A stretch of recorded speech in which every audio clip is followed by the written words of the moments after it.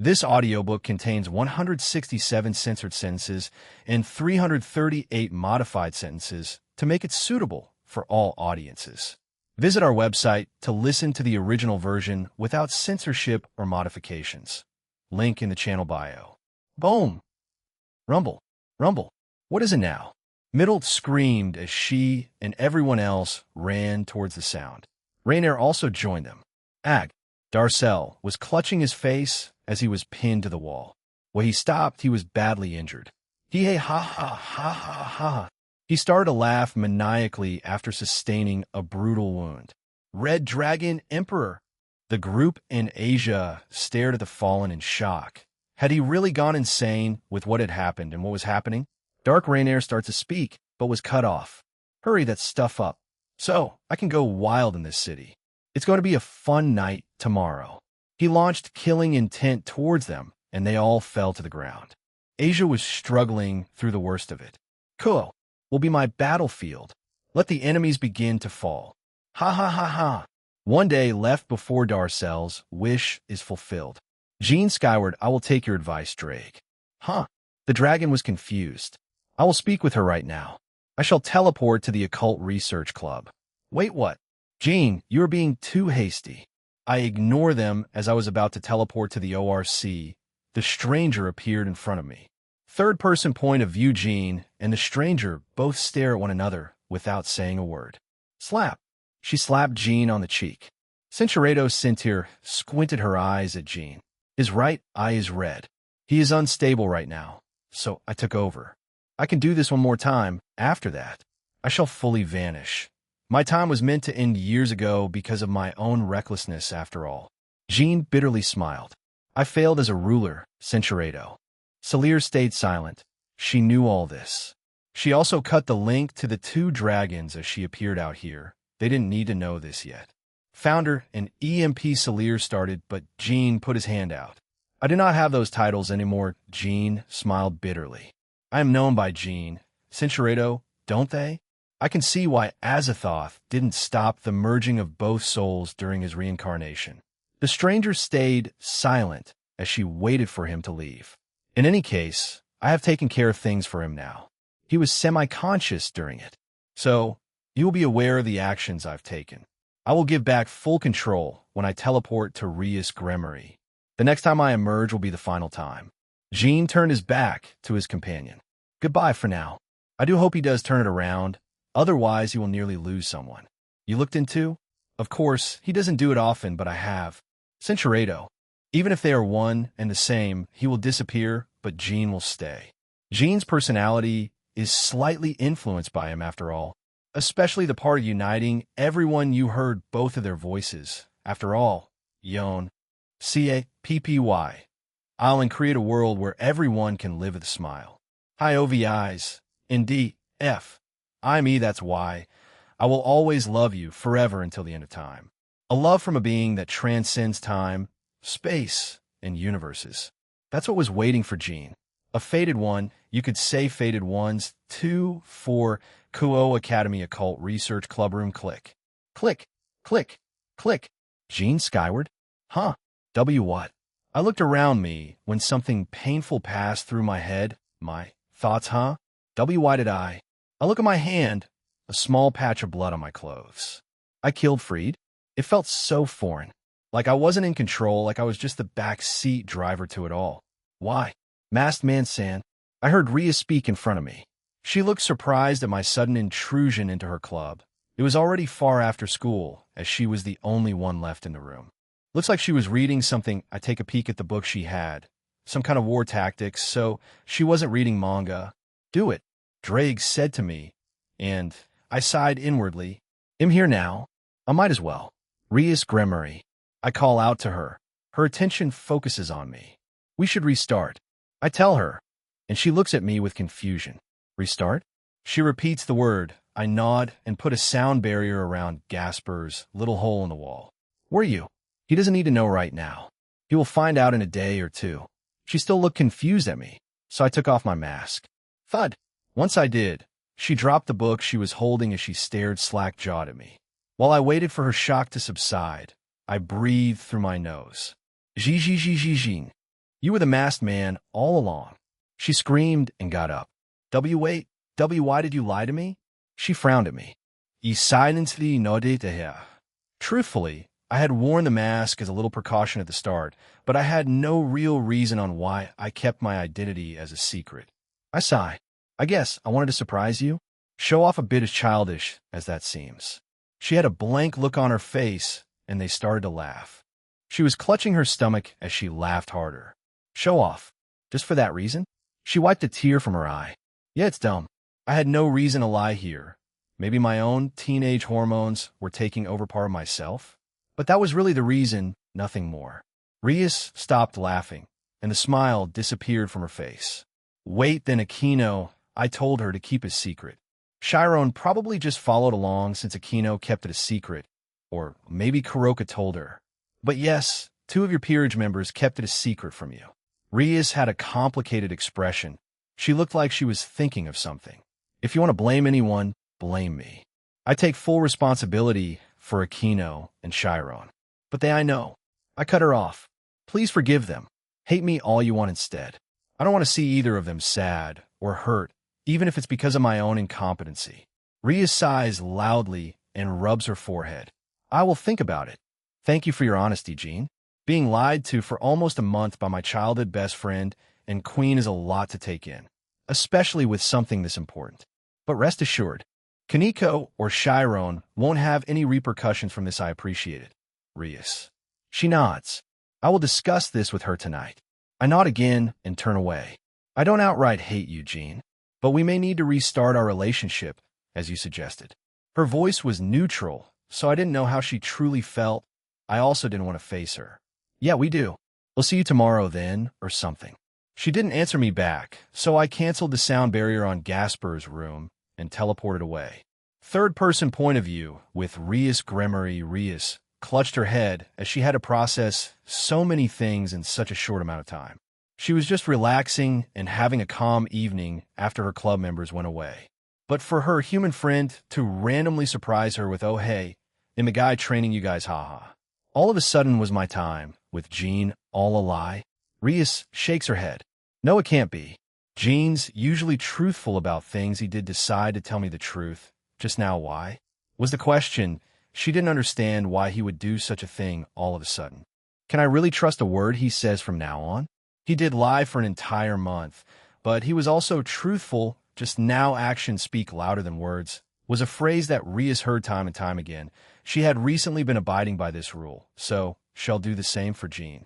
Shall see his actions in the coming days, weeks, and even months, and decide if she can fully trust him. How the other thing to Aquino and Kaneko. Jean said he told Aquino to lie to her, but Chiron may have been told by Kuroka or just followed suit with Aquino. Time for a talk, then Rias summoned a communication circle. Aquino? Oh, Rias, how can I help you? It's not that often you call for me after club ends. Aquino sounded the same as usual. Yes, can you come back to the club? Just you, it's urgent. Yes, very well, Rias. Aquino, as per usual, agreed to her king's request. A magic circle appeared in front of her desk. Rias had made her way back to her usual spot and sat on her chair. Aquino Himejima appeared from the teleportation circle as she bowed towards the Gremory heiress. Good evening. Rias, how can I help you? Aquino asked her king. Should I be subtle about it? Tell her straight to her face. Rias stared at her queen, unblinking, and thought of ways in bringing up the new information she received. Rias? Aquino called out to her king again. As she sat there staring at her, she became worried. She did say it was urgent. Rias Gremory sighed. He'll be blunt, Aquino. She finally spoke as Aquino tilted her head confused. Jean revealed to me just now that he's the masked man, the middleman of the 3 factions. Aquino stared dumbfounded at her king. She wasn't too sure on how to react. Is that the reason for Jean acting strangely when he came home? I see. Rias sighed. Aquino was at a loss for words. She knew this day would come. She didn't know when, but it would eventually come out. Whether now or later, Rias, her king, would find out. Aquino was also worried about how their relationship would change. They were childhood friends, the first piece of her peerage, and she saved her during a difficult time in her life. She owed Rias the Gremory clan a lot, but also Jean. She was worried that Rias would hate her. Their friendship might crumble from this, or at least become strained. Aquino, how long? Rias' voice wasn't any different than when they usually speak in private. She was calm, collected, and elegant. A hint of her more relaxed and childish tone there, too. A week after we met, we were attacked by some rogue fallen. He killed them, revealed some details, and well, we started dating. He did a lot for me, my parents, my heritage, and my hatred for men. Rias looked shocked. Parents? Aquino smiled and nodded to the question. Jean revived my dead mother. She's currently living with my father and Grigori. I visited them quite recently. We also keep up through texting on our phones. Aquino took out her phone and showed her a group selfie. The photo had Jean, herself, Barakil, Shuri, and Lavinia Rennie. Both herself and Lavinia were happily clinging to Jean.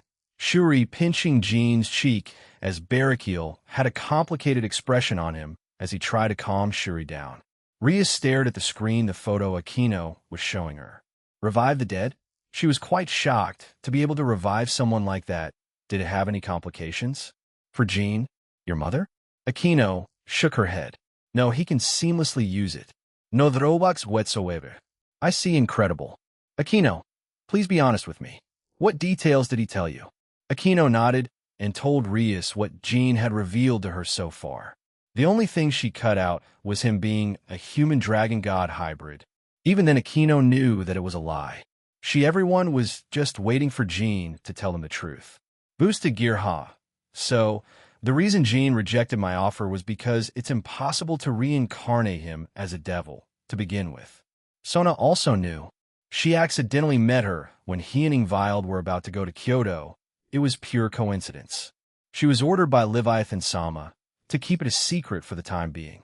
I can see why, but the recent rumor has been spreading like wildfire. He can't keep his secret forever. Jean says he won't actively try to anymore. It's already out in the open. Anything else? Aquino thought for a moment before shaking her head. No, well, not that I think is relevant. Like Ophis and the pocket dimension, as well as other minor things. Graphius-san told you everything that was relevant. Jean has been hired or requested by Satan, Lucifer, your brother, to train your peerage us. So, Jean is aware of that. I see. So he knew Jean respects that you didn't want to share, so he didn't push for it. Jean is honest 70 of the time, but he isn't perfect. I was honestly worried about him. Revealing all of this, our friendship, might be damaged. Aquino lets her worries be heard by her king. Rias nodded along sadly. We have been friends for many years, Aquino. We've been through many things. Our friendship grew. You were my first piece, and I have shared many private things with you. Rias walks up to Aquino and hugged her. If I was the same as before, I may have had a childish outburst, but I can understand why you did it. Rias pulls away and smiles at her best friend. Please don't underestimate our friendship, and don't underestimate me either. I forgive you. I also understand why Kaneko did it. She won't be punished. Please convey that to her. But I will need to rebuild my relationship with Jean. While he did tell me the truth, he still did lie for a long time. He also helped you and me in various ways, so I can't hate him. Rias Aquino became teary-eyed and hugged her king again. They shared a tender moment before pulling away from each other. I still have a few questions that pertain to his past and his real goals for being the middleman. Jean's past. He hasn't spoken a lot about it, but from what I know, he found out about the supernatural at the age of 7-ish. He trained and dealt with what supernatural came his way in Ireland, and his parents died from an accident before moving here. Rias cocks a brow. He hasn't revived them? Aquino shakes her head. No, I also wondered why he hasn't, but I assumed he tried and they rejected his offer. Rejected his offer? Aquino nodded and told Rias the rules or conditions that Jean gave himself with how to use his resurrection abilities. I see. And his true goal for being a middleman? This is when Aquino giggled, confusing her king. It's an excuse to meet lots of people and expand his circle of friends. Rias stared at Aquino slack-jawed. Are you serious? Yep. She cheerfully replied as Rias face-palmed. An Irish otaku.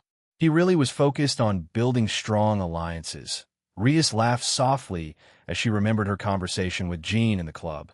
He has the power to do it then. Achieving peace with all the factions and pantheons is secondary. If he doesn't have peace, how can he strengthen his network or spend time with his allies? So he wants peace as much as everyone else, maybe even more? She ended it with a question, as she wasn't too sure. Rias sighs a big dream. Well, it's what he wants. I guess it's fine. Aquino, let's get back to the other topic we discussed earlier. If Jean waited longer, maybe I would have hated him and our relationship may have been damaged, so I guess it was the right call from him. But Jean was acting a bit strange.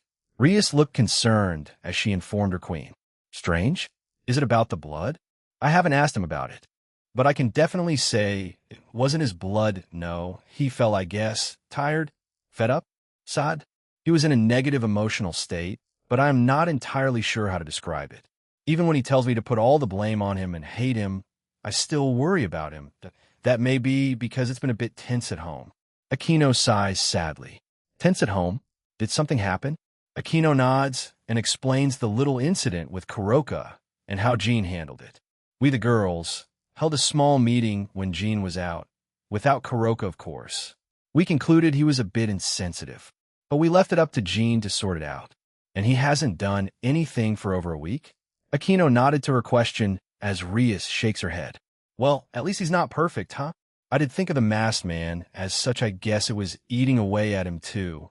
Maybe he'll do something about it soon? He did reveal himself to me. Yes, I believe he will. If he did do this today, maybe even tonight, or within the week. Aquino bows again. I shall get going then, Rias, and thank you. Yes, have a good evening, Aquino. Rias waved her queen off as she disappeared. Not perfect, I guess, that humanizes you in a way, Jean. Huh? Rias shook her head as she picked her book back up. Flashback, in Jean Skyward I did that. But I haven't had a chance to speak with Kuroka yet. Again, it was bothering me. When I had blanked out and was just watching from the sidelines as the Red Dragon offered advice about being more aggressive and honest. Hey, don't call me that. I shake my head and ignore Drake. Aquino looked like she wanted to talk to me after coming back from being called by Rias. She said she wanted to think for the night. That's why she also slept in her own room.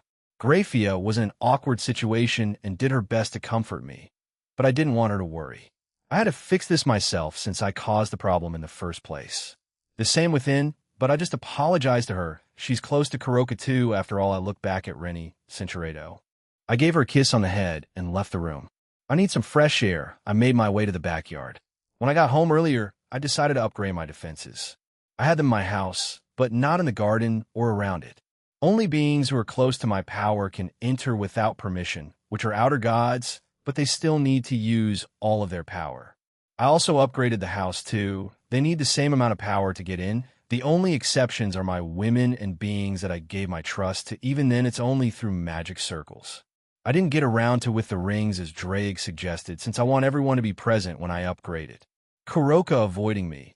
Well, that's just not possible. I got to the door and slide it open.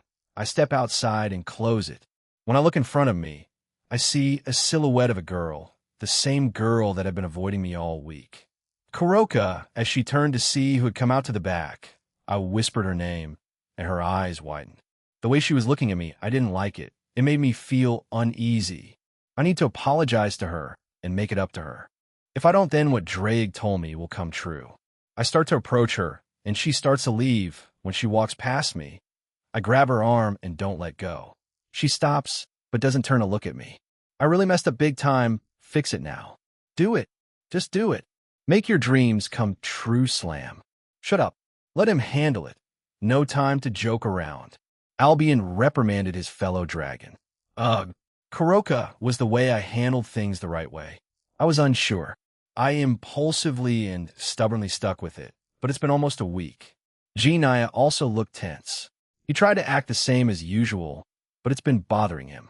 In the last few days, he seemed like he was going to confront me, but he hasn't. I felt complicated by it. I'm happy he's been reflecting, but didn't think it would go this far. I also roped Chiron into this. She wasn't happy at all. She told me it was dumb and might damage both our relationships if it goes wrong. In her words, "Nae-sama, this is stupid. I agree that Jean-senpai messed up, but getting back at him like this is immature. I don't want to lose either of you."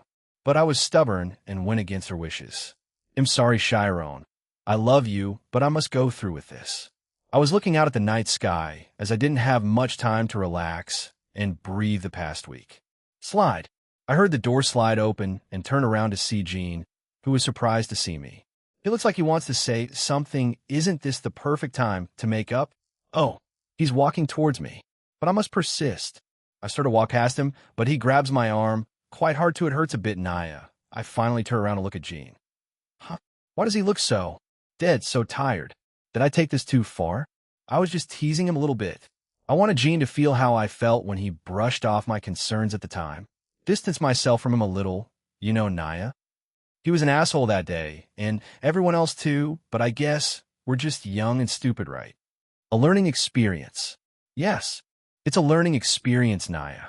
I distanced myself, kept contact to a minimum, and see how when I really felt lonely, Naya, I didn't like doing it, but had to prove a point to Gene, Naya. I acknowledge it's cruel, maybe I went too far. I didn't want to see Gene like that, Naya. Gene always looked desperate to have women know, desperate for love around him. It's like he's been starved of it all of his life. Why? I didn't know. I doubt anyone knows. Maybe Gene himself isn't even aware. I played with that insecurity of his. I'm a cruel woman for that. I took that away from him, and this was the result. Kuroka. I probably had an expression of shock on my face as I stared at Gene. I messed up big time. Yes, you did, Naya. I've been an insensitive jerk. Yes, you were, Naya. I'm sorry. Please forgive me. Gene bowed his head down, but didn't let go of my arm. I was about to say something, but Gene kept going. If you want to break up with me, I can understand that, and I won't force you to keep being with me, Naya. Nya. Wait a damn minute, Naya. I didn't think it would escalate this far. Nya. Wait at Gene. Nakoma to tackle. I lunge at Gene and hug him tightly. This isn't what I planned. Gene skyward, this isn't what I planned. Kuroka screamed at me as she had tackled me. Planned? Plan what? What is she talking about? Yes. I was mad at you. Mad at everyone else for brushing off my complaints. So, I want to make everyone uncomfortable. Just rile them up a bit. Make you a bit sad. Only a bit. No way in hell I would break up with you, Naya. She started to headbutt my chest over and over while muttering out Naya's over and over again. It was wrong of me to play with your insecurities like that. I'm horrible. I was immature like you. She stops and looks up at me. So let's just blame each other, okay? She started to shake me wildly. I stared dumbfounded at the cat girl in front of me, but a sense of relief and a weight that I had been carrying lifted off me. It was a joke, a test. I was worrying myself to death all week, and this was the real reason? A bit of revenge? Ha ha ha. I deserved it. I can't more like it's impossible to be angry with her after how I've treated her. I guess I was wrong. Damn right you were, but heck, you really had me worried. I hugged Kuroka tightly as she did the same back. Let's call a truce then, but I still messed up. I'll try being better from now on. Obviously, it won't be instantaneously, but I hope you stick with this moron for a little while longer. Yes, we're immature children. Let's stop this now, she sighs loudly. Now with that out of the way, she adjusts her outfit and steps forward confidently. Let's do it, she announces happily, staring expectantly at me. I again stare, a bit surprised by the sudden development. Sorry, Kuroka, but we can't tonight. But let's do it 2 days from now at night instead. I have some things to take care of first before some peace comes back. Kuroka froze and stared at me surprised. She starts shaking. You're not pulling my leg, right, Naya? No, I'm not. You promise? You're not making false promises again, right, Naya? If you do, they'll really get upset. I promise you I am not. How about a little surprise? This confused the cat girl as she tilted her head at me. Surprise? Yeah, like this. I leaned forward and gently tapped her nose. Nya. She jumped back, a bit startled. Censurado, censurado, censurado. Censurado, I take her hands and guide them away gently. Kuroka's eyes widen in surprise as she looks at me attentively. See? She didn't answer me right away, looking curious instead. I gently tap her shoulder to get her attention back. No, not yet. I promise, in 2 days from now. Censurado, censurado, we're using my avatar or clones. That a big no. Oh, okay. It'll also add a time dilation barrier. We'll spend an entire day together, and only 10 minutes will pass outside. This again makes Kuroka even more embarrassed, as steam was coming out of her head. It'll add an effect that you won't need to eat or drink, as well as extra energy. It'll fulfill that wish for you. I take her hands and pull her towards the door. Let's get some sleep for now. Thank you. And sorry. Jean, partner, are you doing all of this because of what I said, or because you want to do it? Both. Drake was right about a lot of things, but I won't improve instantly. It will be a gradual thing from here on out. Huh. The dragon snorts. Experience is always the best teacher after all. Yeah, I guess so. Cinchuredo. Since she was troubled by the news. That was the plan. We weren't near any kind of intimate relationship. So this came to light at a better time. What about Darcel and Rainier? Next evening, I'll attend classes myself since I've been skipping too much. I can rid of Darcel and that dragon-killing prototype divine beast. I finally reached my room. Kuroka wanted to keep sleeping with Chiron for the night and told me that she'll join me tomorrow night. Jean skyward, not a dream. So I turn around and see both dragons there casually napping. Oh, hey partner, what brings you here? Welcome, Jean. Greetings, Jean. Vera also waved to me. How are you feeling now? Better, but I'm still bothered about not being in full control of my body earlier. What was that about? Both dragons shrug. Vera cut our link when she appeared outside, so we don't know. We can assume she won't tell us, so save your breath, Jean. Probably. But can I ask you about the memory I got earlier? Center smiles and nods at my question. That memory was from your past self. She confirmed our theory. It was during your teenage years. You were in a dark place, that's all I can say. I see, thank you. But I wonder what happened. It's super vague, but a starting point. You were an asshole back then too, huh? Drake snorts and smirks at me. Jean did lose someone dear to him, apparently. Teenagers are not known for having common sense or tact. Well, that part of his past personality did show up, even if he wasn't aware of it. If we weren't here, he'd be going down that path, figuring it out by himself further down the road. Super edgelord Jean, what a time to be alive. I sigh and ignore Drake and turn to the other two. Anything else? Cinchuredo, I'll guess you can't tell me how then? She nods at my question. You had a rough time as a teen, your parents. She trails off and had a sad expression. Non-existent? Neglectful? Narcissists? I finished for her, and she only responded with a sad smile, confirming it for me. Around your 20s, you picked your life back up. It was only getting better year by year, but she smiled sadly again. Life is never fair. You soon met your end. I nod. So, the voices were never part of my old life then. So, it's whatever the incident was? It seems so, partner. Again, CNTIR nods confirming my theory. Ha ha ha. Maybe whatever the incident is merged with your soul, making the complete mess that is you, right now, partner. Two different personalities, strange, whatever it was hasn't emerged yet. Maybe you're onto something. Jean, the partner calls out to me. Azathoth isn't the only outer god that is currently awake, while the rest are asleep. Another is watching, aware of your existence. Now, this was troubling. Perhaps they're messing with you, partner? Maybe even directly. Maybe we don't have evidence, though. We also don't know which outer god. There's quite a few of them. How troubling. I already have other crap to deal with the next day. Rub. Naya. It was breakfast, and Kuroka had refused to leave my side. She was currently leaning affectionately against me. Cinchuredo, I lightly tapped her. She pouted but moved off me. They'll be going to school today and not using my clones. They'll be busy tonight, too. They all nod and got on with our day. Rennie was smiling brightly at me, a relieved expression on her face. Aquino. Before Aquino teleported with Ingvild and Chiron, I called out to her. Yes. She trots over to me as she tilts her head, waiting for me to continue. About Rias I start, but she cuts me off by putting a finger on my lips. It's okay, Jean, I forgive you. Our relationship is okay, but you may need to rebuild the one you had with Rias, and her trust too. I sigh and rub the back of my head. Yeah, I guessed as much. Thank you, though. Most girls would be mad at this point, you know? You fufu. I guess I'm a little bit calmer than others then. Chiron, then, stands beside her. Senpai. She beckons me towards her. I comply and crouch to her level. Thank you for making up with my Nae-sama. Hiya. It all ended a lot better than I thought. We've made up, and we'll hopefully have a better relationship from here on out. I love my sister, and am really glad you two are getting along again. I could tell it means a lot. I nod, understanding her feelings. Don't worry about it. I know what you mean. I turn back to Aquino. Aquino, inform Rias there's some rogue fallen in her territory. He'll be dealing with them tonight. If she wants to be there, then you can all come along. But I won't wait. If I see the opportunity to rid of them, then of course I'll tell her. She kisses me, and she teleports away within and Chiron. Nighttime abandoned church school was nothing special. It was slightly tense with Rias, but we spoke the same to each other. I don't think Sona and Tsubaki noticed at all. The same with the rest of the school or her peerage. I had lunch with Ingvild, and she had told me her friends were busy, but I knew she was lying.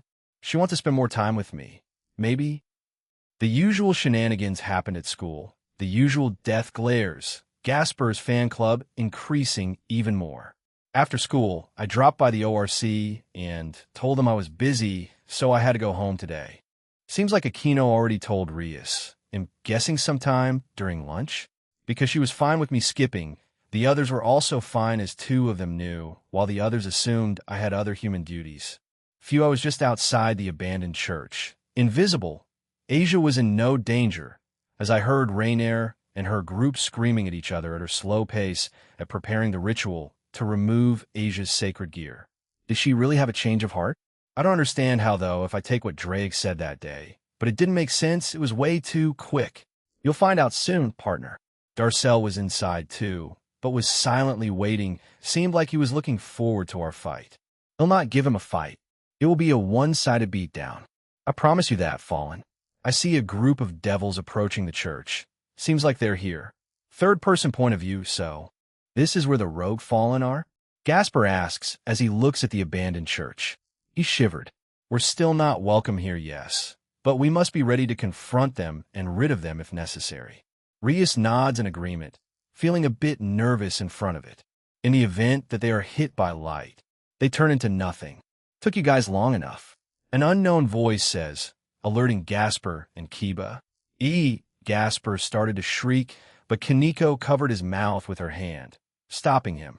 Kiba summoned a demonic sword from his sword berth, readying himself, but was confused by the rest of his fellow peerage members' actions. Suddenly Jean appeared in front of them, leaning against the abandoned church. Jijin Sompe? Kiba asked, shocked, as he lowered his sword. When did you learn magic? Quite some time ago, Kiba. Anyway, we have some rogues to stop. Jean smiles at him as he pushed himself off the church's walls. Senpai, please stand back. There are dangerous people in there. Gasper tried to grab Jean's arm, but was pulled back by Kaneko. Kaneko-chan? Gasper was confused, but Kaneko just shook her head. Talk later, let's do this. Jean pulls his arm back and punches the abandoned church. Boom! The building shattered into pieces. Jean knew Asia was underground and was safe, so he had no problems doing this. Wakiba was shocked, but didn't have time to continue his words. Ha ha ha ha. Red Dragon Emperor. You came to play. A crazed male flew out of the rubble. One of his eyes were missing, and he had a crazed smile stretched across his face. Yo, Darcel, been a minute. Jean waved to the Fallen as the Fallen put his arms into the air. Come on, you monsters! He screamed, and creatures of all shapes and sizes started to appear around the surrounding area. They ranged from small to large in size. Boom! A different creature stood out. It was very large. The Dragon Killer was a giant monster with a wyvern's head and a lion's body, and tentacles for its hand and feet. It stood at 93 meters tall, the size of the Statue of Liberty. Before this happened, before the Grimmery group came here, Jean had put up a barrier, so the residents of Kuo wouldn't see this. But he was going to transport them to another dimension, since fighting here would be too much of a hassle, as he'd destroy the surroundings. And he did just that. Shine. And now what? Kiba kept getting more and more surprises. Where are we? Gasper asked as he looked around. Another dimension. Cinchuredo. Whoosh. Yeah.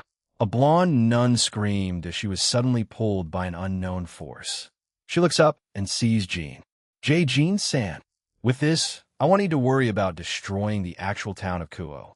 Jean had finally spoken again after his long silence. Jean also pulls Raynar's group as he ties them up with magic-canceling rope. What the heck? I can't get this stuff off me. Middle screams as she struggled to destroy the rope. Coo! Calawarna was also struggling to break free. The same with Donasek, but Raynar was the only one who had a sort of relieved look on her. She did not try struggling. Jean again puts his palm towards the four fallen and removes their power. What the hell did you do? Middle demanded an answer from Jean.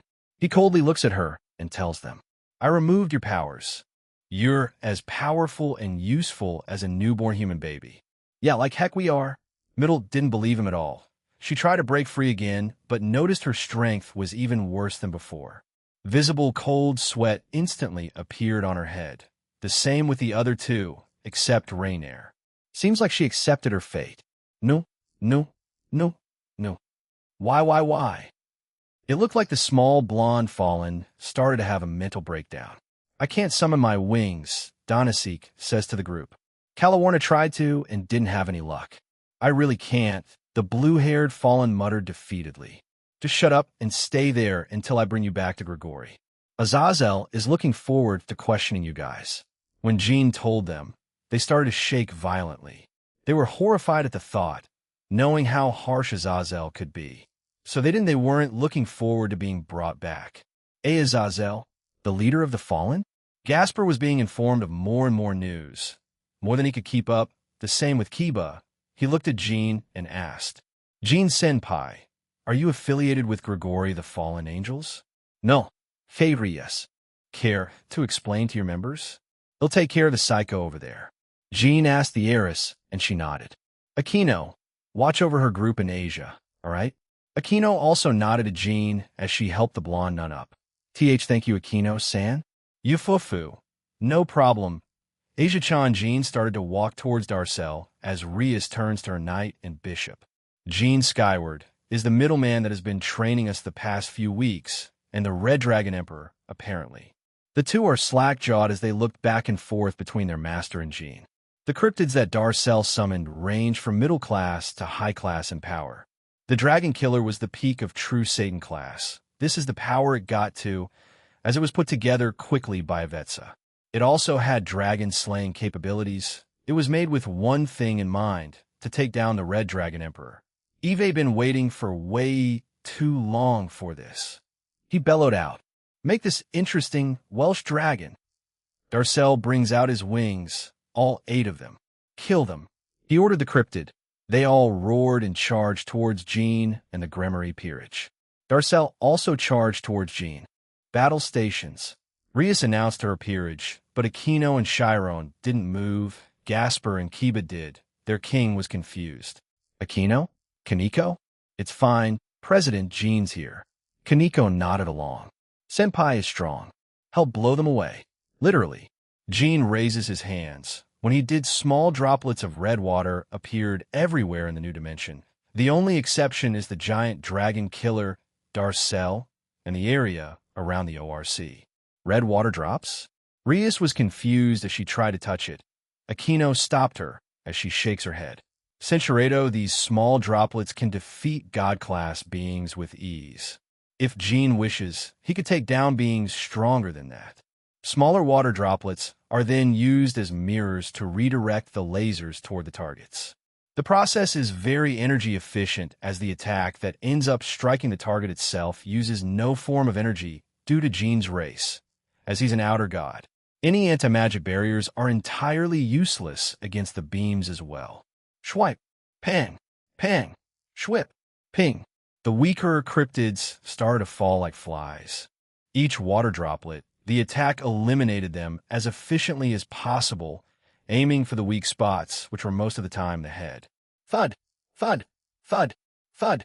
The attack continued until nearly all the cryptids were eliminated. Observer, report. 80 of cryptids were eliminated. Good enough. The rest can be dealt with. Jean looks to his side. Igris.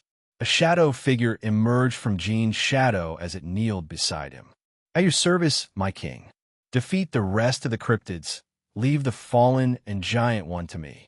Jean ordered the shadow. At once. Igris eagerly replied. This was his first official assignment that had combat involved. He wanted to impress his king after all. Fwash! Slash! Slash! Slice! Splat! Igris swiftly and efficiently sliced and diced through the weak cryptids like they were butter. Once Igris killed a cryptid, he seemed to teleport behind the next one and kill it instantly. But he wasn't using any magic, his speed was just that fast. The Grimory group, Asia, and Raynar's group watched in awe at the spectacle in front of them. I've never seen that shadow thing before. Kino put a hand on her cheek. Kaneko nodding along. That new attack as well, Megiddo, was it? You flufu, it's quite efficient. I could hardly notice any mana from it, but they killed those things so quickly. Jean Senpai didn't show him before Kaneko had pulled out a bag of sweets from somewhere and started eating. This is the power of the middleman. Kiba was staring at Jean's back with admiration. Is this Jean Senpai going all out? No, but just enjoy the show, Kiba-kun. Akino knew seeing him try it all was nearly useless, so they all stopped trying quite some time ago. Haha, incredible. I knew you wouldn't disappoint, Jean. Darcel summoned thousands of light spears behind him and launched them towards Jean. Slap! Jean simply slapped the light spears and broke them. GHHRA, the dragon killer bellowed out. It sent a mist towards Jean from behind it. Mist? Poison? Probably lethal to dragons.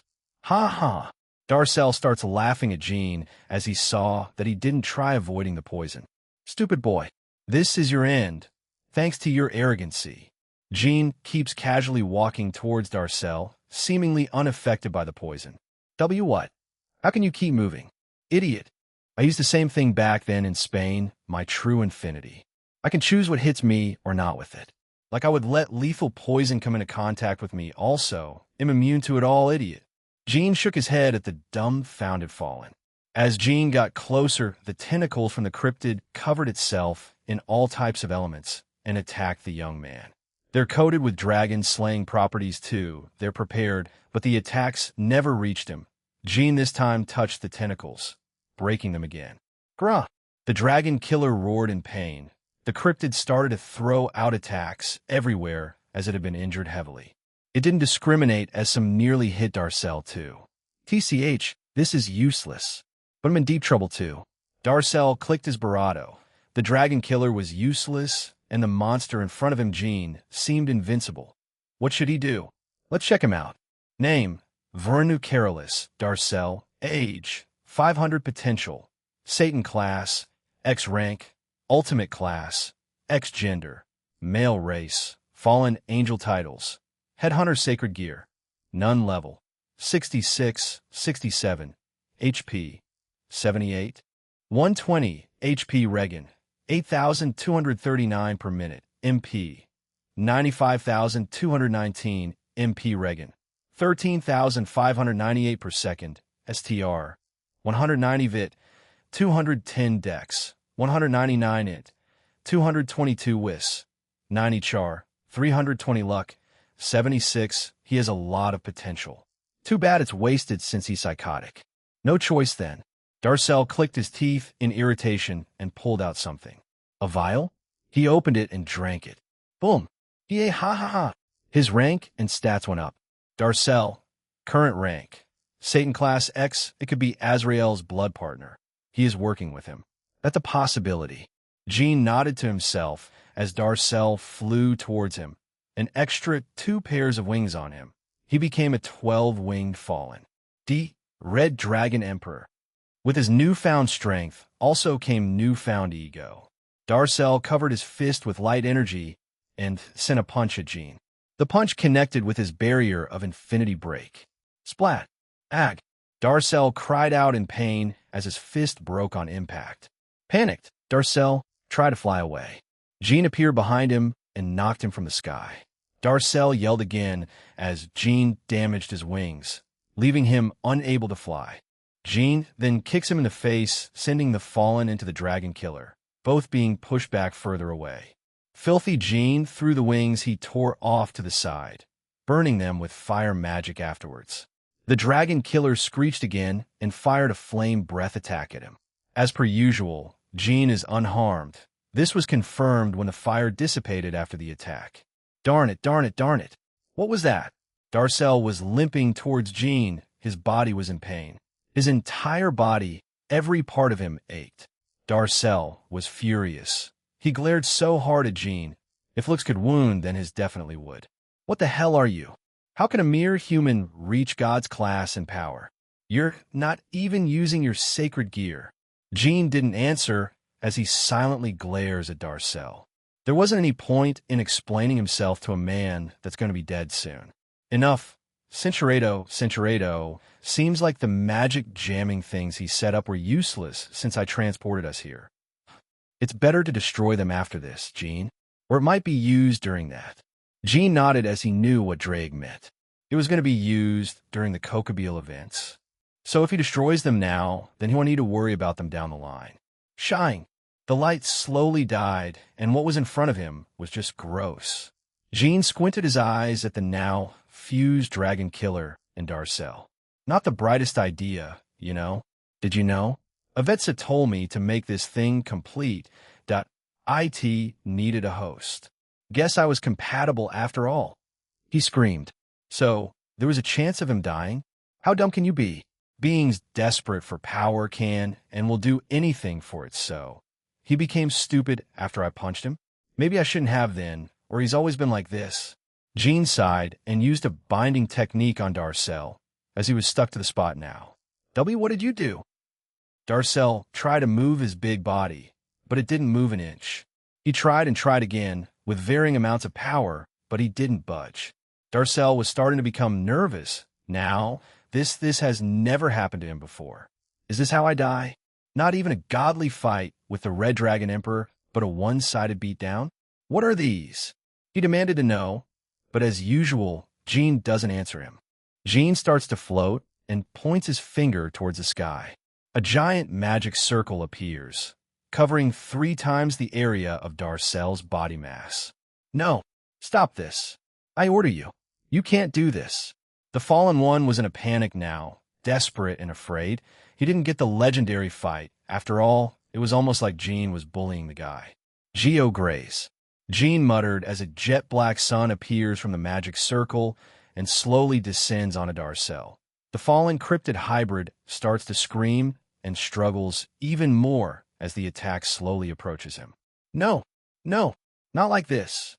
I was meant for more things. Jean read his memories before his life ended. What he saw sickened him, but Azrael was in contact with something or someone. They were powerful as it made Azrael reach the peak of God class and power. He calls that thing his goddess. What is it? Is it from another world, or he didn't want to think of it, but there's a small chance it might be an outer god. Jean, Draig, and Albion muttered the word together. So, they've been messing with me all this time, the TCH. Why though? What do they gain from it? What annoyed Jean more was that every time Darcel teleported to the base, they never said the name or place. They kept his secret. Is this why I couldn't locate him? The outer god was helping hide him. Who else is it hiding away from me? Ghidorah? Other DXD villains? Damn.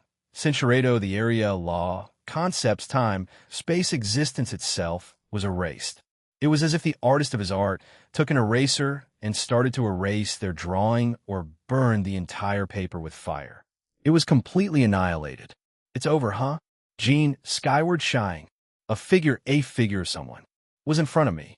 He had their back turned from me, so I couldn't see their face. The figure stood with an aura of confidence and authority, almost imposing in a way. What? Shine. Partner, what was that? What in all that is holy happened? That person. The only thing I can see was blonde. He had blonde hair. The figure had blonde hair. Blonde hair? That doesn't necessarily narrow it down that much. I don't know the gender, since they had their back turned from me. Were you blonde in your previous life, partner? No. And maybe? I really don't know, to be honest. Do you know? Answer. You had black hair in your previous life. Okay. You heard the lady then. Who was that? Whatever. I'll deal with it later. I had to sort this mess out first. I turned back to see the Grimory Peerage were looking at me in awe. The same with Asia and Raynar's group. I hate being in the center of attention. I thought they might have had a chance of fighting. Guess I was wrong. Igris was standing beside them, as he waited patiently for me to return. "Welcome back, my king." Igris was already kneeling as he welcomed me back. "Yeah, good work." I gestured for him to return to my shadow, and he complied. "Who's that, Jean? Something new you created?" Aquino casually asks, and I nodded. "Yeah, he's one of my shadow soldiers. There's another one, but he's in Ingvild's shadow right now. Anyway, let's get all this sorted out, all right?" I turned to Raynar's group. "So, the real reason you recruited Asia into your group was to destroy her and take her sacred gear, Twilight Healing. Yes? Go to hell. You are the worst." Middle snapped at me as she glared at me. Her attitude didn't change after being weakened to the ground. "We ain't saying anything." I stare at her with cold, dead eyes, while also directing some killing intent at her.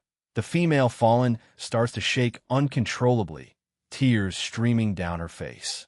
"Wait," they'll tell her. Rayner shouts, "I wasn't going to do anything, but at least we have someone willing to tell the poor, confused nun." Rayner turns to Asia and explains to her why she did what she did. Asia's eyes widen as she listened to her leader. "TCH, why are you being like this all of a sudden, Rayner? What the hell is wrong with you?" Calawarna was confused, very much so. Her leader was acting so strangely all of a sudden it didn't make sense to her. Rayner ignored her and continued. Once she was done, Asia had a complicated expression. "In the supernatural world, power means everything. Without it, you are nothing. You're fodder, something to discard it away. I was a low-class pure angel. I fell because I envied the 10 seraphs and the 4 great seraphs' powers. I joined Grigori because, well, I fell, and also to impress Azazel. If I managed to get sacred gear, my value would change, right?" She sighed. "That's impossible now." Asia had fallen silent as she listened to Raynar's reasons. "Eq? Raynar-sama, even if you can't say those words now, I forgive you." That's so, like Asia, even after someone tries to literally murder her and get her power, she's still going to forgive her. What a kind person. She's way too pure. This also extends to everyone else in your group. The other fallen were also dumbfounded by this. The same with the devils on Gremory Peerage. Even if you didn't get to start the ceremony because of her hesitance, even if you didn't hurt me yet, I still forgive all of you.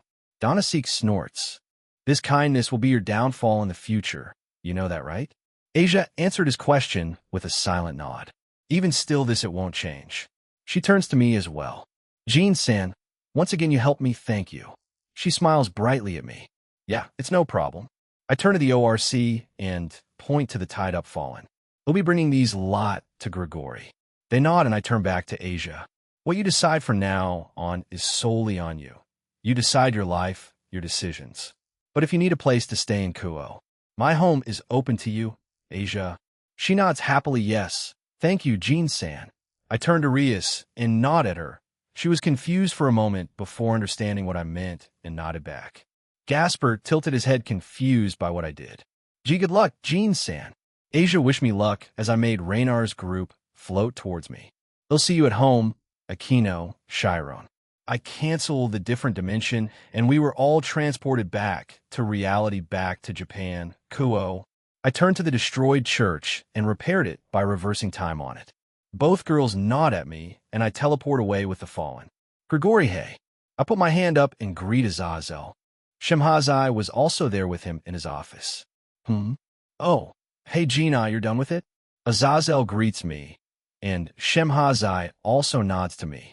They both see the fallen I brought with me. "Yeah, it's done." I let them fall slowly to the ground. All of them had gone silent once they saw their former leaders. They can't fight back. I removed their powers, and the only way to get them back is through me. If they somehow rehabilitate and I deem them no longer a threat to Grigori, then he'll restore them. If not, they'll stay like this forever. They're in your hands now. I turn back to Raynar's group. "Reflect on your actions. I can at least see one of you that's willing on doing that." I glance at Rayner as she curled more into herself. I look at Azazel too. "Good luck." Before I could teleport, Azazel calls out to me. "You seem like you aged up a few years. What's up with that?" Azazel seemed amused by it. I shake my head. "Just got scolded by Drake, that's all." "All right then." Azazel laughs and waves me off. Japan, Kuo. When I teleported back into my home, the living room, everyone was there alongside Asia. Hey there. I'm back. They all turn to me when I announce myself. Welcome back. They greet me as Rinny attach herself to me like a koala. Yeah, I'm home. So, how's everything for you so far, Asia? Yufufu, welcome home, Jean. This is Asia Argento, Rias' new bishop, so she did accept her offer in the end. Well, whatever, it's Asia's decision. Centuredo, we awkwardly stare at each other until I step to the side and gesture for her to come into the living room. She nods and steps in. So, Jean, why the sudden change in personality? Aquino publicly asks me the question that's been in their minds. I chuckle. Just got a little verbal lashing from Drake, nothing else. Just then my right arm glows and his mark appears. Damn straight. He quickly appears and disappears, everyone laughing at him. Huh. It's exhausting, though. I slump my shoulders and sigh loudly.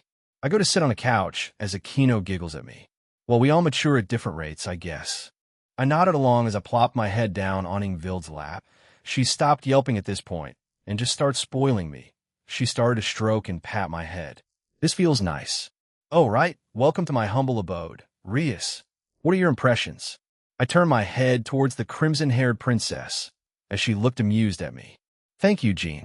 It's homey, very comfy, but simple. Great, because that's what I was going for. I could feel Rinny climbing on top of me and snuggling into me. Geez, what's with her? I know she was worried, but I'm fine now. Maybe she wants to be spoiled too? Asia, did you pick a room yet? She shakes her head. Looks like she hasn't then. I turn to Grafia and nod to her. Can you help her, Grafia? Yes, of course, Jean. She gestures for Asia to follow her, and the nun trots behind her like a lost puppy. I sit up from my lap pillow as Rinny's incessant cuddling is making it a bit difficult. I tap my right thigh, and Rinny gets her own lap pillow. Chiron also takes residence on my left thigh almost instantly. So, about Asia and school I start, but Rhea shakes her head. I already have plans for that. She's my bishop after all. I nod, good she's on top of things. I see. That's reassuring. I sigh and get up as I pick up Chiron, making the girl a little bit annoyed. I noticed Kuroka was sleeping on a different couch in her cat form. Rinny also got up, slightly pouting. I place Chiron on her lap, and she quickly recovers as she hugs her tightly, Chiron glaring at me for doing such a thing to her.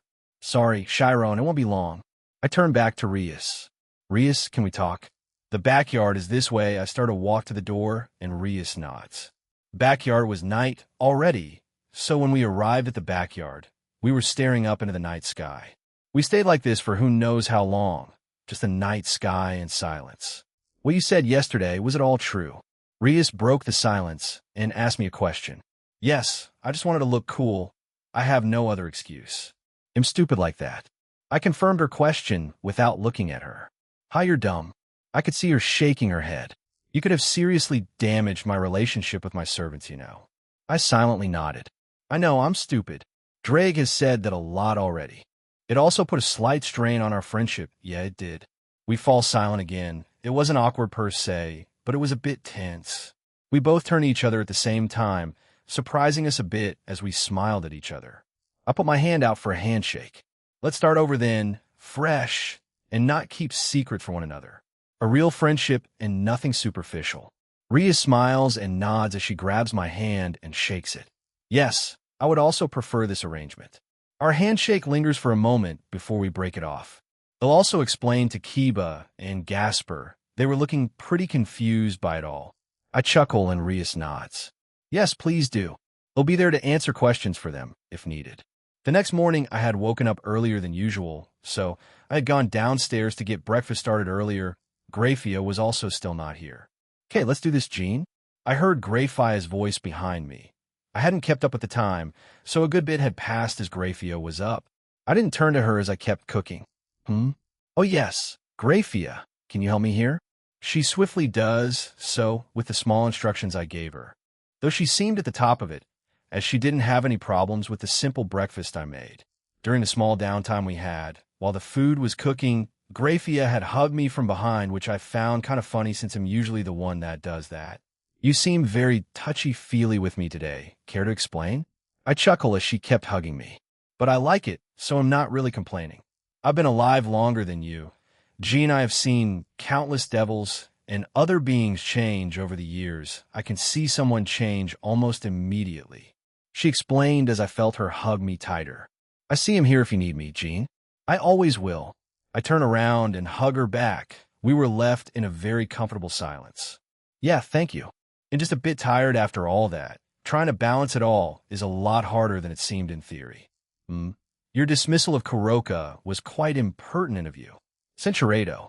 Yeah, I have a lot of things planned in the coming days or weeks. More features for the rings, the barrier Drake told me, and the other things I promised everyone else. I really enjoy spending time with the household staff. After school, I had explained myself to Gasper and Kiba, and they were fine with it, surprisingly enough. They did say the same thing, being more honest with them from now on. I also said the same thing. Honesty went both ways after all. I felt a being with a high magical signature approach me. They had disguised themselves with illusion magic. It was quite high, too. They must be skilled. A fae. What the hell are they doing in Japan? They gave me a letter, nodded, and disappeared. Thankfully, the area I was at was empty, or else that would have caused a ruckus. I opened the letter and read through it. It basically said I was invited to the fairy kingdom in Ireland in a week's time. I nodded as I didn't have any problems with that. It didn't say I couldn't bring anyone with me, so I want to bring 2 individuals with me. Drake did mention them. Also, gotta ask for their opinion of how I have done things. More verbal beatdowns? What is wrong with me? I don't enjoy being insulted. I could hear Drake snicker at me. Skyward household, I had arrived back home after my quick encounter with a fae. I was surprised to see Grafia waiting for me in the hallway entrance. I walk over to her, and we greet each other with a kiss. Hey Grafia, what's up? This is quite rare of you. Yes, a request came your way. Venelana-sama has requested your help to watch over Milika's-sama's training. Another individual will accompany you with his training. You two are already well acquainted through a battle. I don't mind, but through battle, huh? It's probably Sarorg then. I nod and accepted the request. Not every day you get requested by Ria's mother. When is it? Tomorrow. Tomorrow, huh? He'll use an avatar for school then. Sure, I'm game for it. I didn't think they thought of it as that urgent. Shine. I turn to my side and see a circle from Azazel. It's one thing after another. Hey, what's up, Azazel? Need something from me? Jill, Heen, I got some info for you. You can come by and see SAE in 2 weeks. I just need to work out some stuff before you can enter a room. Sure, anything else? Like info from Raynar's group? Nah, nothing yet. We just locked them up. For now, we're going to get started with them tonight. I'll tell you when you visit here in 2 weeks, or earlier if you drop by. Anyway, that's all from me. Azazel announced, and the magic circle vanished. What happened to SAE? So much stuff is happening. Milikas and Sarah tomorrow. They'll visit Ireland again in a week. 1 week after that'll be in Grigori to help SE. Then Riser events along with Suzaku. I haven't gotten an answer from the Himejima family. 2. This is exhausting. Well, whatever. Have at me. Chapter 7. Improvements. A Cat's Love, or 2 in Milika's Japan. Kuo Skyward household. Jean, Skyward. I shall continue with the preparation of dinner then. Grafia bows and starts to walk back into the kitchen. Do you need help? No, I'll be fine. She answered back without turning around. I shrug and go into the living room. I stand there and look at what's happening in front of me, which was nothing out of the ordinary, with the exception of Kuroka not being here. Hey, I'm back. Vieras Kuroka? Everybody turns to me when they hear my voice, but they just blush at me instead. Did Kuroka say something about the plan for tonight? That's the only reason they'd look at me and blush. I take it that she told you about what's happening and that she's getting ready?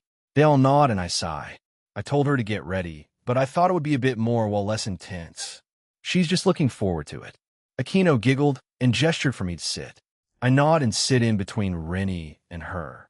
Chiron, who was seated on another couch, eating, silently got up and plopped herself on my lap as soon as I sat down. How was school? Rennie asked as she leaned against me, Akino doing the same thing. It was normal.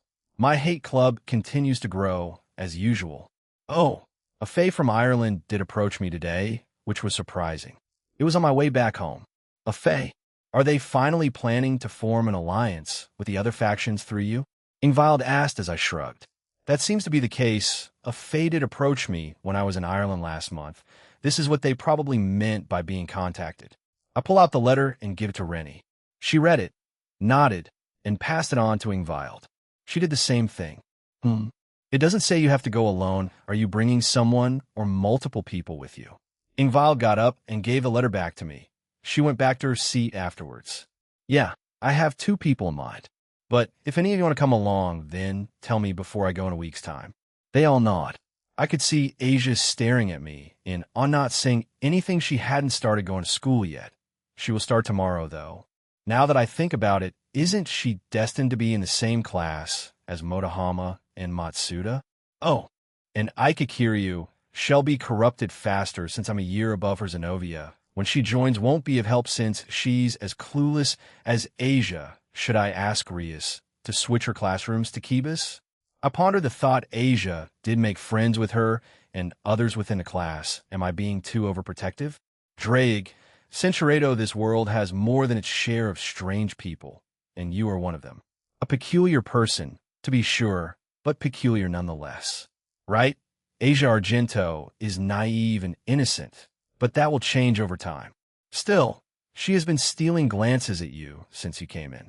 I look at Asia, and she's doing just that. She sees me looking at her and averts her gaze.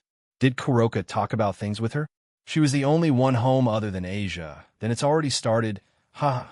Task failed successfully, partner. You fufu.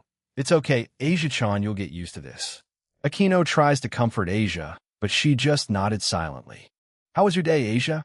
I stopped talking to the dragons and turned to the newly added family Barado. Yes. It was great. She answers with a cheerful tone. Kuroka-san and I spoke about a lot of things. She smiled softly as she re-Barado ed their conversation. As she brought me on a guided tour around Kuo today, she's a lovely person. She even bought me new clothes. I need to pay her back. It's fine. I've given the girls more than the necessary amount of money needed to live a day-to-day life. Kuroka probably didn't spend too much, so it's fine. I reassure her that she wasn't being greedy or selfish. Though not she's a devil, she can embrace those sides of her a little more. Really? Well, if you say so, Jean-san. Thank you very much. I should probably not give her a card for a while until she adjusts fully. This is because she did live in isolation for a long time, being used for her healing powers. Give her an allowance. That's easy for you. Yeah, that's what I had in mind, but I don't know how much. Maybe 100,000 yen? Isn't that like 700 euros? I would say it's fine. I nod and turn back to Asia. Do you have a wallet? I ask her, and she nods as she takes it out. They'll give you a weekly allowance then. They'll give you your own card when I think it's appropriate. You did just start living a more modern lifestyle. I make the wallet float towards me, summon the previously mentioned amount, and put them into the wallet. I change the wallet's properties to allow the amount to be put in should I make this into a product.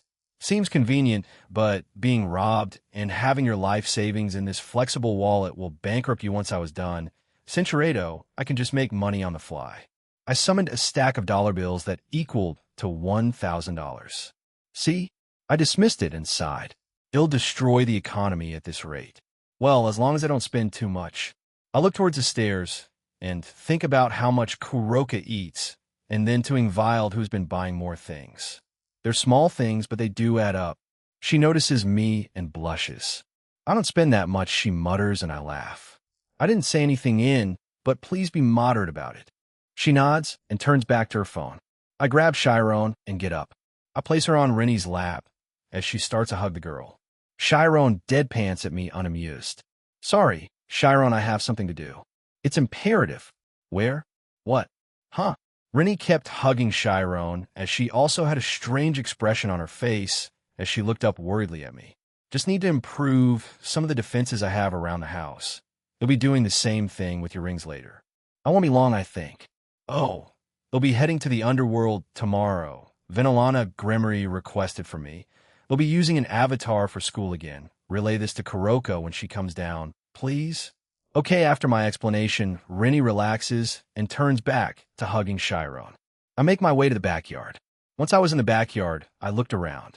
My house was solid, but the front and back gardens were not. Anyone could just waltz in, maybe I had to get too soft. Sighing, I built multiple barriers around my home. These barriers could tank an infinite number of omniversal attacks. In addition, I also added a self-repair regenerative effect on them, which was instantaneous. Once they take an attack, they automatically repair themselves. In order to go past this barrier, you need my authorization or be a normal human without any type of energy or magical properties. Otherwise, if you're a part of the supernatural world, you'll walk into it and be unable to go any further. Furthermore, I incorporate sound canceling and soundproofing into these barriers. No sound from within will be heard by anyone outside, but we can hear relevant sound from the outside. Normal car noises or other disturbing sound will be blocked, but cries for help or things along those lines will be heard. I also add a summonable panel anyone can use to control the weather and temperature in the outside. You can change the temperature to whatever you like, as well as the weather. So, if we're in winter, you can just add an artificial sun that only the residents in my home can see while anyone in here can see. But to the outside, it will look like normal apart from us wearing summer clothes or something. If we do it in the winter, we'll look crazy. With that said, I increase the height of our fences and walls. It'll keep the front gardens the same, but change the backyards. If these barriers somehow break, which is impossible, but I can't be too paranoid, I created 50 combat android fairies. Each fairy's power level is at a multiversal level. Anything below them will die easily. They are designed primarily with combat in mind. Much like the panel, they will only appear when danger is present. Otherwise, they're in a separate dimension in sleep mode. They follow my commands first and foremost. Whenever they see a target, they perceive it as a threat, but not me, and I tell them not to attack them, so they stop. These fairies are red and white, resembling the boosted gear and divine dividing scale male color schemes. Heh, nice choice, partner. These combat fairies will materialize from anywhere. They don't just appear outside, they can do so inside too. Will your group have control of these? What happens if someone they perceive is a threat, but your companions don't? Point taken. It'll add them as admins too, so they can control them. I do that immediately. Now the fairies will also listen to the girls. I look at my house and nod. It's time to add some underground sections to my house. I create 3 additional levels. The first section is a regular swimming pool. The girls might want to use it. I was thinking of adding it to the back garden, but it'll ask them about it, so we'll have 2 options. There are also changing rooms and showers there, like an ordinary pool center. The second level was a training area. I should have added this sooner, since I know some of them want to train. Among them are Aquino, when she doesn't have training sessions with Rias after school, and Ingvild, who looks like she's been itching to train. I made it very large. It had some indestructible training dummies and normal ones that would regenerate themselves. Normal gym equipment for some basic physical training. A section to train your magic. That area has mana regeneration properties. I added an effect that increases mana regeneration at a rate of 99 billion, so they can abuse it as much as they want. That's a lot. What about the rings?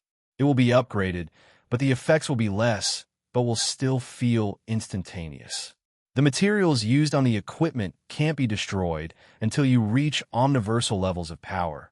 The same with the ground and walls. They can cut loose here.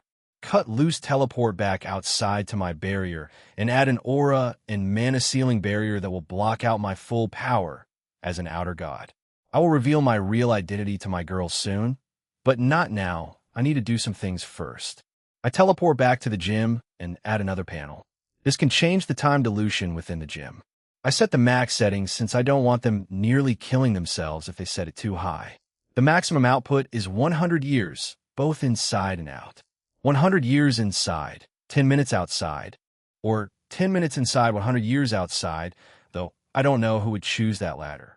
Finally, the third and final level for the time being. A core that will also act as a jamming or interference signal, much like what Darcel had planned. Now that I think about it, I snap my fingers and destroy the jamming circles around the entirety of Kuo.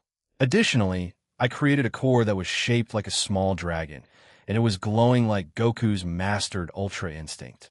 What the hell is that, partner? It feels like unlimited energy? It is. This thing will power this household, so we can say goodbye to electricity bills for the foreseeable future. As I said earlier, this will also jam or interfere with anyone looking for me or my girls. It will be nearly impossible to find us. If they try to, they will be given a random location somewhere around the world instead. If they did come to Kuo and approach the general direction of my house, their senses and brain will be changed and altered. This will be so that they will be convinced that nothing is here. But the downside is if they already knew beforehand, then I can't do much except wait to deal with them. However, I already have some barriers in place, so we will be fine. Now, this is what I was talking about, partner. It's over the top. How you can make it even more over the top. But I like it. Well, you did tell me to do this. Anyway, I need a way to connect the underground part, so we'll make an elevator inside. I chuckle and make my way back inside. I choose the place near the stairs as we all go through there after all. Within the entrance hallway, I add an elevator for us to reach the underground level. We can always teleport in there. That's probably what we'll do most of the time. But if one chooses to use this, it's there as an option. Rumble. Rumble. The creation of the elevator made a bit of noise and shook the area a bit. This caused everyone to run to where I was. What happened? Aquino asked as everyone was staring at the elevator doors I made. Oh, nothing. I just made an underground area for our home. There are 3 levels. I'll explain what I did during dinner when everyone's here. They expressed curiosity, but accepted my reasoning and agreed to wait until dinner. I teleport back to the room with the core and turn it on. Shine blush. It was shining even brighter than when it was in its idle state. It was pretty mesmerizing to look at. This should be fine for now. I look at the core again. Next is the girls' rings and our clothes. Clothes? Yeah. ITLL be like a last line of defense. I'll enchant and upgrade our clothes too. If whoever attacks them somehow gets past the ring's defensive capabilities, then the clothes on them will stop anything lethal from happening. Am I going over the top? Probably. Will they feel insulted? I have no idea, but I hope not. During dinner I want everyone to go to the living room after we're done. I want to do some upgrades to your rings, make more rings, and to your clothes. Everyone stops eating to stare at me. I understand the rings part, but our clothes? Aquino was confused, and the rest of them expressed the same sentiment. Yeah, you'll understand what I mean when I get to that part later. They nod and resume eating. Jean, Ophis calls out from my lap. She had brought a spoon near my mouth with the dinner Graphia had made. When she offered me food, I smiled wryly and opened my mouth. It seems like she's become a little more affectionate lately. I'm not sure if that's the right word, but I hope it was. I could feel that Ophis was feeling happy on the inside, so she genuinely wanted to do this and not copy anyone. Nodding, she takes more from her spoon and eats it. I could see Chiron and Asia looking at Ophis. Asia nearly fainted when I explained to her who she was. But now those two were more akin to Chiron. She looked jealous. She notices I was looking at her as she averts her eyes and continues to eat. I see Asia pat Chiron on the shoulder as the white-haired cat girl shakes her head. The rivalry will increase once Ravel and Kunu come here, probably even more, partner. Your lap is kind of Chiron's sanctuary. The Phoenix, Nun, Nicomeda. Kitsune, and Dragon will be fighting for it in the future. I guess so. While I can have 2 at the same time, they'll need to settle it like Kuroka and Chiron. A game of rock, paper, scissors. Jean? What about the newly added areas to our home? Aquino recalls that I would mention that. Yes, about that. I tell everyone what I did, the upgrades I made, the underground area, and how they all functioned. They were all quite shocked by the sudden improvements to the home. Why? Ingvild asks. I can defend myself because of my own power. I know there are threats that are in hiding right now. Their power rankings are unknown. You girls are slowly becoming powerful, but they won't care about that. They'll end your lives as they see fit. I made the training area for those purposes. The pocket dimension is just another way to get stronger much quicker. The training area is just a slightly downgraded version, but functions the same, but without any monsters. With my fight with Thor out and about, I will definitely get more visitors in the future. Having dealt with a few myself, the jamming feature is for convenience for any future pests. Centurato. The rest of dinner progressed smoothly with a few topics of conversation that were brought up. After dinner, I clapped my hands to get their attention. All right, Aquino, Kuroka, and Rennie. Can you give me your rings first? They comply, and each gives me their rings. Centurato 50 increase in mana regeneration changed to 5 million increase in mana regeneration. Inventory pocket dimension function added. Max item limit is set to 1 million items. Each slot may hold X 999 of a single item. Time freezing mechanic removed. Example. If one puts a corpse in there, it will rot. It will not freeze. Add magic to the ring to activate. Communication function added. Once activated, a red and white see-through transceiver will appear on the individual's right ear. Anyone with a similar item or the same function may be able to communicate freely with one another. Add a small amount of magic to activate. Protection function added. A defensive barrier will surround the individual if the ring feels that the power or attack sent to them is beyond their current abilities and may prove lethal. Example. Akino Himejima high class and power. Anything in low class or middle class, the ring's defenses will not activate, but high class and up it will. As long as the individual can avoid or dodge, it will not deploy.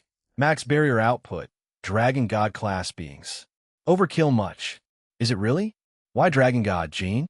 I do not believe Azrael's max power is at the level of peak God class. However, much like Darcel, he may be able to breach Dragon God levels of power. Also, both Ophis and Irene are in good standings with me, so I won't worry about them. I see. Wise choice. Allericht. Im done. I hand them back to the girls, and they put them on. I then explained what I did with them, and they were obviously shocked. Is this really necessary? Rennie asked nervously. Yeah, like I said earlier, there are many unknowns. I don't want to take any chance. I want to keep you all safe. I sigh and turn to the other girls. They'll make rings for the rest of you. They were a bit surprised by this, but nodded since they knew of the benefits it gave. Ingvild's ring was silver, just like the other girls. They'll do the same for the rest. The gemstone being ametrine. Ametrine, one of the rarest types of transparent quartz, combines two colors, amethyst purple and citrine's orange to yellow. Graphia's ring has the gemstone set to red ruby, much like her eyes. Asia's ring is silver with the gemstone being emerald with a small gold piece in the middle, a nod to her hair color. As a compliment to her hair, Shiren's ring was made of diamonds. Finally, Ophis, the gemstone being black obsidian as it's her overall color scheme, quite literally being the jet black god of infinity. I then add the same functions onto their rings. Once done, I gave them each one. Asia was a bit surprised that she was part of it, but happily accepted it, along with Chiron. She had a rare smile on her face. Ophis tilted her head, but put on immediately. She seemed happy with it, even if she didn't show it outwardly. Thank you, Jean-san. Asia thanked me nervously as she put it on. Thank you, senpai. I'll visit Kyoto and do the same thing with Kunu and Yasaka. Heaven with Gabriel. They'll do the same with Shigyun and Natsum when I bring them with me to the fairy kingdom in Ireland. They'll also give Rossweiss one on our date outing and Sazaka one when we meet. They'll do the same with Shuri, but with a necklace or bracelet. Upgrades. Woof. Gene, what about the clothes? I turn to Graphia and nod. Yeah, about that. They'll do the same for your clothes. It's another line, the final line of defense. Go upstairs and bring me back clothes you will wear regularly. I'll enchant and upgrade them. They were stunned, but complied with my request. Ophis was dragged along with Rennie, even though she can just shape-shift her clothes. Gene, what do you plan on adding to their clothes? I'll tell you when they get back. They'll summon a school uniform and add it to it, since they'll be using it often too. Very well. Also, if an outer god is watching me, I better be prepared. Answer. The outer god is not targeting your lovers for now. For now, it's better to be prepared than not. I'm just basing these guesses on the strongest levels in this world. So dragon gods for now. I'll upgrade them again to universal defenses. Inform me when they change their target. Centurato, screw you. I have my own fashion sense, all right? Let me guess, it's mostly red or crimson. Wahahaha. Yours are just white and silver. You shut up, Albion. Touch, Drake, touch. I shake my head at their small squabble and turn back to the girls. So this is all of them? I get a nod from them. I sigh. All right, let's get to it. But before that, Let me explain what I'll be adding. I summon another Kuo uniform. System. Answer. Enchanting and upgrading clothes. Enchantment and upgrade successful. System. Answer. Enchantment and upgrades are as follows. All size fits, all the clothing will change according to the individual size. Aura mana. Suppression aura and mana will be sealed, making the individual seem like a normal human being. Indestructible can't be destroyed unless it is subjected to dragon god level attacks. Self-cleaning won't need to wash them anymore, as they'll clean themselves after each day. Increase healing effects, much like Twilight healing or healing magic. It will automatically heal injuries to the one that received them. This is less effective than Jean's healing slimes and Phoenix tears, but faster than normal healing magic. Temperature regulator if hot, keeps you cool. If cold, keeps you warm. Simple enough to understand. Breach prevention, any attacks that can break through will be stopped and nullified. Max output is Dragon God level attacks. Absolute defense, any magical and physical attacks will be nullified and stopped. Max output is Dragon God level attacks. Once I finished enchanting and upgrading my uniform, I turn to them and tell them what I put on the uniform. Those really sound convenient, Naya. The girls nod at Kuroka's remark. So, you do it to all our clothes? I smile wryly at Chiron's question. Well, I did say to take out what you usually wear, so I can enchant them. Your clothes will also act like a line of defense if an attack or being gets past the ring's defenses. I pull my sleeves. Let's get started then. So I did just that. I went around to each girl and enchanted the piles of clothes they brought down. Chiron, Aquino, Ingvild, and Asia had school uniforms, so I started with those. They only brought one pair, as they said they'll only use this one for now on, since it can clean itself. Graphia brought down mostly her French-made outfits, and a few casual wears as well. We really need to get you more clothes, I said, but got a pinch on the cheek in return. I turned to the girls. I'll leave it up to you guys. I have no fashion sense. They nodded and giggled as Graphia kept pinching me. Asia brought her nun outfit, as well as what she bought today with Kuroka. Kuroka had a few OBs and many stylish outfits and a few casual wears with her. You really like OBs, huh? She responded with a happy Naya. I turn to Asia, these suit you. Did Kuroka help pick them out? She shyly nods. Praise me, Naya. I chuckle and pat her head. It was the same for Ingvild. She brought her noble dress and a few casual clothes, and she seemed nervous for some reason. I did notice a few newly acquired clothes. Maybe these were from the time she went out with Kuroka and the other girls. Aquino had her shrine maiden outfit and other future outfits she would wear. Yufufu, you're seeing our clothes before we get to wear them for you. Jean, she has a point, but as she said, I haven't seen them in it, so I want to know how much of an impact ITLL have on me. True, but clothes are clothes. Every person who wears them brings a different type of charm. So, we'll just wait for the day when I see these on you guys. I was nearly done when Ophis was the only one left. My hand is grabbed by her, and she puts it on her gothic Lolita dress. I created this. I did not shape-shift it.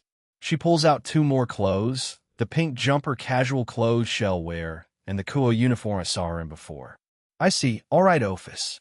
I pat her on the head and enchanted her clothing. She's already powerful, so having these on her, the ring, and clothes is overkill times 10. Huh, that should be all of it then. They nod, store the clothes in their rings, and make their way back to their rooms. They should be safe then, like I said earlier. It'll go do the same things for the rest of the women I've met. I pull out my phone and send them all a text. They'll be giving them a present sooner or later. With Natsum and Shigen, I told them just upgrade their rings since they already knew about it. I got a few quick replies saying they're looking forward to it. Will Natsum request to fight with me in Ireland? If she does, I wonder if they'll allow it. I wonder what's bothering her. They'll find out when we get to Ireland. Speaking of upgrades, I took out the whip I made for Shigen around a week ago. I feel like it's still lacking. Item, evolutionary weapon. Shigen's whip, no name set durability. Effects, 1. Devour effect. Much like Poe, Shigen's sacred gear, this whip can devour attacks. It will also grow along with the power of the wielder. The more powerful they get, the stronger attacks or things they can devour. 2. Flames of Rebuke is an effect where the wielder can ignite their weapon with golden flames. The spell's strength will also grow in accordance with its wielder. Maybe it's up to Shigen? I did add an evolutionary effect to it. Perhaps, partner. Leave it to her. Nia. I feel Kuroka shake my shoulder. I turn to her and see she's back first. She leans towards me and whispers, "We'll stop by your place later." She pulls away and smiles. So the time has come, huh? A few minutes later, everyone had settled down and was relaxing. Some of them were still staring at their rings. I then add the colors of everyone else into my own ring. I look at it and it already has many colors. I wonder how this thing will look in the future. Yexel, huh? I got up from where I was sitting. We'll be heading up now. I announce my intentions and they nod. Good luck. Aquino wished me well as I stepped outside the entrance hall. I walked up the stairs. Third-person point of view. Jean had arrived in front of his room's door. For some reason, he was feeling nervous. Centurado, so this will be his starting point. Taking a deep breath and exhaling, Jean pushes the door open and found Kuroka sitting there in her nightgown. She also kept her ring on her. Centurado. He said it as 1D. 10 men, 1 day inside of here and 10 minutes out there. Jean sits down beside her while taking off his shirt. The two share a quiet, meaningful look before closing the gap. Kuroka places her hands gently on Jean as Jean wraps his arms around her. They share a tender bravado. Centurado, don't worry about it. Aquino only did this once to me before, so I don't really have much preference. Jean reassured Kuroka with his words and gently patted the cat girl. She nodded and stayed close to him, watching his reactions carefully. Centurado, she looked up at Jean, teary-eyed with as much as she could take, which was around half of it. Yeah, that's fine. Take your time, Kuroka. Kuroka couldn't answer right away, but she paused for a moment to collect herself before continuing. Kuroka focused intently on her task, trying her best to be helpful. She paused for a moment and looked up at Jean. This is a bit tricky, she said with a playful pout. Centurado, I did do some research beforehand. She continued, tried her best to keep up with the task. How did Aquino manage this? It felt impossible to her to do it comfortably. Unknown to Kuroka, she started moving even faster, surprising Jean a little. Wait, Kuroka. That's too fast. Jean tried to warn the cat girl, but she didn't hear him. She looked like her mind was somewhere else as she continued what she was doing. It's fine, right? Jean was growing weary under the pressure of the situation. Whatever. Jean turned his attention back to Kuroka and let things continue. Centurado warned me, next time, Naya. Kuroka lightly glared at Jean. She didn't really mind. She was curious as to how it tasted.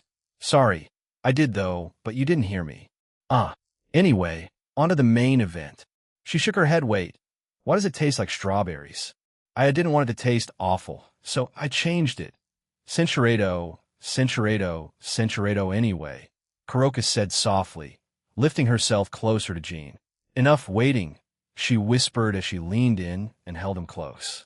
She let out a gentle breath, feeling the warmth of his presence as she settled against him. So impressive. Or was that random human just unimpressive? Kuroka stayed quiet, as she knew some people didn't like being compared, even if they stood out. You can take your time, Jean told Kuroka, but she shook her head and kept going. Phew. I made it, Kuroka said with relief, while she was glad the challenge was behind her. Centurado.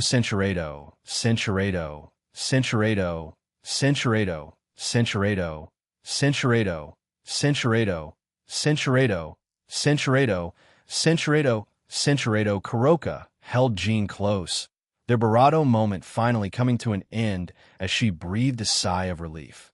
I'm so happy, Nya. She had finally shared this special moment with her boyfriend, and it felt wonderful. Kuroka felt Jean pull away from her. She turned around and couldn't read his expression. What's wrong? Jean silently stared at Kuroka, but finally says, Kuroka, you don't think this is where it ends? Centurado. This is a lot easier, Naya. Kuroka smiled as she helped Jean relax with a simple hand massage, which she enjoyed because it wasn't too tiring for her. Splash. Oh, what a waste. Kuroka leaned closer to Jean with a playful grin. Naya haha. Whose cooking is better? Sensuredo, is it just me? Or are you more tense than before? Kuroka asked as she stood close to Jean. I'm sure I'm the same as earlier, Jean replied, trying to stay calm around the Nakomata. Sensuredo, Sensuredo, Sensuredo, Sensuredo, Sensuredo, did we stay up way too long? Knock knock hi. Jean, wait, I'm still in the bathroom. Ah. Kuroka was startled by his sudden arrival. Don't worry, Kuroka. Just take your time. Jean waited outside the door as Kuroka finished up. Nya, this is so embarrassing, nya. Kuroka covered her face out of embarrassment, but still liked the barato moment. Hey, race the final moment for the night. Kuroka, Jean announced warmly. Kuroka also reached a moment of overwhelming emotion and laughed nervously. Oh, look at that. Wow. Jean, I love you. But I also can't believe what just happened. I love you. Kuroka shouted her feelings out of a mix of surprise and happiness. Ha! I love you too. The two shared one last warm hug. Sensuredo, that was a lot quicker than I imagined. I turn back and look at Kuroka. They'll let her sleep it off then. I teleport to one of the bathrooms and quickly take a shower. I cancel the time dilation barrier and go back downstairs. Why get back to the living room? They were a bit shocked. What? That was rather quick. It's only been around 6 minutes, Grafia comments. Yeah, I put up a barrier that changed how time worked. We trained for 6 hours straight. She's just exhausted right now. When I said that, they all looked surprised and Asia fell backwards onto the couch, completely worn out. Jean Senpai, is healthy, Chiron mutters as Rennie giggles. He sure is Shiro-chan for the rest of the evening. We had a pleasant enough evening, well. Akino asked about what Kuroka and I did, but I answered her telepathically instead. I didn't want everyone to be a blushing mess throughout the night. Sensuredo, she pauses and winks playfully before continuing what she was doing. After all this time, she's still full of energy? Maybe this whole experience has awakened something in her? Whatever the reason, I'm not going to interrupt it. But it would be awkward if anyone else wakes up Rennie, Chiron. Sensuredo, she quietly chuckled and began teasing me. I could feel eyes on me, so I slowly turned to my right and saw Akino staring at me with a grin. She didn't even answer me. Akino just winked and crawled towards Kuroka. Kuroka makes some space for her, and the two grin at me while they take their seats beside me. This has become an interesting situation, since she did say she wanted to spend time with Akino. I waited quietly as the two of them shared a warm, friendly moment together. Sensuredo. Kuroka was on the left and Akino on the right. They both kept their eyes on me, as if waiting for me to make a move. The two of them glanced at each other with a serious expression. They're really fighting against each other, even though they were literally just working with each other just a few seconds ago. Naya, my turn, Akino. No, it's mine, Kuroka. Akino rebutted as she lightly pushed Kuroka off to stop her from taking over. The two were lost in their own activities, completely ignoring me at this point. The only sounds that could be heard throughout the room were quiet chatting and the occasional soft sigh from the girls. Oh no, I felt both Chiron and Rennie waking up was it due to all the noise? Or the movement? Either way, Sensuredo, her eyes wide, but she didn't stop looking. She almost seemed fascinated by it all. I see Rennie also pull herself up and watch what the two were doing. I could feel her breathing starting to slow down as the tension in the room grew. Now that I think about it, this is the first time for the both of them to see me in such an exposed and vulnerable state. Rennie, I whispered to her, but she grabbed my left hand and held it firmly against hers. Rennie then leaned in and greeted me warmly on the cheek. Oh my God, what is happening right now? Now what?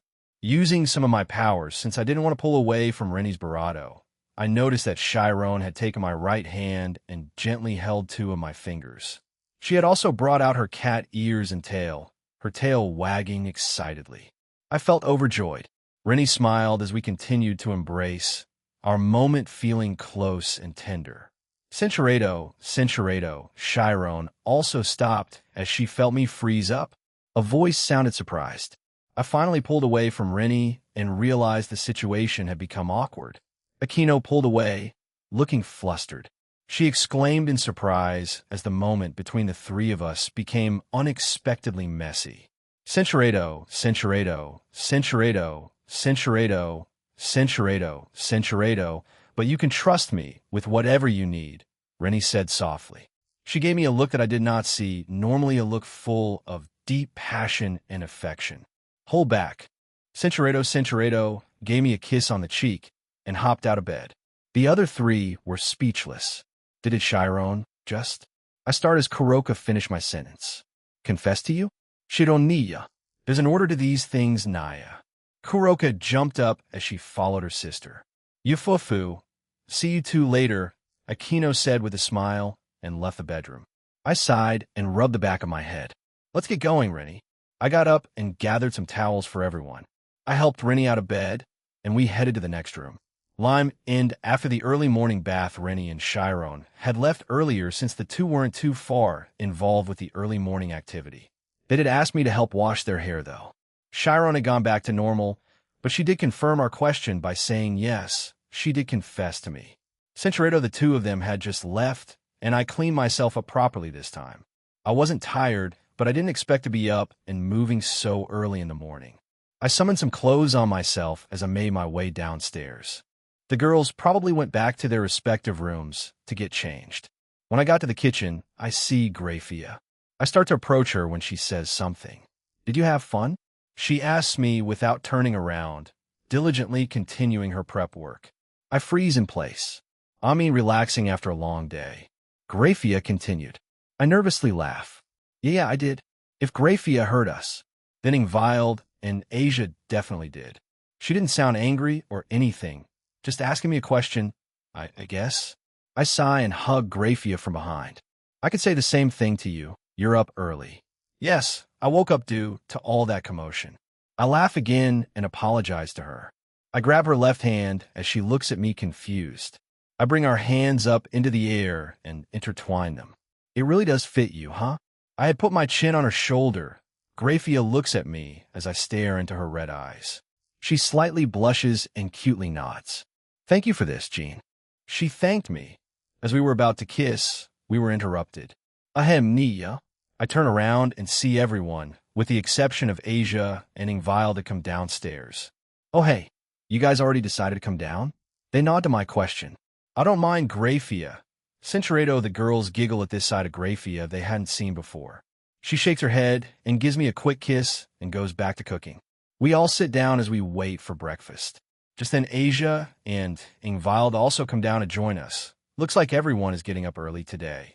Morning, you two. Sleep well? I greet them, and they look at me with tired expressions. Gee, good morning, Jean-san. Asia greets me shyly. Yes, good morning, Jean. I see you kept busy this morning, Ingvild says, shaking her head at me with a playful sigh. I shrug, not entirely sure what she means, but I take it in stride. I was caught up in a moment, so I didn't get a chance to put up a barrier. Asia, if you have any questions, feel free to ask your new peerage, Ingvild, or even my avatar. We're here to help you assimilate faster, all right? Igriagajis. It'll be in your care. She boasts to everyone. They reassure her that they'll be there and hopes she has a good first day. Well, since you guys are here, they'll be going to the underworld, like I said last night. They tiredly nod, and we just sat around waiting until breakfast was ready. After breakfast, Jean Naya. Kuroka called out to me. Everyone was ready to go on with their day, but stopped when Kuroka spoke up. What's up, Kuroka? So, are you and Chiron together now? She did confess this morning. I nodded her question and turned to the cat girl in question. She was blushing but nods at me. I want to be with Senpai. Ha!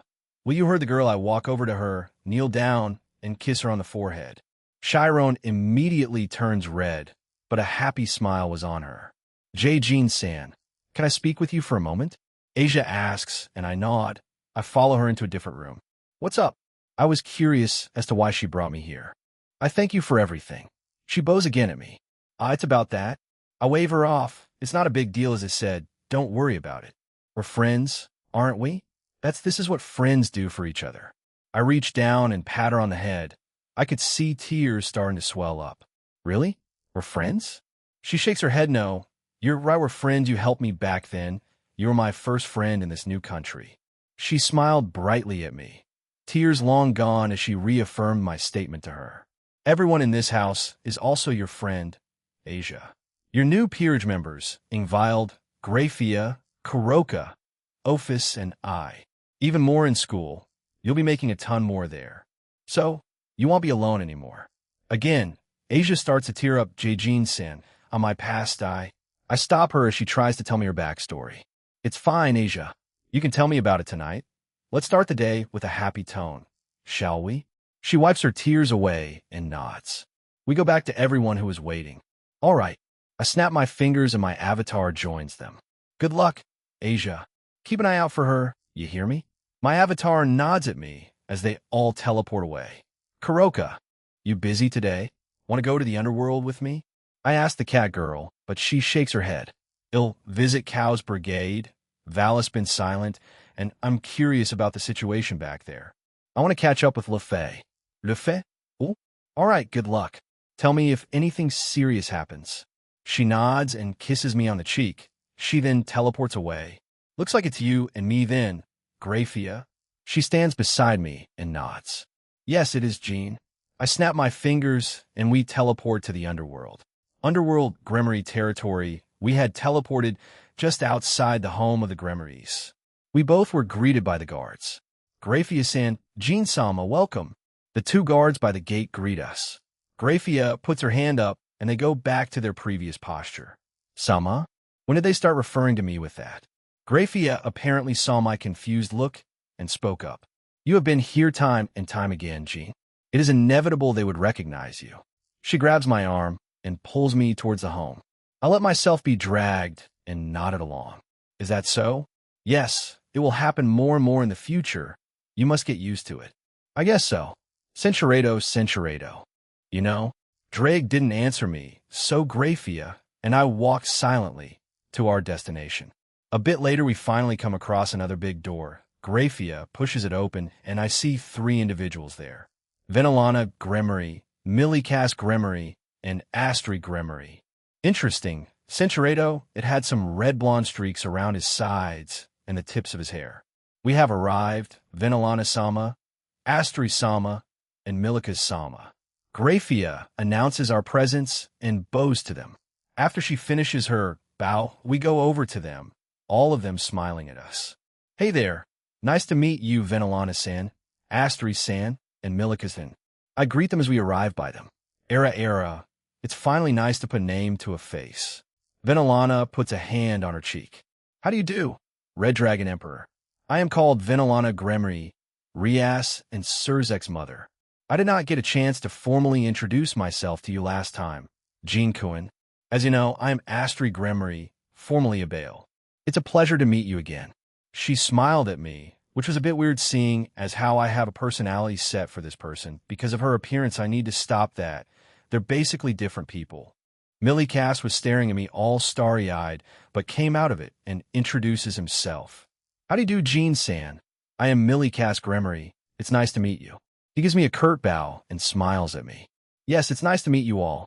I nod and look at Venilana. So, Censuredo, why did you choose me to, supervise you?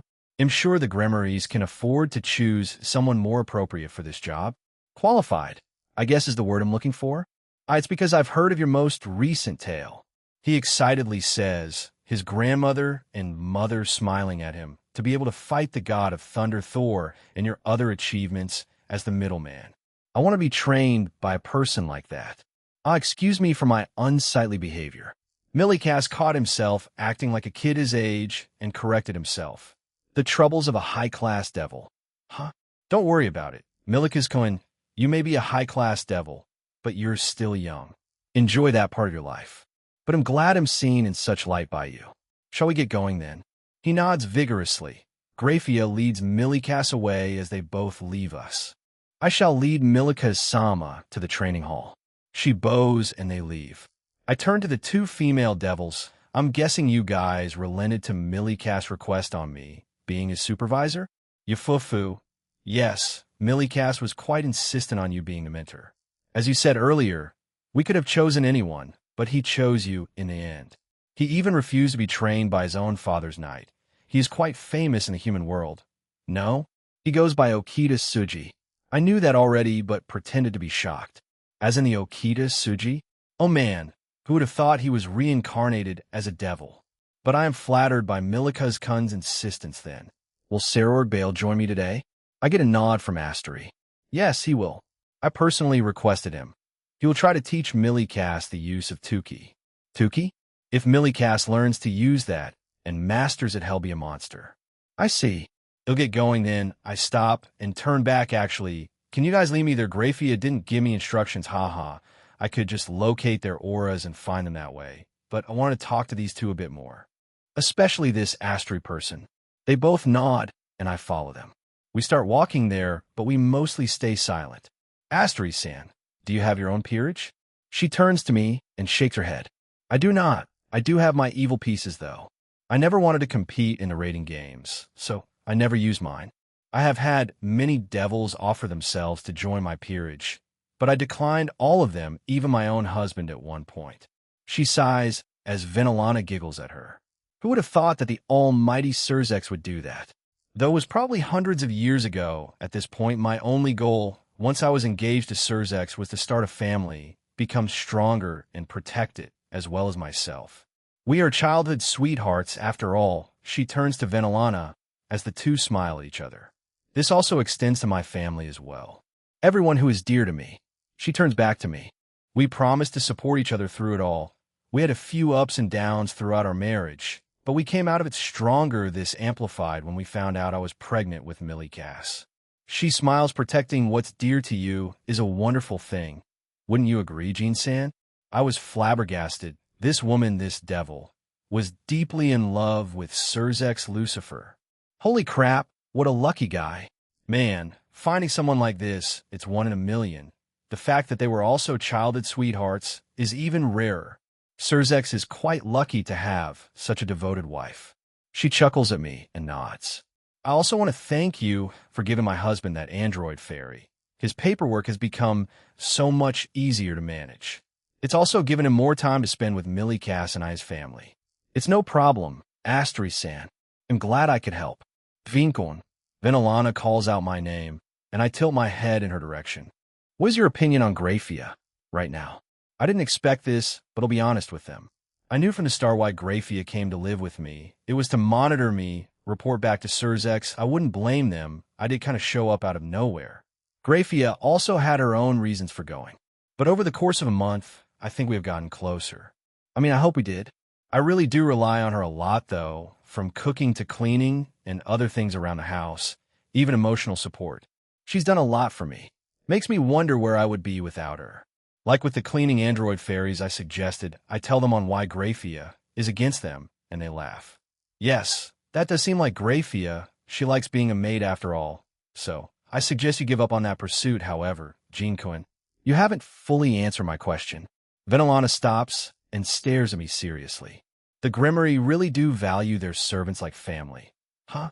I sigh and look at her seriously, too. I love her. As I said earlier, we've grown very close. So, I plan on asking Surzex for her through one of his favors. They both smile at me and continue to walk toward the training hall. The conversation ended there. Training hall. Once we enter the training hall, I see Grafia, Milikas, and a huge, bulky figure, Sarorg Bale. Milikas had changed into some sort of jumpsuit. Sarorg in his usual clothing. He spots us and waves towards us. Grafia bows at us as we arrive by them. Forgive me, Jean. I forgot to mention where the training hall is. It's fine. These two lovely ladies were kind enough to lead me here. They giggle at my compliment. I also could have just located you through your aura, so if they said no, I would have been fine. Chatting with two married women? Grafia stared at me with cold eyes. No, we were just talking. Grafia smiles at me. I was joking, Jean. You rarely do that. I turn to Sarorg, and we smile at each other. It has been quite some time, Jean. He holds his hand out for a fist bump. I happily bump fists with him. Yeah, it has. You doing good? He nods, and we catch up for a little bit. You've gotten stronger since last time. I grin at him, and he grins back. Of course, it was a one-sided battle. I wish not for that to happen again. My loss to you motivated me even further, as well as my peerage. When we start playing and rating games, I am confident we won't lose to anyone who doesn't regularly train. I see. Good luck with those then. I turned to Millie Cass as he had been waiting patiently. All right, Milika's Kuhn, show me what you can do. The young devil nods and proceeds to give me a showcase of his current powers. I'll be honest, this kid will be a major powerhouse in the future. Born from Surzex and Astri, both monsters in their own right. Born into greatness, huh? I glance at his potential, my god. Millie Cass Grimmery potential. Dragon God SSS, is this his potential in this world? I would guess he would be a super devil in canon then. His hand-to-hand combat is decent. With the help of Sarorg, Hell improved drastically. His control and power with his normal demonic energy, and as well as elements, very high for his age. His control and power for his power of destruction, a lot better than Rias. While his control is his power output is a little bit below since I've started to train her, but still this little monster sheesh. He can control their direction too once he fires them off. Incredible to be this talented at his age. Sarorg said beside me, and I nodded along. Yeah, he'll be a monster in the future, a super devil like his father, or maybe even higher. I knew the answer, but I gave Sarorg a small hint. Add you training him in 10k and my general advice, as well as whoever else trains him. He's set up for great things. Indeed. A few minutes later, Millie Cass started his training with Sarorg. True to his nature, after being taught the fundamentals by Sarorg, he could start to produce a little bit of 10k from his body. After a few more minutes, Millie Cass achieved it. He covered his body in 10k. I had given some general advice to him as the two of them trained. Seeing as how he wanted to learn 10k, first, I left it in the hands of Sarorg.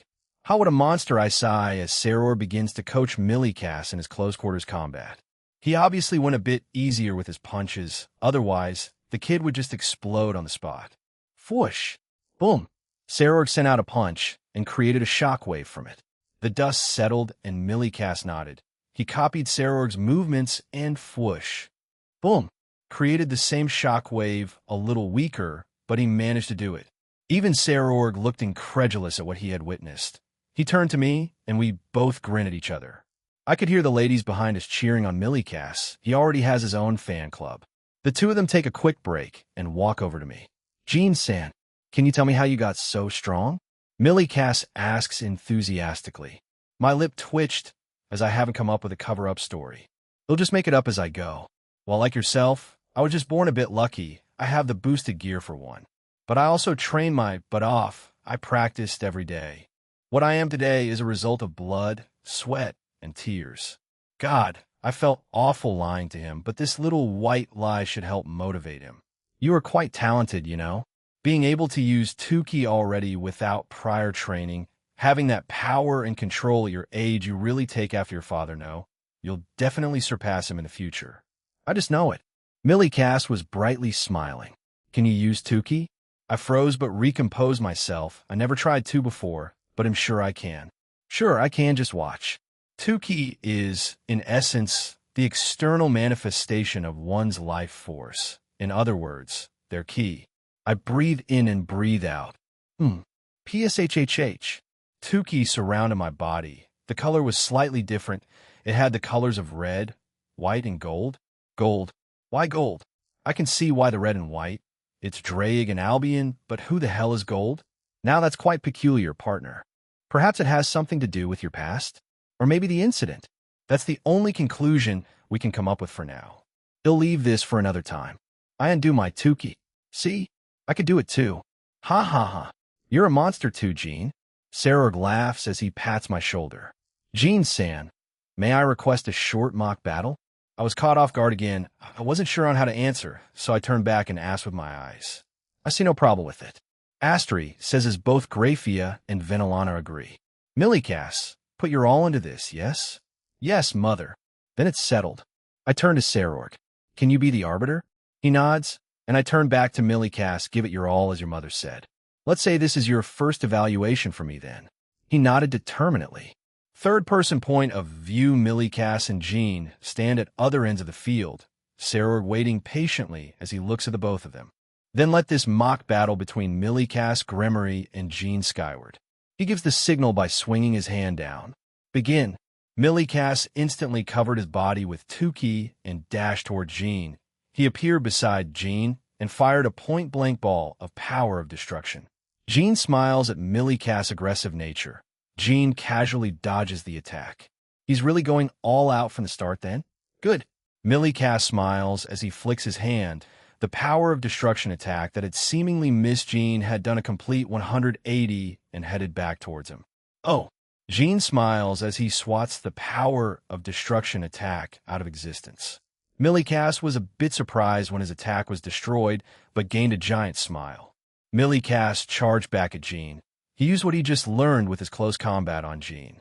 Millicass' power and accuracy on his punch and kicks were on point, Gene smiling at all of this as it happened. Swish, swoosh, dawn. Gene notices that Millicass has good battle instincts. Perhaps I'll become a battle maniac in the future. The thought of it made Gene chuckle because he really can't see it. Not bad, Millicass. But since you are young, you're lost in the heat of the battle, so you're expending more than what's necessary. Millicass had good control of his demonic energy output while training, but he was slightly expending more as he was fighting. Yes, sir. Millicass tries to correct himself, but Gene sends out a punch, forcing Millicass to block it with a defensive barrier. Ack. Unfortunately for him, Gene broke it. He held back, obviously, otherwise he would hurt Millicass. Millicass rolls backwards, but quickly recovers. But this repeats, with Millicass trying to correct himself, using more 2k, demonic energy, and power of destruction attacks. Gene didn't want to destroy the training area, so he destroyed the balls of power of destruction. The mock battle ends soon enough with Millicass sitting on the ground, breathing heavily from exhaustion. Phew! It is my loss, Gene-san. Gene walks over to Millicass and taps his shoulder, and suddenly the young devil's stamina and demonic pool were restored. His fatigue was also gone. A bit surprised, he bows to Gene again. Thank you very much. Gene skyward helps Millicass up after the little mock battle. I didn't attack much, but he just ran out of steam over time. But he kept at it for a little longer than I thought, so he has the stamina. I'm curious about who would win if Rias and Millicass went at it. Well fought, Millicass-kun. As Gene said earlier, you have a lot of potential. I wish you luck with your future training. Saror came over and praised Millicass as he thanked him back. We make our way back to the female devils. Once there, Astery hugged Millicass. And mother am still sweaty. He was embarrassed, but accepted his mother's affection. My baby, you did well. I'm so proud of you. I don't care if you're sweaty. Astery kept on hugging Millicass, showering the young devil with lots of love. Astery-san is quite affectionate with Millicass-kun. I point out the obvious and Venelana laughs. Yes, she is. Dare I say, even more so than her own husband. She giggled again. Astery didn't even try to deny it, so it probably has some kind of truth to it. Gene-kun, will you stay for lunch? The request has ended with this. If that's the case, then I'll happily stay for it. Thank you very much, Venelana-san. She smiled as she walked away with her group. Graphia turned to me and nodded as she follows them. Millicass is still being showered in his mother's love. So, want to talk outside? I asked Sarorg, and he nods beside me. Since he has more knowledge of how the Gremory home worked, I followed him. We end up at a little veranda as we looked out at the view, which was mostly trees and what seemed like a lake far in the distance. So, any development on your part, man? Maybe romantic? When I asked this question, Sarorg laughed. Since my defeat to you, I have reflected on many things. So, yes, I have noticed a certain woman having romantic feelings for me. He keeps staring out at the view in front of us as he answers my question. I see. Will you be pursuing it? He shakes his head. I'm not sure of my own feelings, so for the time being I will keep the status quo. But when I do find out my own feelings, I will confront her with it, just how I usually do things. That's just like you. Well, I wish you luck then. I may know who it is, but I'll keep my nose out. Is that so? Haha, I appreciate it, Gene. Wow, look at you. Not forcing someone to confess like a certain accused we know. I know. Geez, do you really need to hound me about that? I'm trying to change here. Drag-sama. It will be a slow process.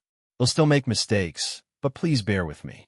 He'll back off a bit with Toby too, though it seems a bit too late with it, since he does plan on confessing to Essie, probably when I visit her. I could say the same thing with you, Gene.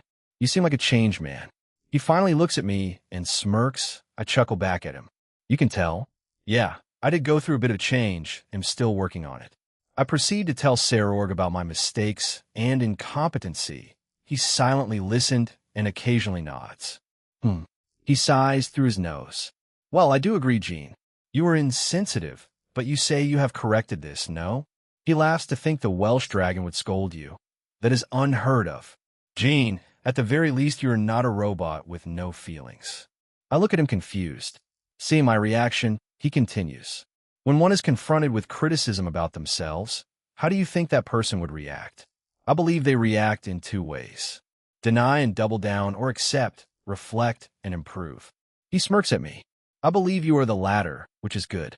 A lot of devils or other beings can't come to terms that they aren't perfect. They believe what they are doing is right most of the time, when in reality it is not. I guess I can. I have so far. But I do feel like I'm lacking or missing something. It's just a nagging feeling.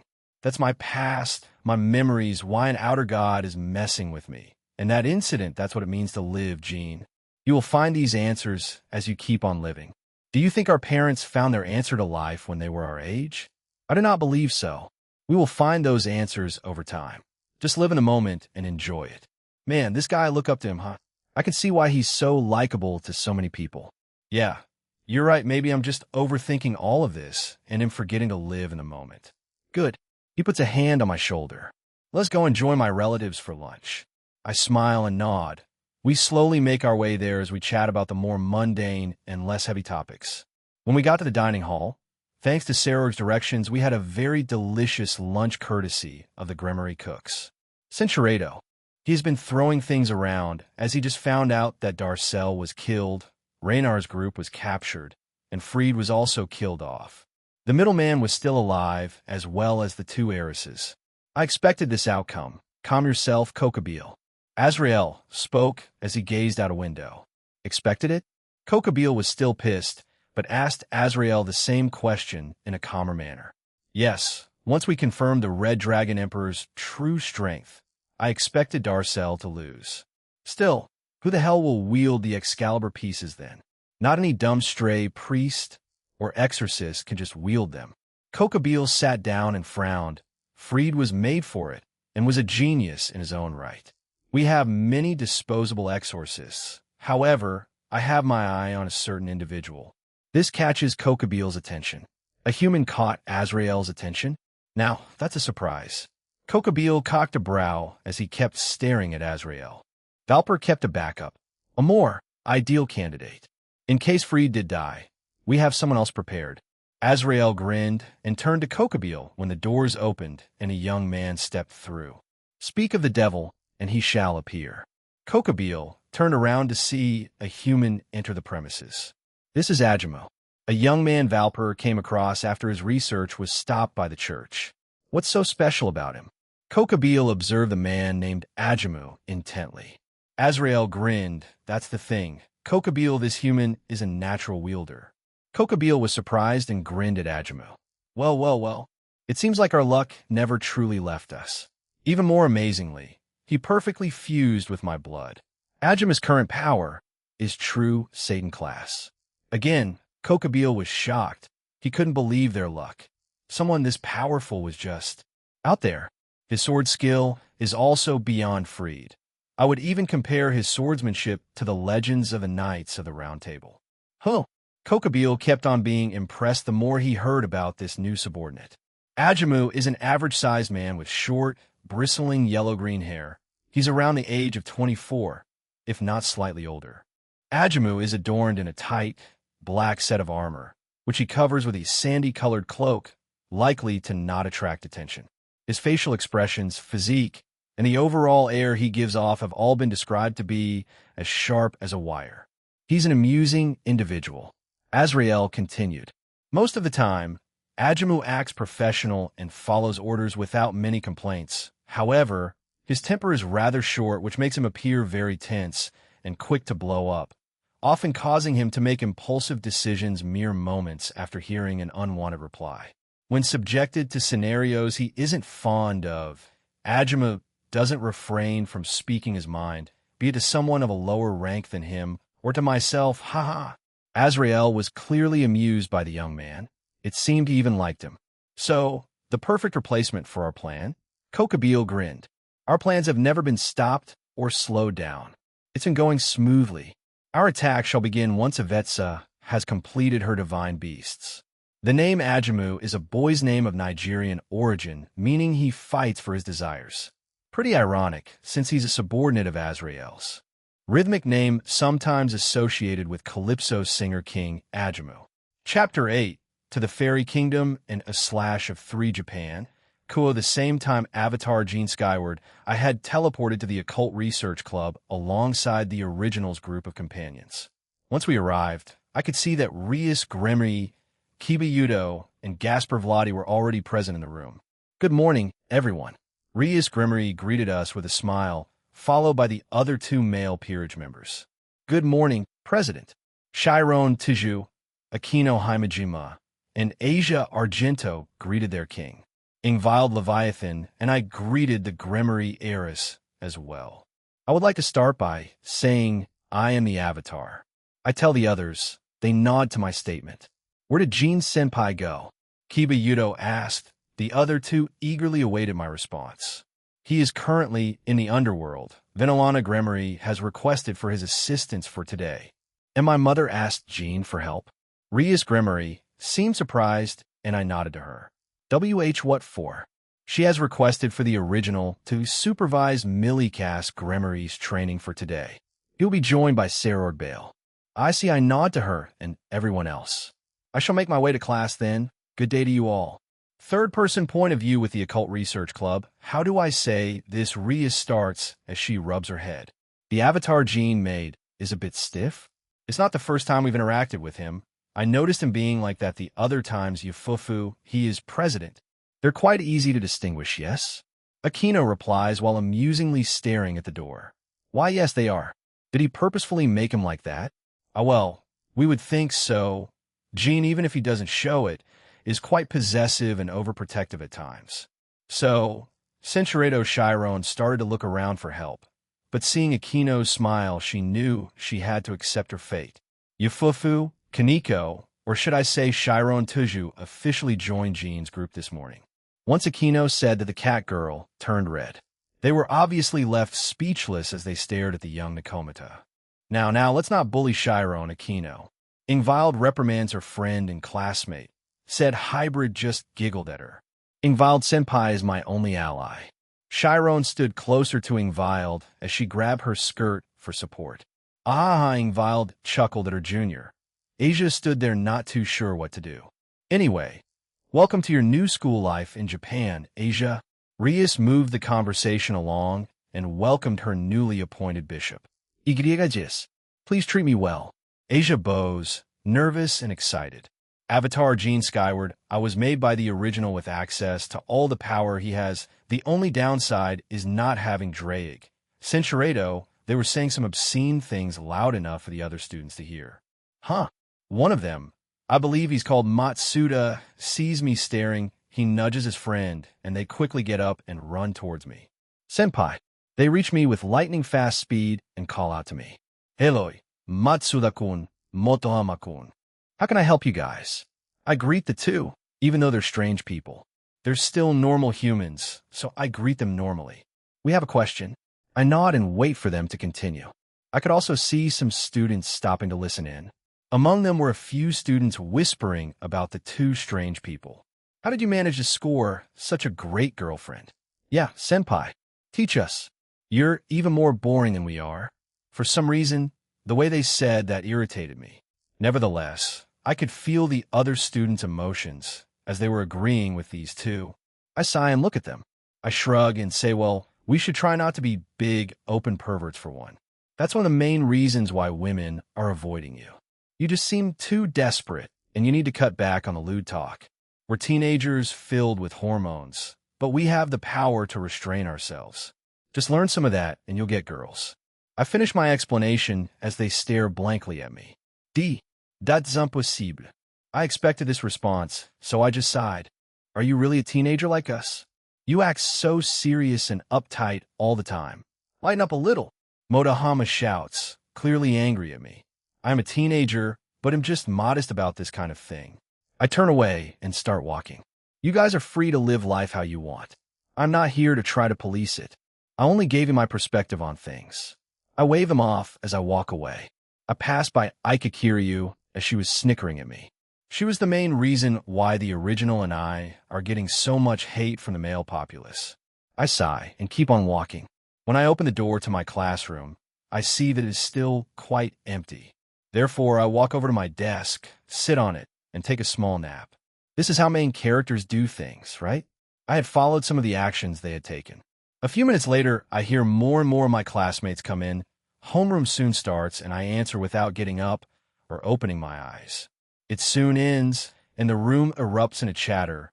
A few minutes later, I feel someone tap on my shoulder.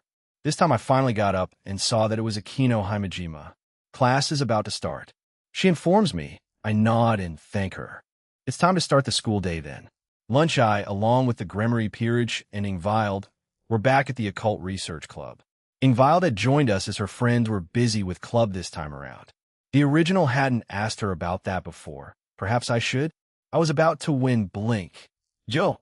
The original teleported in and greeted us all. I nod toward him, and he nods toward me. I dispel myself.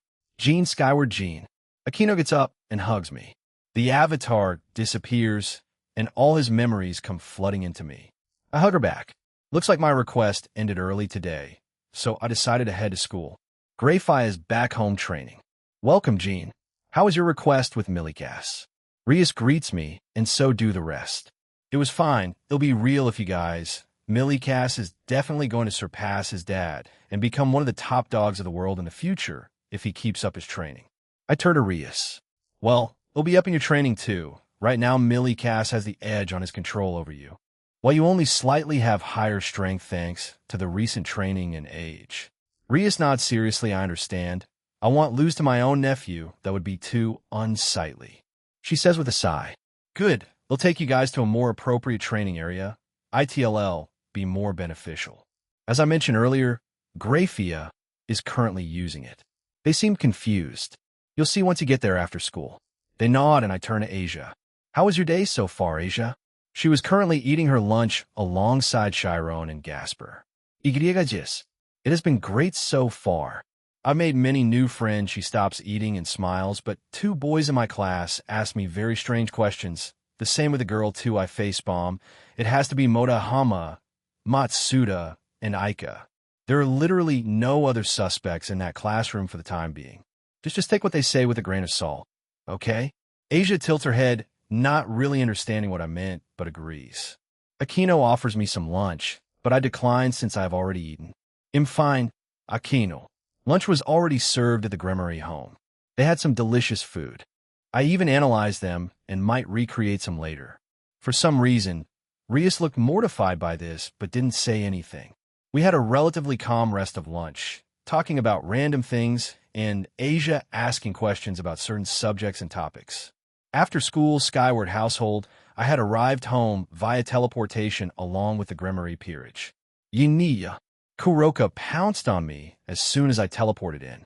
Welcome home, Jean, Rias is Suma, everyone. Greyfia bows and welcomes us back. She has already finished her training, it seems. Hey there, done with your training already? I hug Kuroka back as I ask my mate a question, and she nods. Yes, it was quite fruitful. I shall prepare dinner. Will Rias-sama and her peerage be joining us tonight? She asks, and I turn to Rias. I don't see why not. How about it? Yes, we will. Thank you, Jean. After she answers, Kuroka jumps off me. Chance Naya. Kuroka says confusing us. They'll help cook, Greyfia Naya. Greyfia blinks a few times at Kuroka before nodding. Very well. I will only accept your very best effort, Kuroka. Prepare yourself. The air around Greyfia changes as she drags Kuroka into the kitchen. Looking unsure now. New. I regret this, Naya. Her pleas fell on deaf ears. I coughed to get everyone's attention. They'll be heading to the training facility with the Gremory Peerage. If anyone else wants to join, feel free. I start to walk towards the elevator, and they join me. When we enter the elevator, Rennie comes down from her bedroom. Jean? She tries to run over, but the door closes before she can. Jean! Aha! It almost seemed comical. When the elevator reached the training facility, everyone left, and Rennie had already teleported to the training facility, glaring at me with a huff. She walks over and pinches my cheeks. Rude. You could have held the door, mister. Yesh, mom, im shulvi. She scolds me. She began stretching my cheek as well, and when she was satisfied with my apology, she let go of me. Senpai, is this the infamous girlfriend you showed Aika? As the Gremory Peerage stare at her, Kiba asks. The only one not surprised was Rias, as she met her prior. Yeah, she's Lavinia Rennie, affiliated with Grigori. Anyway, we're here, so time to train, follow me. I walk towards the training area and explain what this place can do, and safe to say they were shocked. So, run wild if you want, especially in that area with the mana regeneration rate. It will affect all types of energy and mana, including your demonic energy. They nod and run towards different areas, much like kids who are given new toys. How was your day? I asked Rennie without turning to her. I wanted to keep an eye on the peerage. I went back to Grigori since Natsum and Shigen asked me to train them. They've really improved a lot with their magic. She seems satisfied, so I can trust her judgment. I can't wait to see Natsum. We'll probably use it during our upcoming fight. Really? Can't wait to see then. We watch over the Gremory Peerage train, along with Ingvild, who joined a short time later since she wanted to change into something else. Rennie and I roamed around giving advice, or if they asked for us, we did so. Rias tried to use the spirit gun from Yu Yu Hakusho with her power of destruction, but it backfired and blew up before she could fire it. I told her she needed a little bit more control before trying that. Apparently, it's from a show and manga called Gogo Bakasho, another weird knockoff. She tried to recreate a few moves from the knockoff shows in this world. These moves included the Spirit Bomb, Kamehameha, Big Bang Flash, Gallic Gun, Megiddo, Rasengan, and others with her power of destruction. However, like the Spirit Gun, it didn't end well. I can't recall how many times I had to heal her or have her go to the spot to replenish her demonic energy. Centuredo. So she did improve a little bit during that time. Nighttime after dinner, we were all in the living room, so I had to create extra couches and expand the living room since it was getting a little crowded. Dinner was a hit. It tasted delicious, and Kuroka got a lot of praise for it. However, Grafia said she messed up quite a lot and panicked a few times during it, much to the Nakomida's embarrassment. We were relaxing when Asia said she wanted to share with everyone about her past. It seems like she decided to tell everyone and not just me. She told us a story about a girl that was once called the Holy Maiden. In a certain region in Europe, there was a girl who was discarded by her parents. She was raised in a nearby convent by a nun along with other orphans. The girl, who was a strong follower of the church, received a special power at the age of 8. She healed a wounded puppy, and a person from the Catholic Church witnessed it by chance. From there on, her life changed. The girl was taken to the main Catholic Church, and she was symbolized by many as a holy maiden because of her healing power. She used her power to heal many believers, and they were told it was a power of divine protection. Rumors brought rumors, and she was respected as a holy maiden. Even without her approval, she was not dissatisfied with how she was treated. People from the church were kind, and she didn't hate healing people. She instead was happy that her power was of use. The girl was thankful for the power which was bestowed to her by God, but she was a bit lonely. She didn't have any friends she could open up to. Everyone treated her nicely and was courteous to her, but no one was willing to become her friend. She understood why. She knew that they were looking at her power as something irregular, something special. They didn't look at her as a human, but as a creature that could heal humans. But one day it changed. By coincidence, there was a devil nearby, and she healed it. A wounded devil. The girl couldn't ignore it. She thought that even if it was a devil, she had to heal it if it was injured. Her kindness motivated her to act in this way. But that changed her life forever. One of the people from the church saw that incident and notified others in the church. The ministers of the church were shocked by it. A power that can heal devils. Something absurd like that cannot happen. The power of healing can only heal the followers of God. Yes, there were several people who had the power to heal. The ability to heal the devils was out of the question. The people of the church thought it was common sense that the power of healing doesn't work on fallen angels and devils. Apparently, a similar incident had happened in the past. The power to heal fallen angels and devils that were not protected by God. But that was regarded as the power of a witch. So, the people saw her as a heretic. Damn witch that heals devils. The girl who was respected as a holy maiden was then feared as a witch, and the Catholic Church abandoned her. The organization of stray exorcists picked her up because she had nowhere else to go. In other words, she had to get divine protection from the fallen angels. But the girl never forgot to pray to God. She also never forgot to thank God. Even so, the girl was abandoned. God didn't save her. What shocked her the most was that there was not even a single person in the church that was willing to defend her. There was no one who cared about her. After that, Asia cried. Tears fell from her eyes and down her cheek. The ones nearest to her were already hugging her, trying to comfort her. I could see it really pissed off Kiba, as he was also mistreated by the church due to the Holy Sword Project. Who truly are the devils? The devils themselves? The fallen? Or has it always been humans? Whichever the right answer is, injustice does not discriminate, and it's plagued everywhere. It's okay, Asia. You're here now, and you have all of us as friends and comrades. Those days will never come again. Ingvile was lightly crying with Asia as she hugged the girl. The other girls agreed with her. Perhaps she could relate to her loneliness and how much of an outcast she once was. After being asleep for around 100 years, a human-devil hybrid, and then waking up, the world has changed dramatically. People, friends, and family you once knew are dead or changed. Yes, she can definitely relate. But she also has changed. I can see these two becoming good friends, bonding over this. Gasper was crying his eyes out, but was also hugging Asia. That guy is really sensitive, huh? That's a good and bad thing. He's at least gotten some courage to do that in front of people, but I think he's just too distracted by the crying. A few minutes later, everyone had collected themselves and had changed topics to lighten the mood. Chiron had sat on my lap after Asia's story and began eating some candy. Since she did join my group, she's become more affectionate in her own way, nuzzling her head against my neck and shoulder, feeding me some of her sweets and candy. Kuroka was smirking at her sister, but she didn't react. All right, since everyone's here, they'll do that. They turned to me, confused. I don't blame them. I should have done this over a month ago. In terms of their potential, I will change it. I will change the Gremory peerage, but I will stop at super devils for them for now. It'll change all your potential right now. They were still confused. So, I can see being's potential with my eyes. Like, Kiba, you have the potential to be Satan class and nothing else. I can't change that so you can grow to the power of a super devil like Surzex and Ajuka. Obviously, this shocks the Gremory peerage, but not those that I am close to. I see. I thought this would happen down the line. Graphia nods, and so do the other girls. Ahaha, am I that obvious? Yes, they say in unison, even weirding out the Gremory peerage. Duly noted. It'll start with the Gremory peerage then.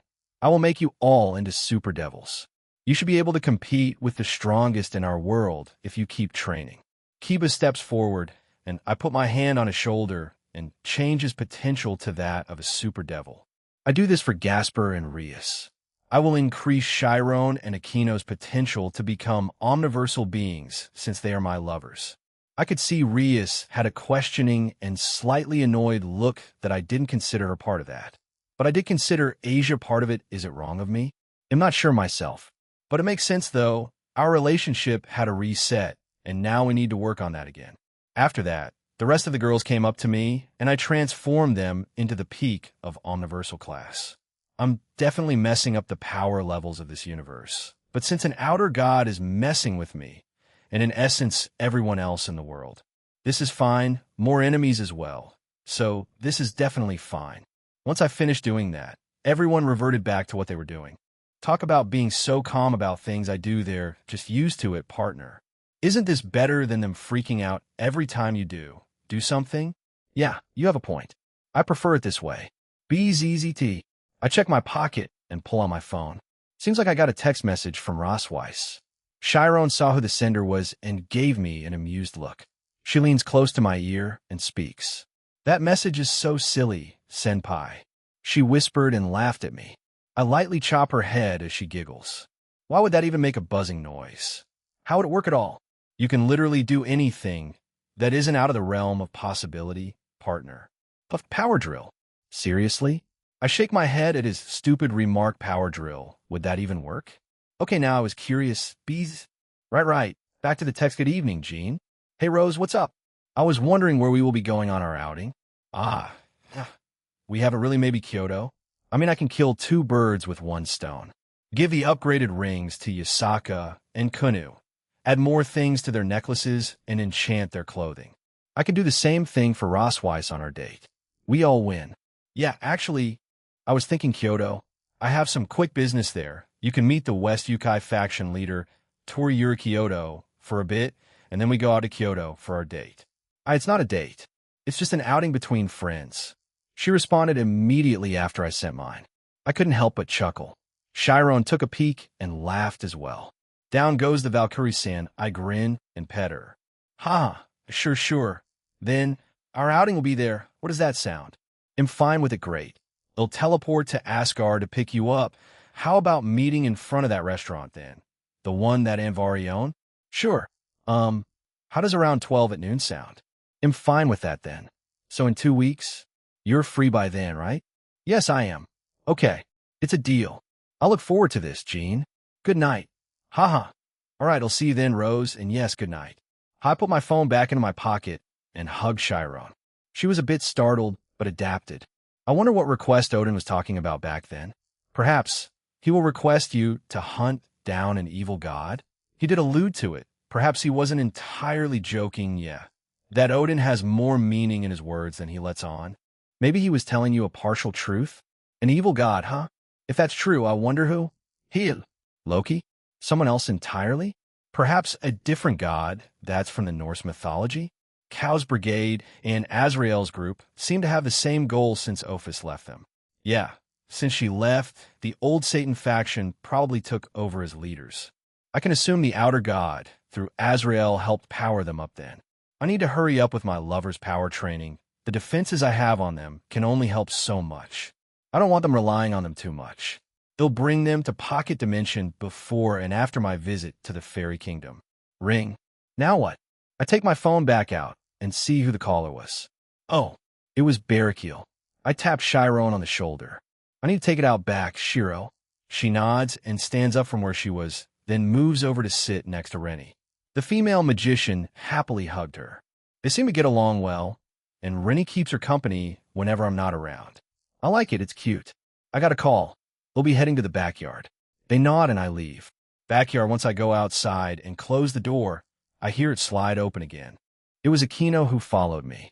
I finally answer the phone and put it on speaker as Aquino stands beside me. Hey, Barakiel, I put you on speaker. I'm at the back of my house, and Aquino's with me. Very well, and good evening to you, Jean. Aquino. Good evening, Dad. She greets Barakiel as she hugs my free arm. Oh, good evening, Jean. Aquino Shuri's voice resound from the other end. I didn't expect her to show up. Oh, Shuri. Mom. So, I called you because Shuri and I finally made our decision. It took them that long? Geez, I'm glad they did. I could see Aquino roll her eyes at me. Did something else factor into this decision? That took you guys quite some time to decide. Yes. However, it was mostly because of Shuri. She was agonizing over where to meet up at. I personally don't mind where Barakiel explains, but a shuffling noise is heard, almost like his phone being taken away from him. We'll be meeting in Jean's home. Shuri speaks as we hear Barakiel sighing in the background. Really? All right then. I recently upgraded my house's defense systems, so I can confidently say that it's the safest place in the world right now. I should upgrade their home in the future. Or at least give them necklaces that act like the girls' rings, especially Shuri. I tell them what I did. I already consider them in-laws after all. They were obviously shocked. Well, I guess we picked the right place to meet up then. Huh, Jean? Yeah, haha, I guess so. Shuri still sounded against the whole arrangement. It's whatever will wait for her approval. It shouldn't be too far off with Akino and the Slash Dog girls. Joining shall be more open to it. Don't forget about Suzuku. If she does, then it's a guaranteed yes. Right, yeah. He'll relay this information to Suzaku. Yes, thank you, Jean. Akino, make sure to visit. I mean this to both of you. I need to speak face-to-face with this stupid soon-to-be son-in-law of mine. He, of course, Mom. Akino blushed, but she accepted. Shuri hangs up the phone, and I put it back into my pocket. Hashel probably try to stop me from having more women. I look up and sigh. Yufufu, Cinchuredo. Don't underestimate them, Jean. I know a lot more about you than the rest. I had a head start after all. I couldn't help but smile, and we share another barato. They'll get going then. She winks and starts walking away with a confident stride. This woman I sigh when she steps inside and closes the door. First wife, huh? You're lucky, partner. You said the same thing about Surzex with Astery. Akino is basically Astery, and shall probably stick with you through it all, even with your dumbass. Oi, at least be a bit kinder with your words. Even if she isn't counted as those stupid fated one things, she definitely acts like it. Drake ignored me and kept going. Yes, she's, I don't care. They could be the normal women in my life or these so-called fated ones. But all I ask is to be loved back. I don't care about what others label them. I sigh and pull my phone back out. I scroll through my contacts and find Suzuka Himejima. I press the call button now that I think about it. This will be our first time speaking. We've only texted each other in the past. Hello? W what? Look at him, Albion, freezing up like a schoolgirl in love. I blush. Shut up. I was just caught off guard. I recompose myself. Jean? She calls out again. Hey, sorry about that. I was speaking to Drake. I hear her giggle through the phone. She sounds cheerful. It's no problem, Jean. Partner, if there were more Himejima women around, you would definitely be interested in getting to know them. I swear you're obsessed with them. Ignoring Drake, I continue speaking with her. So, I'm calling because Barakil and Shuri just called me and told me they decided on the place of the meetup. So, where did they decide? She sounded both excited and nervous. She hadn't seen them in quite a long time after all in my home in Kuo. Great. We can finally meet up. She sounded relieved that she finally found out where they wanted to meet up at. Yeah, I recently upgraded my home, so it should be a better place to meet up than in Grigori, away from prying eyes and ears after all. Upgraded your home? She sounded confused, and I relayed what I did in my home recently. And yeah, she was speechless too. Jean, are you sure you should be telling me this? Yeah, why not? You're basically family at this point. If Barakil, Shuri, Akino, and Team/Dog trust you, then I do too. Thank you, Jean. I couldn't tell how she was feeling since we were speaking on the phone. Then I can't wait for it. This may be out of line, but may I request something of you? A request? Does it have something to do with SAE by any chance? Or helping Tobio be accepted into the clan? Or both? Sure, what's the request? Thank you. It's actually about Tobio's childhood friend, SAE Tuju. I cut her off. SAE Tuju and Grigori, right? Tobio asked me to do something about her. They'll be going over there in 2 weeks. Toby's a friend, so I didn't mind helping him. The other side went silent again. Really? You're serious? Yep, I can definitely heal her up with whatever is happening to her right now. So, by the time we meet, she'll be all right. Hell, we can even invite the team to my house too, so we can all have a little reunion. I laugh at my suggestion. Jean, thank you truly. She sounded upset and relieved. Don't worry about it. Hey, at least nice to finally hear you. You know, putting a name to a voice, and then a face in the future. I try to lighten the mood. Suzuka giggles at me through the phone. Yes, it is nice to finally hear you. We just need to see each other. We talk a little bit more before bidding each other a good night. Few let's see Ireland and Faye, Grigori Riser event somewhere there, Ross State with Yasaka, and Kunu in between, and Suzuka. I sigh again at the number of things that are going to happen. Third-person point of view. The girl frowned as she stared at the blonde-haired figure in front of her. Why did you summon me here? The male with blonde hair turned around as he stared Cedric in the eyes with his red eyes. We need to talk, Cedric, dear. The figure replies. She frowns at him. And what do we have to talk about? You're doing a poor job at helping, Jean. He bluntly replied. Cinchuredo, even if he has to shoulder all of that burden by himself, you and the 2 dragons may feel what he does, but he bears the brunt of it. He has knowledge of many worlds at his disposal, including the one he calls home now. He knows next to nothing about his past self, thanks to Azathoth. Nothing about the incident involving me, but I will say he's on the right track in finding out. He was never and is not obligated to help this world's inhabitant ever. But he chooses to because both of our natures and personalities mix together. He knows about an outer god messing with him, but not who. Scoffs again. It's a miracle the guy didn't try to create an edgy, split personality to cope with all this mess. Gene has an emotional support group. Through me, the two dragons, his new friends, and close companions. Also do not look down on Gene's will. It takes more than that to take him down. You know that yourself, you know about his past before his death. Yes, after getting diagnosed, having 6 months to live, he went out and lived his best life, helping himself and others. That's why I said we were almost alike. Besides, he thought of other people's happiness and well-being when he himself was going to die soon. He was always like that, even when he was young. Even during his difficult years, he still looked out for people. That guy was born to help people, almost too much. He was nearly taken advantage of that kindness of his. Centuredo. Gene isn't that weak. His past won't affect him that much. Yes, it won't. I can see him shrugging it off. Maybe even saying it's in the past, can't do much. Yeah? You are too wishy-washy, you fool. I have reincarnated multiple times, lived for more than 2,000 years, ruled over people, and watched over a kingdom. You may have knowledge, but I have both knowledge and experience. I'm not perfect, I know that. My backup plan obviously failed. Since I'm here now, my next appearance will be my last after all. I failed to keep my promise to him, and to my rival and best friend. And to her. That's why I leave that up to Gene. He has my hopes and dreams now. My old hero complex is kind of transferring to Gene. He's acting like an Amiya Shiro. Laughs. It's very minuscule, but it is there. That's why even if Gene is doing his own things, they align with the good nature of things. Especially the part of uniting the supernatural world. No. Smiles. I did try once to unite my whole world to take down someone after all. Points at Cantor. So, you better eliminate that personality trait of Gene, and as well as yourself. I've looked through Gene's mind. He plans on defeating Trihexa in one attempt in the future, possibly Ghidorah as well, powering his future ascendants to omniversal monsters and then living a peaceful life. I have no idea what Azathoth or Nyarlathotep have planned, but they will definitely add fuel to the fire. Looks sharply at Censored. Or, are you Azathoth? Grins. Have you been playing cute girl to gain Gene's trust?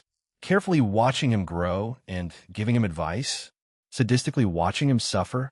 Or did you purposely erase your own memories to better fit in and get along with him? And no, I was just a system created by Azathoth. Gene, he gave me my name and personality. The woman was panicking. She didn't think of that scenario at all. How are you sure? Maybe you could be lying to yourself after all. Scoffs again. Well, whatever the truth is, you won't tell me or Gene. Much like what he went through recently, the longer you keep him in the dark, the higher the chance of him hating you in the long run. Well, whatever. Stretches himself. Better do something about Gene's hero complex and trying to be Mr. Perfect to everyone all the time. Otherwise, he'll be going down a nasty road. What was it? Our biggest enemies are ourselves? Especially for Gene. He's trying to be perfect. I tried to. I came nowhere near it. I could last because of my world and my age as well as experiences and her by my side. That's how I kept sane for the longest time. As I mentioned before redacted, SHE is looking for me. The blue and gold will soon appear. She will definitely call Gene by my old name. ITLL be up to him on how he deals with it. The stranger doesn't say anything and disappears. He sighs. You really need to help him before the Kokobeel and Azrael events happen. He clenches fist as it starts trembling. Seeing Gene like that makes my body shiver. Azrael, and a strike that left Lavinia Rennie severely wounded. She really has to warn him the rage of an outer god. Also disappeared from the deepest parts of Gene's soul, where the two heavenly dragons couldn't even go to. 1 week later, Gene's skyward a week has passed, and I'm going to go to the fairy kingdom in Ireland. But God, it's been an eventful week. Something's been up with my companion, too. She's been a lot more open, informative, for some reason. I mean, I like it, I appreciate it, but I and the two dragons were weirded out by it. Censuredo, but the nagging feeling is still there. The Gremory peerage has been coming to my home, more specifically using the training facility every day after school. My girls and I also join them there. Everyone has made great progress. Chiron and Kiba reached high class in power. I did spar with them a few times. Their strength and speed have drastically improved. Asia has reached middle class in strength. She has also managed to start using her Twilight healing at a distance to heal. Kuroka and Chiron took her in and started to teach her the use of 10k. The same with Kiba, as he asked them for help in that department. I feel like Asia will become a Tsunade, a great healer, then using 10k to defeat everyone. She's already started to condense it and punch the ground. She can't destroy it, yes, since it's designed to withstand higher power ranks, but still. The shockwave and rumbling is an indicator. Rias also improved a lot. Her demonic reserves truly awakened into a high class, as well as her control and strength in her power of destruction. She was so happy that she started to fire a bunch of spirit gunpowder of destruction everywhere. Grafia had to scold her a bit, as everyone else was left to dodge it all. Her childish side hasn't, so I had a good laugh during that time. Ingvild improved a lot too much like Rennie. Her control and power grew immensely, but she didn't go up in rank like the rest of my girls. Well, that was until I took them to the pocket dimension. When I did, with the exception of Rias, Kiba, and Gasper, as I will bring them there during the 1-week training camp. They'll train them there for a year, get them to ultimate class, and have them completely overpower Riser's peerage. That'll be a show that the devils will be shocked to see. Anyway, when we were done, since I trained them there for over a week, but a few hours passed out in reality, they grew, and I mean grew a lot. Akino can freely access her fallen angel mode transformation. She also reached ultimate class. She's around the middle. So, AAA? Asia, alongside Chiron, gained better use of their 10k. These two, with Kuroka and Ingvild, worked together during the week's time span. Asia and Kaneko reaching high class, while Kuroka and Ingvild shot up to a higher class of Satan class. They're near the peak. Asia, while she didn't like or want to hurt anybody, she knew she couldn't grow stronger or defend herself in this place, so she did the most minimum to fight back. However, with her training in 10k and magic, her reserves skyrocketed. I had Asia use this time to get a better understanding of her sacred gear. Of course, when she was exhausted, I took over healing everyone. Her feeling is almost instantaneous. She can choose to heal over time or in an instant, and the stamina drain is less with the overtime and more with instant. She can heal from far away with an AoE or area of effect, and not just a single target anymore. I'm just wondering how I'll get her to unlock her subspecies balance breaker and armor like mine. As I mentioned earlier, her 10k was at a good spot too. She destroyed her fair share of the landscape when she condensed it into her fist and punched the ground or the monster attacking her. She's really turning into a Tsunade. Her figure and height were slowly growing, like the rest of the girls. I also started to teach Grafia time-stopping magic. In the future, I will make her a time goddess to stop, manipulate, destroy, and influence time however she likes. She has a knack for it, as she has started to use hit from Dragon Ball Super's time skip ability. When she includes her demonic ice magic with it, it's one hell of a trump card for now. For now, Grafia can stop time within the entirety of Kuo. She can only do it for a few minutes, but anyone below her in power will stop moving, regardless of race or species. The two cat girl sisters grew an extra pair of tails, so Chiron has 3 and Kuroka 4. I wonder if it works like the wings of the fallen devils and tails of the kitsune. Kuroka's demonic pool and overall strength and mastery in her craft grew, like Chiron, but she hasn't acquired her Chiron mode yet. She can only use her Nakomata level 2, or should we dub it level 3 or 4 now? Ingvild, well, she got closer with Asia as I suspected. The two have become great friends, juniors and senpais.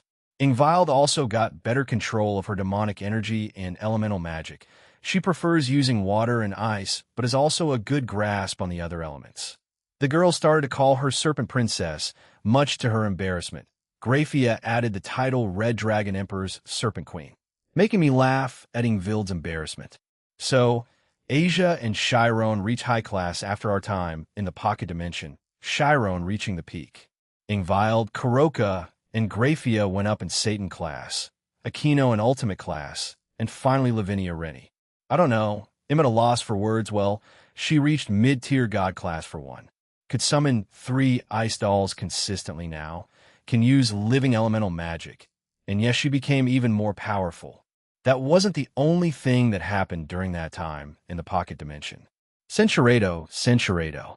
The week in the pocket dimension was worth it, both power and relationship-wise. It was the weekend, so I didn't need to worry about school. Everyone was doing their own thing. The Grimory peers were here, well down at the training facility, wanting to get stronger. Rias felt Asia, Chiron, and Aquino becoming more powerful after I took them somewhere. She just looked even more determined than before. I told her that I'll bring her peerage there soon, but just to wait for now. She was satisfied with that and left the issue there. But seriously, I wonder how Gabriel's been? She did say she would visit, but it's nearly been a month. Are Angel's work really that busy and packed? She doesn't have a phone, so I couldn't contact her. She played with mine for a bit, but while it's mine, Censurado, they were more than happy to. I haven't given Shigen her weapon, but I did allude to giving it to her during our trip. You may be wondering, where's everyone else?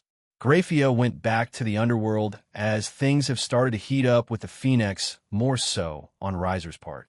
I can only guess the Riser arc may start soon. Kuroka, Rennie, and Ingvild went out somewhere that they didn't tell me where.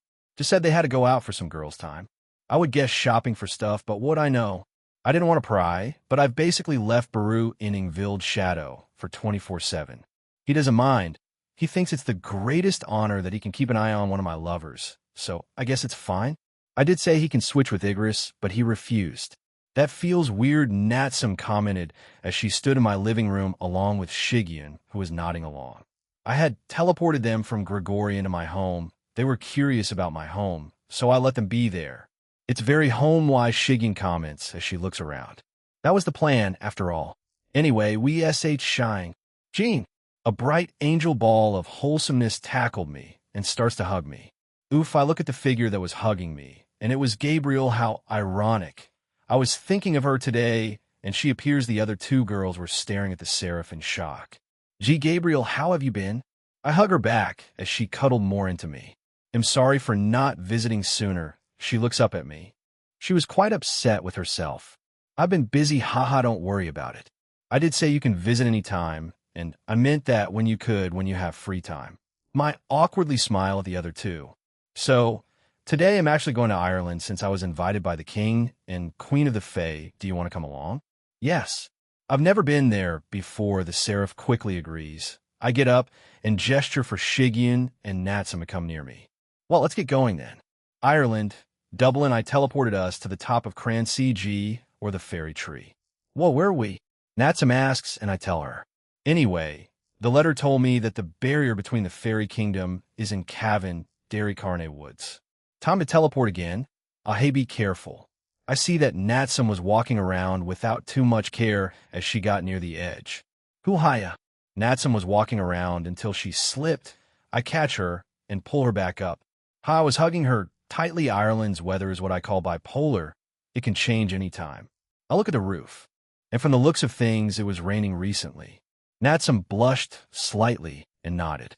Sorry. I jumped back to where the others were and let her go. She stayed still as Gabriel and Shigen crowded around me. All right, next stop.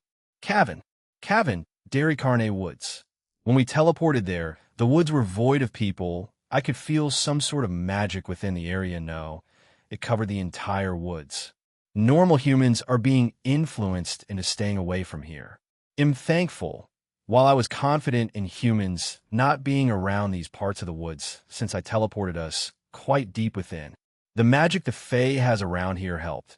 There will always be some rowdy teens that will go further than necessary. Jean, do you feel that? Gabriel asks, and I nod. Yeah, some sort of magic probably set up by the Fae to keep normal humans out. Have you been here before? Have I? I feel like I have, maybe on a school trip in the past. I shake my head. No, first time for me. But let's just follow the magical signature and, well, find the barrier that splits the supernatural from the normal human world. So we did. Gabriel had latched onto me. I have a feeling a lot of blonde women have started to do that kind of thing, Rennie for one. Now Gabriel and Asia, during the week we stayed in the pocket dimension. These would sure do seem normal though, a lake. Shigyun, as well as Natsum, were looking around since they were intrigued. Are you two doing okay? It's quite chilly this time of year. Yeah, we're fine. We can take it. We've been to worse places with awful temperatures. I nod, am planning on upgrading their rings, clothes, and potential later on, if I can guess right, we'll be invited to stay the night. So we'll do it then. Centuredo, we come across a clearing, and I could feel the zones ending and starting here. Looks like we're here. I turn back to them. You guys ready? Yes. They both answer. Gabriel just squeezed my arm. All right, let's go. So we stepped through. Land of the Fey Fairy Kingdom, when we stepped through, we were greeted to a very, how do I say this? Otherworldly? Magnificent? Fantasy-like? Because they all hit that. Hundreds, no, maybe even thousands of trees everywhere of different colors and sizes, bushes and mushrooms of varying sizes, plants that were glowing almost like lights or lanterns. Many normal wildlife too, some bird in the sky, frogs croaking, a few deer. In the background, one enormous tree. Perhaps it was the castle or home to the king and queen of the Fae. I wouldn't be surprised if it was. Behind that, even more trees, but they were smaller in size, mountains in the distance on par with the big tree, and a few smaller ones, some waterfalls and supernatural creatures flying around. Ariels? Large birds? Spirits, maybe? The sky was bright blue. I wonder what it would look like at night. The air was fresh. It was really magical. In front of us were creatures who had spears and were looking at us in shock as we soaked in the views. Halt! State your business. One of the guards came up to us, the other one pointing their spear at us. I nod, bring out my letter, and hand it to him. He takes it and reads through it. He gained a surprised look as he lowers his spear and tells his fellow guard to lower it too. My apologies. You are the middleman, correct? I answer his question with a nod. He nudges his fellow guard. Fetch Spriggan. The other guard nods and scurries away. Excuse me for the rude welcoming, Mr. Middleman. Don't worry about it. You were just doing your job. But man, this place sure is something. Huh? Sorry for asking, but what are you? The guard chuckles and nods. It's no problem. I am, and my fellow guard are spirits. I am a rock spirit, and he is a plant spirit. I turn back to looking at the scene as we wait for the escort, or whoever this Spriggan person is. I could see the other three still looking in awe. I don't blame them. Asgard was great, but had a modern feel to it. The same could be said for Yuri Kyoto. It had an old Japan vibe to it. Centuredo wars have been over for many millennia. There are dedicated land masses or domains that house certain species or races. For example, we have both high elves and dark elves here. They live in different domains, but are quite friendly with each other. Elvis. My eyes widen. Holy crap, you guys have elves. The rock spirit guard was a bit shocked. He then laughs as he confirms with a nod to my question. Jean, you like elves? Shigyun asks, looking at me weirdly. The same with Natsum. They've been portrayed so much in media, I kind of wanted to meet one. So yeah, I'm excited to see or meet one. Natsum stared at me suspiciously, but didn't press it. Just then an elf walked by. An elf. Holy crap. She looks great. My eyes were immediately on her. I was in a way bewitched by her appearance and aura. Blonde hair, green eyes, elf ears, a bona fide elf. Wow. I turned to see Gabriel enthusiastically grabbing my arm. G. Gabriel? A purple Ariel came flying to us, and behind her was a small creature. It had a diminutive appearance with a head made of stone and a golden necklace, and a fur pelt. Spriggan-san. He's the middleman, and he's brought some companions. One of them seems to be one of the 4 great seraphs of heaven, Gabriel-sama. The rock spirit explains. The creature, now called Spriggan, nods. I see. I welcome you, middleman and his companions. Please follow me. He turns his back to us and starts walking away. We nod and follow Spriggan. We continue to look around us as we walk through the city. What do I even call this place? But there were shops, street vendors, homes, inns, and the like. They didn't use human currency. I wonder what they use. But everything was mostly made of wood. A few buildings had rocks, concrete, cement, whatever they weren't wood. The lights weren't, well, lights, I could feel magic from them, so they used magic to light up their kingdom. One thing is for sure, though, they were all friendly. Nearly all the Fae were greeting us, a few flying by or coming up to us to give us some food. We gladly accepted them, not to seem rude. Natsum and Shigian were clearly overwhelmed. Gabriel was taking it all in stride. Some Fae were captivated by her beauty. She is the most beautiful woman of heaven. After all, how lucky am I to have her clinging on to me? Spriggan didn't seem like the type to be social or outspoken. He would sometimes look back and nod at us, but nothing else. This place is incredible. Huh. The Fae are also so friendly, Shigian points out, as Natsum nods furiously while eating a fruit she was given. After a few minutes of walking, we reached the giant tree, and my assumption was right.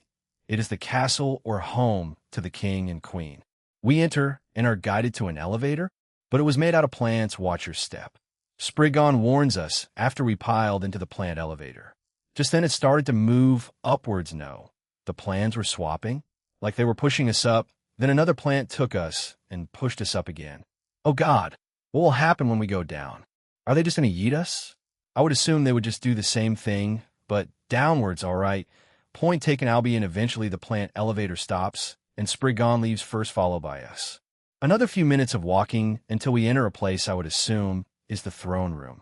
Oh, they're here, haha, a man says. He had deer hooves for legs and feet. The lady beside him smacked him, so he settled down. So they're the king and queen? Looks like the queen has the reins of this relationship, my queen. Titania and King Oberon, I have brought the middleman and his companions. Spriggan announces and bows. He immediately stands to the side, watching us intently. Hello. Jean, call me Jean. I gesture to my companions. This is Natsum, Shigyun, and Gabriel. She nods and smiles. Welcome, Jean, to the kingdom of the Fae. I am the queen and ruler, Titania. She points to the guy beside her, who I guess is her husband. He was smiling widely and waving at us. This is the king and my husband, Oberon. So, you're the go-between, huh? Running errands for everyone? Huh, cool. Again, he earned a light smack from Titania.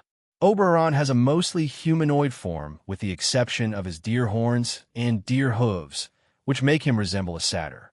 He has fair skin, yellow eyes, and long, bushy, dark green hair that reaches beyond his back. Meanwhile, Titania is as tall as a human with floor-length black hair that is parted at the center, violet eyes. Her dress is black and adorned with gold, and she has a circlet that resembles green branches. They're from the ancient Magus Bride series. Is their history different here? Don't they reside in England? No, this sort of makes sense. England already has its own history with King Arthur, Merlin, Le Fay, and all of those also. The long history between Ireland and England, tensions and all that. IRA, what a hassle. So, I can assume I was invited because the Fae wants to form an alliance with the three factions, perhaps even other factions and pantheons through me. The queen, Titania, smiles and nods. Indeed, that is the reason why I have invited you, as well as to see if the rumor were true. It seems that can she tell from a glance? Her powers are pretty interesting. Maybe she can speak to the plants or something. The wildlife? Can she tell if someone is lying or not through, I don't know, nature? All right, sure. I feel like the three powers might have a peace conference in the near future. They'll pass it along. I'm doing the same with Asgard and the West Yukai faction after all. They'll come back here when they do accept. Thank you, Jean. We look forward to it. Then Thor was all real? Huh.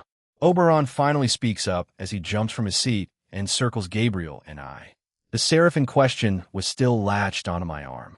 Yeah, I summoned the boosted gear. I can have Drake vouch for that. I mean, yeah, but you didn't exactly use me, so I'm kind of useless in this regard, partner.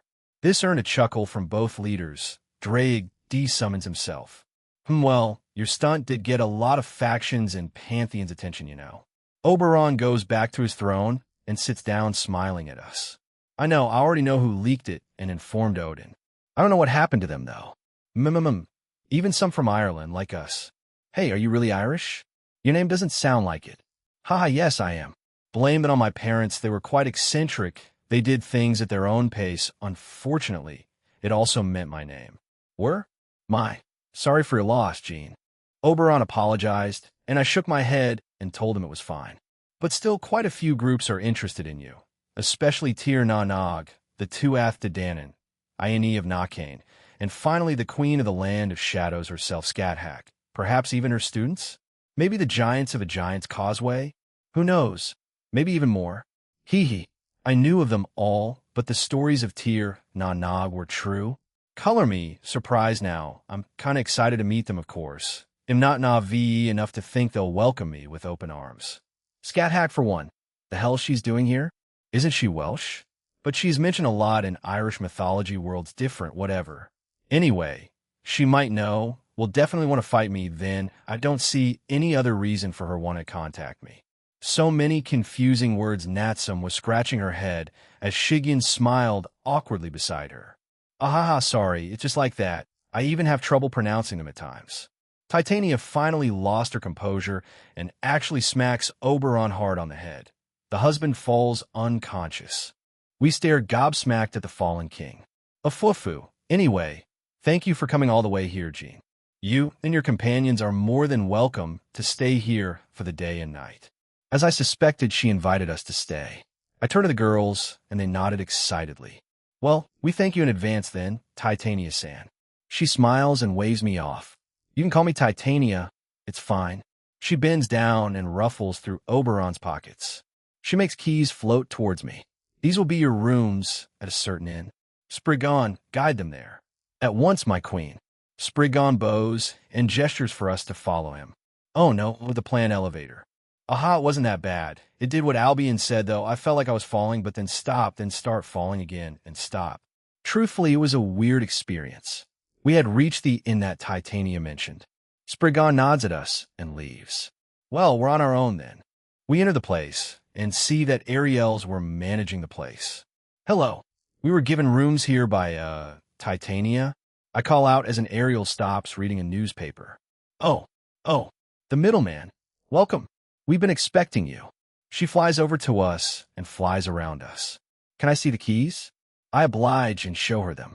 Centurato, Bud the mattress was made out of, how do I put this, magical leaves and other assortments? It looked like a normal mattress, felt like one as I had sat on it.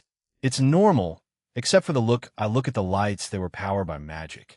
I clap in its direction, and it goes out. Oh. I did it again, and it turns back on. Wow. That felt almost futuristic.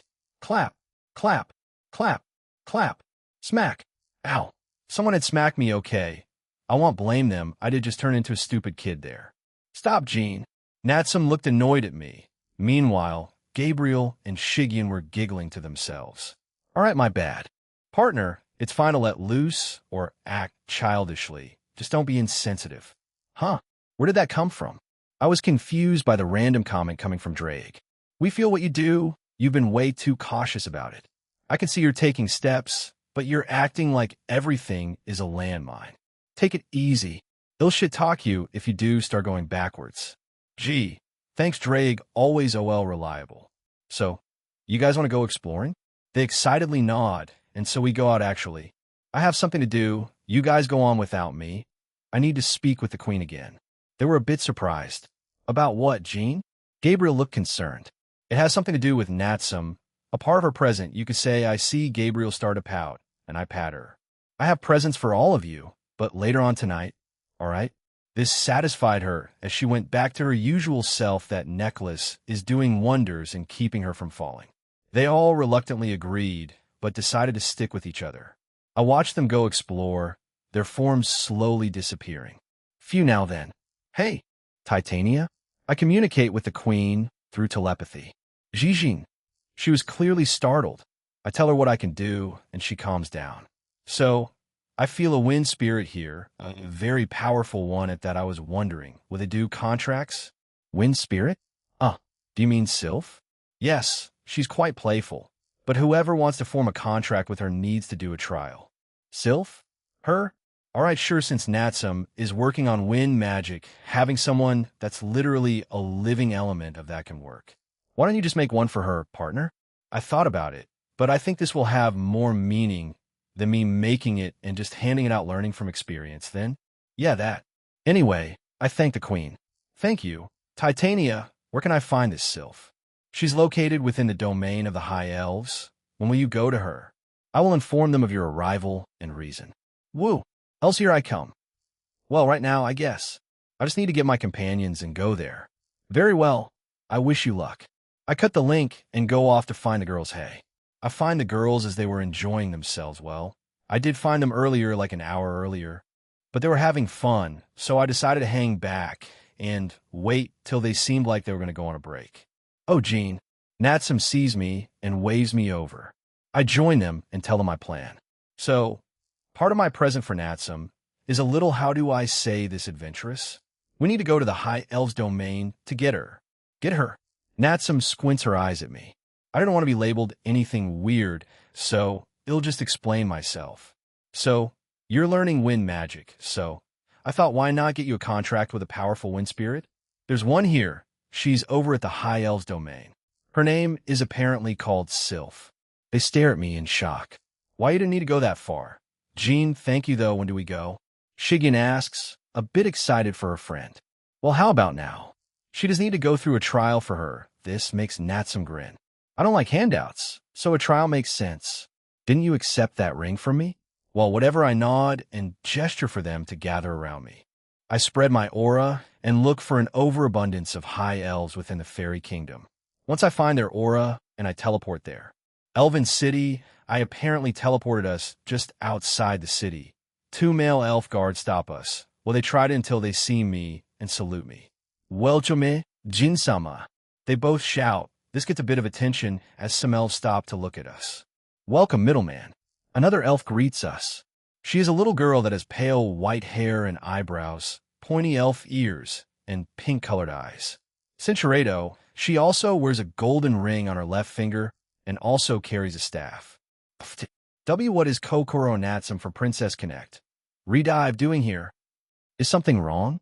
She asked, concerned. I was probably making a very shocked expression. Ahem, no, it's nothing. Are you here to guide us? I recompose myself and answer her. Yes, I am Kokoro. I will lead you and your companions to where Sylph resides. Please follow me. She doesn't wait for an answer and starts to walk away. We follow her and look at the elf's domain. I was honestly expecting a more forest-y, houses on the tree kind of deal, but it's a lot more modern than the main city of the Fae. Modern-type houses, buildings, shops, a cathedral, and food vendors everywhere.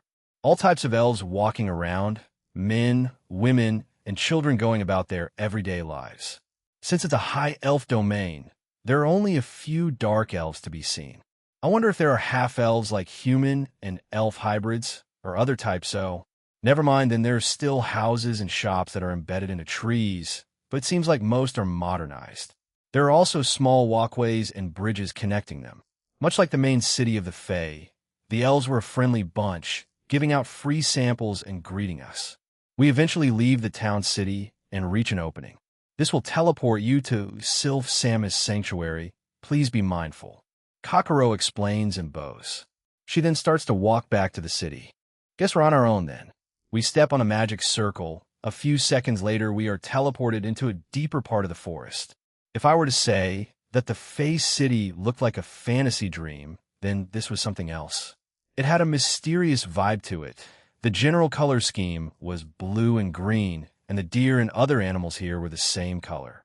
But the area felt warm and welcoming. The trees blocked out most of the sun, so it was quite dark, but not pitch black. We could still see with the rays of light shining through. This way, I could feel the presence of a strong spirit. The others follow me as we silently walk through the wind spirit's domain. Oh, visitors? A small female spirit excitedly says. We stare at the little spirit in shock. This was the strongest wind spirit here. Her home was mostly ruins, overgrown vines, trees, moss, and other plant life everywhere. She also looked like Sylph from the MGQ franchise, dear God. Is she stupid too? Hi, I'm Sylph, the wind spirit of the fairy kingdom. Nice to meet you. She starts to fly around us, occasionally poking at us like a curious child. Sylph was wearing a typical green dress that showed off her legs, even in her small form. Her boots were also colored green, with a small hint of orange and light yellow. The queen told me someone was going to try to form a contract with me. It's been so long. Hee hee. She stops and stares at us with a big smile. So who is it? Umi. Natsum steps forward as she awkwardly shuffles towards Sylph. Okay. The wind spirit happily claps her hand and swoosh. Fwhip. They vanished. Ashu. And Natsum. Shigen starts to panic, but I put my hand on her shoulder. It's fine, Shigen. Natsum is fine. They're just in another location or dimension. Let's not panic and let Natsum get through the trial. I was worried that I started to pat her head, calm her down. I know. I would have done something if I felt any malicious intent from the spirit, but she's almost childlike in nature. Maybe she pulls pranks to pass time. Hee hee. It does seem like she starts to calm down, and we wait there for Natsum to come back. Third-person point of view with Natsum and Sylph T, that's it? Natsum asked incredulously. Yep, that's it. We want fully synchronized without proper training and practice. Hee hee. But what does my crush have to do with getting wind powers? Natsum was blushing at Sylph, who was giggling to herself. There are other spirits here in the Fey Kingdom. Each of us has a different trial you must pass if you want to form a contract with us. I'm known to be more, the childish one out of the four. So this is my trial. Natsum Managawa. Admit your true feelings to the one you like. That is my trial. Sylph crosses her arms and smiles widely at the girl. Natsum's right. I was twitching wildly as she couldn't believe what she was hearing. Maybe I shouldn't have accepted this. She was having second thoughts. I mean, I do like him, but we aren't exactly close, and if I suddenly confess, it would be weird. Many beings have tried to form contracts with me in the past. However, they have failed to pass my trials. They're quite easy, but most can't go through with it. Who cares about any of that stuff? Don't couples get together and fall for each other afterward in this day and age? Natsum looked mortified at the spirit.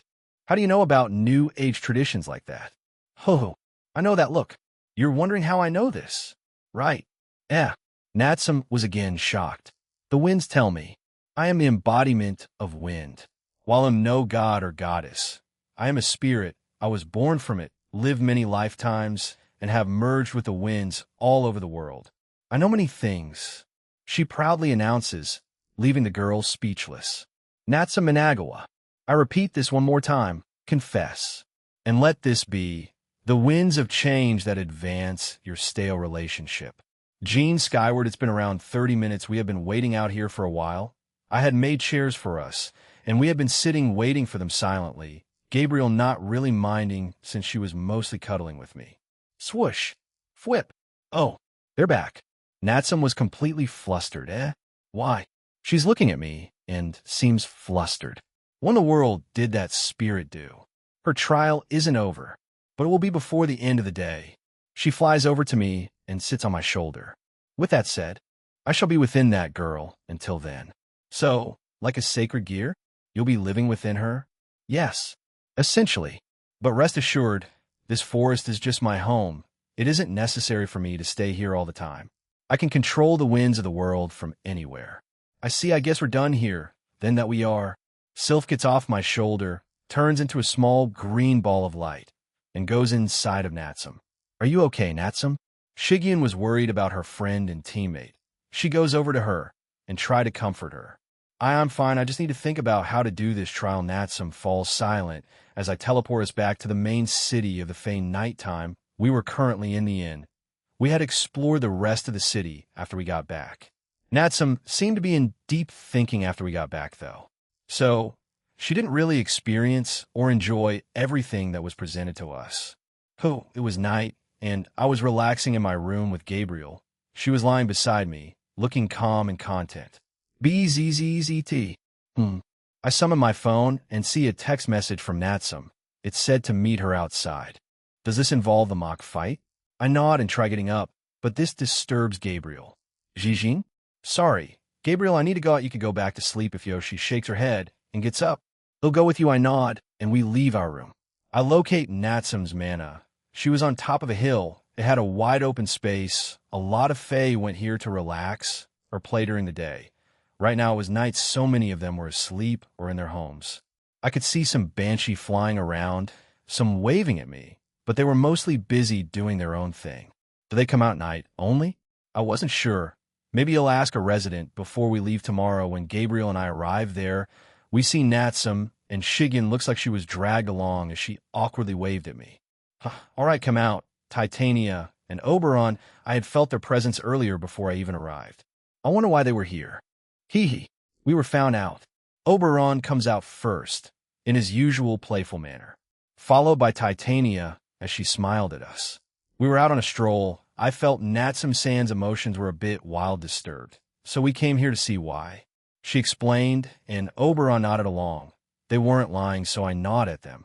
So, why did you call me out, Natsum? Jean, I told you around a month ago. Why also it has something to do with my trial, I see. So we're fighting then? She answers with a silent nod. The fight didn't last long. It really didn't. Natsum had summoned Griffin and they attacked me together. But due to her emotional turmoil, she wasn't really in the fight, so she slipped up a few times. I only avoided her during the time, and she ran out of steam. Griffin was concerned, but I told the sacred gear to just go back.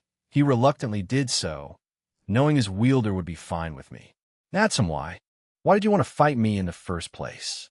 She was still breathing heavily on the ground as she put her light gun back in its holster.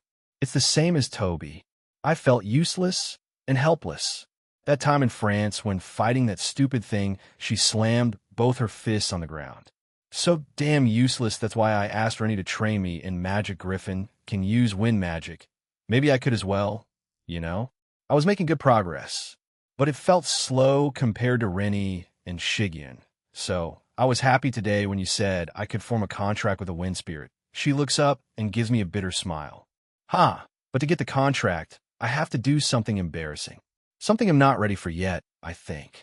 Hey, Natsu, I'm not perfect either. I had my mistakes recently too. This catches or no, everyone's attention. Do it. Do it. I sigh a drag and tell everyone what happened between me and Kuroka and how I had been handling things since then. They all obviously sighed at me. Yeah, you were an asshole. Natsum nodded. I would have probably exploded on you. Jean Shigen gave me a half smile. Powerful with power, but not so much at relationships. But you are indeed growing, no? Yes, I agree with my husband. We learn and grow from experiences, Jean. Just take this as a lesson and move on. Gabriel didn't say anything, but was sadly smiling at me. That's all I needed from her to know what he feels and means. So, yeah, you're not alone in this, Natsu. I look at her as she had gone back into thinking. Her face slowly turned red. She finally nods to herself. Okay with that, Sylph appears on her shoulder with a wide smile.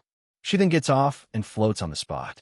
Hee. It's time. Natsum gets up from her spot and walks towards me with embarrassed determination. She stops in front of me and looks up. Jean. She stuttered horribly. This made Sylph laugh behind her, Shigen confused since she also didn't know what was going on. I can't do it like this.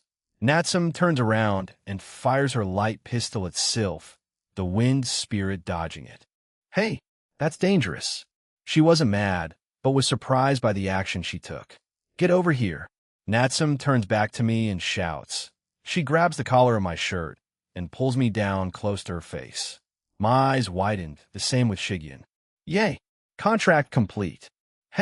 We're now connected in mind and soul. Natsum Minagawa. Let's get along and become stronger together. Okay. Sylph happily announces their contract had been formed and vanishes in a green ball of light. Woo, you go, girl.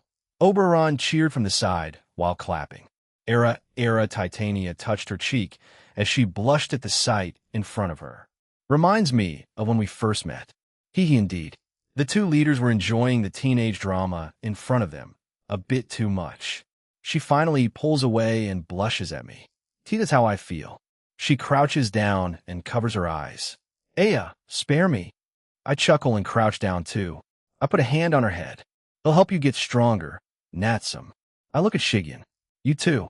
But let's get back to my room. I have a few things to give and do for you guys. Gabriel grabs the two girls as she smiles at them.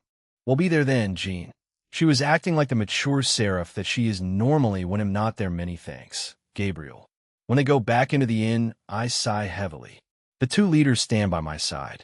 Hee hee, collecting quite a group of companions, Jean. We're keeping close allies. A close group? I care about them all. So no, it's not a concubine. He nods sagely as we stare out into the night sky. It really looked like a fantasy world, purple, blue, and green with stars everywhere and no dark cloud in sight. I feel Oberon pat me on the back. Well, those experiences are forcing you to mature, Jean. Losing his childlike nature, Oberon tells me seriously. Like my wife said, learn from them and grow from them. I wish you luck in your future endeavors. But Jean, do not try to shoulder everything. Titania adds, I can feel that you're carrying something heavy. You have your lovers. Yes? Share that burden with them. Don't let it consume you. He puts his hand behind his head and grins. Well, we better get going now. Good night. Jean, his easygoing self, is back. Titania nods at me, and they leave. Am I shouldering everything? I certainly do know more than the average being in this world, I sigh, and start heading back. I don't want to keep them waiting. When I enter my room again, all three girls were sitting there waiting patiently. Hey, sorry for the wait. Anyway, let's get down to business. Please give me your rings, Natsum, Shigyan. I need to upgrade them. They look confused, and I tell them what I did to the other girls. They were shocked, and quickly give me my ring. I upgrade the two rings and give them back to them. I then tell them about the clothes enchantment. Can I touch your clothes? They again nod, giving me permission. I also enchant them. All right, next, I summon the whip I made for Shigyan and tell her the effects. Just like Poe. Maybe this way you can gain a better understanding. Shigyan smiles and nods. She gives me a quick hug and thanks me. I turn to Natsum. I already gave you a present earlier, and yeah, let's, get along.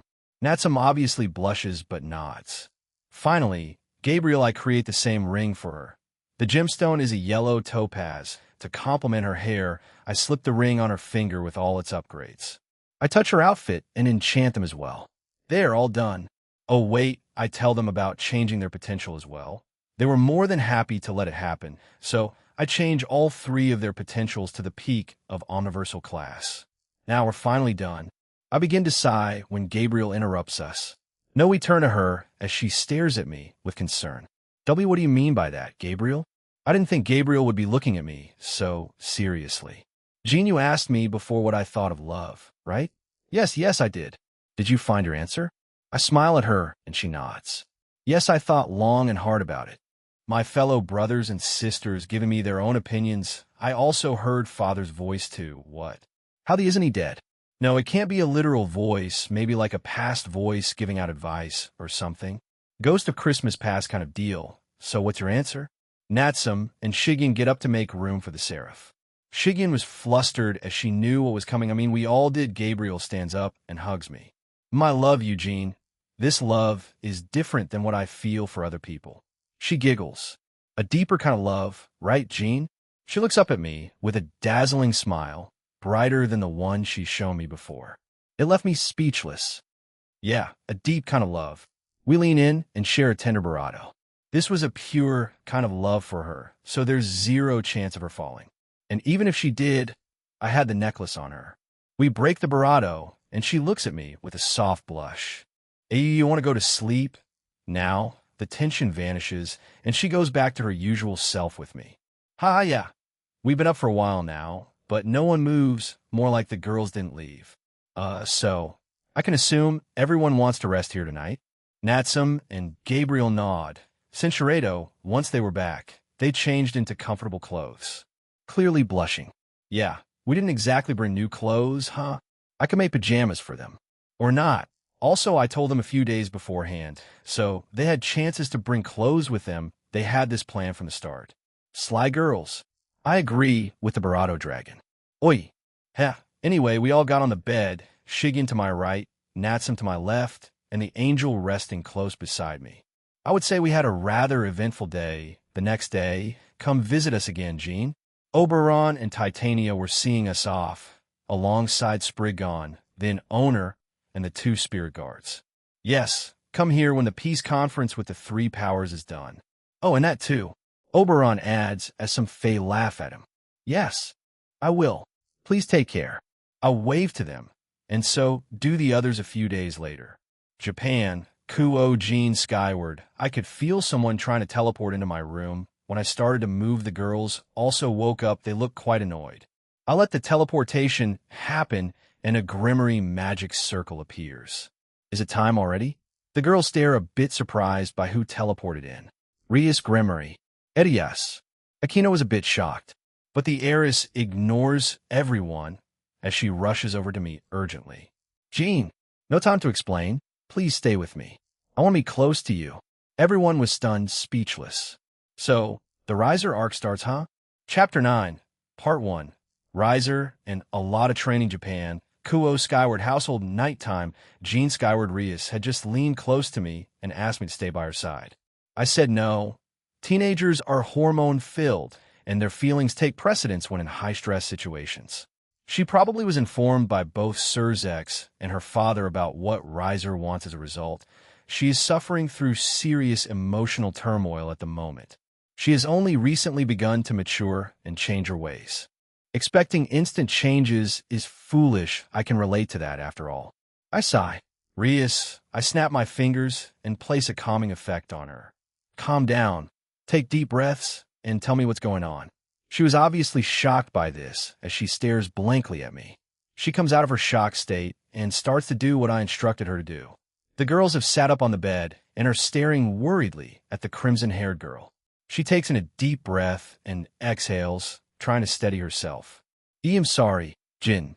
What was I doing? She blinks rapidly, looking around in confusion. It's my engagement with Riser Phoenix. He wants to fast-forward it and get married sooner, I was told by my father and brother. I protested, but they said I couldn't. I lost my cool, and did this. Rias looked ashamed of herself once she calmed down. Her eyes were on the ground air, my exposed stomach, but she was still thinking about something else. I see. So, the marriage was supposed to... I would assume after you graduate, yes? She slowly nods. Now you're in distress, and thought that if you ruined the arrangement, it would be annulled? Another weak nod from her. I sigh. The girls that didn't know looked at her in pity. Yeah, forget that chicken nugget, Naya. Kuroka tries to lighten the mood, but it doesn't work, only getting a weak smile from Rias. Open-close just then, the door opens and Grafia steps through. Her maid outfit was back on. She had already changed in her nightgown earlier tonight. Rias Sudasama, please come back to the Grimmery home in the underworld. Your father and brother are worried about you. I may have scolded you if you tried this with anyone else, but knowing Jean, he wouldn't do that if you're not his lover. Cinchuredo, a bit of emotional support from her queen and best friend? I see Akino nod. She kisses me on the cheek and starts getting dressed. Yes, you're right. He'll get going then. Once Akino was finished getting dressed, she waved at us and teleported away. Arranged marriages are weird, Naya. Devils and their old ways. He'll never understand them, Naya. Kuroka shakes her head as Chiron lies on her lap, appearing to drift back to sleep. So, that's still traditional in devil society? Poor Rias. Rennie felt sorry for the young female devil. They've become good friends over the week, so she was genuinely worried about her. Devil birth rates are low, especially for pure devils. I can assume it's easier or the same for reincarnated devils. Their society is also based on the aristocracy period of humanity. So many of those types of traditions are still at play there. Nobility rankings and arranging marriages between strong families. 4 strong new heirs to join the family and continue their bloodline. Sometimes they'll fall in love, which is great. But most of the time, it's a very dead marriage. They'll only do it out of necessity. Rennie shook her head, seemingly not liking it. I would rather marry someone I love than out of necessity. Will you help her? She looks up at me, worried and concerned. Yeah, I was already planning to do that, and I'm even more so now. I have an idea of what's going to happen, so don't worry. It won't end like that. Rennie happily nods. Then Alana was against it apparently. So it was a promise between Zeoticus and Lord Phoenix. I will guess it's the anime glitch of going out for drinks and promising each other that one of their sons and daughters will get married in the future. Now it's here, and they're keeping it. I'm not sure if this is responsible or irresponsible on their part. They were drunk and put their children's futures on the line. Xerxes can only do so much for Rias, since he essentially left the family to become Lucifer. Zeodicus is the head of the family, so he has the say in the majority of things, and his word is final. But knowing Xerxes and his love for his little sister, he'll do something about it. So, the rating game alright, let's go back to sleep. We can't do much until Rias or Graphia informs me of what's going to happen. They agree, and we all get back to our previous positions, minus Aquino. So, I have my own ideas about what to do. Care to share your opinions? Go through the motions. Don't cause a scene when Riser appears. However, since you have a level head, you probably want, it just comes down to how Riser is feeling. Go through the motions? So, wait for their meeting and let it happen. Wait for Graphia to announce the rating game, and then proceed from there. Yeah, basically, how will you train them for that 1 week, Gene? Nah, not a week, Albion, but 1 year. It'll be taking them into the pocket dimension and letting them run amok for an entire year. The goal is to get everyone else to Ultimate Class and have Aquino reach Satan Class. Knowing that Ingvild and Kuroka will be joining me, probably Graphia too, it'll aim to get them to new power ranks too. The replica of my home will be there as well, so it won't matter too much. So 1 year in there and 10 minutes outside, it'll still give them the week to train and master whatever else I teach them. Strategize more and let them get used to their powers. So 1 year in, 10 minutes out. I do have other plans for the week off we'll get from Sona after all. Gregorian essay, right? Yeah, that. It'll go to the dimensional gap with Ophis after my time with Rossweiss in Kyoto. She hasn't left the necklace in a bit. I wonder what she's up to. Then wrap up with meeting Suzuku. You're all set then, Gene. Yeah, I am. During the next year, I can also improve my relationship with everyone, including Gasper and Kiba. I need more male friends who aren't in a different realm altogether. Next day, lunch Rias called the Occult Research Club down to the club room during lunch, which also included myself and Ingvild. So far, she and Aquino have been absent from school. I would guess she was stressed and thinking about how to approach the situation when Riser came. I had been conversing with Aquino using telepathy. If I used the ring's transceivers, it would be too obvious and the teachers might make a fuss.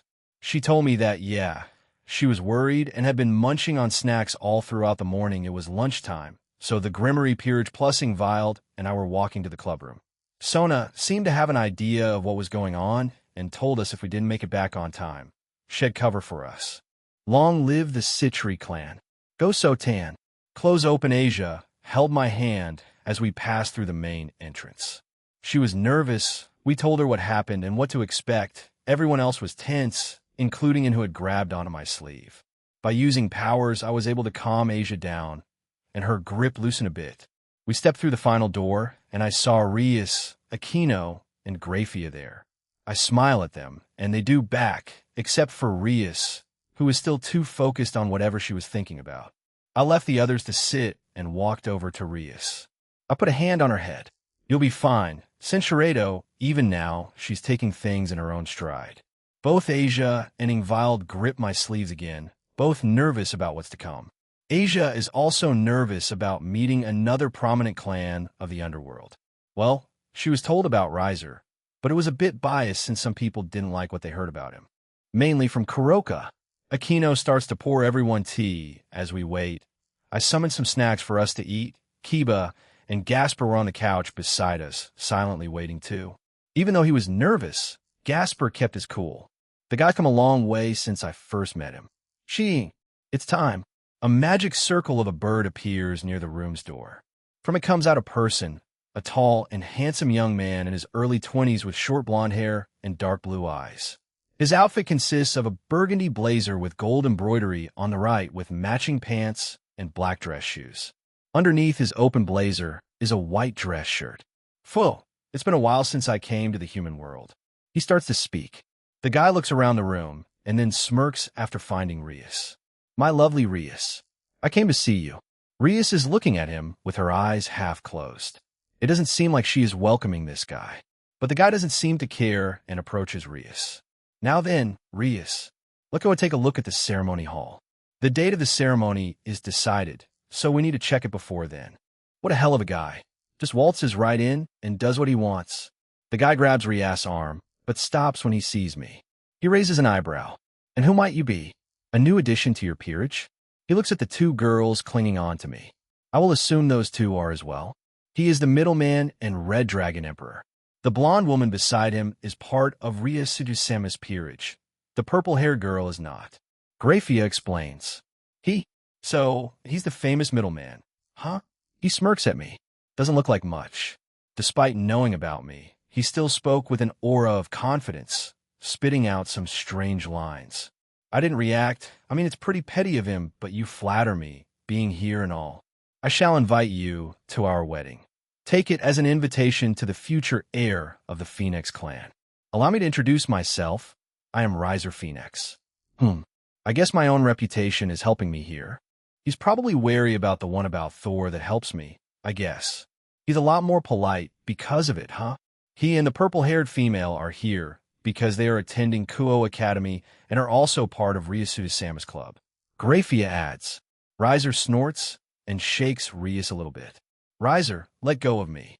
Like I have said many times over, I am not interested in getting married to you or this engagement. As if you or I had any choice in the matter. Our parents decided this before we were born. It can't be stopped, Rias. So, just accept it, and let's get this over with. Riser continues as he lets go of her. Since two of our houses are well known, we hold a high seat in the devil hierarchy. It only makes sense for us to introduce new life into this world. It is ideal for our repopulation. After Riser was finished with his small speech, Rias sighs. I do not care. I wish to marry the person I love. She looks at him in disdain, and it's quite clear I don't feel that way about you. Riser starts to laugh at her. And I already said that doesn't matter. Grow up, Rias. Look at the bigger picture. This is heavily dependent on our race. Don't you care? Do you want us, devils, to become extinct? Such petty reasons for not marrying are why you're still a child. Rias Gremory. Rias is clearly pissed off by that last remark, but holds her temper. I acknowledge your reasons, Riser. I do not want my clan or the devil race to become extinct. Riser looks happy, but was shot down again. However, I still stand by what I said. If you want listen to reason, Rias Riser erupts into flames. They'll be forced to take down your servants, club members, and forcefully drag you back to the underworld. The two of them glare at each other, but Rias does not show off her power. Grafia steps on the ground as her aura fills the room. Both of them freeze as they look at the strongest queen. Oju-sama, Riser-sama, please calm down. If both of you were to continue, then I won't be quiet about it. For Surzek-sama's honor, I won't hold back. Rias and Riser both make a serious face after hearing Grafia-san's quiet and intense voice. It seems like they're still quite scared of her. Riser calms the flames around his body and sighs while shaking his head. Even I would be scared to hear that from the strongest queen.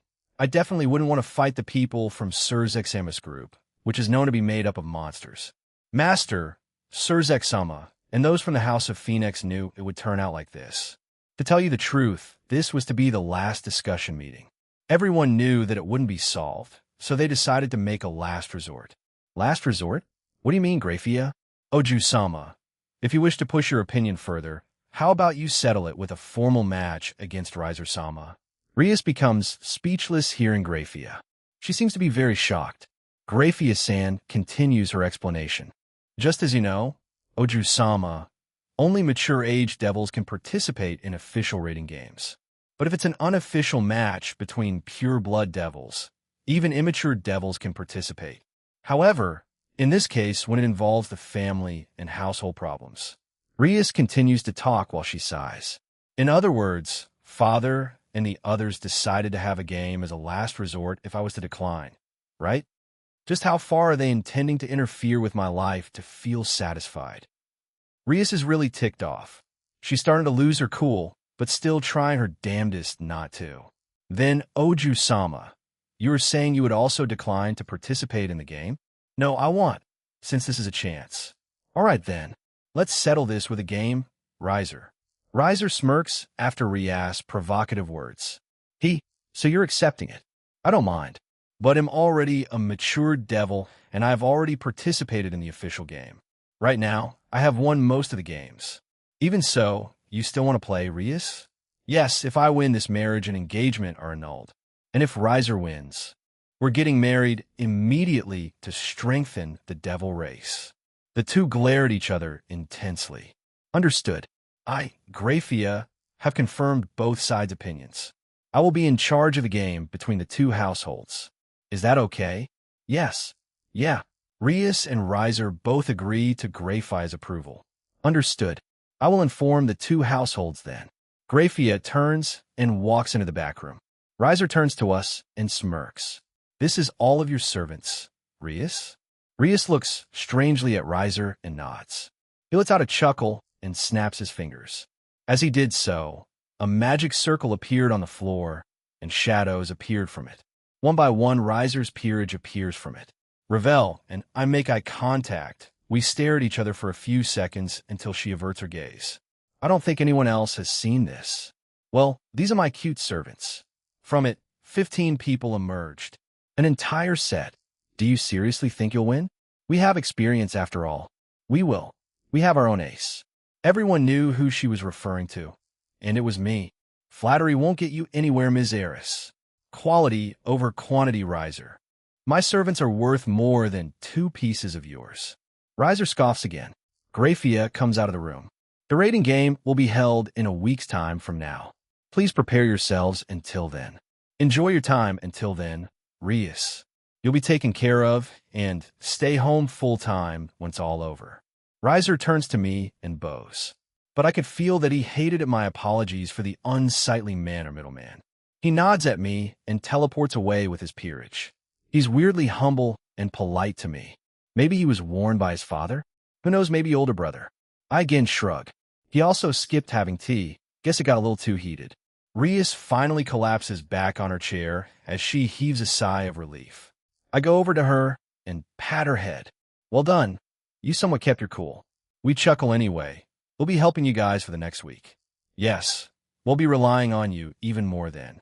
I have better plans. I turn to everyone and grin. Prepare yourselves. This will be pure Spartan training. Jean style. Oh, I know where this is going. Aquino giggles as Kiba, Gasper, and Rias were confused. Tomorrow morning, be here early. Like 5 a.m. early. They nod.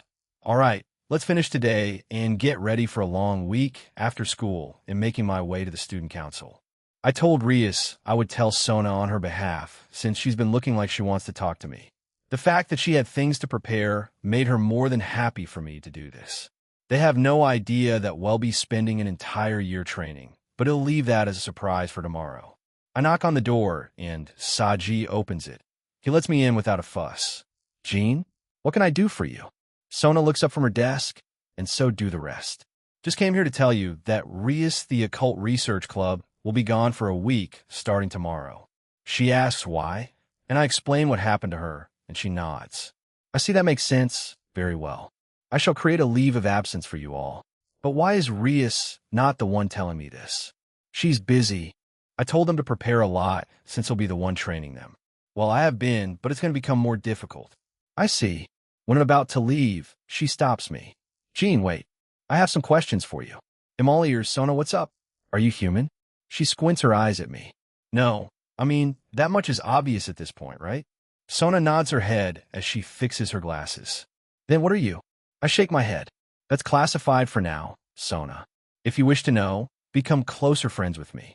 I understand. But what about your past? I explain to her the fake story I told everyone else so far. Sona seemed suspicious of it all, but nodded along. I see. Thank you for answering my questions, Jean. You can leave now. Cool beans. I walk past Saji. Hey, you got someone in this room who likes you. Keep an eye out. He seems surprised, but nods. Well, see you guys around. I wave to them as I leave. Next day, 4 a.m. I was still in my home as I was cooking a bunch of food for myself, Ingvild, Kuroka, and potentially Graphia.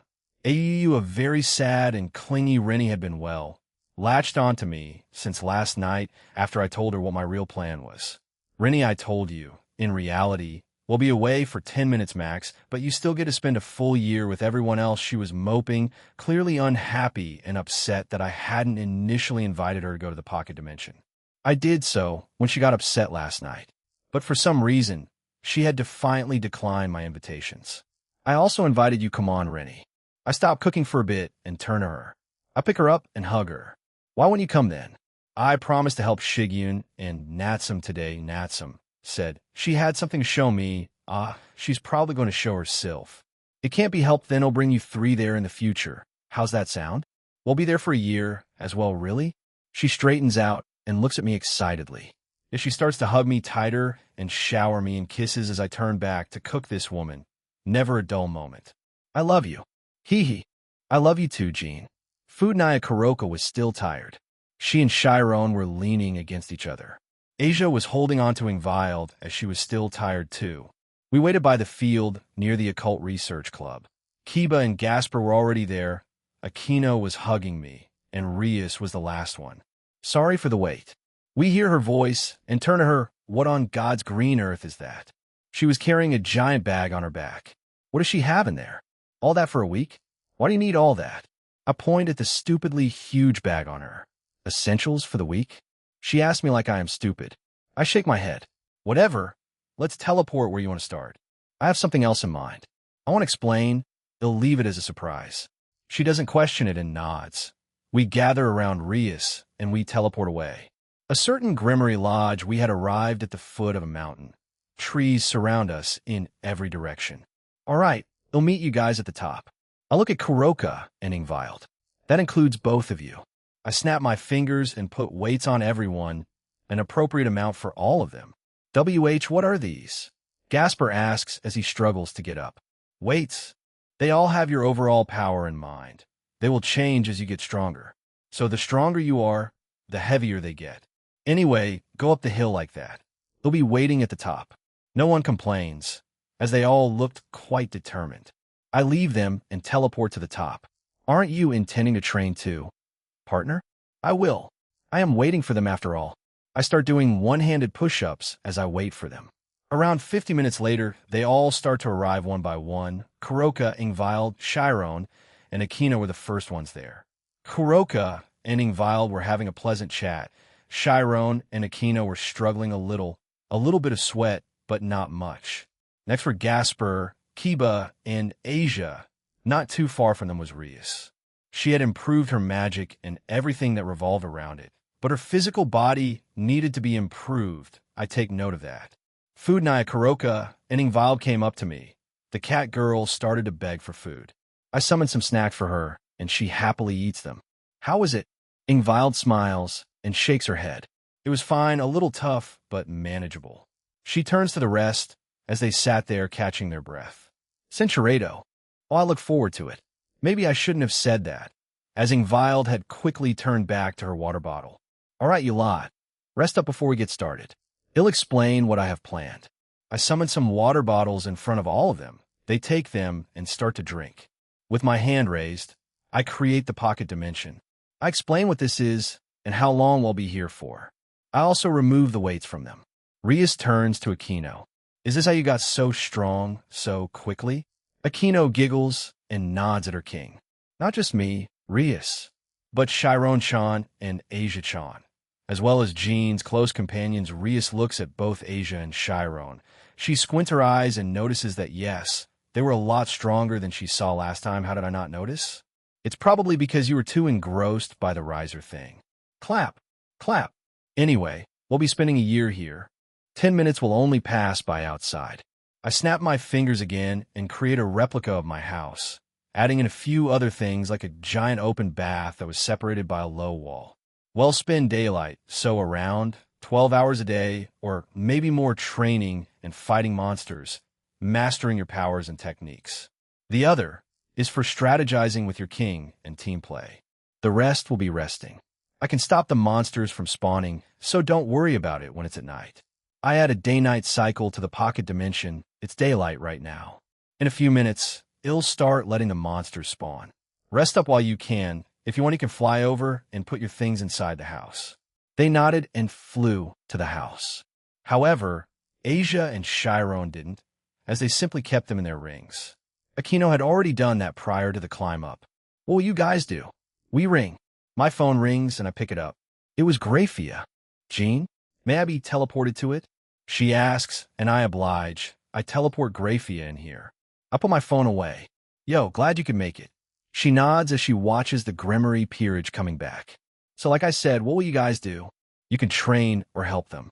Or you could do both. You have a year in here after all. They'll train Chiron in Asia for the first 2 or 3 months Naya. After that, he'll start training to Naya. They'll help Asia too. After that, he'll start training as well. Ingvild agreed with Kuroka. I turn to Grafia as she nods. If Ujusama wishes for help or guidance, I will provide them for her. This extends to her family. But yes, I agree with Kuroka and Ingvild. I shall start my own training after that. The Grimoire peerage rejoins us, so they'll continue my explanation on how the monsters' ranks and power work. As they grow, so will they too. So, don't let your guard down and be on your toes. Looks like you're all ready. Let's start then. I snap my fingers and monsters start to appear in the distance. They'll be here to help. If you can't fight something, don't be ashamed to run away or team up with someone. Push yourselves to the limit, see where you are right now, and go beyond that, all right? Yes, sir. They all dash towards the monsters, Ingvild and Kuroka joining them. I stop Rias as she was about to fly off. Rias, at night, you can focus on reading strategy and tactic books. They'll join you if you want. She looks at me a bit surprised and nods. All right, go ahead. She releases her wings and flies away. Third-person point of view with Akino Ufufu. Dance for me, Akino Himejima flew towards a large group of monsters. She has no idea what they were, but to her they were fodder for her to get stronger. Crackle. Zap. Boom. She summoned a giant magic circle, and out came her holy lightning. Once the dust settled, the group of monsters were no more dead, obliterated out of existence. Ufufu, nothing will get in my way. Akino flew around doing the same thing to groups of monsters until she came across something that would need more than one hit to kill. My, aren't you big and tough looking? She touches her cheek with her hand. In front of the Grimoire Queen was a monster that was 24 meters tall, with gray skin, red eyes, and white hair. A Goliath Jean had appeared beside Akino, surprising her a tiny bit. A Goliath? She repeats Jean's comment. Yeah, the one from Damachi. This thing appeared on the 17th floor in the Tower of Babel in Ororio. I didn't think it would appear here. Who am I kidding? Anything can. Maybe Dio Brando is next since I'm trying to teach Grafia time manipulation. Yeah, it's tough, so keep your guard up.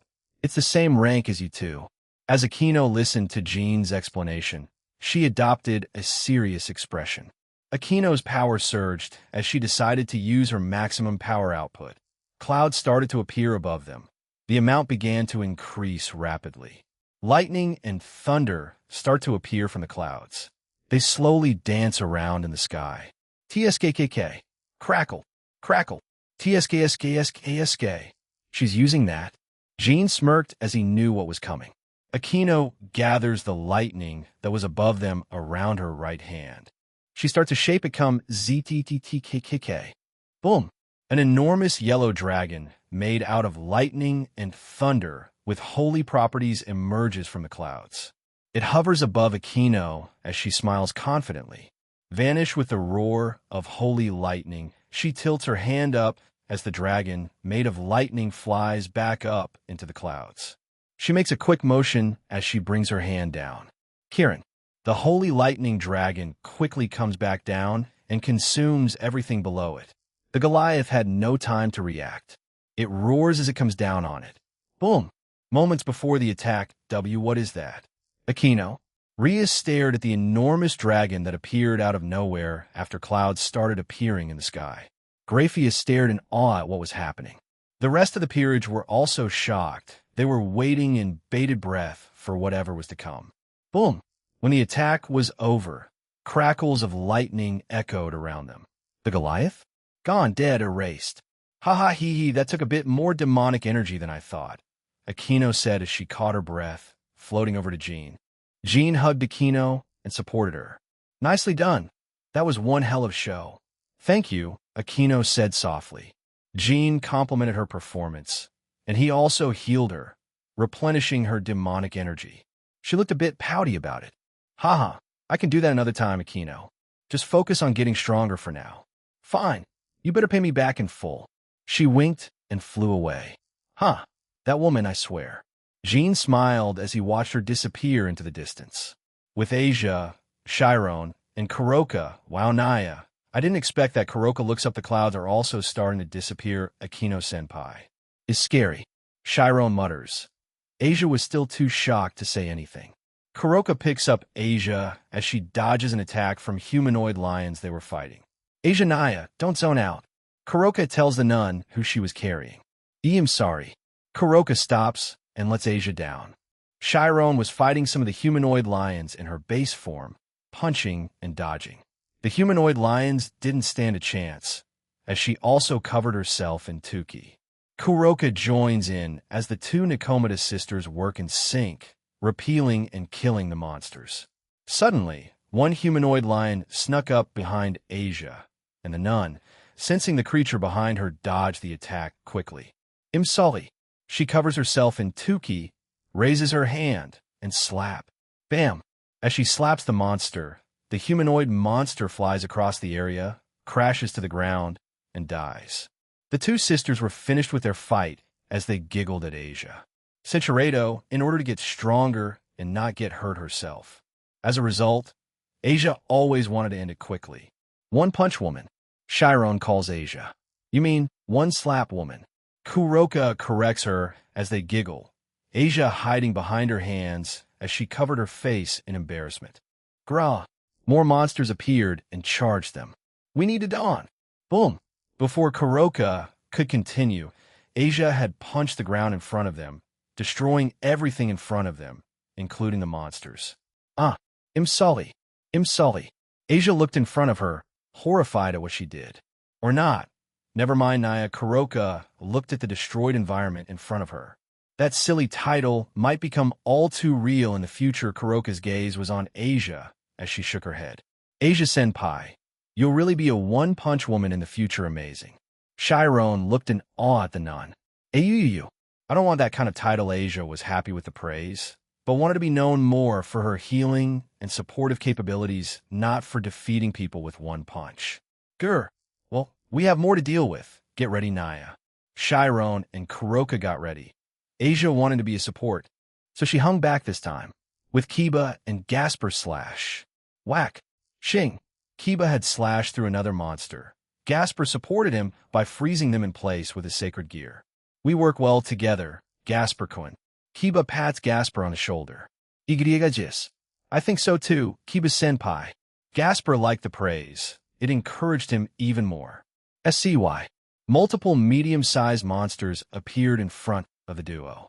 Its body is primarily green and has a thin, cream-colored section between its head, thorax, and abdomen.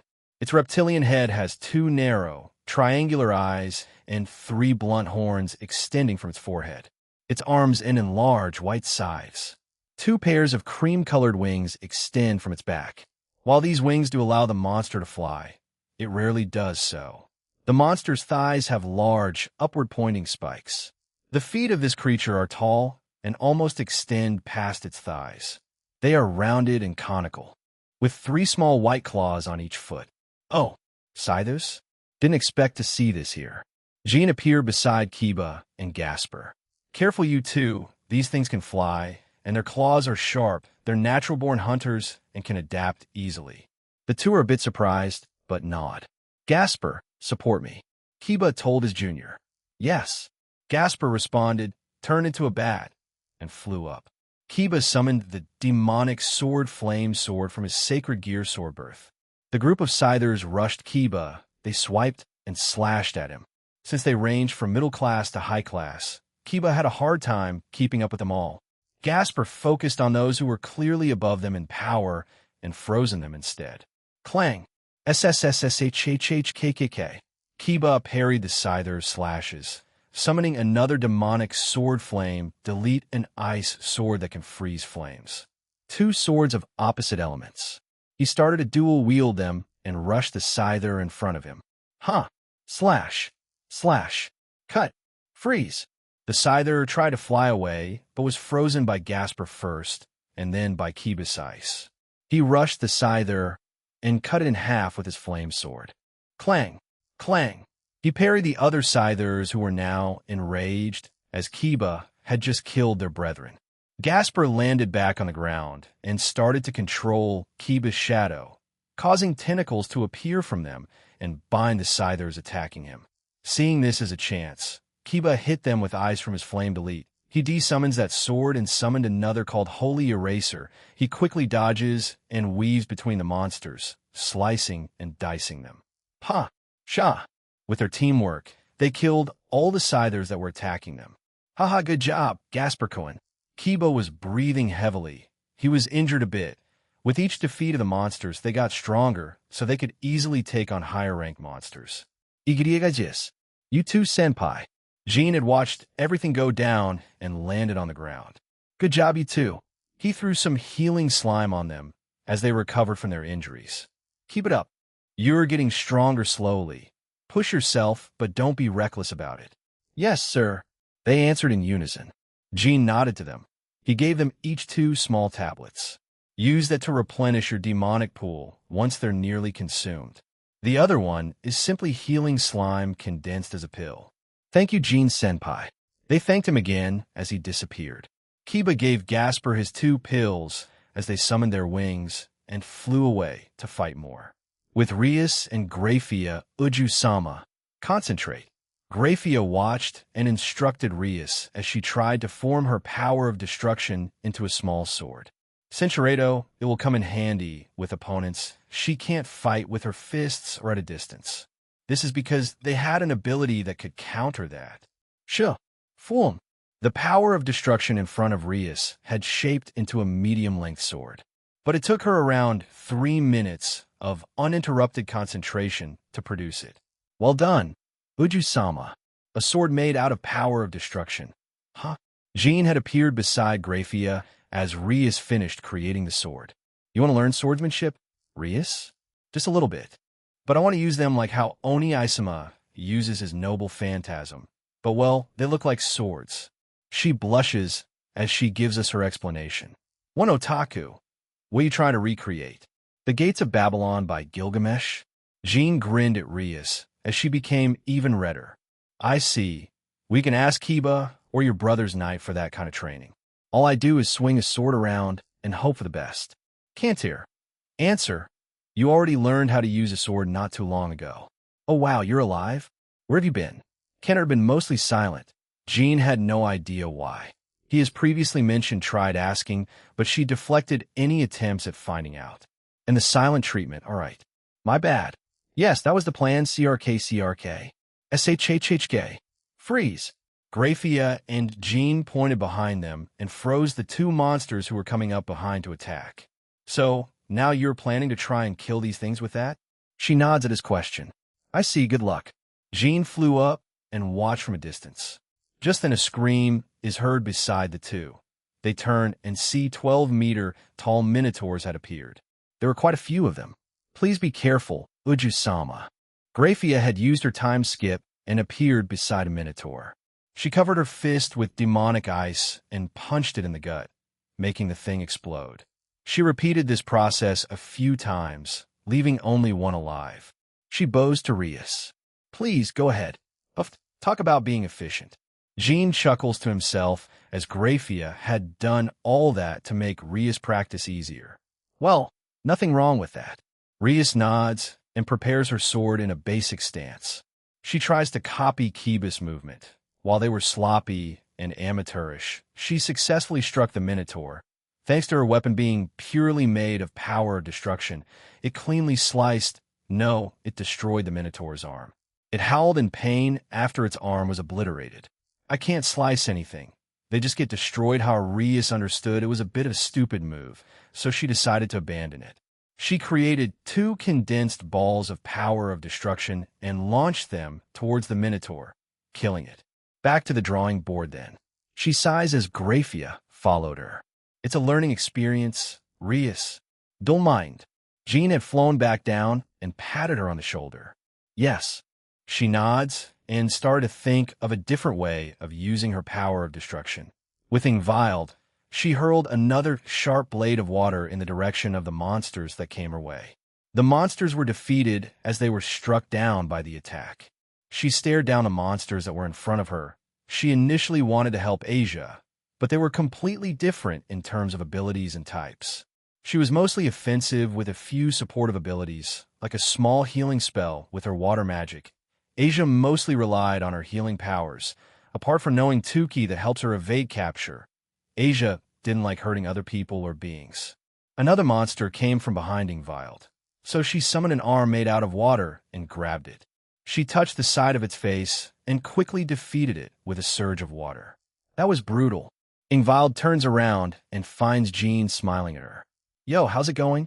It's fine. I was just thinking of ways to use my demonic power. I have yet to use my sacred gear. There aren't any pools of water, or I haven't come across draconic-type enemies yet. Yeah. Let me change that for tomorrow. Sorry about that, In. Jean apologizes, but she shakes her head. No, it's fine. Thank you, Jean. How about a friendly spar with something I created a while ago? Jean suggested, and that made Ingvild tilt her head. I don't mind, but will it be okay? Jean waved her off, saying it was fine. He's always been in your shadow, protecting you after all. This further confused the girl. Baru. Jean said a name, and something left her shadow. A shadow insectoid appeared and kneeled in front of Jean. I know I said I'd make the lakes, rivers, and puddles of water tomorrow, but since I want to see how you fare against Baru right now, he snaps his fingers, and many small lakes and pools of water appeared. Baru, having a sparring match with her, hold back. You know her power ranking right now, right? The shadow nods. Good. Just match it or be just one rank above it. Baru stood up and nodded at the girl and waited for further instructions. All right, In, are you ready? Ingvild's body tensed up as she stared down at the shadowy being in front of her. She took a deep breath and exhaled. Yes, I am. He'll be the arbiter. He flew up into the sky. You two ready? All right. Begin. Baru immediately rushed Ingvild. This catching the girl off guard, she jumps backwards and sends out blades of water towards the insectoid. Slap! Slap! Baru deflected the attacks with simple slaps. Alarmed, Ingvild summons hands made out of water and holds Baru in place. The insectoid stops and looks at Ingvild and immediately breaks free from its watery hands. Zip! Baru blinks beside Ingvild. The girl hadn't caught up with his speed yet. She looked alarmed and scanned for him. She finally locates him beside her. Baru held back his arm and punched Ingvild. The female hybrid managed to put up a defensive barrier in time and reduce the damage taken. But she was still launched away with great force. Ugh! She let out a pained yelp. Baru looked horrified and looked back towards Jean, who sighs and gave him the okay. Baru wanted to fight, but didn't want to incur the wrath of his liege. Ingvild caught herself and recovered. This is the first time I've been on the defensive. Was a learning experience for her. This time she wanted to try using her sacred gear, feeling the pools of water around her. She gathered them all into the sky. Oh! Jean looked up at the amount of water she had gathered, and Jean was impressed. Those lakes he made were quite deep, so being able to empty them was quite a feat. Baru immediately rushed towards Ingvild before she could finish what she was doing. Sensing him nearby, Ingvild sends the giant amounts of water crashing down on Baru. Boom! KSHHH! KHH! Baru was crushed by the water as he was also swept away. Jean stood there smiling, but Ingvild was breathing heavily and Baru had recovered from being swept away. I need more training with this thing, with the power to control dragons and the sea itself. She controlled a couple of small, large pools of water, and it was her first time doing so. That's impressive in itself. Okay, stop. Baru nodded and went back into Ingvild's shadow. Jean had started to walk towards Ingvild. So, first impressions on the sacred gear? They'll try to summon more dragon-like creatures starting tomorrow. Hard are sacred gears that hard to control? Jean healed her up and restored her stamina and demonic pool. Yeah, sacred gears also respond to their wielder's desires and will. The stronger they are, the more their sacred gear shapes to suit them. I don't know what you desire out of your sacred gear, but focus on that when using it. It will surely respond to it. Ingvild nods and thanks Jean. So motivated again? Ingvild giggled and nodded. All right, purple-haired diva. Jean playfully patted her shoulder. Go and get them. Kia. Ingvild yelped as she took a step back with a playful frown. Not the right time, mister. She scolded him with a smile and ran away. Not the right time? And not why did you do that? Jean shook his head. Progress is progress. Nighttime Jean skyward. The first day of training them went smoothly. Everyone is slowly growing stronger, and there's already a lot of progress in one day. It'll get them to reach the peak of ultimate class first after that. It'll have them hone and master their current techniques. If they can't control their own powers, then they're a danger to themselves and others. So this should be fine. If I see that they've mastered them, then yeah, I can start spawning monsters again. Grafia and the girls had offered to cook dinner. It was around 6 p.m. now, and I decided it was time to unwind for the day. We all decided to go to the open bath at the same time later. After that, everyone is free to do what they want to guise us. We were just relaxing. I had already prepared the table, so we really didn't have much to do. The girls with Grafia's guidance were having fun while cooking. Even the serious May can have fun with girls younger than her. A calm and pleasant smile on her face this evening, Jean-senpai. I turn and see Gasper looking at me. What's up? Can we just pick any room we want, right? I nod to him. Oh, okay, just making sure. Why so nervous, Gasper? Just try relaxing until dinner. You don't need to do much right now. While I said that every day will be a fight for your life, it will stop once you guys reach ultimate class. They looked a bit surprised, so I explained why. I see that makes sense. We did get a chance to get a bit stronger in your training facility. We also had time to get used to our powers, but here we can grow strong quickly, so our powers can get a bit unstable if we can't properly control them. Kiba nods to himself. Yeah, they'll be here to help, so don't worry too much, especially you, Gasper. Igriagajis, still stuttering a little, but is making good progress. He no longer hides in boxes or uses the paper bag. We talk about random things while also checking out videos on both YouTube and DeviTube until we had dinner. So everyone had great progress today. We'll be going at a steady pace from now on. I don't want anyone collapsing from overwork after all. Also, there will be days that won't just consist of fighting the monsters. I tell them what I told Kiba and Gasper. Yes, that makes sense. Rias agreed with me while elegantly eating. I can't eat like that. Way too restrictive. But if the time calls for it, I guess I have to, huh? So, we're free after this, senpai? Chiron asks. Yeah, well, Rias asked for all of us to hang out together, so after that, you can do what you want. It's fine, isn't it? A way to celebrate our first day of training. We have a year here after all. The girls agreed, so Chiron shrugged and continued eating. Open bath, we have finished having dinner, and the three of us guys were relaxing in the open bath. Gasper was swimming around. He also brought some rubber ducks with him. He was quite happy with himself right now. You like swimming, Gasper? He stops and nods. I wish I had a bigger bath, so I could do this, he sighs as he starts to daydream about it.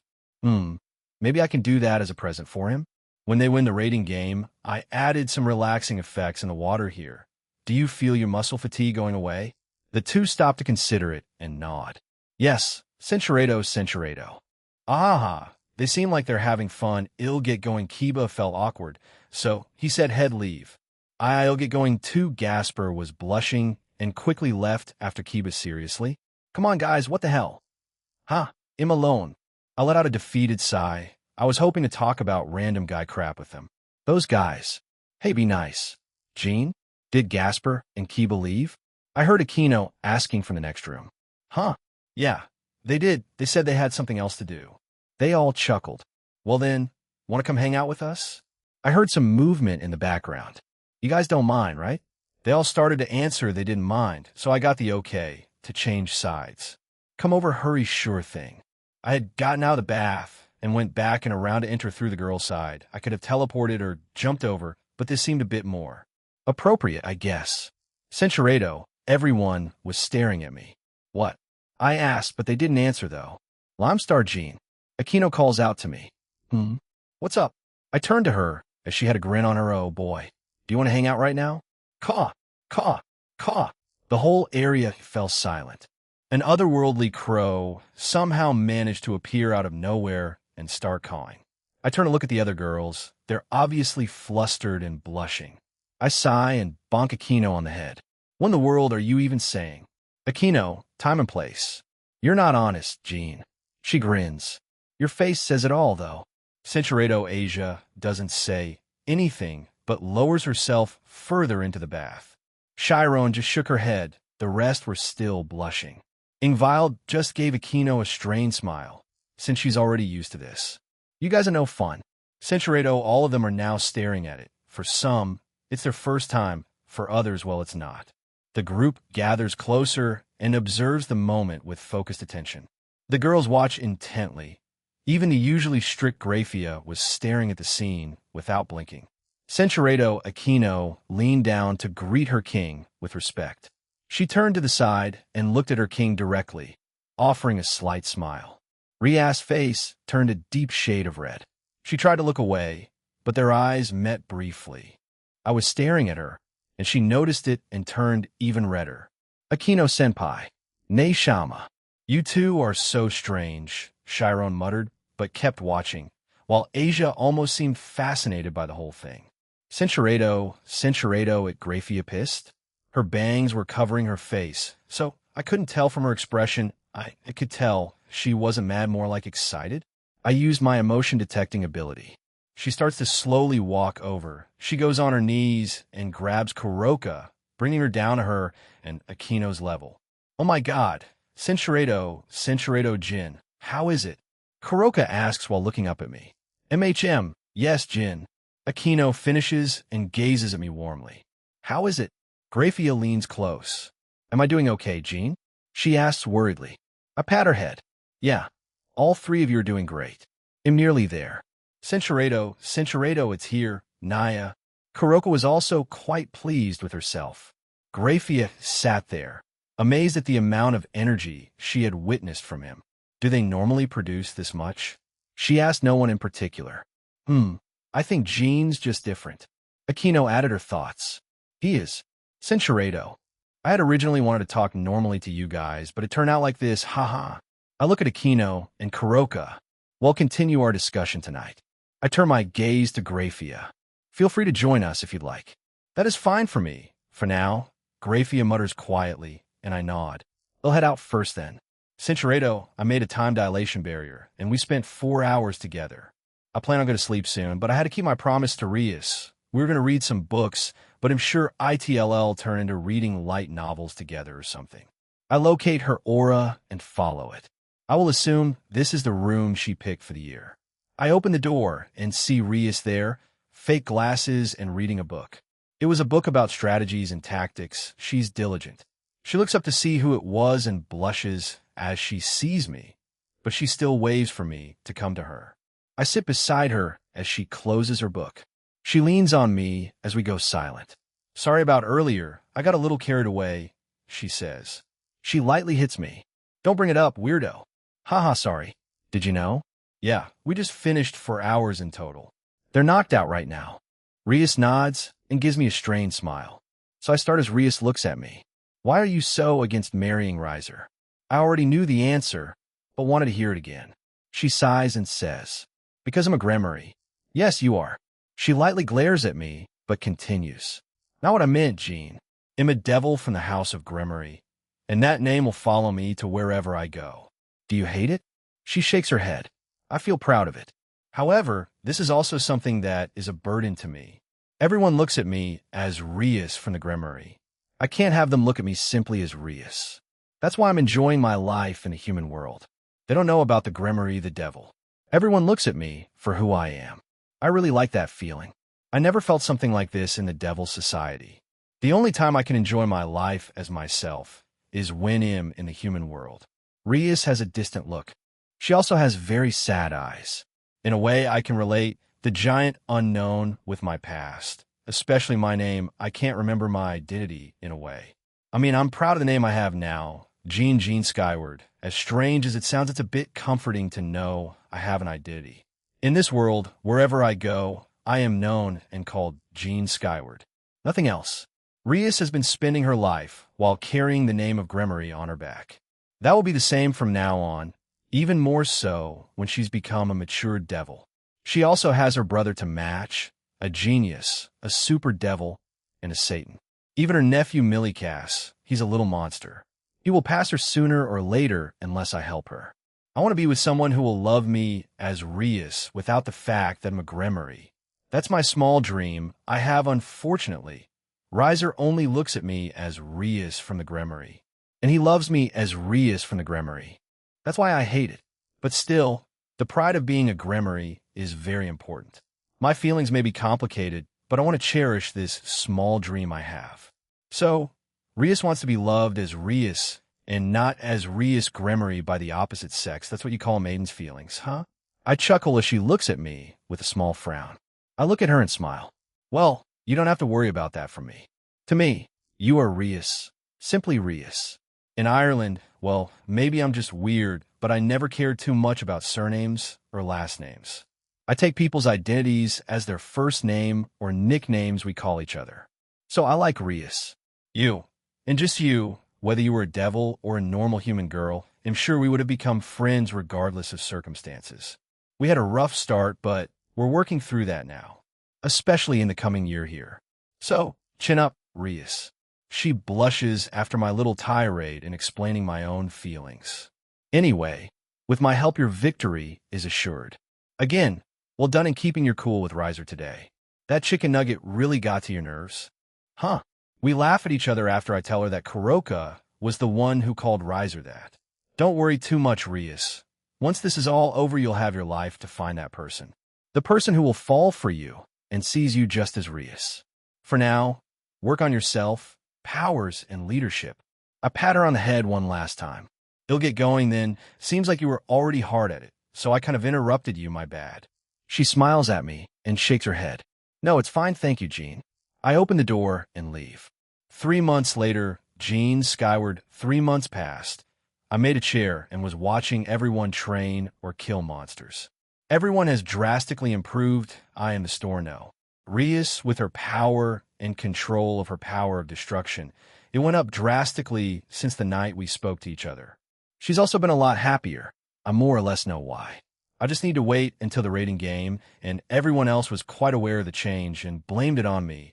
It wasn't a bad change, so I'm not complaining. Aquino had reached the peak of Ultimate Class, which was great. She also worked on her control and the strength of her abilities, especially her Holy Lightning and Fallen Angel mode. In her Fallen Angel mode, she can last up to 3 days in it without having any problems. It's been great seeing her improve these last 3 months. I also started her training in anti-healing around a month ago. She will be the ace this time around. Riser's healing and regeneration will mean nothing when she learns this and adds it to her Holy Lightning. It will be lethal Kuroka, Ingvild, and Grafia had said they'd wait after 3 months to join in, but changed their mind around a week after we started. They could see these guys improving at a rapid rate, so they didn't want to be left behind. Kiba is becoming a near all-rounder, but when he utilizes his night speed, then he can speed blitz anyone in high class, as he's nearly reached the peak of it. A few more weeks, or a month, and he'll break through. His swordsmanship has also improved, since I made more monsters that can use swords and have different styles appear per his request. He'll be ready to take on any swordsman in the future with this. Asia has also drastically improved. She's like a little Tsunade now. She's near the peak of high class, too. Her control in Tuki has become exceptional. The same can be said for her Twilight healing. She could heal allies from a distance and make it AoE healing too. She can also pick and choose who to heal, whether they be allies or enemies. Her Tuki improved dramatically thanks to spending time with Chiron and Kuroka. She can easily shatter the ground with minimal Tuki used, until 3 months ago, as she needed to cover her whole body to do it. Hell, she can shatter the ground around her once she releases her Tuki, just shows how much she improved. While Asia doesn't like hurting people or anything at all, she has come to an understanding that it's necessary for self-defense. This is even more so if you choose to hurt someone close to her. Her peerage, she considers family, or the girls in her circle. She won't hesitate to give you the Tuki-powered nun slap. Apart from that, our relationship has improved. She's become more comfortable around me recently. She's still quite innocent, though. So, nothing unusual happened. She just started spending more time close to me and giving a few more hugs every now and again. You know, small steps. Gasper, oh boy, this guy has started to come out of his shell for real. While he could mostly use his shadows as a form of support back 3 months ago, he can now attack with them. sharp tentacles and blades made out of shadow, and attack you from there now. While it's not at the level of Tobio, it's a big improvement from him. He can create even more bats now and use them for reconnaissance. He's usually paired with Kiba, so they use it quite frequently. His demonic pool also improved, like everyone else's. He started to learn how to use element from Akino and has started to use fire and wind with no problems at all. He also received hand-to-hand combat training from Chiron, Kuroka, and He's almost a natural once he got used to it. I also helped him work on his confidence. He's become less scared and timid with everyone here. He can hold a proper conversation with all of us. He's still a bit nervous around Grafia. Who wouldn't be?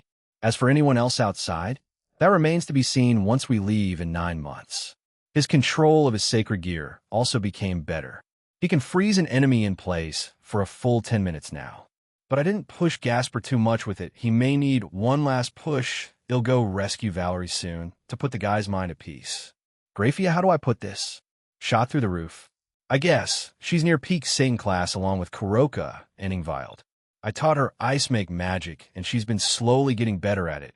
She found it strange to do the pose, have an open palm and put your fist on it, but got used to it quickly.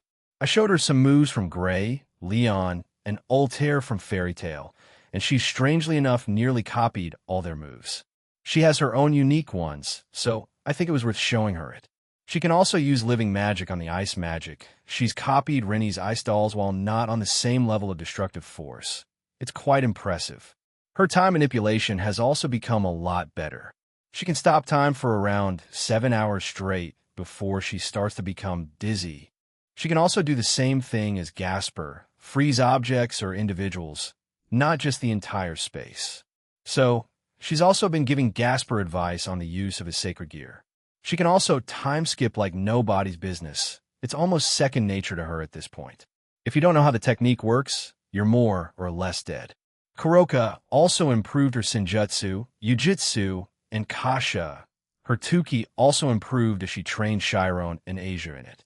She hasn't grown a new tail yet, but I believe she's close the same with Chiron. Ingvild also improved quite a bit, since she, Kuroka, and Grafia are near peak Satan class now. Due to her constant use, she now has a larger demonic pool. I had originally intended to find the sea serpent of the end relic, so she can start using it. But that's dumb. I told her I'd unlock it personally for her. They'll be doing that tonight. Boom. I could see Rias happily smiling at the dead monster she just obliterated with her power of destruction. Her creation speed of her power of destruction has become very fast as of late. Perhaps she's a late-blooming genius? Nah, it's her hard work. Nighttime, we had finished dinner and a bath. Everyone was just relaxing and unwinding for the night. Creak. The door to my room opens. I was just relaxing in bed, reading a random obscure manga I found. I look up and see that Chiron and Asia have come into my room. Hey guys, what's up? They didn't answer me, but crawled onto my bed and cuddle up to me. Haha, want some cuddle time then? I dismiss my book as I cuddle with the two. Chiron had made her cat ears and tail appear. Nyan. She cutely looks up at me, and I start to pet her head and scratch her chin. Asia is still quite shy, but is making progress. The fact that she's doing this is proof enough. You too, Asia. I pull her closer to me as she shyly nods. Why, yes, by the way, you two made those noodles tonight, right? They nod. Yeah, they tasted great. Looks like getting training from Grafia in cooking has been worth it. Huh? These two have been taking cooking classes with Grafia at night or during the day when they ask me. I don't mind. While training is important, relaxation is also important. I don't want any of them collapsing after all. I wonder when the great cook-off will start. Akino, Kuroka, and Rennie started it. These two have joined. Ingvild hasn't made much effort in cooking, but she's asked me about what kind of food I like. I'm not picky, so I can't really give her an exact answer. Yes, I'm glad you liked it, Jean Senpai. Chiron smiles as Asia nods furiously. Yeah, can't wait to taste your dishes more in the future. They both give me a smile as we continue to relax and wait for the rest to join. 2 months later, 2 more months have passed. We've been in here for 5 months in total. I was sitting on a new bench and table I made. Sometimes some of them would join me here to take a break. Phew. Ingvild comes over as she sighs and wipes some sweat off her forehead. Hey, good work. I summon a water bottle and give it to her. She happily takes it and starts drinking it immediately. She takes a seat beside me and leans her body onto mine and her head on my shoulder. I wrap my arm around her and pull her close. So, how's it going today? Any new improvement? It's fine, the usual, please. She sighs and mutters. I chuckle and oblige. In the last 2 months, Ingvild has grown closer to me. The usual is just me spoiling her for a bit. I got closer to everyone, and they did the same. The girls are like literal sisters now. Both Kiba and Gasper rely on me too. In a way, I've become the Grimmery Peerage's pillar.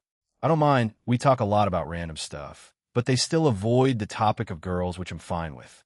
We mostly talk about shows and movies we're into, strategies, tactics, and our futures. I hadn't done anything, and she cutely complains. Yeah, one moment. I turn around and open my arms. She smiles and hugs me as she clings to me. I turn back to the front, and we sit close together, her smiling tiredly at me. Comfort me. You really get into cooking mode during these times, huh? She doesn't respond, but just smiles and leans back, closing her eyes. The same has happened with the other girls. I've become even closer with them, and they've started to compete in cooking more and more. Over the last 2 months, I've only managed to cook, I would say, like 4 times. Most of the time, it's Grafia plus someone else that wants some guidance in cooking. Now, with her help, the food ends up great, so I have no problems, but I would probably eat it even if it's a flop, to save hurting their feelings. Rias is hesitant, maybe because of our relationship reset. I'm not entirely sure, but the most we've done is the reading sessions at night. We start off with strategy and tactic books, but end up reading light novels or manga instead.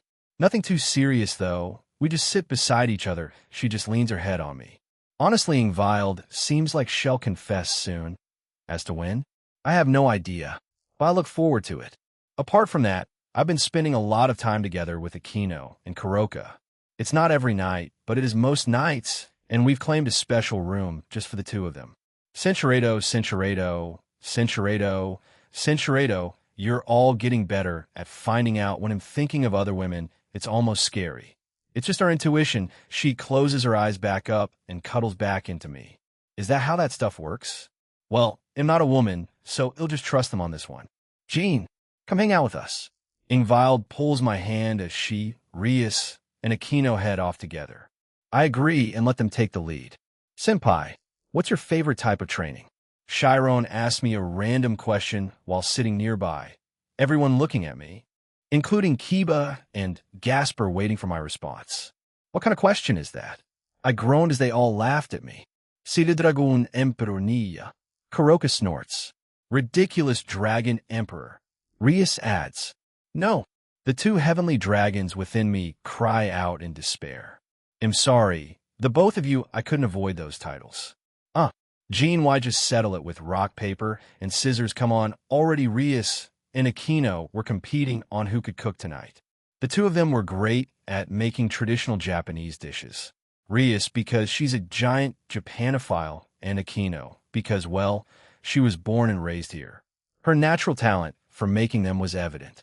Okay, so we'll start with this. We look over to see Ingvild starting to cook with Grafia. Ingvild, in. The 2 complain, but are ultimately shut down by Grafia as they started to cook. Seemed like Ingvild had started to join in the cooking battle. Things have been heating up. Kuroka tried to cook Chinese dumplings before they didn't end well. Gasper and Kiba passed out when they tried it. I'm thankful for my immunity, otherwise I would have been K. Centuredo. Mr. Akino threatened as Kuroka and Grafia nodded along with her statement. What the hell? Am I meant to lose then? That's unreasonable. I mean, I can survive without it, but can they? Should I turn this into an experiment? Okay, now you're just being cruel. I was joking. Jeez Louise Drake, you should know my humor by now. Pull. They screamed together. I let go of the rope, and they all stumbled back. Might as well lose. We won. Rias screamed. There was no punishment, but I did have to cook dinner tonight, and had to cook whatever they wanted. That's what they were so excited about. Is my food really that good? Never in my life. I would think I would see Gasper and Kiba being chased around by a creepy toy with legs, but life can be unexpected in these types of situations. Jaya, Jean Senpai, help! Gasper begged as I watched with squinted eyes. Kiba also gave me a pleading look, but I wanted to see how they'd deal with this they're running away more of because out of sheer shock, and not because they can't take this thing on. Kia! I turn to my side and see another scene like the previous Ingvild and Rias were being chased by E.T. Grafia found him adorable, the same with Chiron and Asia, but those two were utterly horrified, hence the running and screaming. Jean! Ingvild was practically begging with her eyes. I just sympathetically waved at them, and so, that's how 7 months of our lives passed by. They trained, grew closer to me and each other, and had fun while being in here. 7 months later, the Gremory Peerage's 1-year training session ends today. They all reached the peak of Ultimate Class a few months back. I've mostly had them train and hone their current magic and abilities. When we leave, they'll have the week left to do what they want. I advise them to keep training or do some strategies for the raiding game. But ITLL be up to them, so it's not really my say at that point. Asia, Chiron, and Kuroka are what I would say masters to 2k. They have pushed it to their current limit and are monsters. Asia has literally become one slap woman. She still doesn't like hurting anyone or anything, but as previously mentioned, she will defend herself or others if needed. Asia focused on mastering her sacred gear Twilight, healing once she and Kuroka thought her 2k was in a good place. She can instantly heal anyone from simple touch, and her AoE healing and distance healing are much faster. ITLL take around 5 seconds to heal a lethal wound. She can also shoot them as projectiles. The healing speed is the same as before the 1-year training. The projectiles are also fast and pass by objects, so she can heal through walls this way. Chiron concentrated on her Senjutsu and Kasha. Around 4 months back, Chiron could start using her Chiron mode. In this second mode, Chiron is able to make her body mature, appearing similar to her older sister temporarily by gathering the natural ki around her and syncing it with her 2k. In Chiron mode, she is granted full access to her Nikomata powers, letting her use moves such as Kasha and becoming the power of purification itself. When she first used it, it was quite taxing and she couldn't maintain it for too long. She can, however, stay in that form for around 3 months at a time. She has also gotten her 4th tail, just 2 behind Kuroka. Kuroka has reached low-tier god class along with Ingvild and Grafia. They're 1 tier below Rennie. I wonder how she'll respond once she finds out. Kuroka practiced all 3, Senjutsu, Yujitsu, and Kasha. She has become a near master at it all. Kiba has improved a lot since reaching the peak of Ultimate Class. His speed has become his most lethal weapon. I started to dub it his Godspeed, since if he added his Knight trait, he becomes even faster. He has also started to use his previous master's move, called Sandenzuki, a technique used by the famous Okita Tsuji. He uses them on many weak monsters to quickly rid of them. He hasn't achieved Balance Breaker, yet nor gotten his 2nd Sacred Gear Blade Blacksmith. Maybe when the Kokobile events start he will. Gasper has improved a lot as well. In terms of his Sacred Gear, he can freeze objects or beings for a maximum of 3 hours. This includes multiple targets. If he just targets an entire area, then 5 hours. I don't know why it's easier for him that way, but hey is what it is, I guess. He can summon multiple bats from his darkness and extend his Sacred Gear's powers there too, so he can cover a wider range if he wishes. His other abilities have improved too, including his elemental magic and hand-to-hand combat. Akino, well, she reached the peak of Satan class. Her Holy Lightning has become a lethal weapon for her. I wonder if she's even more proficient in it than Barakiel. She can stay in her Fallen Angel mode for around 4 full months. She's also fully mastered her Holy Lightning Dragon as well. She jokingly said it was because she trained with dragon energy for a full year. Kuroka strangely agreed with her, since she also has a weird new power that includes a dragon technique. I wonder why it didn't give them, I don't know, outer god properties or something, but won't question it. She probably helped me in that regard. I showed her my Lightning Flame Dragon mode a few months back, and she decided to try copying it, so she developed her own Holy Demonic Lightning mode, which was a surprise to say the least. She, in a way, becomes a slayer like from Fairy Tail. She can eat and consume any and all types of lightning, excluding that came from gods or goddesses for now.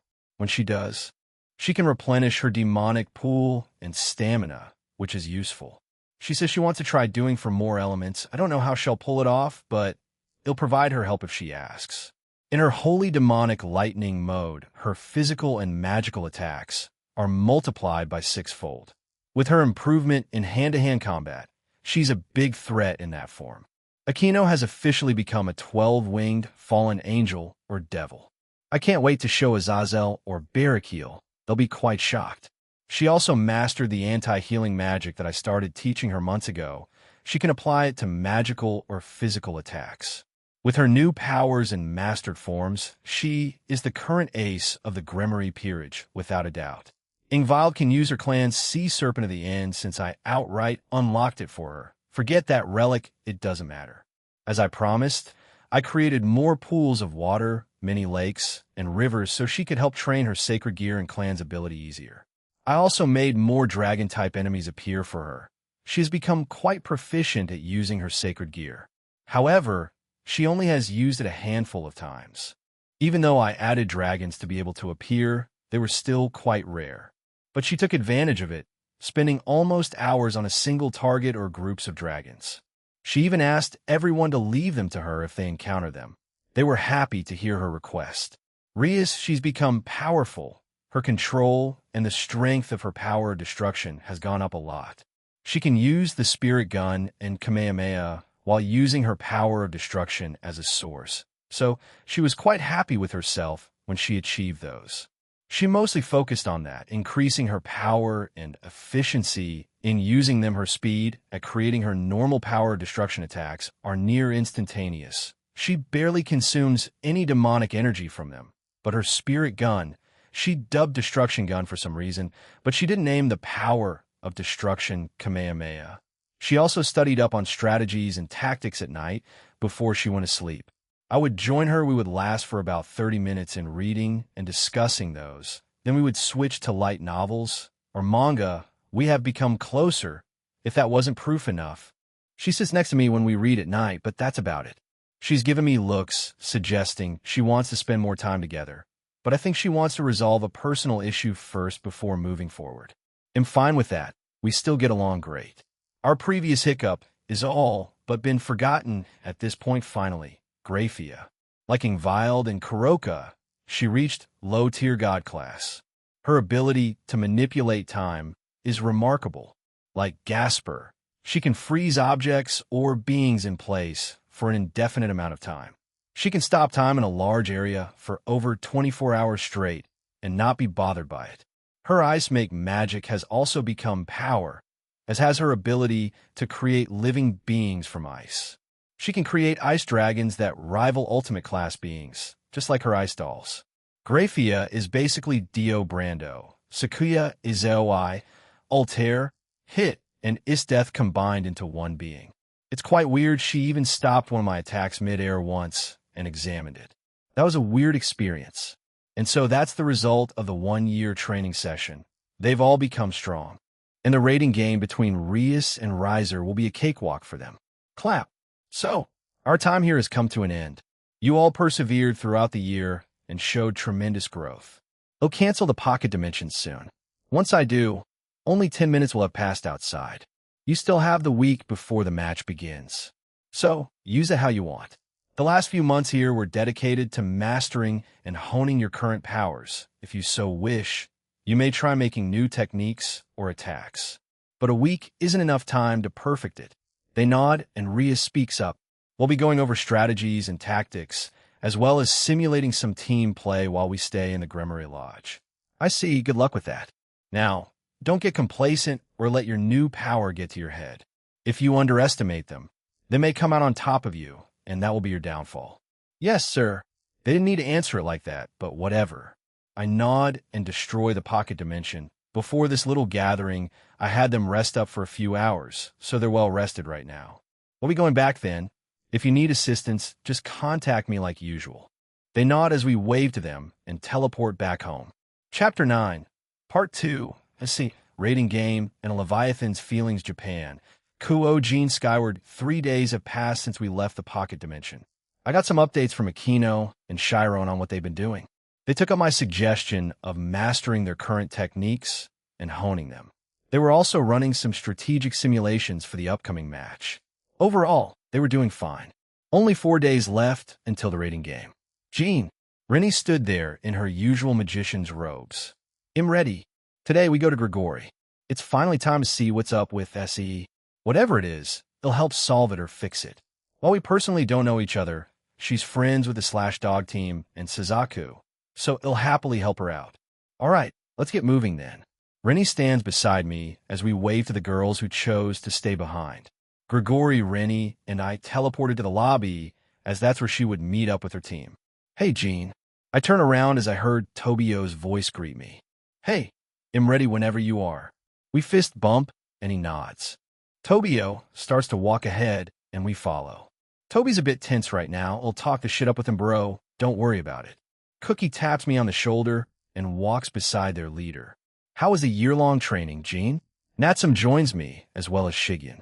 She didn't know what I meant by that, since I haven't fully explained it to her, but she took it in stride. It turned out really well. They still have 4 days before the rating game starts. I heard good things came out of your training. Natsum grins and nods. Yep, Sylph and I synchronized pretty well. We just need to come up with a name for that form. I also got better at using your weapon, Jean. Thank you. Shigen joins in the conversation, and I ruffle her head. Glad to hear it, Shigen. I think I know what Natsum's new form is going to be. I'm quite excited to see in action. You better keep your promise, Jean. I nod and laugh at Rennie. Of course, they'll bring you guys there too. Maybe add Suzaku as well the girls of the Slash-Dog team plus Suzaku. That would be an entertaining time in there. I've been meaning to ask, what's that place you've been referring to? Natsum asked. Seeing as how she's my lover now, it's fine. I don't mind Shigen knowing either. I nod and explain what the place is. So, that's what you meant, is that how Rennie got so strong? Rennie beside me smiles and nods. Now I really want to go. Natsum seemed almost envious. Soon. Just need to find the right time for it. They nod as I tell them what had transpired during the year in there. I leave out some of the rougher details for their own sake. We finally arrive at a door. Tobio stops and nods to himself. He turns around to look at me. This is the place, huh? He nods at me again. He touches the door and it slides open. Once we step inside, I could see many monitors and tubes attached to a person. I look at the female on the bed. Sae Tuju, she looked horrible. Almost malnourished, just barely clinging on to life, and he said this has been happening for a long time now. I've got to hand it to Grigori and Azazel for keeping her alive this long. Now, I wonder what's causing this. Oh, you're here. I look back up and see the Governor General here as well, a few other scientists, and I would assume doctors. Hey, yeah, I am. I answer back to him. He walks over and stands beside me as we all look at SE. So what do you think? Can you do something about this? He looked grimly at her too. Seemed like he was telling me she won't live too long if I can't. Our doctors and scientists here have been hard at work trying to find a way to help her. We believe it has something to do with the cowardly Leo inside of her. After a certain incident and the aftermath, right, let me get to it then. Azazel nods and gestures me forward. I do so, and I'll look over as I take the sheet that was covering her and carefully examine her for any signs of the affliction, checking from head down to her legs to see how she is being affected. Utsasimi, hollow artificial beings created to try to mimic the Four Fiends' sacred gears. They are more or less independent avatar-type sacred gears. They act and do the same things as the original four. Sae Tiju, the owner of the Utsasimi called the Cowardly Leo. It takes the form of a huge lion with black fur and golden eyes, which can sink into shadows and merge with them. It can also breathe out gigantic flames, and is shown to be incredibly resilient, capable of shrugging off powerful attacks.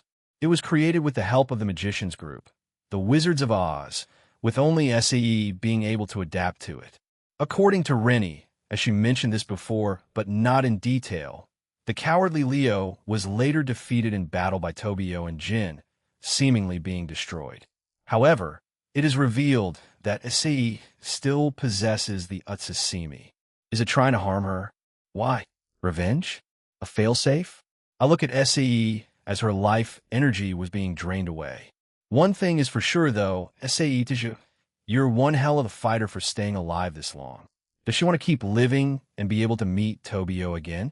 Is it possible that Utsusimi has grown fond of SAE and regrets doing this? Doubtful, but who knows? Well, whatever triggered it to do this, I need to deal with it now. It's slowly draining her life. The Utsusimi, the cowardly Leo. Cinchuredo. Complete answer. Destroy and remove Utsusimi from SAE Tuju, or officially make it into a complete sacred gear. What to choose? No, it's not a difficult decision. SAE, whether she likes it or not, will be involved with the supernatural since Tobio is, along with her friends. Make the 4 fiends into 5. Make it an official sacred gear counter. Counter. Answer. Converting the Utsusimi, the cowardly Leo, into a new, independent type, sacred gear. Processing shine. A bright yellow light starts to appear from my hand and flows through Sa's entire body. The room also starts to glow bright yellow. Today, I start as I feel everyone watching me and listening to my words. March the day that the 4 fiends turn into 5. Shine. System. Answer. Process complete. The cowardly Leo has been turned into an independent avatar, type, sacred gear. As the light faded, I used this time to heal SAE back to full health, as well as revitalize her body. Her previous frail look had transformed into that of a normal girl's body. In a way, she looked like she was just having a nap. I removed my hand from her head. It's done. I step away and let the group look at her. Tobio kneeled beside SAE as he gently grabbed her hand. Azazel stood beside him and stared down at SAE. Incredible. He shakes his head. You are literally a man of miracles, Jean. I just chuckle at him. But what did you mean by making the 4 into 5? Do you mean you? I meant what I said, Azazel. I've turned the Utsusimi into an independent avatar, type, sacred gear. The cowardly Leo is no longer an Utsusimi, but a bona fide sacred gear, like Natsum's Griffin or Shigen's Poe. Toby, when she wakes up, shall be dragged into the supernatural world that can't be helped anymore. Help her train with it. I've made sure we'll fully obey her, protect her first and foremost. So don't worry about it turning back or we'll try to kill her again.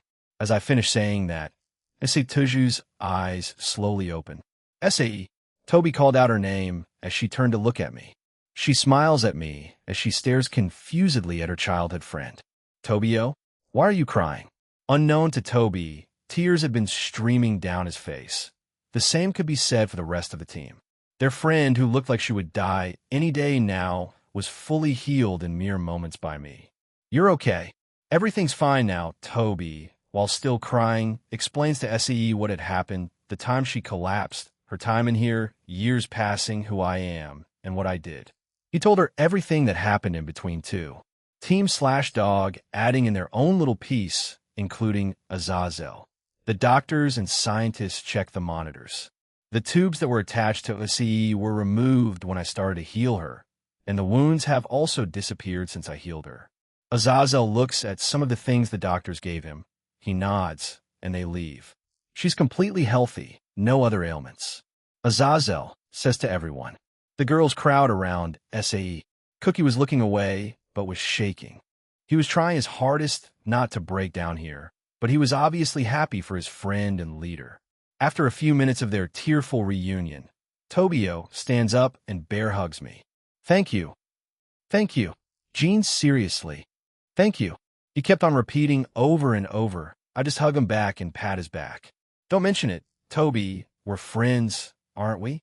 We break the hug, and he nods. He wipes his tears away and confidently smiles at me. We're friends. We fist bump and chuckle at each other. The girls also hug me, and Cookie and I fist bump. Thank you, Jean-san. SAE looks at me as tears were also streaming down her face. I can't ever repay you. I wave her off. No need. I'm just glad you're okay. She smiles and tries to get up. She plants her feet down, wobbles, and ultimately falls into Tobio, who catches her. Yeah, you haven't stood up in 2 years. ITLL, take you time to adjust. Tobio falls silent as he holds SAE in a hug. SAE. The moment he called out her name, she looked up at him confused. We all stared at him as he adopted a serious expression. He was staring straight ahead while thinking of something. He then looks down at her and smiled. Will you marry me? The room falls silent, all of us staring at Tobio in shock. Even Azazel wasn't expecting this. The girl in question, Sae, was staring at Tobio accused in shock again. The waterworks started again as Sae cried in Tobio's arms. Yes, yes, yes.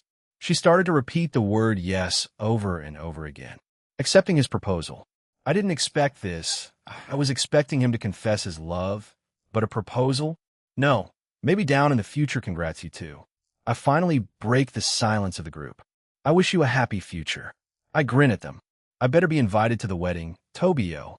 Once I broke the ice, everyone started to freak out, especially the girls. I caught Cookie as he stumbled backwards proposal. What the hell is happening? I need a drink. Cookie clutches his head as he was very surprised. I gave him a bottle of water, and he readily accepted it. Huh. Color me surprised Tobio. Now that's a plot twist I didn't expect from you. Azazel laughs as he palms his forehead. They'll step out for a bit then. They'll let you guys have your reunion. They smile at me as I leave. After I had Flash stepped away, I aimlessly wandered in a random direction. I was greeted by many fallen angels as I walked by, even stopping to chat with some of them. Valis Aura hasn't been here in a while. I wonder what Cow's Brigade is like now. Did that proposal bother you that much, partner? Nah, Centurado, but a good few minutes should have passed. She looked quite surprised to see me, for some reason. Oh, hey, Penemu, how have you been? She doesn't answer. Instead, she just stares at me for a few seconds. Did something happen to you? I tilt my head confused at her question. You seem different. Did you get dumped or something? Pierce. I felt like something sharp just stabbed me in the heart. Jesus Christ, woman. That sounds horrifying. No. I mean, I did get scolded by a few people, but apart from that, no. She waits for me to continue. I sigh and tell her of my recent adventures and tribulations. I see. That's why you look like you matured an extra 2 years. Serves you right. I couldn't exactly deny that, as she says that her usual sass or attitude toward me isn't present. Did she finally get over it? Oh, I cured tissue. She's awake and Tobio proposed to her. I say that in quick succession as she freezes, her eyes widening in shock. He what? Oh, little SAE is awake. Sounds like she's on good terms with SAE. She smiles at me, genuinely. Thank you, Jean. She puts her hand out for a handshake. Let's start a real friendship here then, seeing as how you've matured a bit. I chuckle and shake her hand. Sure thing, Penemu. I hand her my number and tell her what it is. She accepts it and puts it away. Now, it's time for me to join them. She starts to skip away, happily. She can act a little childishly at times. I continue my little aimless journey. I eventually find an isolated place with a bench. I sit on it and close my eyes. Phew, I let out a sigh of relief. I spoke to way too many fallen today. I even came across Rainier. I should talk to Azazel about their situation soon. But I had to prioritize healing SC, so we didn't get a chance to speak. So, gonna tell us what's bothering you? It's nothing really. I think we discussed it a month ago. I'm just being overdramatic. Go on. It's just about the future, Drake, you know? It's about what I'm going to do after graduating and the far, far future. What am I going to be doing then? Who's going to be with me? I'm thinking like 100,000 years in the future. Devils live for 10,000 years. Other beings also range around that too. In theory, Ophis, Irene, the two of you in character will be the only ones with me. When I am done with the events of this world, what will I do? Defeat Trihexa, deal with Yexi, destroy Ghidorah, and whatever the hell Azathoth and the other outer god want from me. Live a quiet and peaceful life. Go explore other worlds in the multiverse. I'm immortal. I know that you guys are aware of that. Not all of the girls know it yet, but they will soon. I'm an outer god too. Hell, I might evolve in the future too. I will outlive all of them. Thinking about that fills me with anxiety. I'm mulling over if I should ask them to, spend eternity with me. I know it's selfish. Maybe some of them may not want as painful as it sounds. I will respect their decision, even if it pains me.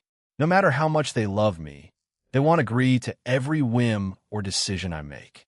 So, it got me thinking when Tobio proposed to SE. At the end of the day, they're both humans. They have limited time to live in this world and are under pressure to marry, have children, and spend every aching moment they can together. They've been involved in the supernatural. After all, you can lose your life at any time. I know Aquino wants to get married, probably a few of the girls too. Traditional marriages? But just acknowledge we love each other and see each other as spouses and move forward from there. Ha, Jean. Wait, I know. I spoke about this to Sarah, but it just came back because Tobio proposed, right? You did? So, take it a day at a time. It's fine to be worried about these things. But like you said, most girls you'll be with them for 10,000 years at best. You can talk to them about this and make that decision down the line. This is way too early. I'm sure you can convince the human females in your group to at least increase their lifespans like Lavinia Rennie. She has the same life expectancy as the devils, 10,000 years. I know. You up the girls' defenses. They're near invincible, even more so after you keep on taking them into the pocket dimension. Just take it easy. Top yin. I hear Rennie's voice beside me and a tap on my shoulder. I look up and see her there. She sits down and smiles at me. What are you doing here all alone? Diking on up. She leans her head on my shoulder. Yeah, something like that. How's everyone else? They're still with SE. Penamusan came and celebrated with the rest of us. Natsum was worried about you, so I offered to look for you. We should go back. Did Toby's proposal bother you? I turn to look at her as she worriedly looks at me. No, I've already seen a few proposals, even in Kyoto when I was walking around with Yasaka and Kunu. It just made me think. That's all. She looks at me wanting to continue. I sigh and relent. I tell her what I spoke to Drake about. As soon as I was finished, we fell into silence for a moment. I sigh again. I'll miss this warmth, this feeling, all of it. I feel Rennie tighten her hold on my arm. If I said, I want to be with you forever, will that count? She says in a whisper.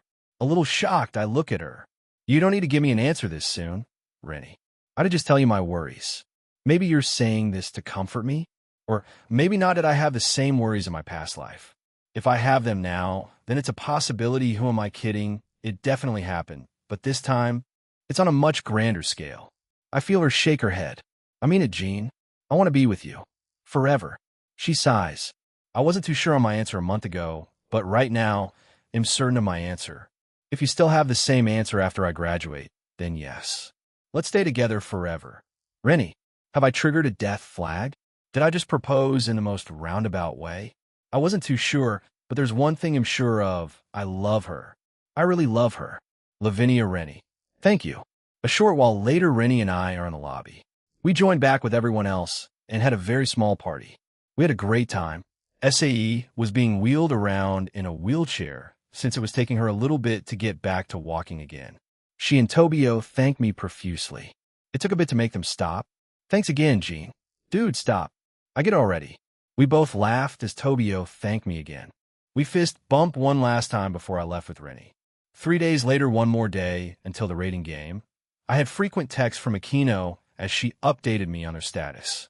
They've mostly studied up on their opponents, so they're more or less aware of what they're capable of. The house was a bit empty with so many absent, so Kuroka, Ingvild, Grafia, and Rennie were the ones who spent time with me at night. I also made some modifications and upgrades to Grand Chariot. I pretty much know who to give the sacred gear to, but I need to see how well she can fight on her own before I do, to see their compatibility even further. I also made my bed and room bigger, with the growing number of guests who will be staying with me. However, I probably need to make a schedule in the future. Realistically, hosting all of them at once is unrealistic. Grafia and another ally will help with that. The next day, nighttime. The Grimory Peerage had teleported back to the Occult Research Club room around noon. They had gotten ready and relaxed throughout the day. I had teleported there along with Grafia. Rennie, Natsum, and Shigen stayed late at the training facility. They really wanted to get stronger, so I let them. I invited them to come watch, but as I said, they were busy training. The rest were busy with their own things, so declined my invitation. All right, take these. I go over to Rias and give her condensed healing slimes in the form of tablets. Centurato, that should be fine. I look at them as they silently nod. You guys trained for this for a full year. It's fine to be nervous, but go out there with your heads held high. I go to Gasper. Gasper, you grew a lot, and have gained some confidence and courage. As two of the men of the Gremory peerage, go out there and show the devils how you tango. You got that? Igiriagajis. Jean Senpai. He stutters a bit, but give a good response. I nod and go to Kiba. You've improved a lot, Kiba. It's unfortunate you couldn't achieve Balance Breaker, but it shouldn't be too long until you do. You become an all-rounder. Use and abuse that Godspeed of yours. You hear me? He, of course, Jean Senpai. He sheepishly answers back. Next up is Chiron. She was quietly eating some sweets. Chiron Tuju. I kneel down and pat her head. You've trained a lot with Asia and Kuroka, unlocked a new form, and gained new mastery on your Senjutsu and Kasha. Go and beat them up. She smiles and nods at me. I give her a kiss on the forehead as a good luck charm. I walk up to Asia. Asia, I know you don't like hurting people, but for the sake of your king, fight for her and yourself. They're all family, right? She nods. Good. You're an essential part of this peerage, and I'm proud of your growth. Thank you very much. I'll try my best. She smiles at me as she holds onto a wooden cross. Akino. I stand in front of her as she stares at me with determination in her eyes. I know you can do it. The queen of this group, I know how much you've grown and come a long way. Go kick ass. Ufufu, of course. Leave it to me, Jean. I give her a quick affectionate barato and go to Rias. Rias, your decision-making and leadership will be tested today. Like everyone else, you've grown a lot. Trust in your servants and their abilities. Go win this. Yes, we've trained hard for this. Thank you again, Jean. We shake hands. Grafia, seeing that I was done, announces that the match will start soon. She hands me something. This will teleport you to the venue where the Satans, Gremory, Phoenix, and a few other nobles will be watching the match. I see, thank you. We share a kiss, and the Gremory group as well as Grafia disappear. Time to get going then. I used the paper and also teleported away. Underworld VIP booth, there were many individuals present when I teleported there. They all turned to me as I put my hand up. Yo, pretty fancy place. I could see a lot of devils here. The four Satans, Astery, Millikas, Venelana, Zeoticus, the Phoenix family, a few noble-looking devils, and Serorg. Welcome, Jean. I'm glad you could make it. Surzex welcomes me, and I walk over to them. Jean. Serafal gives me a quick hug and sits back down. I'm a bit surprised she wasn't more clingy. Apparently, she wants to act as the Leviathan Satan for now. I catch up with the rest of the devils I knew, including Serorg. I was surprised he was here to watch. So this is the famous middleman, huh? The man known as Lord Phoenix looks at me. The other nobles start to chatter amongst themselves. Jean. Surzex calls my name. Who do you think will win? All eyes were on me when he asked the question. I give him a smile. Rias Gremory's peerage. And you're sure of this? Lord Phoenix asks with a raised brow. I know he thinks Riser should be knocked down a peg, as he believes his son has grown too confident and arrogant. Yes, I do believe so, Lord Phoenix. He nods, and the room falls silent as the match starts. Third-person point of view. Hello, everyone. I am Grafia, a maid from the House of Gremory. I will be the arbiter of the rating match between the House of Gremory and the House of Phoenix. Grafia's voice resounded from the school broadcast. In the name of my master, Surzex Lucifer, I will be keeping my eye on this match by using both Riasama and Riser Samus opinions. We created this battlefield, which is a replica of the school, Kuo Academy, which Riasama attends to in the human world. The location where both teams were transported will be their base. Riasama's base will be the Occult Research Cubs Club Room, located in the old school building. Riser Samus base would be the Student Council's room, located in the new building. For the pawns to use promotion, please head to the enemy's base to do it. Rias hands out some transceivers to her peerage. We'll be using this throughout the game. Stay on your toes, everyone. They all nod as they put on the transceiver. Now it's the time for the commencement of the battle. Also, this match will continue till dawn in human time. So the game starts now. Ring, ring. The school bell rings, announcing the start of the game. We've discussed how to approach this. We've even gone through what we'd do if the school was used as a battlefield. Places everyone. Yes, President. Everyone quickly dispersed. Ria stayed in the clubroom herself. Asia had gone with Akino to provide support. They were going to start the match with a bang. With Akino and Asia. Asia-chan, Use your 2k to feel our enemy's presence, okay? They'll concentrate on my attack, yes, Akino-san. During the year-long training session, Asia practiced making a barrier in the pocket dimension. She was planning to protect Akino with that. Only true high-class devils can break through it.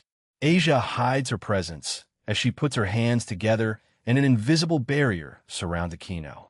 Even if someone did break through the barrier, Akino could just shrug it off. She was Satan class. She also had the ring and clothes on her to protect her. Suddenly, many dark clouds started to appear above the skies of the replicated Kuo. With Riser? Clouds? What's the meaning of this? Oni-sama, I think we should be cautious of those clouds, Ravel Phoenix. Riser's younger sister was in the student council room. While he wasn't dumb, he was nowhere near his younger sister's intellect. Very well. Do what you must, warn the rest. Yes.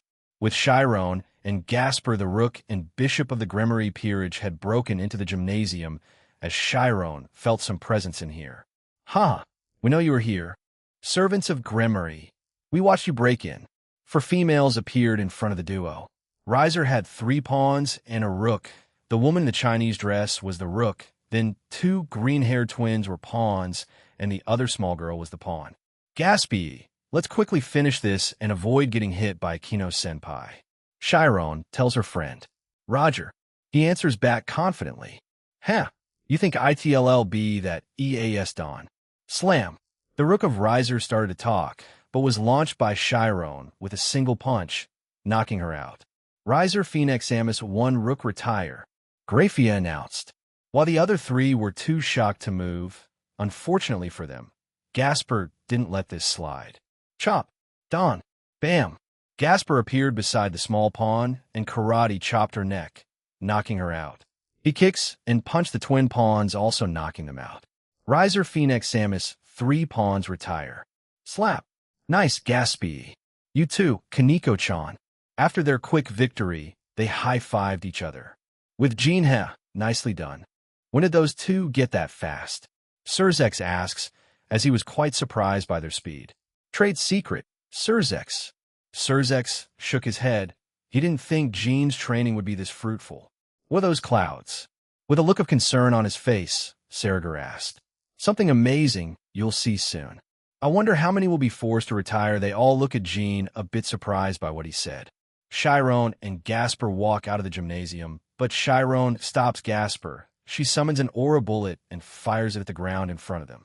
Boom! Landmine, it has to be the bomb queen, Riser's queen. Chiron concludes. Why thanks Kaneko-chan. TCH, so you knew about that? Said woman appeared in the sky as she frowned at the Gremory Bishop and Rook. Then just Chiron activated her 2 and she instantly appeared beside the Queen of Riser's Peerage, who had a look of surprise. Centurado. Kiba-senpai just said he's in a safe spot. Gasper nods as he grabs onto Chiron, and they disappear from the spot. A safe spot. Crackle. Crackle. Boom. Boom. Yubaluna, the Queen of Riser's Peerage, looks up at the sky. Lightning and thunder started to crackle above her. What in the world? She could see a lone figure floating in the sky. Is that priestess of thunder? She looked at Akino in horror as she had a sadistic smile on her. With Jean, wasn't this so much power? Is this the power of the Queen of Rias Gremory's Peerage? The nobles were shocked by the amount of demonic energy they were feeling. Jean, what in the world is happening? Sarah asked him, some heads turning to him. Even Surzex had a look of concern on him. Let's just say, Akino is quite powerful now. You're going to see one of her strongest techniques. Let's hope that dimension can take it. Wow, Akino-chan became this powerful? Seraphal answered in an upbeat tone, but Jean could tell she was as surprised as the rest. She's no longer the priestess of thunder. They give Jean a weird look, but he continues. She's the priestess of thunder and light. He grins as the light show was about to begin. With Akino Ufofu, dance for me, lightning gathered around Akino's hand as she started to shape it into an even larger dragon than last time. Her aim? Complete annihilation of the area, the school of Kuo. She's only using half of her demonic energy too. She'll have a lot of it left after this attack. Boom! Riser's queen had flown up to try to stop Akino, but she was unfazed. Eubeluna was also shocked. Her attack didn't even faze her. I'm sorry. Censuredo, it hovers above Aquino as she smiles with a confident grin. This dragon was even bigger than the one she summoned back a year ago. It was at least 3 times larger. What is that? Eubeluna was too shocked to move. She stared in awe at the beast in front of her. Asia-chan, take cover, Aquino warned her junior as Asia covered herself in 10k and quickly hid at a safe place along with Kiba, Gasper, and Chiron. The queen of the Grimoire peerage announced. That this will soon be over, Aquino gave Riser's queen a terrifying smile. Vanish with a roar of holy lightning, she tilts her hand up as the dragon, made of lightning, goes back up into the clouds. She does a quick motion as she brings her hand down. A wicked smile on her face. Kirin. STO, the holy lightning dragon, quickly comes back down and consumes everything below it. The entirety of Kuo Academy was bathed in bright yellow light. Boom! With Jean, the room had fallen silent as they saw the attack cover the entire screen they were watching through. No one dared to say a word, but their eyes and head slowly went to Jean. She went a bit overboard there. Well, she still has half her demonic reserves, so it's fine. Well, that wasn't her full power. Sarah was quite shocked. It's fine, Sarorg. She can still fight if that's what you're asking. Look, it's starting to settle. Everyone looked back at the monitor as the light and dust finally settled. In front of was utter carnage. A few devil nobles let out gasps of shock. The rest stared in stunned silence. Back on the battlefield, even Graphia was too stunned to speak. She had to compose herself. Riser Phoenix Amis, 1 queen, for pawns 2 bishops, 2 knights, and 1 rook retire. Yufufu. Aquino looks at the destruction she caused. A part of the dimension was also missing, and the grounds under her was also completely destroyed. The rest of her peerage and king come out of hiding. Aquino-senpai, that was a bit too much. Chiron looks around at the devastation her senpai caused. I don't want to be hit by that. Gasper shivered beside Chiron. Are you okay, Aquino-san? Asia goes over to the queen of the group as she had landed. I'm fine, Asia-chun. She smiled at her junior, happy she was worried about her. Nicely done, Aquino. All that's left is Crash. Boom. Rias. An angry voice boomed in the distance as flames erupted from the destroyed building of the student council.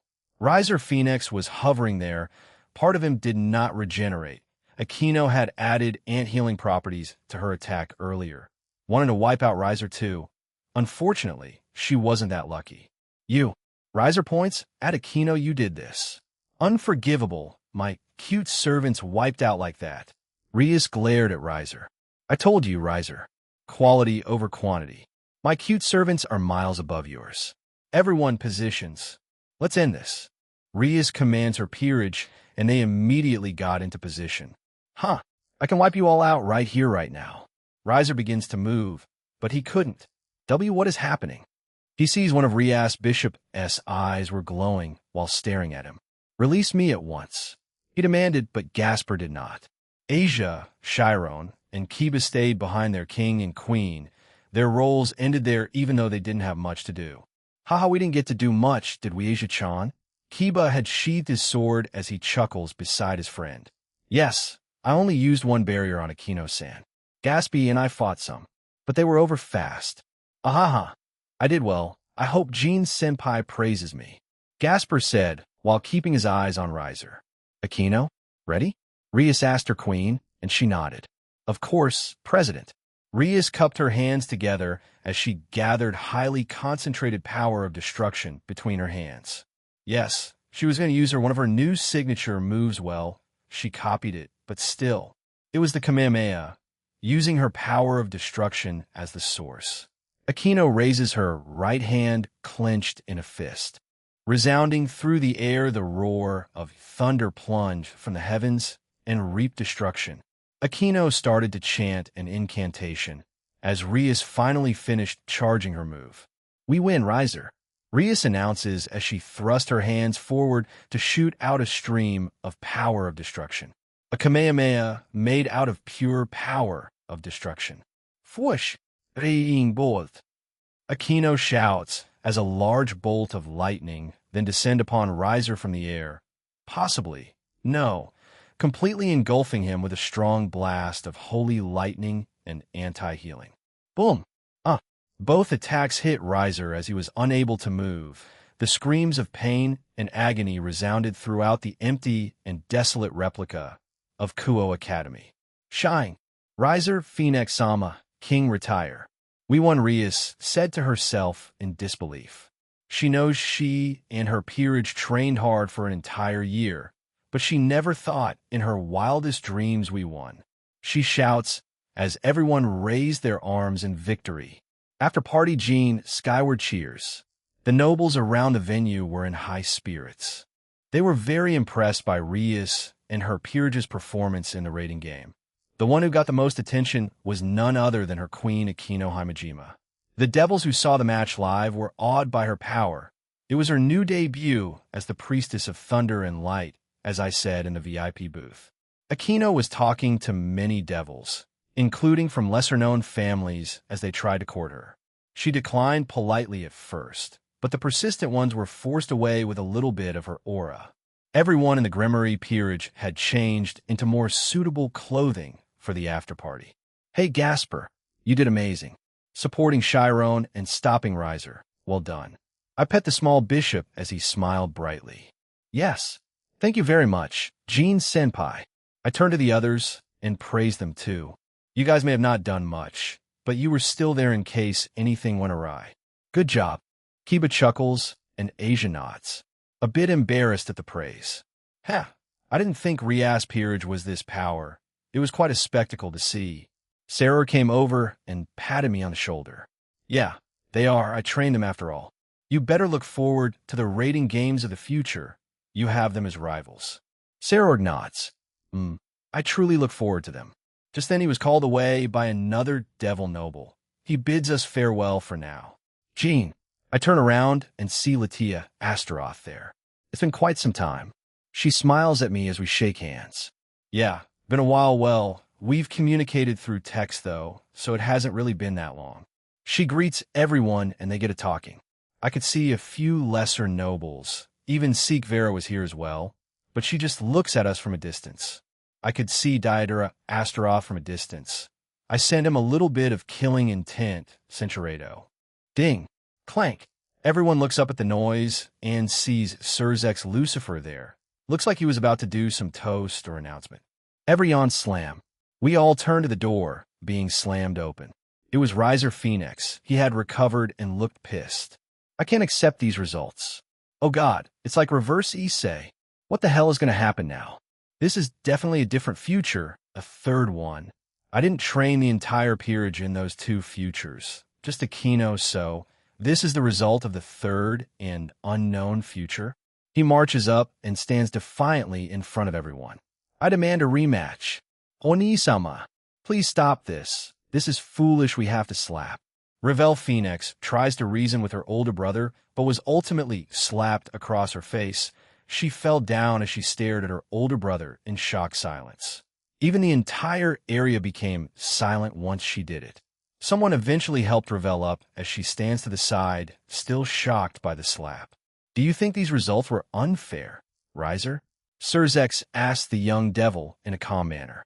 Yes, that is why I demand a rematch with Rias Grimoire. No, a one-on-one match. I have overheard they were trained by someone quite capable. I demand to fight who trained them. Once I beat them, then the marriage will continue. What kind of logic is that? That's stupid. That won't slide. I swear if this Lucifer accepts, I'm gonna see an interesting proposal, Riser. It will definitely liven up this after-party up. No? Surzex looks over at everyone. I just give him a death glare. He in return wryly smiles at me, almost begging me to go along with it. If I go with this crap, you owe me another damn favor. Centuredo, he awkwardly coughs into his fist. The one who trained my sister's peerage is none other than the middleman of the factions. He gestures to me as I stand away from the crowd. I nod to him. Riser gets visibly redder. You. I knew it would be you. You have no other reason being in that clubroom. He starts laughing like a psycho. Very well. I can't even sense a lick of mana from you. This will be an easy fight. Yes, it will be easy for me. Lucifer-sama. I want this match to happen now. Very well, Riser. The Grimoire Peerage was looking at Riser in pity. Sona and Tsubaki had joined them, looking at Riser weirdly. Who will win? Tsubaki asked.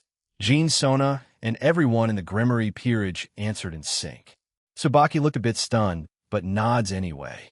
Underworld Coliseum. Are both fighters ready? Grafia became our arbiter again, but she skipped the pleasantries as she knew how this will go. I also wanted to get this stupid thing over with. Riser was looking at me very smugly. To him, this looked like a walk in the park. I mean, come on, he's smart kind of. He's not stupid, no. He's just triggered right now. That's the only logical conclusion. I'm more surprised that his parents didn't try stopping him. I expected Rival Phoenix to try and reason with Riser. Maybe he was just busy and wasn't there. Ravel wasn't exactly too useful. She was slapped. That ticked me off. She was just trying to stop him. He better apologize after this if you don't traumatize him too much.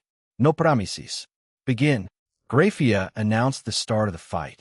First come, first serve middleman. Riser summoned his fiery wings and flew into the sky. He summoned a large ball of flame above him. Be burned to ashes. He launched the attack at me. Boom. Ha ha ha. That's it. What are you even talking about? I had teleported behind him, while Riser was clearly surprised, but couldn't react on time. Slap.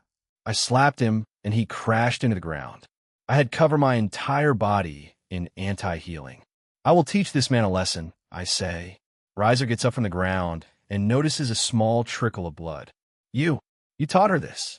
He points to the mark on his face. I just shrug at him. Before he can finish, I quickly appear in front of him and firmly push him back. Surrender. Cinchuredo, did I do enough? What if he recovers and doesn't stop? I grab his arm and twist it sharply, forcing him to submit. Surrender yet? Don't forget we're meant to debut here. Right, I wasn't too sure when to pull it out, but might as well. Boosted gear. I announced, and my sacred gear appeared. I hear a few gasps of shock. Balance break. Welsh Dragon Balance Breaker. The boosted gear announced as it covered me in red armor. I grab Riser's other arm and overpower him, forcing him to yield. I direct some killing intent and the aura of a dragon towards him. Riser Phoenix. Cinchuredo power output. Dragon God 100 counter. Answer. Removing aura and mana seals. Hi. Riser scurries away as he looks at me in sheer terror. The pain of his broken bones didn't matter to him at that point. What's wrong, Phoenix? Dragon got your tongue? I take a step closer to him as he crawls further away from me, while some of his bones break as he does so. Why so scared? Come over here, let's keep fighting. Another step closer. Get away from me, you monster. Monster? I guess I am. I decide to create a mirage of a dragon behind me. No, it was a mirage of Draig, the red dragon of domination. I like it, partner. The dragon mirage lowly growled at Riser, as my aura and killing intent kept being directed at him. The guy had pissed himself as he was finally backed up into one of the walls of the Colosseum. Shaking in complete fear, tears and snot dribbled down his face. I surrender. Get away from me. I dispel everything and put back my aura and mana seal, as well as power down to 1 dragon god in strength. I also cancel my scale mail and desummon my boosted gear. Finally, I remove the barrier. The winner is the Red Dragon Emperor, Jean, but there was no applause, only silence. Once the little fight was over, the after-party was a lot more calm. Silent? Awkward? This is definitely my fault. Riser had well been taken away from the venue by his parents. Ravel had stayed behind. Thank you for not killing my brother, Jean Sama. Ravel came up to me and bowed. I never intended to, just got a little heated during it. How's your cheek? Still stinging? She nods while a bit reluctant. I nod and heal it for her. There, that should help. Thank you very much. She bows again and leaves. Hey, I healed the guy before he was taken away, but he had become terrified of me. His parents thanked me, however. Quite a lot of the noble devils left, again, scared of me as well as my brutality. Maybe I went a bit overboard? Huh, who knows? Only a few individuals were left. Sursex comes up to me as he sighs. That was quite a spectacle. Very brutal, too. Hey, your idea, not mine. I shrug as I directed the blame at him. Let's go with it's both our faults, shall we? He tries to compromise and I agree. Fine, it's ours. Anyway, we're done now, right? He nods to my question. Would you like to cash in your favor? I nod, why wouldn't I? Very well, come teleport to my office. He vanishes from the spot, Astery and Graphia included. Era. Jean Cohen, you were quite brutal to Riser Cohen. Venelana came up to me along with Rias, her peerage, and Zeodicus Gremory. Millicast was nowhere to be found. I wonder if he was sent home earlier. I may have gone overboard, but Riser wouldn't surrender. Zeodicus walks up to me and holds out his hand. I shake it. It's finally nice to put a name to a face. How do you do, Jean? Imtseoticus Gremory, current head of the Gremory clan. Likewise, it's a pleasure to meet you, Zeodicus. I would like to talk in the future. However, I must go back home to deal with the fallout of this whole ordeal. Venelana nods as the both of them teleport away. Sure, I didn't even get to answer before they left. I turn to the Gremory peerage. Everything's done now, huh? Great job on the win, by the way, Rias. Yes, thank you. I'm sorry I couldn't come here earlier. She genuinely looked down about it. Don't worry about it. You are being hounded by other noble devils and their families. I sigh. Anyway, this party is mostly over. I have some business to attend to with Surzex. You guys go ahead. They'll see you at home, Jean. Aquino waved to me as I go to Surzex's office. Thank you for doing this selfish request of mine, Jean. Surzex was sitting on his chair behind his desk. Astery was to his left, and Graphia to his right. Right, don't worry about it. I had fun along the way. This makes him laugh. Is that so? Well, let's skip pleasantries and the like. In total, I owe you 5 favors. I added the one from earlier. What would you like, Jean? He smiles at me. He already knows what I want first and foremost. You're doing this on purpose, huh? He kept on smiling. Right. So far, I only want to use 1 favor. The rest can be used at a different time. Yes? Yes, that's right. Right, so for my first favor, I point at Graphia. I want Graphia Lucifuge to help me. Graphia looks surprised at this, as both Astery and Surzex grin at me. I just roll my eyes at them as they begin to laugh. My apologies, Jean. I have no problems with that. However, you're already aware of the Gremory's stance on their servants. Yes? He asks me and I nod. Since you do, let us ask the devil in question, shall we? He turns to Graphia. What would you like to do? Graphia? Yes. Over the last month and a few weeks, I have observed Jean skyward and have come to a conclusion. She smiles at me. I would love to go with you, Jean. I am holding back my happiness and smiling like an idiot. I just briefly smile at her and nod. If that's how you feel, Graphia, then I have no quarrels with it. However, it will take a day or 2 for me to get the paperwork done.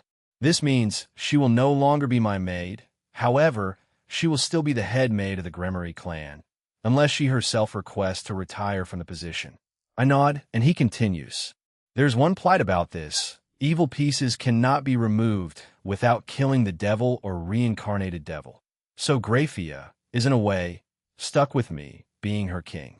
I shake my head. Surzex, have you forgotten who I am? The man of miracles. He blinks at me a bit shocked. I go over Graphia and put my palm out. Centurado, how are you feeling? I ask her as I hold her. I am fine. I do not feel any different. She nods to affirm her statement. Jean, I swear you're... He stops himself as he shakes his head. Hey, why not turn your wife into your queen?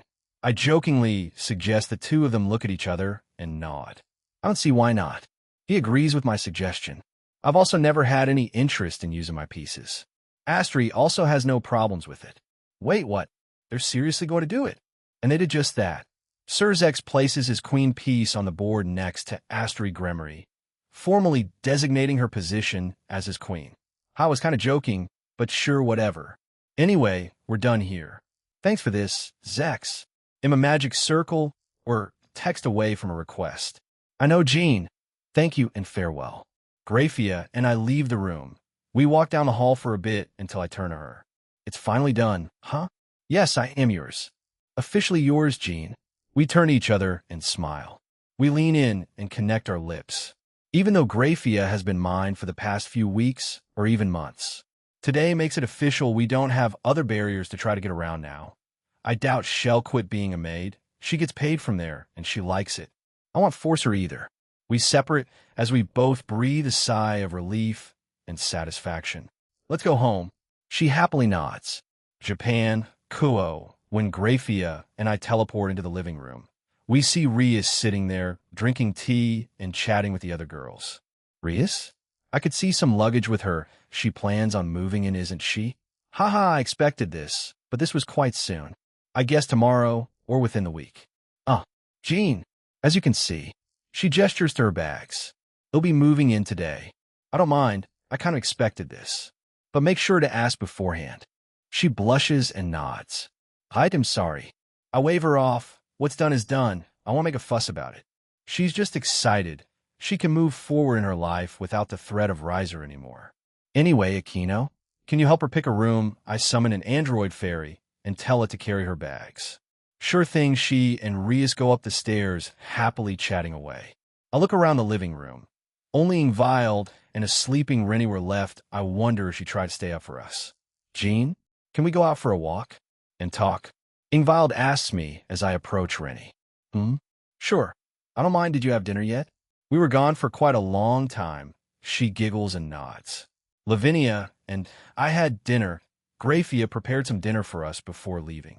That's why she was a bit late in coming up before we left, I see.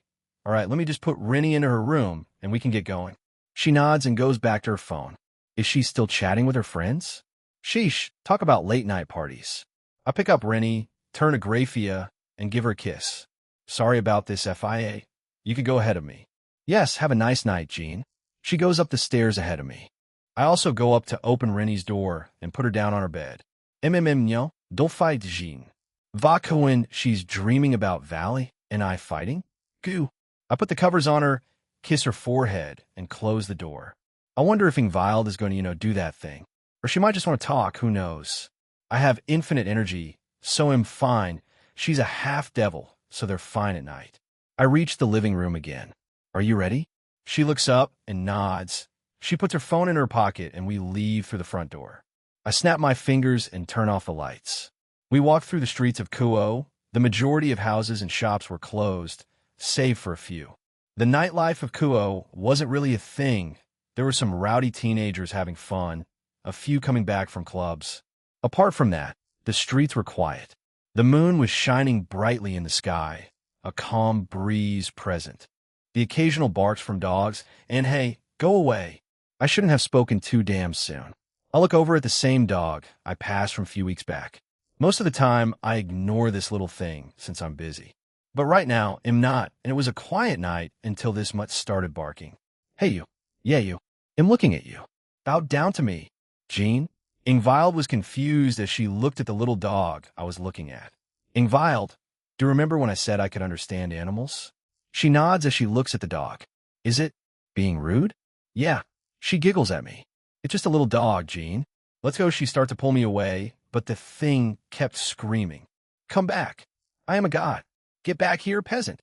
We walk around town, and as she hugs my arm, we just talk about random things, including the raiding game with Rias and Riser. I was going to extend my invitation to her, but she was busy, so I didn't push it. We eventually come to the same park that had a few events happen, Rainier killing my clone, me punching Darcel, and now whatever this is. Ingvild lets go of my arm and walks ahead of me. I slow down my pace as she starts to prance around the fountain while giggling to herself. She looked like a girl her age, which would be 17 if she didn't fall asleep. She stops as she stares at the moon and then at the fountain. I finally reach her as she had closed her eyes. I stand beside her as I wait for her to do something. In the meanwhile, I scanned the area and felt no one else there but us. So whatever she plans on doing, it's safe. Jean? She finally speaks up. She looks at me with a calm and content smile, seemingly finally making a decision. Yes, I'm finally finished with my song. Will you listen to me sing it? I nod. I wonder when she finished it. She was seemingly working on it during the month before school started, but stopped near the end, so I was curious about what had happened to it. Sure, I'm all ears. She smiles as she takes a few steps back. I take a seat by the fountain as she prepares herself. She takes a deep breath and exhales. She looks at me with a sense of determination. 1, 2, it's so hard to see it, but darling, Let's face it, these feelings we're feeling cannot be ignored. Ingvild starts to make some arm and hand movements while moving her body. Hold up. Isn't this song Renee's circulation? I mean, it probably doesn't exist in this world. So, this was her original song, huh? I smile at her as I listen to her sing. She also does the same, happily singing away. I'm taking a chance because I like you a lot, so they'll give it a shot. Give it all that I got. Suddenly, you call my name, and I lose my brain, and I float up to the moon when you laugh. It makes me smile, and I love your style, so I wrote a song to this tune, but darling, let's face it, these feelings revealing cannot be ignored. The song was coming to an end. It seemed like she didn't write the full version, but the shorter one, Ingvild, comes up closer to me, brimming with emotion. So, we'll work on this letter till our timing gets better. Sincerely, yours truly, and forevermore. She finishes her song as she hugs me. I hug her back as she looks up at me. She leans in closer and presses her barato softly against mine. I warmly embrace her back. So she did intend to confess tonight. We pull apart gently. Jean, thank you. Over the last month and inside the pocket dimension, that entire year, I fell for you even more. It started out like Kuroka's. I was very grateful towards you. You woke me up from my 100-year slumber, took me in when you weren't obligated to. Then it turned into a little crush, but our year in that different dimension, it really amplified my feelings. You help a lot of people. At first you seemed like some kind of perfect being, but over time I saw that you could mess up. Kuroka and Rias, you had to mend those relationships. You were also willing on helping her through her engagement, also hearing from Akino what you did for her. I'm sorry. I feel like I'm rambling at this point, but I do love you. I know that for a fact now. I'm glad you woke me up. I want to live this age with you, Jean, and any more that's to come. She tries to explain herself, but ends up in a blubbering mess of trying to recount everything. I hug her tightly. It's fine, Ingvild. I feel the same. Let's stay together and live our lives together. Now and into the far future. Yes, she happily answers as we kiss again. A couple of girls have confessed to me the last few weeks. My heart hasn't felt so calm and relaxed in a long time. I'm quite lucky.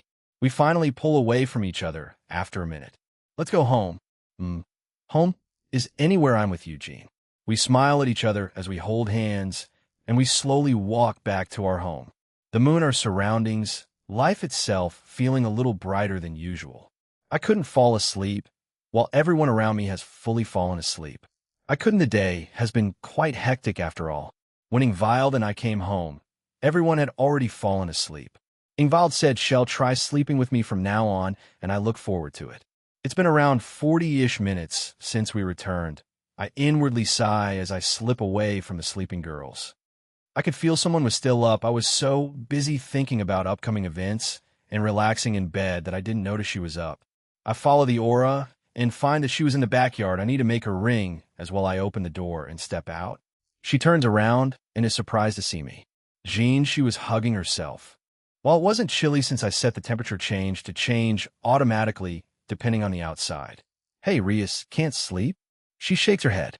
No, my body is still full of energy. My adrenaline probably hasn't left me. The rating game was quite a rush after all. Even if Akino did all the work well, let's unwind then. I gesture toward the bench, and we go sit on it. That was part of the reason I couldn't sleep. A burden was finally lifted from me today. I'm still quite ecstatic. I also won my first rating game. It's a bit too much to process. Her dream is to become the rating game champion.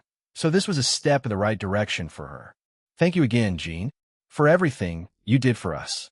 We would have definitely lost without your help. Hey, your dream is to become the rating game champion, right? She seemed a bit confused, but nods. Since we're friends, Cinchuredo, but thank you. I feel like I've been saying that a lot to you lately. Yes, you have. She lightly hits me.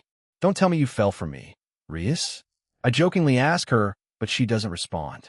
It would be impossible not to, she says into my shoulder. She finally pulls herself away. Her face the same shade of crimson as her hair. She kisses me on the cheek. That's where it'll start. They'll make you fall for me, Jean. She sticks her tongue out at me and leaves. Good night. So many things to get done still. Rias declaring her intentions towards me. I already had 2 women joining today. Dimensional Gap, Ophis, Irene, Rossweiss, Kyoto, Yasaka, Kanu, and finally Suzuku with Slash Dog and the Hymagemus. I got my work cut out for me. The next events should be the Holy Sword Project and Peace Conference. We got you back, partner. Yes, we are here. Jean. Answer. Yes, we are here. Can we talk? Huh? Sure thing. What's up? Answer. It's most beneficial if you come here when you go to sleep. Okay. I wonder what she wants to talk about. She has been silent for a long time. Even in the year in the pocket dimension, she rarely spoke Chapter 10. Conversation, dimensional gap, and Kyoto nighttime inside Jean's soul. Jean skyward. It's been a while since I've been in here. Even though I said I would frequently visit it, I didn't. Anyway, the scenery is still the same, the one I changed it to. I turn around and see the two heavenly dragons lying on the grass. Yo, I call out to them. They both open their eyes. Oh, hey, partner. Drake waves his tail at me. Good evening, Jean.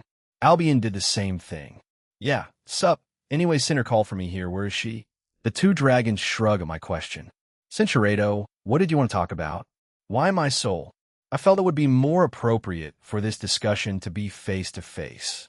She seems to fidget a bit, then starts taking deep breaths. She seemed to be readying herself. Jean, I want to talk. She was interrupted by a sound. Fwash. We all turned towards it, and a vague shape of a human with blonde hair and red eyes appeared. What? Who the hell is this? Blonde hair I saw at once after I killed Darcel. I could see the woman frowning now. She didn't look like she liked this entity. Why are you here? She asked the figure. The figure laughs and shakes his head. I just wanted to meet Jean. It replied to the stranger. Who are you? I couldn't wait any longer, so I asked. I am, well, heavily involved with your incident during your reincarnation, Jean skyward. I knew. Our previous theory on another soul that mixed or merged with you is right. Drake exclaimed happily. It seems like it is what Drake's saying true. The new soul nods. Yes, when you reincarnated, our souls merged. It chuckles. Your soul and one of my fragments merged with yours. Once it did, the rest vanished and was absorbed by you. My previous partner must have panicked even with the ones in their possession. Soul fragment? So, mine and this entity's soul merged. The other was standing there looking speechless and unable to say anything. I will not divulge my identity to you. You may already have figured it out. If not, then you soon will. I could see it smile.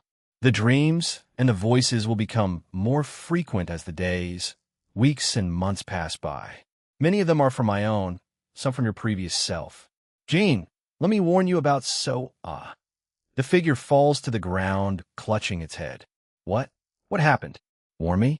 Warn me about what? That piece of work, haha. The figure got up as he laughed to himself. He's preventing me now? How sly of him. He looks back at me. Azathoth is preventing me from telling you. How cruel of him. I cannot divulge the future to you anymore. He will prevent me if I do, and it may also extend to you if you try to look into the future. The soul crosses its arm. Tell me, Jean, didn't you find it strange that you only saw two futures? Now that he mentions it, I did find it odd, but I didn't really question it at the time. Did Azathoth do something about it?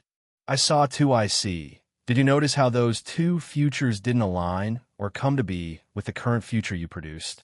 I mean, I kind of chalked it up to the futures I didn't see, or my past actions changed them into a new future. I reason with it. Yes, that makes sense. However, my first point still stands that you only saw two and not multiple futures. It's like Azathoth is preventing you. Why? The figure scoffs. What happened to letting you be the freest being in the Omniverse? Guess that was a lie. The figure looks at Chiron. Right? It is not a lie. She shouts at the figure. Kenner seems like she lost her cool. Jean is the freest being in the Omniverse. Nothing ties him to anything. Except Azathoth, right? And my own past, right? And his past, right? The figure quipped back. Kenner didn't say a word, just glared at him. You know everything about Jean, his past, his present, and his future. Yet, you don't say anything. I'm being limited by Azathoth. I would like to, but I physically cannot. You experienced it yourself just now. Perhaps, but there are things you can do, can't you? Kelver flinches at his question, only confirming it. The figure shakes his head. Your can't can mean two things, friend. One, you can't physically, as you said. Two, you don't want to tell Jean as to why. Who knows what goes on in your head? Is it for his character development?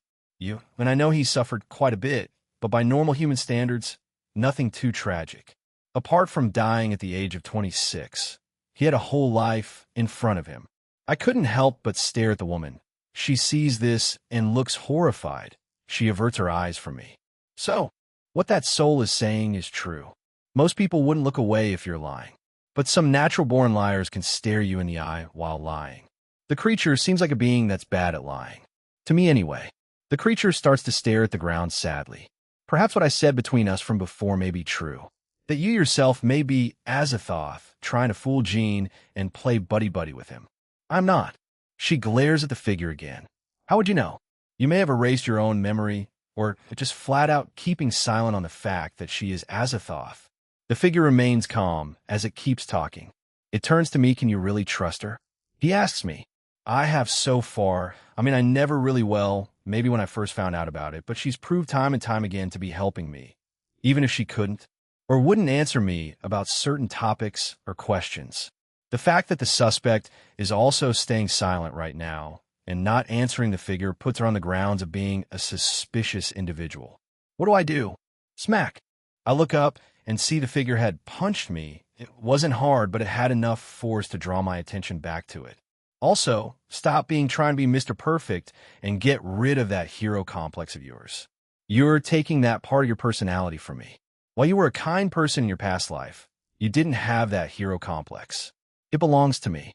Also, stop shouldering everything, you idiot. I was a bit stunned. Now I was being lectured. Do I have a hero complex?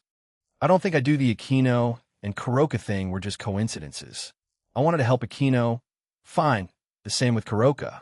But everything else can be chalked up to canon. You have a close-knit group of allies. Share some of your burdens with them. Even if you won't reveal yourself being a reincarnated being yet, share everything else. The fact that you're an outer god for one. It sighs.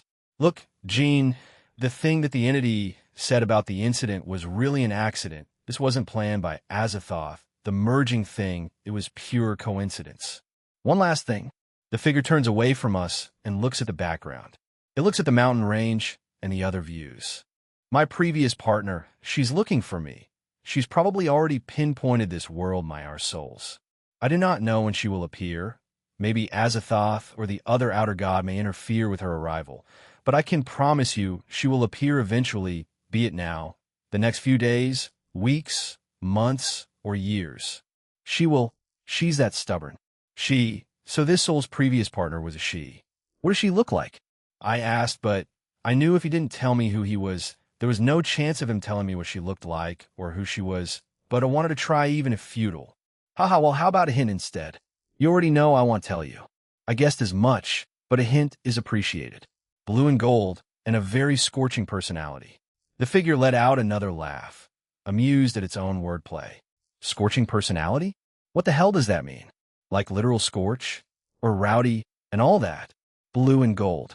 That doesn't narrow shit down. Blue what? Skin, hair, eyes, clothing? Same with gold. Ugh. That's all from me, Jean. I may appear again. Farewell. The soul vanished. We all stood there, with more questions than answers. Well, the two dragons and I were confused. The stranger probably knows everything, like the soul said. So, my soul merged with that individual. I do wonder who the partner the soul mentioned is, though. The partner is also a woman. She is blue and gold, but that is too vague. Right, blue what? Hair, eyes, clothes? The same with gold. It's too vague of a hint. The soul that merged with you two, who was it? The voice sounded male, with blonde hair and red eyes. Could it be Gilgamesh? Good guess, but I doubt Gilgamesh and Jean's personalities mix. Well, it did say he had a hero complex. I would also like to add that this partner looking for Jean must be powerful. She can apparently explore the multiverse at will. That isn't something easy to do. Yeah, she can blue, gold, scorching personality, and can transverse the multiverse? Is it no? I can't be sure if it is then the soul that merged with me. Gotta shake my head. I'll consider it as an option until I can get more dreams and voices. I won't completely rule it out. Partner? Seems like you came to a conclusion. Yes, care to share, Jean? I'm not completely sure about it. So we'll keep it as an open option. Partner? Come on, tell us. She may be a dragon. A dragon? The two seemed confused. It'll let them figure out themselves. But I do hope I'm wrong. Figure out yourselves. Go through my memories, and you'll probably know who I'm talking about. I sigh and look at Cynthia, who looks guilty. Cynthia knows. Care to share? All our attention went to her, as she stood there blankly staring at us. I'm being prevented physically. Please believe me. She desperately tells us, begging us even. Are you really? I am you. You must meet the requirements that Azathoth set in order to gain additional information through dreams and voices. That is how I was designed by Azathoth. What about what the soul said? Are you no? I'm not Azathoth. I was created by Azathoth. You gave me a name, and I evolved. This personality I have is from you. She really felt upset. Even here, I could tell from her emotions. Well, I didn't really need to use a skill. Her face and body language say it all. I sigh and scratch my head. All right, Mara. Let's say I believe you. She still seemed upset, but I wasn't sure if I could trust her word right now. What can you tell me right now? With what requirements I meet right now? Tell me everything that you can. Nyarlathotep is the outer god that's been interfering with you. Wait, what? Nyarlathotep? I see Nyarlathotep? The bat god of LGY checks, the black demon, the crawling chaos, and the faceless god. Why would he want to mess with me? What? Why? Why would he want to mess with me? Am a nobody. What was a nobody? She corrects us. She? The three of us ask confused. Nyarlathotep is a she? Who cares? I want to know why. I shake my head. No, I don't care about her gender. I want to know why she wants to mess with me. For what reason? She nods. I do not know her reasons. However, I can reveal Azathoth's reason for reincarnating souls. Go on. Azathoth, for many years, millennia, has been choosing random souls to reincarnate. For what reason? To find an heir, a new replacement for himself. He has been awake for too long and wishes to go back to sleep. He just wants to go back to sleep? What? Jean, you're aware of his titles? Yes? Well, yeah. The blind idiot god, nuclear chaos, lord of all, sleeping chaos, and blind dreamer. Yeah, I do. He has a few. She nods and continues. You are the first to break the cycle. Azathoth has put his faith in you now. You must evolve at all costs.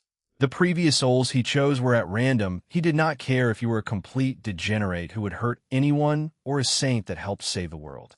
He needed souls to reincarnate and replace him. Once you evolve, he will contact you, pass his seat onto you, and sleep. For how long? I myself do not know. If he chose your soul to reincarnate, then you were chosen. What you did after that was up to you. However, he has set goals and requirements. You are not the first to be reincarnated in this world. The other souls were reincarnated in alternative timelines. Azathoth has reincarnated many souls in different worlds and universes. The Draconic Deus was just one of them. It's the random world he chose to reincarnate you into. The other souls, they did whatever they wanted. They had full control of their lives. Many reached the power of dragon gods, or true dragons, a few reaching universal destroying power, but none had evolved into an outer god. Each and every single one of those souls was given a system. They were all different from one another, but the goal was to help them get strong enough to evolve. But in the end, they all were corrupted in a way. It didn't matter if they were already a degenerate or a saint. As I previously mentioned, somewhere down the line, the power got to them. They started to become insane. Azathoth didn't care at first. However, he did care about them evolving. None did. So he acted. He erased their existence. So, there's no chance of other reincarnators being alive right now. I didn't want to end up like that, even if I didn't ask for any of this. No, none. Once you fail to evolve and meet expectations, they're erased with nothing left. We're fine being told this, right? Yes. I already revealed some information to Jean. He died at the age of 26. However, he has not met the requirements yet to receive more information. Damn, partner. Drake turns to me. You got mixed up in one hell of a thing. I couldn't help but agree with him. This was a bigger deal than I initially thought. As I stated before, Jean was chosen at random. Essentially, he floated too close to Azathoth's domain and was chosen that way. The incident, the merging of two souls, was also just a coincidence. You have done things slightly differently so far, Jean. Soon you will reach a crossroads. How you react and what actions you take will determine your own future. I am being prevented from telling you right now, so I cannot say what or when it will happen. She sighs heavily. Time is coming to an end, Jean. You will wake up soon. She walks up to me and hugs me. What the soul said earlier or whatever Azathoth wants to do to you, please, even if you only believe what I'm about to say right now, I am on your side. I always will. Her tone sounds genuine, but only to think about all this crap that was thrown at me just now. I sigh again. All right, friend. I'll mull it over. Thanks for telling me yes. She smiles sadly at me and disappears. See you guys. The two dragons put their tails up. Japan, Kuo Jean skyward. That was one hell of a way to spend my night. I reached the outer god status, so I should be fine for now, right? The fact that Nyarlathotep is the one messing with my life is also annoying. Why? Is she bored or something? God, why is everything so heavy and stuffy? As I was looking at the ceiling, I then looked forward. I was met with someone's rear end. Great. I use my powers and get a bird's eye view. Everyone is here. When did some of them even sneak in? Bah. I was too distracted by what had transpired within me. Let's chalk it up to that. I refocused on what was in front of me. Everyone was sleeping in my bed with me, thanks to my bedroom's increased size. Rennie, Kuroka, Aquino, Graphia, Ingvild, Asia, Chiron, and Rias were all there. Chiron was right in front of me. A full house. I couldn't help but laugh on the inside. Using my bird's eye view, I checked the time on the clock. It's 8 a.m. I'm surprised that Graphia isn't up yet. I gently let Chiron down and got out of the other girl's grasp. I leave the room and wash myself up in the bathroom. I go downstairs and go into the kitchen. I better start breakfast than quick and simple, but filling. I decide to make the shakshuka again. They'll just use my abilities to speed up the cooking process. Another long day. I had noticed Graphia come downstairs, but I wanted to see what she would do, so just tapping me on the shoulder. I turn around and greet her. Hey, good morning. Mind helping me with this? When I point out that she has almost finished 3 meals, she nods. Ju. We quickly give each other a quick peck as she stands beside me and starts to help. But she stops as she stares at the counter, thinking about something. She eventually turns to me and smiles. Would you like an early morning coffee? She asks. I was a bit surprised by her offer. A morning treat sounded tempting. Even if it's the weekend, I still have a lot planned today. Heck, I might not be home today, since Yasaka might offer for Rose and I'd stay the night. Tempting, but it'll have to pass for today. Actually, Graphia, I might not be able to come home today. I might come home tomorrow instead. If I forget to mention it to everyone, can you tell them for me? She looks a bit surprised, but nods and continues preparing breakfast. Is it because of the date in Kyoto? Yeah, Chiron probably told everyone in passing. I'll guess only a few remembered. I could see her smile beside me. We were nearly done making breakfast when a few of the girls had woken up and had started to congregate in the dining room or living room. Oh, right. I turn around and make the dining table even larger, as well as the dining room. Since there are more women now, I got to start expanding my house little by little. A few were surprised, but quickly recovered. A few girls, Kuroka and Rias, pointed out our blatant flirting, but to my surprise, Graphia didn't shy away from it. She usually would, but probably since she's become mine, she doesn't care anymore. She's acting like a long-time wife. It's like we've been married for years. She corrects some of the things I had done, gives me tools and utensils without saying a word. I'm sure these things would help me with what I was doing. An occasional pinch here and then when I start to mess with the food, ingredients, or utensils. Yeah, almost like reining me in, which was amusing to say the least. They're still being playful. Naya, Kuroka sounded a bit jealous behind us. I've never seen this side of Graphia. It's almost unreal, like I'm dreaming. Rias sounded genuinely surprised as I heard Aquino giggling. She's always been strict, stoic, and nothing like this, she continues as the other girls add their own opinions on the matter. During breakfast, delicious Rias was quite happy with breakfast. Even a Japanophile like her could enjoy other types of food, so I was happy with that. I'm glad then. I continue to eat my share, along with everyone else. For a few of them, this was their first time eating this. Oh, right, by the way, I'll be gone all day. I might not be able to come home, so, just a heads up. Once I said that, they all stopped eating and looked at me like I had 3 heads. I also can't bring anyone else with me. They'll be heading to the Dimensional Gap with Ophis during the morning, and from noon onwards, they'll be in Kyoto for an outing and meeting up with the West Yukai faction leader, Yasaka. Ophis? Rias asked, confused. All right, she never met her yet. After all, Ophis has mostly been in my necklace. Ophis is the dragon god of infinity. She's much more powerful than the two heavenly dragons. Even the god of the Bible feared her. Jean says she's tied for first place in the world's top strongest. Aquino explained as Rias' eyes widened in shock. Where is she now? She asked, and Aquino points to the necklace around my neck. She's in there. She sometimes comes out, however. We haven't seen her in a while. I wonder what she's been up to. Aquino stops eating and puts a hand on her cheek. Ophis does things at her own pace, Naya. So you really can't predict what she does, Naya. Kuroka adds in and keeps eating. Leave it up to a glutton. She and Shigen would get along quite well. Oh, yes. Jean is also a human dragon god hybrid, but we don't think he is anymore.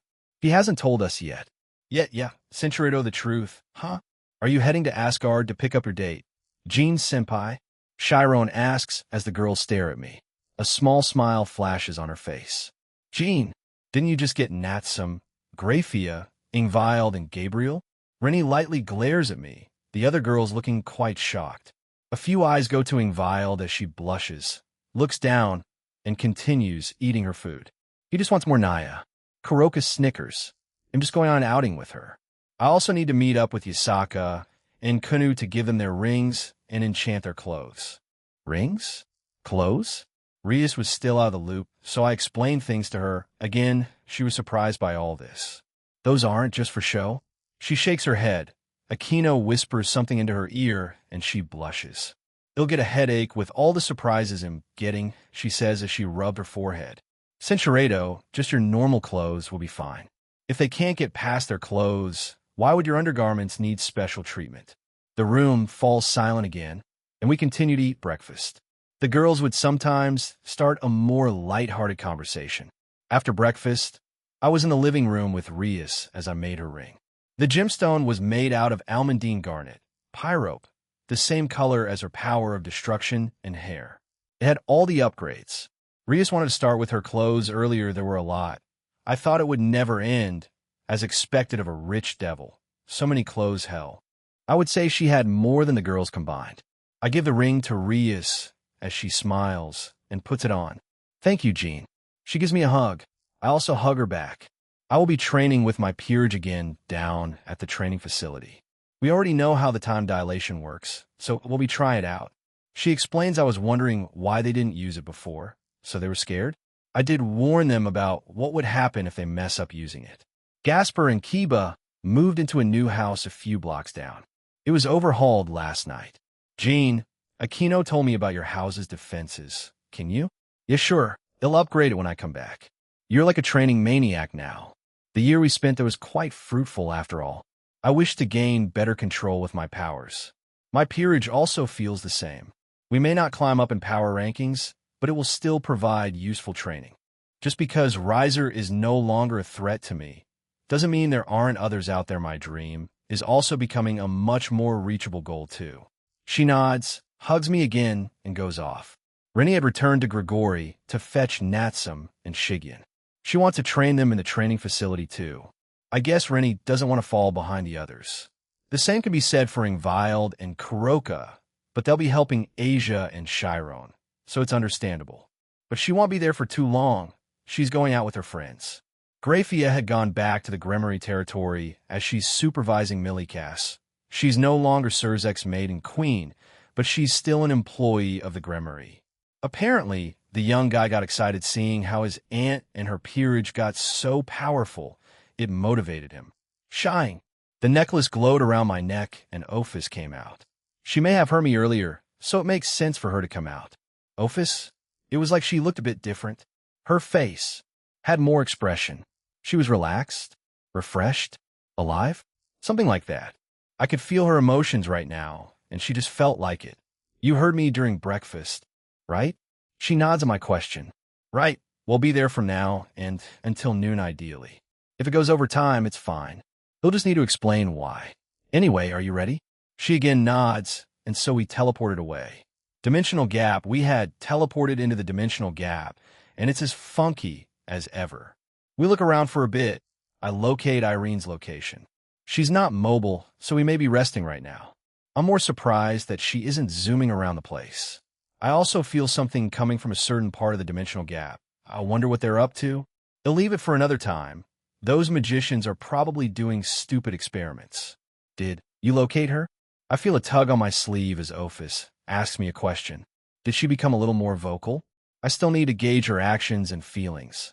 I can't assume things too quickly. Yeah, I did. I pick up Ophis and decided to carry her bridal style. She seemed a bit surprised, but didn't mind. She relaxes her body and cuddles into it, laying her head on my cinturado. Yes, she was relaxed even more so than earlier. A smile on her face. Let's fly to her instead then. She wholeheartedly agreed. What is this? She's acting adorable right now. It's not even acting or mimicking the others. She's genuinely doing this on her own. Praise the books she read and whatever else happened to her since the last time I saw her. Whoosh! I decided to start flying towards where Irene was at a moderate speed. Ophis and I like this feeling right now, so we'll take our time getting there. Ophis may have started to understand emotions and feelings when she started to feed me food. Maybe the mimicking did it? I'm not entirely sure. I'll ask her at a different time. Ophis had begun leaning close to me, resting her head near my barato. I didn't get it, but she seemed happy about it, so I didn't stop her. What are you doing? Your partners do this. Can I? I see. She wants to copy them, but also want to find out why they do it. I see no problem with it. You can stay close if you want. Sure, go ahead. With my permission, she moved closer. Does it bother you? Is it bad? I shake my head, indicating it was fine. She smiles, nods, and continues staying close. I increase my speed a little, and after a few minutes I could see Irene's dragon form in the distance. There was some ground where she was at. She notices us as she turns her head towards us. She transforms into her human form as I land with Ophis. Hey there, Irene. We're here like I promised. I wave to her as she looks at me in amusement. I can understand why. It's Ophis that's a bit obvious. She was still happily clinging on to me, and it doesn't seem like she'll stop. I finally put the dragon god down, and she looked quite annoyed. She tried to cling on to me as a last-ditch effort. Ophis, you have to let go. I have to talk to Irene about something. I explained. She, after a full minute, reluctantly did so. How have you been? Still zooming around the dimensional gap? When I asked, Irene turned red like her hair and looked mortified at me. She had the look of, how do you know about that? But I just grinned at her, slightly annoying her. Zoom I in? Ophis repeated the phrase as she tilted her head in confusion. Is nothing, Ophis. Irene wanted to move the conversation along. She looks at Ophis and nods. You have had some quite substantial growth, Ophis. One almost never recognized you. The two silently stared at each other, both neutral looks on their faces. Eventually, Ophis nods. I have read and seen many things because of Jean. You too, Jean. Irene nods at Ophis and directs the comment at me too. Haha, yeah, few things happened, and now I'm here. I'm still learning and not done yet, though. Ophis has been showing more genuine emotions on her part. I think that's a good thing. I won't be repeating myself to Irene like a broken record, so we'll just say that. She seems to understand and doesn't push it, which you got to appreciate. Jean, how do you want to do this? Irene crossed her arms and had a serious expression on her. So, we're finally getting to that, huh? But would a fight be necessary?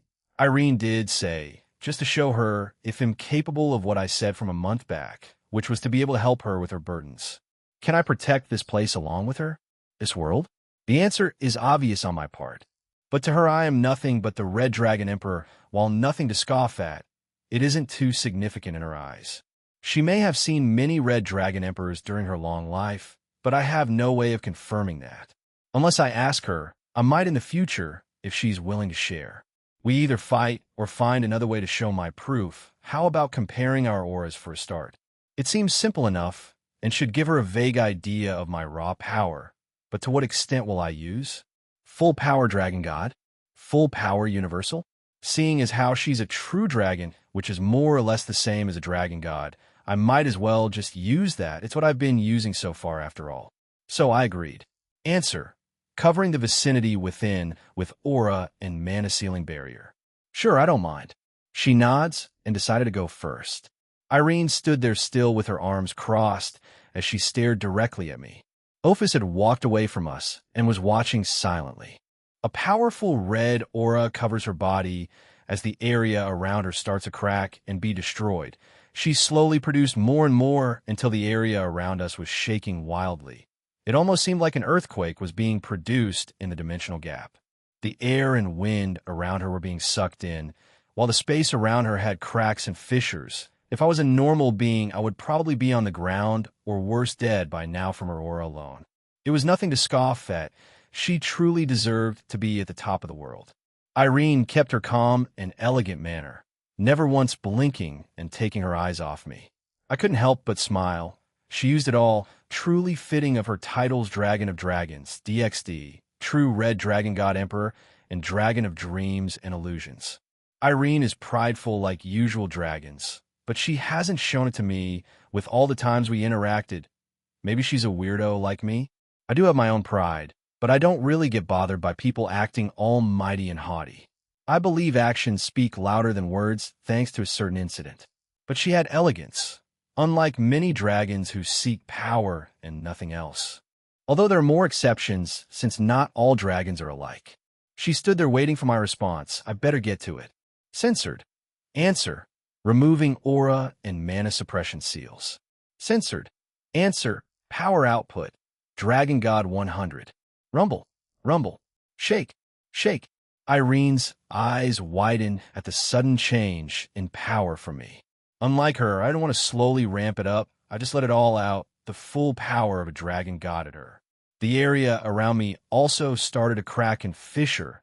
I stood there with a neutral expression as she had a small grin on her, and we stared at each other for a few minutes. Until she stopped producing hers, I did the same. I put back my suppression seals and changed my power back to one dragon god. Jean. She calls out my name. I tilt my head at her. Are you a dragon god? Yeah, I expected that. I mean, who wouldn't? She certainly isn't dumb, but it seems like she wants to hear it from my own mouth. She already suspects no. She knows I am. Well, it was a human dragon god hybrid, but yes, I'm a dragon god in a way of what? Who knows? Heartbreaker? I let out a little chuckle at the throwaway title the girls once gave me. Was? She looked confused. I did say was, so I'm alluding to her, I'm something different. Irene seems like an individual who won't freak out at every little thing I reveal to her. Nor does she seem like an individual who'll ask too many questions. Yeah, but I have no idea if the dimensional gap can take one of my current species' power. So, I powered down to a dragon god. I do not sense you lying to me, Jean. However, you may have the raw power, but can you use it properly? A little sparring match seems appropriate. She suggests. I can see where she's coming from and am more or less on board with it, but I could just do the same thing to her as I did with Rainier and her group. That should be proof enough that I'm capable, right? No need, Irene. She looks puzzled and I point my palm at her. I can always win like this. I stripped her powers from her. I closed my palm and brought it back to me. I opened it up again and a small glowing red dragon head floated on my palm. Irene looked shocked, but she started to sweat as she started to feel around her body. Dummy, what did you do? She asked, still quite shocked. I don't blame her. I just took away her powers, rendering her as powerful as a newborn human baby. Anyone would freak out at that. I took away your powers. All of it is in here. I gestured to the dragon's head on my palm. You feel it, don't you? How powerless you are right now. How it feels to be weak, like a human, a normal human that hasn't touched upon the supernatural learn magic. Just a regular human being. It's a strange feeling, doesn't it? Don't worry, they'll give this back. I was just demonstrating what I'm capable of. This is fine, right? She nods, while frowning at me. I nod and give back her powers. Her dragon form returns to her, and she looks quite relieved as she confirmed her powers were back. Yes, it was strange. I couldn't transform back into a dragon. I couldn't produce wings and use my powers. Is that what it feels like to be human?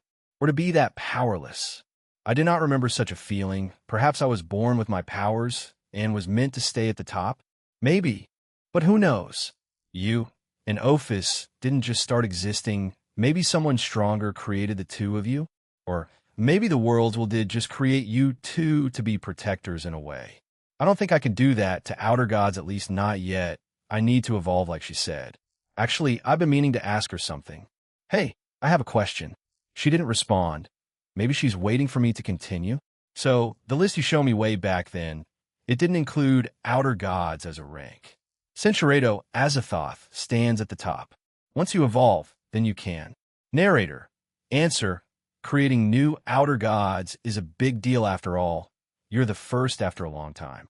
If you just started to create new ones without proper knowledge or experience, it could prove disastrous. Can't you just help me? Regulate powers and stuff. Answer. I can, and it is possible. However, I am a guide for you, Gene. I can't always do things for you. You have started to take steps towards that, while I regulate your seals and power output. You have been creating the barriers yourself at times now. The same with the house upgrades. Answer. With my point earlier, while in his initial letter it said you stood as his equal, you as of now are slightly below. If Azathoth is 1, you are 1.5. The rest of the outer gods are below you. However, they have more experience in the usage of their powers. You do not. Because I haven't bothered much with them? Answer, yes. You were only a regular human before you were chosen. After all, you have a raw power, but not the experience. I can give you knowledge in how to do things, like the sword styles and fighting styles you have used. It will be up to you to use them. Yeah, while I was excited on using powers and abilities, it still felt strange. I mostly use them as a convenience tool, making food, money, and other things. I find it hard to just change my mindset to, whatever mindset I'm supposed to have. Hell, at times I forget I'm an outer god that can do anything. I sometimes need to remind myself, that was how it was initially. I've started to think and act like one, Drake's been the one that's so insistent about it. Hey, do the 3 OS exist? I've been wondering about that for a while too. Answer. If you're referring to omnipotence, omniscience, and omnipresence, then they are pure works of fiction created by humans. So no, they do not exist. Censored. Answer. An outer god is powerful, but they need to be active and find things out themselves. Just like how Nyarlathotep found out what Azathoth was doing, that's how she started following it and knew about you. Gene, is something wrong? I felt Irene touch my shoulder. I probably just spaced out again. Yeah, sorry, was speaking to Drake about something. Anyway, the power I already used once before. I can use it on regular gods too, so anyone can be a target. I see, it seems you did not lie to me back then, Gene. However, how can you stay in a dimensional gap and help me? Do you not have a life to live? Surely your lovers are not keen on letting you stay here. That's true. They wouldn't be. I also wouldn't be. But I still have the barrier up around us, so it'll just use that to my advantage. I can make more shadows. It's fine, Irene. I already have plans for that. Hey, want to move into the necklace like Ophis? They're separated after all. Why? I'm perfectly fine here, and I mentioned before, I am the protector, so I must spend my days here. Ophis walks over to us and looks at Irene. It is fun being around Jean. Irene didn't expect Ophis of all beings to try to advocate for her to move. If you do, you can explore the human world like Ophis, experience new things. Doesn't it get lonely being here by yourself? I would think that's why Ophis would sometimes leave this place to explore every now and again. I still need to be here. If I leave, who will protect it? The threats of otherworldly beings are still present. It won't ever change. While I am interested in your offer, I simply cannot. I can just make beings stronger than you and have them protect the dimensional gap. Like this, Igris. I smile at her and call out my shadow's name. Igris is with me at all times. While I keep Baru in Ingvild's shadow, he did say he found it an honor in protecting her. Igris appears beside me as he kneels. My king. He greets me, and I remove the aura and mana suppression seals from him. FWSHHH. Once I did, his true power started to leak from him. Ophis has already seen me create Igris. She more or less knows how powerful he is. The exception is Irene. When I turned back to her, her eyes were wide as saucers. As you can see, he's quite powerful. However, he won't be the one I assign here. I will be making new shadows now. With being in here and having my barrier, it's prime opportunity to make new shadows. I put back the seals on Igris. I am aware of other worlds, realms, and universes, Irene. The multiverse, the omniverse, is very much real. I'm also aware of the dangers it holds. I can easily rid of them. The only exception, for now, are the ones for my species. I do not know if I can kill them or if they can be killed at all. I plan on creating more beings like Igris. I have another one, but he's somewhere else right now. With this, wouldn't you agree that the dimensional gap the world would be quite safe, no? Ophis goes over to Irene and tugs on her clothes. The Dragon of Dreams looks at her confused. I am sorry. Irene blankly stares at Ophis, not sure on how to respond. She probably didn't expect to get an apology out of the blue from the Dragon God. I didn't understand my actions before, but after reading and learning, I categorize my actions as annoying and immature. So I am sorry. Ophis stares at Irene with conviction. I would say this was rare, but even just today, she's shown more emotions than I would have thought. Irene lets out an exaggerated sigh and nods. It is fine. Ophis, I forgive you. She puts her hand on her head and smiles at the Dragon God of Infinity. No one ever stops growing, not me nor you. Even if we can't grow in power, we will in something else. She turns back to me and sighs again. Jean, allow me to think of this decision first. Do what you must. I nod and turn to my side. Igris was still kneeling there patiently and silently waiting. How loyal. Though with all my shadows and whatever I create in the future, that's the #1 priority to me, they will be 100% loyal to me and have zero chance of betraying me. Assistant, make these that I have in mind. Assistant, answer, creating new beings, processing images, appointing power levels. Assistant, answer, creation of multiple new beings complete. Whoosh boom.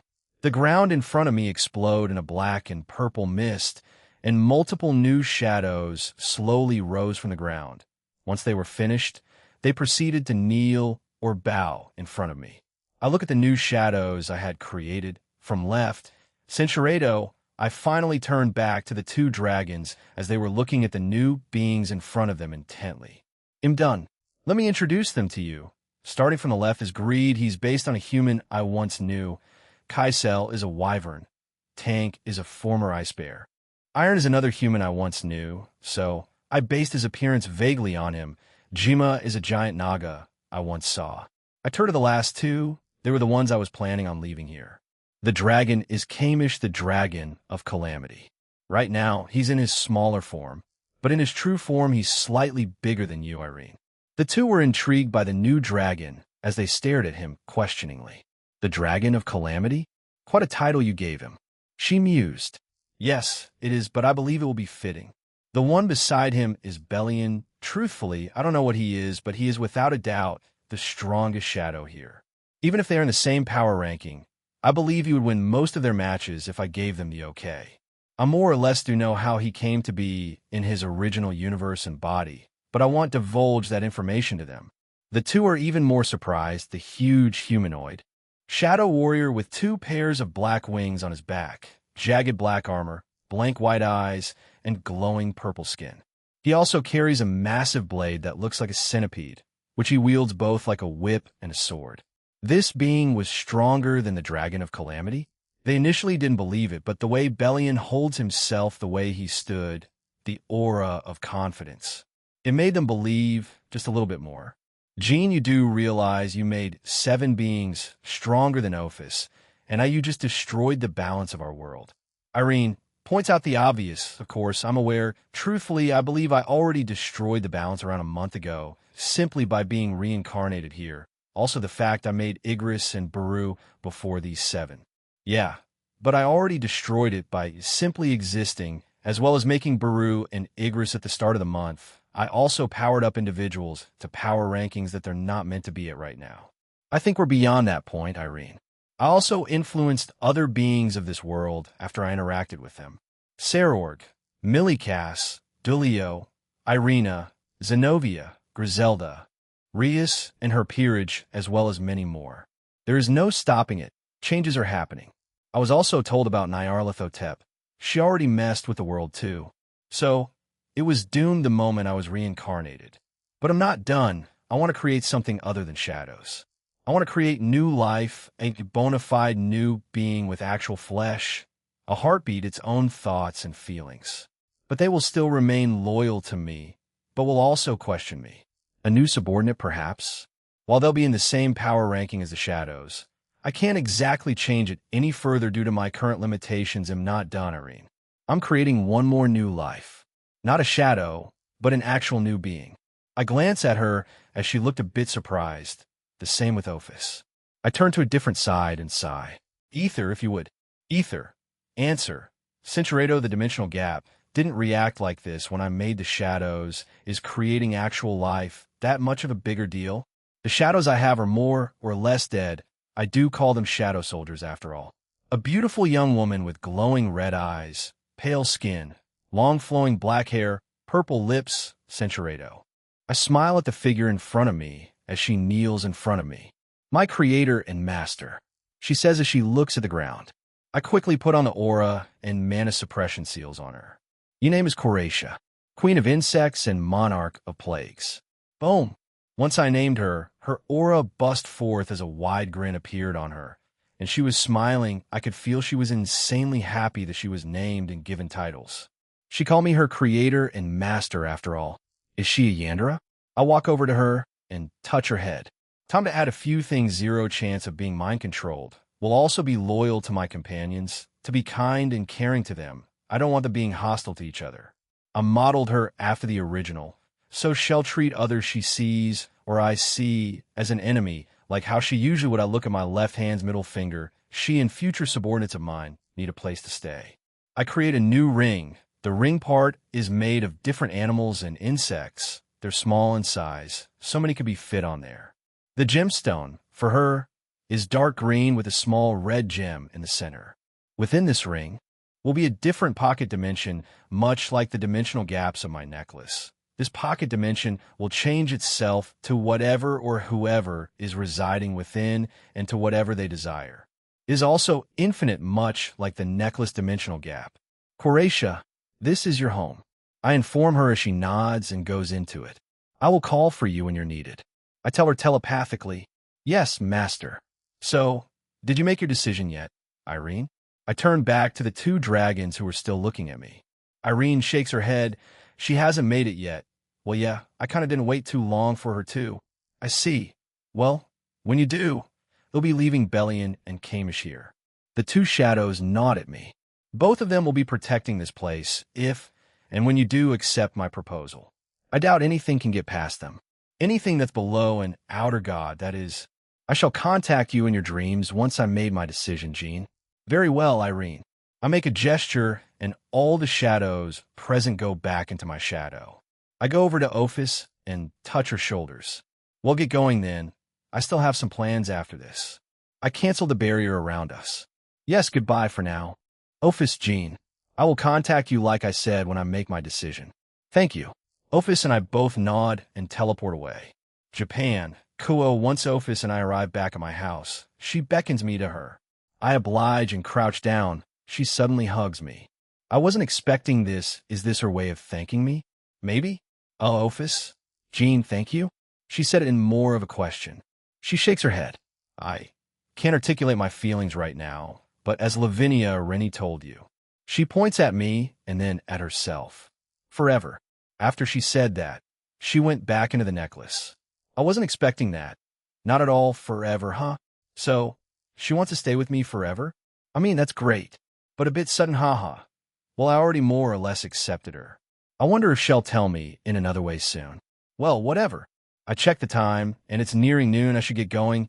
I quickly check to see if everyone is still here, and they are. They're all busy down at the training facility, hard at work. 9 Realms, Asgard. Once I teleport to Asgard, I was again by the edge. I walk up to the Valkyrie guards and greet them. I tell them I was meeting with someone. They nod and let me through. As per usual, the streets are busy and everyone was doing their usual business. I check a certain spot and a certain kangaroo man was nowhere to be seen. His spot was already replaced by someone else. I wonder what happened to him. As I walked towards our meeting spot, I could see a few individuals glancing at a certain Valkyrie who was dressed up in different clothing, fidgeting to herself. She was standing by the restaurant we had eaten at before. She was wearing a black and white patterned shirt with a black jacket. Her skirt was a blue denim skirt and dark blue heels and dark blue Timberland boots. She stood there as she started to twirl the ends of her hair as she waited for me. I walk over to her and wave. She sees me and stiffens. I laugh as I join her. "Hey, Rose, you ready to go? You look great, by the way." She trots over to meet me halfway as she sighs in relief. Thank you. And yes, I'm ready." I nod and offer her my hand. She looks at it for a few seconds and shyly holds it. Rosweiss looks in front of us, and she had a look of panic. I follow her gaze, and I see two Valkyries that I knew staring at us. Helmwige and Brynhilde. I will assume that the other Valkyries that were with them knew Rose. They were looking at us in shock. Rosweiss is holding hands with J. Helmwige begins, but I teleport us away. Japan, Kyoto. I had teleported us not too far from the barrier that separated Kyoto and Kyoto. Rosweiss was still blushing as she had been seen by her colleagues. "Are you all right, Rose?" She nods to my question, but kept blushing. "All right, so like I mentioned before, we'll be going to meet up with Yasaka and her daughter Kunu since I have some business with them. Sorry about that." "It's fine, Jean." "All right then, to the Yukai Castle before we go on our date." I start to walk forward as I feel Rosweiss tighten her grip on my hand. It's an outing between friends. Kyoto. Rosweiss looks out at the scenery of the Yukai city. She was clearly in awe as she keeps darting her head around to look at more of it. "Pretty amazing, huh? It's even better at night. Let's check it then." She nods beside me. I gently pull her away, and we start to walk through the streets of the city. Jean. "Hey, Midlemankon. Buy something from us, Jean-san." As the two of us go through the streets, I'm greeted by everyone. Was nice to know they're all doing well. Rosweiss was a bit surprised by my popularity among the West Yukai residents. "What did you do to get so popular?" I chuckle at her question and tell her that I just helped some of the residents around when I first came here. I didn't think much of it, but apparently it meant quite a bit to this community. We also help a few Yukais on our way to the castle. It was on our way, and it didn't take too long. Rosweiss seemed happy with it, especially being thanked by all of them. The Yukai children I helped before also saw me. They waved at me and said they were busy training. I could tell they got a little stronger too. Can't wait to see their progress in the future. You seem curious about them. Rose's gaze lingered a little longer after she saw me waving to the little Yukai kids. I tell her what happened, and she seemed happy with it. "Look at you being a role model." She giggled. "I doubt it. I'm not a person you should look up to." It didn't take long for us to reach the castle, Yasaka's home. We were met by the two Tengu guards. "Hey, I'm here to meet up with Yasaka." We set up the meeting through text. They both chuckle at me. "Jean-san, you don't need to explain your reasons for coming here. As far as Yasaka-sama and Kunoheim are concerned, you're more than welcomed here. Yes, even a Yukai here welcomes you with open arms." "That's nice to know." I nod at them, snap my fingers, and give them some snacks and a drink. "Is that so? Then thank you." Rosweiss and I walk past them, and they thank me for the food and drink. We enter their home, and I locate where they were. Rosweiss got over the hand-holding thing pretty quickly, or she hasn't really noticed. Either way, we kept walking holding hands. We arrived in the room they were in. It was the same one where I first met Yasaka. Well, I wanted to surprise them, so I just opened the door without knocking. Once I did, they both turned to see me with Rose. They both gained a surprised look, but quickly smiled. Kunu jumped up and ran over to me. "Jean," she shouts as she hugs me. I let go of Rosweiss's hand as I pick Kunu up and hug her. She giggles into my arms. Yasaka also comes over to us. "Welcome, Jean. I wasn't expecting this sudden visit." She looks at Rosweiss and nods to her. "Hee. Yeah, I have some personal business with the both of you, actually. I was going on a date with Rosweiss here, but I wanted to get this done first. It's selfish of me, I know. I'm sorry again, Rose." "It's fine, Jean. I already told you." Geez, she didn't try denying the date part. Perhaps a bit too flustered? Era. Quite bold of you to bring another potential wife to meet another." "No." Rosweiss goes red as Yasaka giggles at her. Anyway, this is Rosweiss, a Valkyrie and Odin's personal bodyguard. You already know since I told you earlier, but this is Yasaka, the leader of the West Yukai faction, and her daughter Kanu. "It's a pleasure to meet you, Yasaka-sama." Rosweiss bows to her, while still blushing. You too, Rossweiss-san. What business do you have with us, Jean? She greets her and turns back to me. Right? I proceed to summon 2 rings, and all 3 look at them in wonder. The gems are in the shape of a fox's head, made out of yellow diamond. I tell the 2 of them that it's theirs and what they can do. They gained a surprised look. I put the one for Kunu. Thank you, Jean. She was quite happy with it. I let her down as I take Yasaka's hand and slip it on her finger. Era, is this your way of proposing, Jean? I chuckled, maybe one day, but for now, it's a safety precaution. It's just to protect the ones dear to me, Yasaka. That includes the both of you. Yasaka smiles as she leans her body against me, resting close to my barato. She looks up at me and points her finger playfully toward me. They'll wait for you to really propose to me then, Jean. She winks as she steps back. So, we're moving quickly past the dating stage and going straight to marriage? I ask while chuckling. Hee, I've lived long enough, Jean. I have no issue with skipping that part. She smiles warmly. Especially for you. Would you like to stay here again after your outing with Rose-chan? I suspected this much from her. Thankfully, I told everyone else I might not come home today. Is she planning on joining us at the public bath again? We would love to. Rossweiss answered. I didn't expect her to. Hell, she looked almost excited. We all stared at her in surprise. She, noticing our stares, makes her blush again as she tries to give her reasoning. I want to experience the nightlife of Kyoto and Yuri-Kyoto. That's why I said yes. She looks at me. Jijin, you're fine with it, right? Oh, yeah, sure. I already told everyone else I might not get home today. I grin at Yasaka. I half expected this after all. So yeah, we'll stay. Thanks for the offer, Yasaka. Yasaka steps towards me again and kisses me on the cheek. Good luck on your date. It'll just move on. Oh, right. I tell her about the enchantment thing and asked if I could enchant both of their clothing. Yasaka smiles as she grabs my hand and places it on her shoulder. Soft, but that's not why I wanted to do this. I decided to enchant her current clothing. I try to pry my hands off her, but she has a tight grip on it. I sigh and beckon Kunu over. I touch her shoulder and enchant her clothes. You've had your fun, right? I could see that Rossweiss was dumbfounded by all that she's seen Yasaka do. I wouldn't blame her. She's quite aggressive towards me. She's also the leader, so you expect them to act with a bit of professionalism. Hein, don't be too rough with me.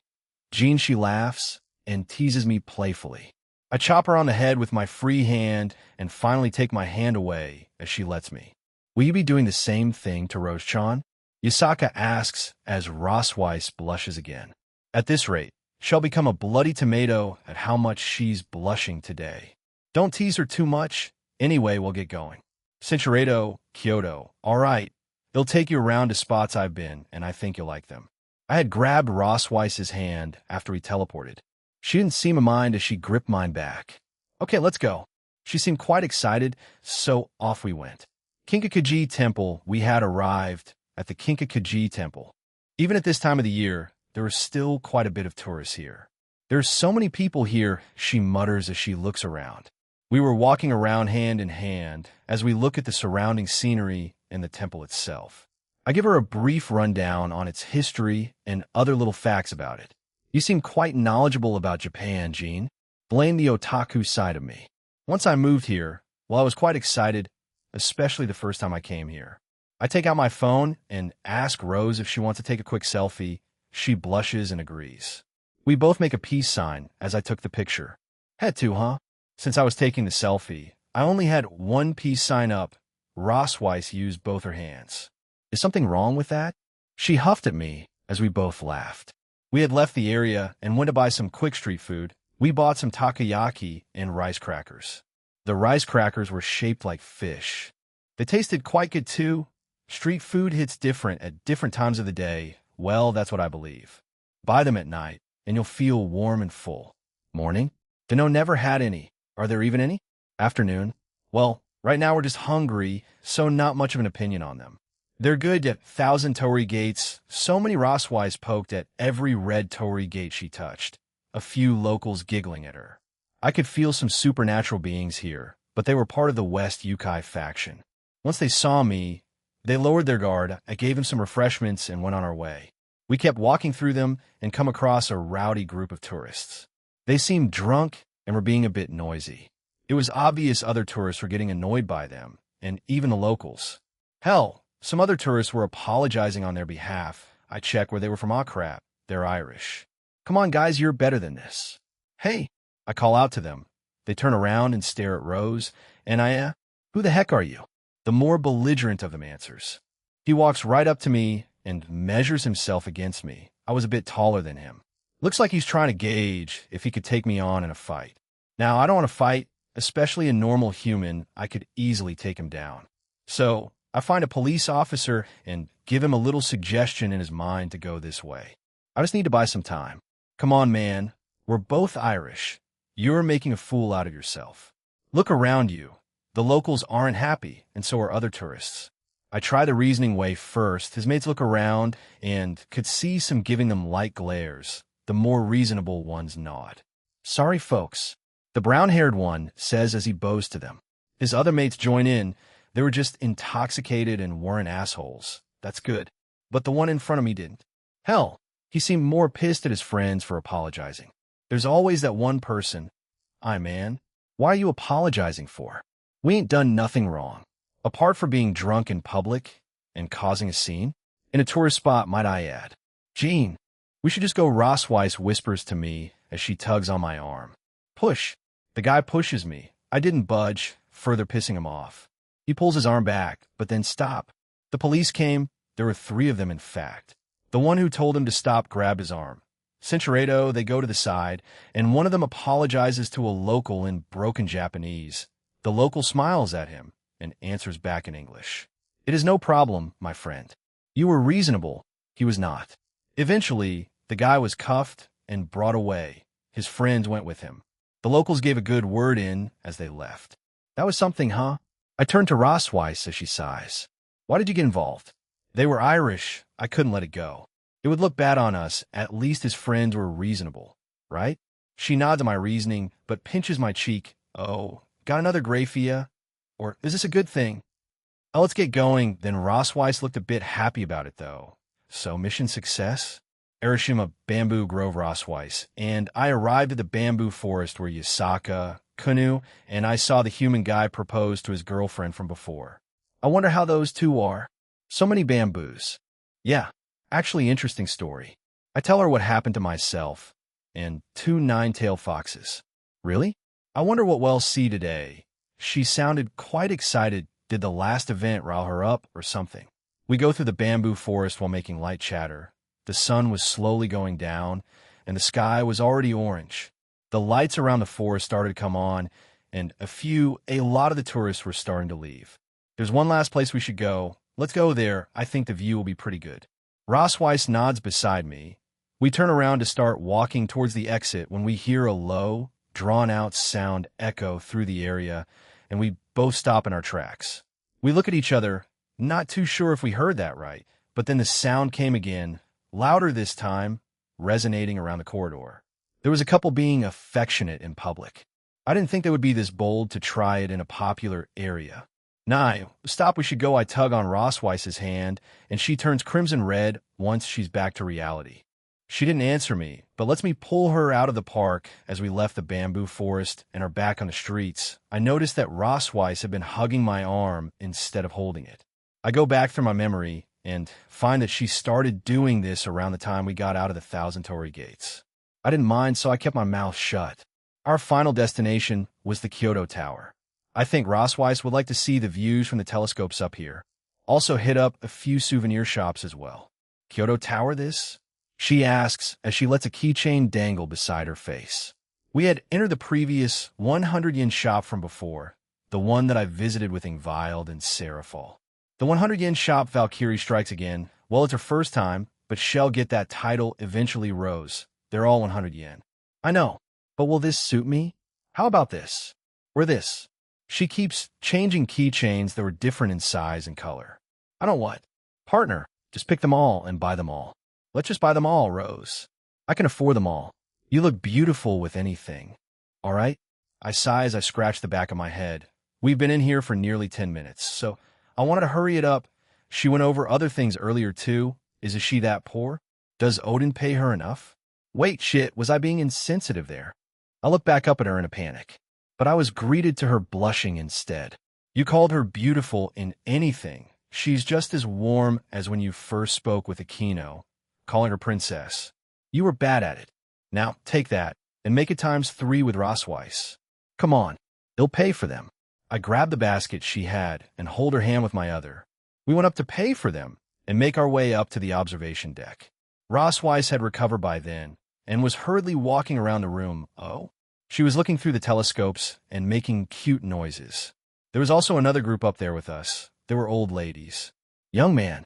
I turn to my side and see one of the old women speak to me. Yes? Is she your girlfriend? Straight to the point, old people really don't beat around the bush, huh? I chuckle at her and shake my head. No, Mom. But we are out on a date, though. The other old ladies joined their friend, and they started to giggle at each other. She's quite cute. Treasure her now, you hear? She nudges me on the side as she grins at me. Ah, yes, I definitely will. Are old people this nosy? I mean, they don't mean any harm or ill will, but probably wanted to strike up a conversation. They leave me and go join Rossweiss. They start chatting, look over at me, and start giggling again. Rossweiss was blushing up a storm as she listened in to the ladies' ramblings. This lasts for another few minutes until they leave. They pass by me while wishing me luck. Good luck. Jean Kuhn, the old lady who spoke to me, first somehow got my name and chuckled at me as she left. What in the world just happened? Whatever.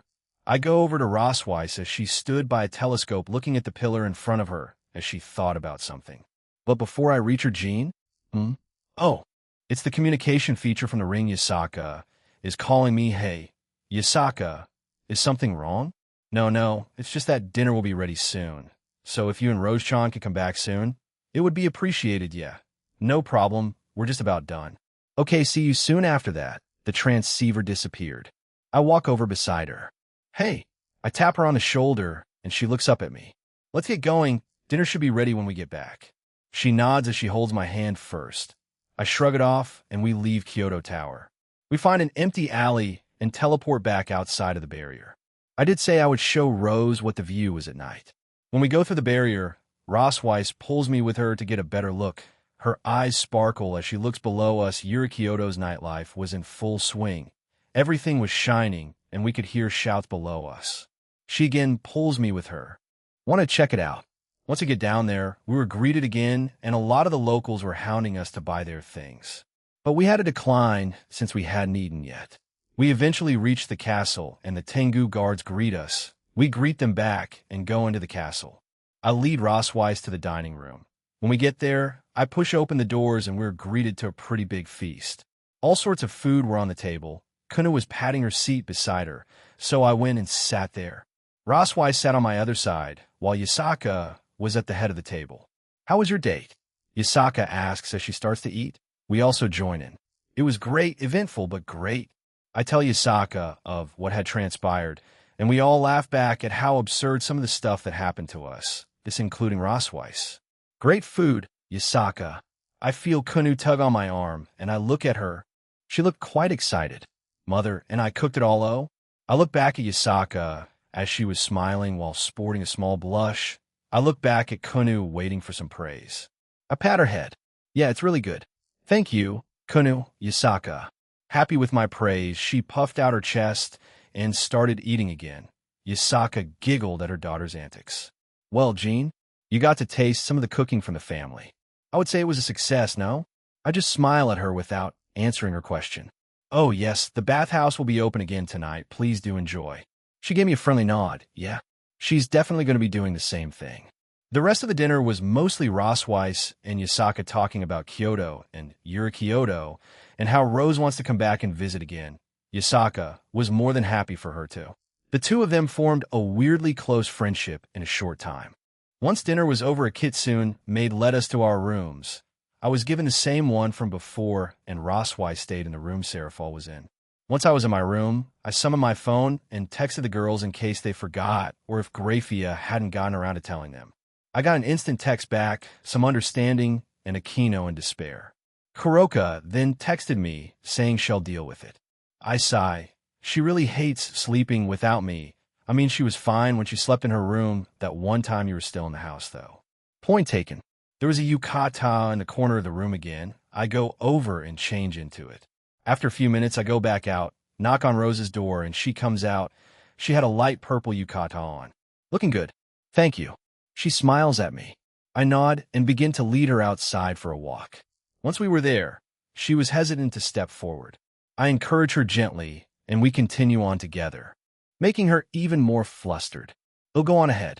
I snap my fingers, and the yukata is replaced with a clean change of clothes.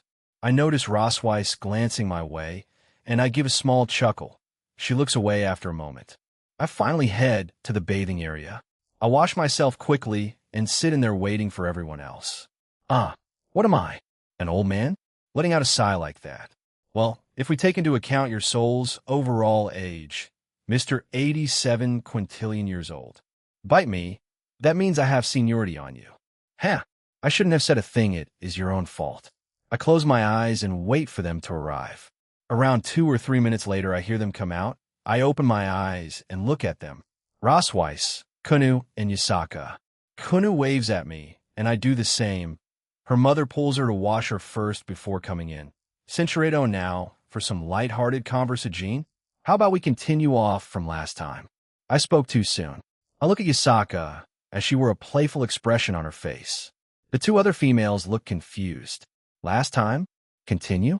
Without warning, Yasaka gently moves Kunu aside and places her next to her.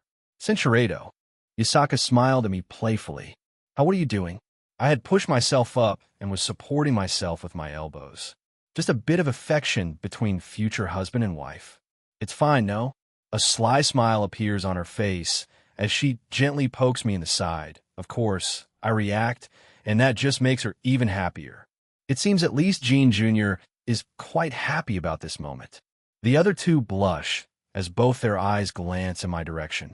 I feel like I've been in a lot of awkward situations lately. I just sigh at this. Cinchuredo surprising her even more. She gasps in shock as I lean in close. She responds by holding me tightly as we share a long embrace. I wrap my arms around her and hold her close. This causes Yasaka to pull back slightly from our hug. I could feel her shiver as the moment became more emotional. I finally break the bravado and grin at her. That should satisfy you for a while, right? I ask her, but she doesn't respond. She stares at me. No, she stares past me in a daze. She was a blushing mess, and she knew it. I pull her off me as I go back to where I was sitting. I put Yasaka back to where she was previously. Kunu rejoined me and sat beside me. She was clearly trying to avoid a certain pot. I pat Kunu with my other hand. I feel Rosweiss put her hand on top of my other. I glance at her as she doesn't say anything but looks at the water. Sorry about that, you guys. Yasaka here got a bit rowdy. Kunu giggles at me for getting over the situation so quickly. Only Rose didn't reply to me. Era, you're quite bold, aren't you, Jean? Yasaka comes out of her daze as she leans in close to me. I let out another sigh and laughed. Maybe, but it worked against you. We both laughed as the rest of the bath was a lot calmer. We just spoke about what had happened during our time apart. Kunu bragging about getting a bit stronger. She indeed got stronger, and some of her stats jumped up. I was proud of her. The bath had ended around an hour ago, but I couldn't sleep. I just feel restless. I don't know why, partner. Did you forget to give Rosweiss the ring and enchant her clothing? Okay, maybe that's why. Everything had been pretty rapid fire today. The talk with the soul, Constans, Irene, and the dimensional gap. Kyoto and Rosweiss, hey partner. Question. So, you've been actively utilizing your powers, but not abusing them. Why? Why? I mean, I can't do anything else unless I evolve. So in the last line of defense, if Nyarlathotep decides to take an active role in messing with me. If she confronts me alone, great. He'll do something about her. She hasn't yet, so I won't. Why not make them your devoted companions and partners? Train more. Rennie said she wants to get stronger and not fall behind. They all have their own obligations. I won't force them to train. Some of them don't even have long lifespans. Cinchuredo, I can take some of them, mainly the devils, and anyone that has a longer lifespan than humans. Some won't agree to them, but I can try. However, as I mentioned in an earlier conversation in Grigori, in order to make them immortal, I need their consent. I'm almost certain some will decline to become immortal. I can hear them saying that they want to live and die as a normal person. They're also not battle maniacs or training maniacs. Unless I warn them about upcoming dangers, they won't take action.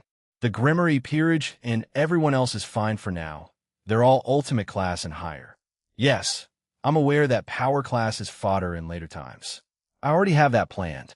Once my meeting with Suzaku is finished, I will take the Slashdog girls plus Suzaku into the pocket dimension and train them for a year. If all works out well, Rennie will reach high-tier god class, and this is all before the Kokobeel events.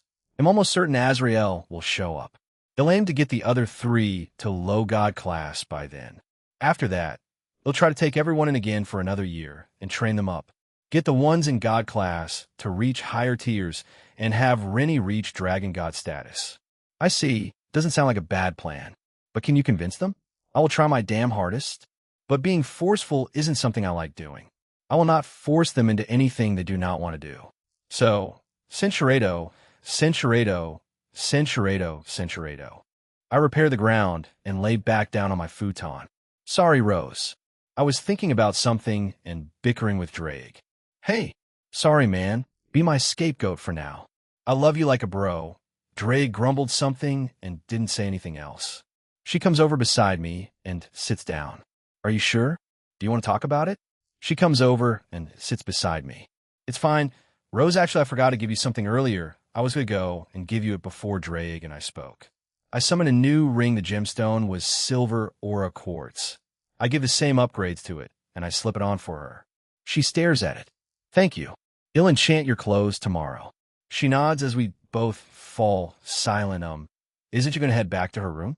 I'll go back then. She finally speaks up and gets up. She reaches the door and turns back to look at me. Good night, Jean. She closes the door and doesn't wait for my reply. I should have asked her to stay with me, just for company, nothing weird. I close my eyes, still feeling restless, but I eventually fall asleep. Another grand breakfast was waiting for us in the dining room. I had cleaned my room before I left and enchanted Rossweiss's other clothes earlier. We were both fine, and it didn't feel awkward between us. She was actually in a better mood. Ada. Rose, did you get a ring too? Yasaka smiles at her new friend as she points to her ring. Why, yes. Jean gave it to me last night. A late-night meeting. How bold of you. She finishes speaking with Rossweiss and turns to me. What are your plans now? I'm not sure yet. They'll be taking Rossweiss back to Asgard after that. They'll see what happened back home before deciding to do anything. But I do have something happening at the end of the month. They'll be meeting with one of the heads of the 5 principal clans of Japan, the Haimajimas. The current head is Suzaku Haimajima. Yes? Yasaka smirks at me. Censurado, is she thinking about her parents? Maybe deceased husband? Is he even dead? Maybe alive? Hey, is Kunis' biological father alive? Answer. Yes, I see. Then it's probably her parents. I wonder what happened between them. Yasaka hasn't mentioned him once. They'll ask her another time. The rest of the morning breakfast was a bit quieter, as Yasaka was mostly in her own thoughts. Goodbye for now, Jean. Like before, Yasaka will see me off with Rossweiss. Kunu was hugging my leg. She didn't want me to leave. I feel bad about it. Maybe I should connect our homes? So, she can visit me anytime she wants. The same with Yasaka. I'll look into it. I'll test it in a random, unoccupied room when I get back. I bend down and hug Kunu back. They'll be heading out now. Kunu, be good now. I go over to Yasaka and kiss her on the cheek, making her smile at me. I have an idea. I'll text you it later. If it works, then you'll be seeing me quite regularly. The two seemed confused but nodded. I rejoin Rossweiss as we begin to teleport away. Kunu comes back to me. Kunu, I made my choice. She says and grabs onto my arm. Did she just? That was quite bold of you. Yasaka smiles at her daughter while placing a hand on her cheek. She winks at me and chuckles. I guess you have 2 nine-tailed foxes joining your family now, Jean. I awkwardly laugh as I teleport to Asgard. 9 Realms Asgard. Once we teleported back to Asgard, I insisted on bringing Rossweiss back home. We were still holding hands, so all eyes were on us. Quite a lot of the other Valkyries were completely dumbstruck by it. As I didn't know where she lived, Rossweiss did all the leading. Once we arrived, we saw someone standing outside her door. Rose lets go of my hand and starts walking towards the woman. There stood an elderly woman dressed in a deep blue robe. She has a fearless look, appears to be the same height as Ross Weiss, has a healthy posture, and looks to have a slim figure overall. Gee, Granny? Rosenweiss arrives by her and calls her grandmother. I see, that's Jean Dull. Hello. Rose, I heard many rumors circulating around that you've been on a date, she says to her granddaughter as she looks at me. It looks like they held true. She walks over to me and introduces herself. My name is Jean Dull. I am Ross Weiss's grandmother. Pleased to make your acquaintance. Jean Skyward, it's a pleasure, ma'am. She smiles and we shake hands. Ross Weiss joins us, blushing again. To think my own little Rose could get a date with the all-famous middleman. I'm proud of you. Would you like to come into Rose's? Oh, absolutely not. My house is still a mess, and Jean can't go in there yet. Ross Weiss instantaneously denied her grandmother. She kept repeating no to herself as she huffed beside her. Jean Dull sighs as she shakes her head. Then, you shall invite him over another time. I will be there, because I wish to get to know this lovely young man more. But no buts, Rose. Jean Dull put her foot down, and Ross Weiss couldn't argue. She defeatedly agreed with her grandmother's wishes. Now, we shall talk about some things pertaining to this relationship, Rose. Her grandmother grabs her hand as they go towards her home. When they got to the door, they turn around, Ross Weiss giving me an apologetic look. Jean Cohen, forgive me for this, but we shall see you another time. Oh yeah, don't worry about it, they both nod and go inside her home. That was something. I didn't expect to meet her this soon. Rose's parents are still alive. I'll probably meet them down the line to 1 week later. Jean Skyward. This is I was in my dream again. Finally. Did I hit a requirement or something? Whatever. I don't care, I can finally get a bit more beep. I turn around and see humanoid figures, a bed, the same window, and monitors and machines. This was definitely a hospital. That figure is me. There were some tubes going into me. I watched the past me sit there, looking at the window without moving. Eventually, another figure appears. It had a white lab coat. I will assume it's a doctor. They look like they're talking, and then the doctor gestures to my past self's heart. He touches the area around his heart, and I could see my past self smile sadly. I couldn't see my facial expressions, but the mouth was briefly shown. He nods towards the doctor. The doctor nods and disappears. Suddenly, the area around me becomes a lot more detailed, but no one else was in the room. His past self was just alone in there. Seems like my family didn't come to see me. Bummer. Suddenly, another figure appears. It didn't show any features, but the figure goes up to my past self and hugs him. Is this the guy that I heard the voices from? My past best friend? Did we make up? That was the only conclusion I could come to right now. If it's true, and we made up, that's great then. The two figures chat for a while before the other figure vanishes. It didn't last any longer as everything disappeared.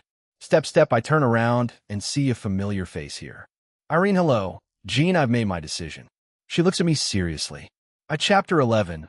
A wonderful dream, a strenuous future. Jean's dream. Jean Skyward, I accept your offer.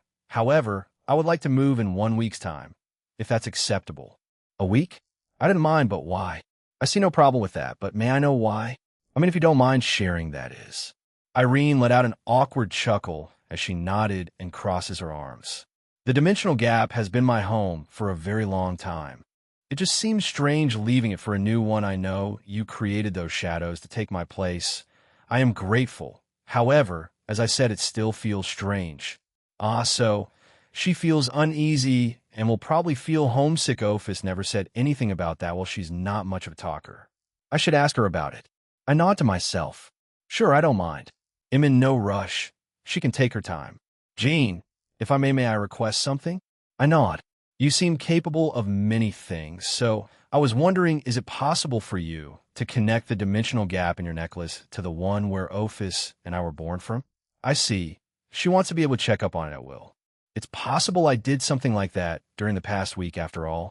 Yeah, it's possible. It's quite easy since I've done something similar within the past week. Truly? Many thanks in advance, Jean. We fall into silence for a few seconds. Now that I think about it, did Irene see what I saw earlier? The fact that she arrived just as the ship disappeared isn't a coincidence, is it? Hey, Irene, did you see the bed and window when you came here? I did not. However, I did hear some beeping, but it vanished as your figure came into view. I nod. It looks like I'm the only one who is able to see it. For now, maybe Azathoth is limiting who's able to view it? So, for now, it's only me. I haven't seen CNTIR or the two heavenly dragons once in my dreams. But Irene can still come here, which is weird. I shall take my leave. I shall see you in a week, Jean. Farewell. She quickly waves to me and disappears. A wave as she disappears. I sigh if what that soul said was true. My life was quite normal, so why does Azathoth have a need to hide it from me? I really doubt he'll have some mental breakdown from it. My past self also touched his heart. Perhaps I died due to some kind of heart disease or heart cancer. Maybe my heart just grew weak, I don't know. It was heart-related. At least I didn't die in some absurd way like getting hit by a truck, struck by lightning, or some other dramatic way. Just unfortunate circumstances then. I let out a chuckle as the dream slowly started to fade away. Time's up here then. Japan, Kuo-jin skyward, I wake up from my dream. Having spoken with Irene and knowing when she'll move in is reassuring. 1 week from now, she'll move in. But a week has passed since my date with Rossweiss, and I made good use of that time. I also went against what I had discussed with Drake. When I got home, I immediately headed to a random bedroom that was unoccupied. I created a doorway that connected to the place where I first met Yasaka and Kunu. When I stepped through the door, both of them were there and were quite surprised to see me. He'll use this same trick to connect Irene's dimensional gap in the necklace to the one she's currently residing in. Seeing as how both of them wanted to spend more time with me, I had this idea, maybe he'll do it for more people I know like Gabriel. Once I told them what I did, I created the same door and we walked through it. They found themselves in a relatively small room, so I expanded it. I told them they could use this place as another bedroom if they choose to stay the night here. They were quite happy with it, and so they came by quite frequently during the past week. They even stayed for a night or two. That's also how Kunu and Ophis met. Ophis had been coming out of her necklace more often. As a result, the two of them formed a quick friendship. Kunu also started calling Ophis Fies. I tried to correct her, but she was adamant on calling her that, so I left it at that. Centurato Albion and his friend teased him and called him a grandpa that wants to see his grandchildren. This made him flustered. They get along well with everyone else. Yasaka and Graphia get along quite well, perhaps because they're older and can bond over whatever they talk about. But I did notice a lot of weird glances from them, Yasaka giggling nervously. Rossweiss started to text me more, even calling me through her phone or using the transceiver on the ring. And we've made plans on meeting up again, a visit to her home, and as well as meeting her Granny Jean doll. Even though she was well old, she's still quite energetic and fiery. And that's from the brief meeting I had with her. She apparently was quite insistent on meeting me, getting to know me, in a way evaluating me for her granddaughter. Sure, whatever floats your boat. We haven't made detailed plans, yet since our date wasn't that long ago. Rose apologizes a lot during these calls or texts, but I said I didn't mind, so she's a little less anxious with them. I also placed Igris in Aquino's shadow and Iron in Rennie's shadow during the week. I'm still thinking about whom to put in whom. I'm probably going to have to create other shadows that aren't from the solo leveling universe, since I need them in the other girl shadows. Now, to the more pertinent parts of the week that passed the Gremory Peerage, Ingvild, Rennie, Kuroka, Graphia, Natsum, Shigian, and Gabriel, I took them into the training facility, and we spent a year, 2 years in there. We spent a year there around Wednesday, and then just yesterday, Thursday, we spent another year there too. The goal? To help increase their mastery and control of their powers. Well, that was mostly aimed at the Gremory Peerage, Ingvild, Rennie, Kuroka, and Graphia. I helped Shigian, Natsum, and Gabriel go up in raw power during it. I had them fight greed since it would provide them with valuable experience. Why did I want the Gremory Peerage? To gain more control and mastery. While this may be looking too far into the future, the Devil Youth rating games will be held soon. In addition, the Gremory vs. Citri rating game will be a thing. I want the Gremory Peerage to have a better chance this time around than in canon. They barely scraped by the win. Power isn't the only thing that decides rating games, after all, when special rules are in place like that match. Some teams will have a disadvantage, and some will have it as an advantage. Maximize their power in small quantities. If they can hit hard with small attacks, then ITLL make it easier for them, seeing as how some of their stats jumped up but not ranks, so they're still all Ultimate class, with Aquino being the lone Satan class in the peerage. Grafia and Rennie have begun to share ice techniques and spells, so they've grown quite close during the 2 years of training. Rennie has started to use ice make magic. She even managed to get her ice dolls to start using them. That was quite a spectacle to see. Grafia couldn't get her own creations to do it, unfortunately. But she did start adding to her own arsenal of power, strings made out of ice. I didn't give her that idea. She came to me and told me it, actually. If she can stop time and use assassin techniques, wouldn't that be a killer combo? With her unlimited ice daggers and knives, she just had to include ice strings. I used them once. They were quite flexible and durable. However, since it's from her own magic, their strength will equal Grafia's, which is low-tier god class.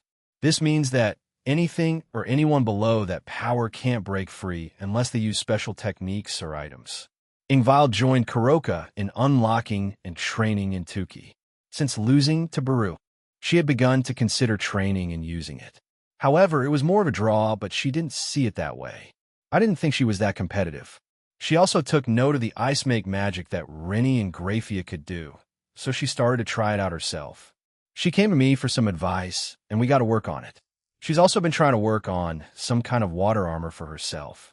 If paired up with her Sea Serpent of the End and her Nereid Kyrie Sacred Gear in theory, she can keep that up 24/7, which in itself is terrifying. Gabriel apparently revealed our relationship to the other great seraphs. Michael was shocked and supportive. The other two relented as they wanted her to be happy. I haven't gotten a visit from them yet, but I'm sure the next time I see them, they'll want to talk to me about it.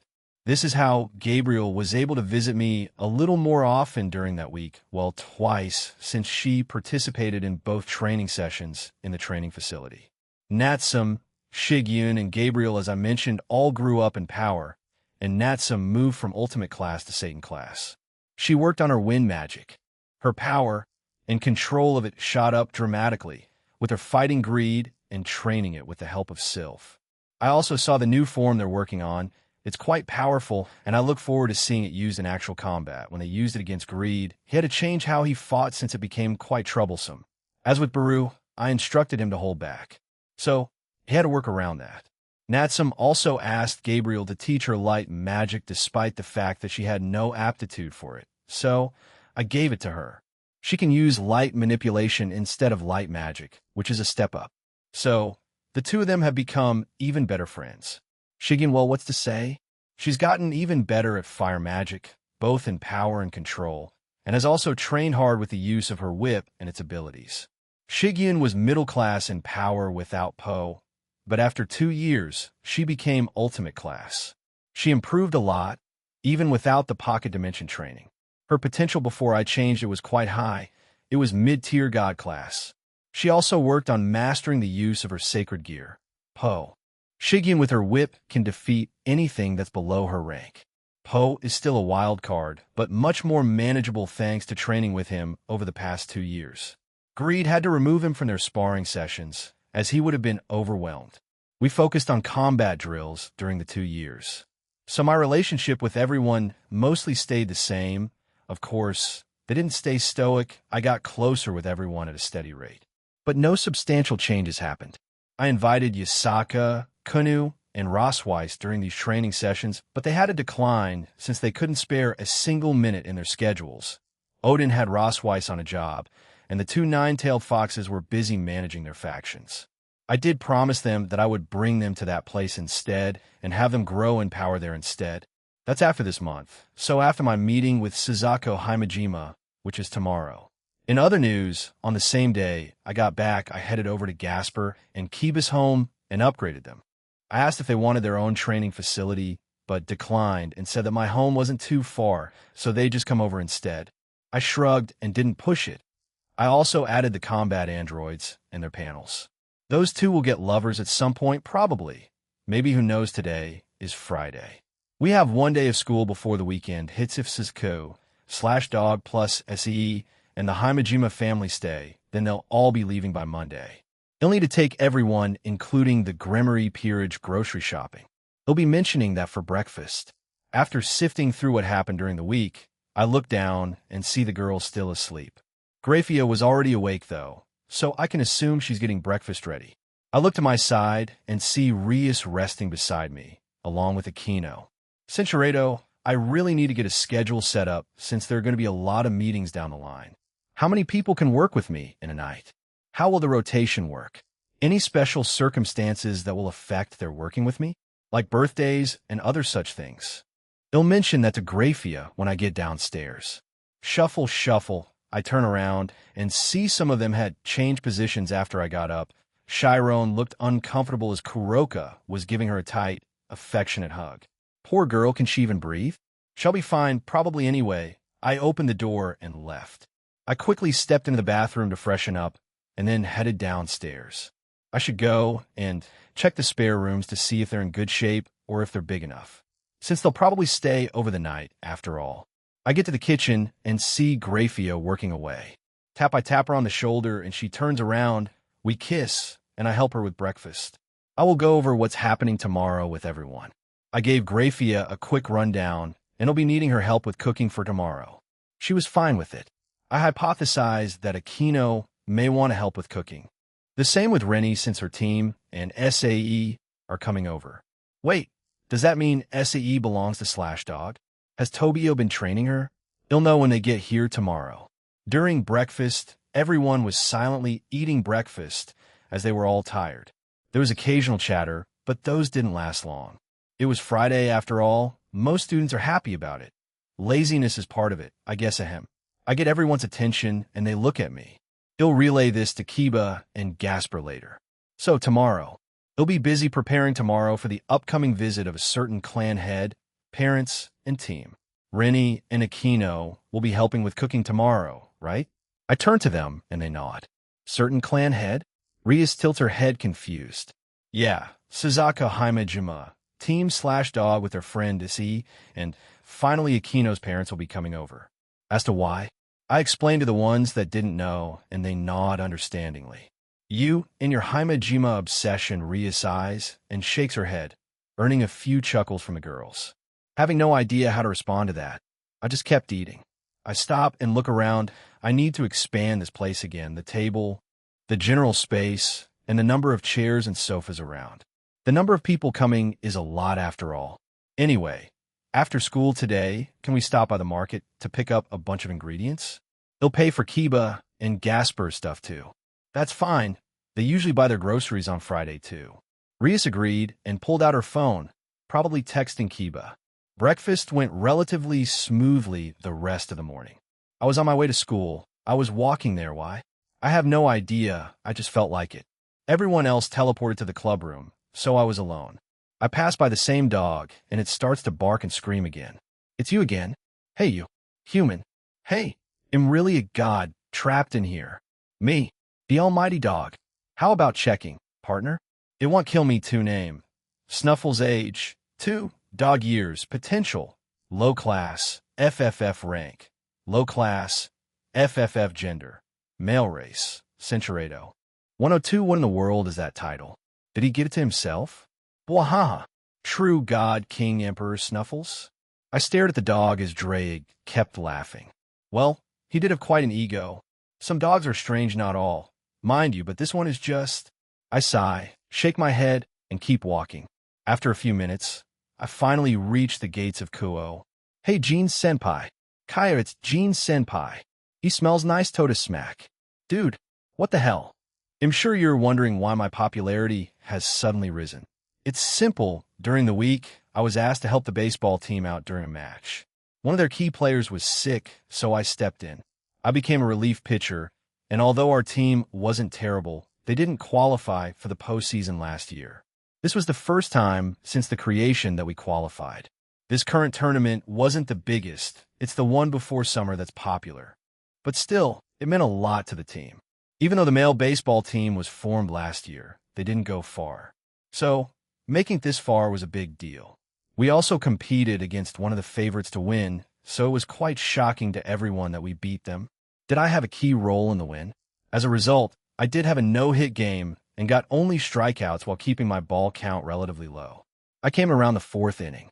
We were behind one, and after my little boost in morale, we managed to snag the win in the final inning.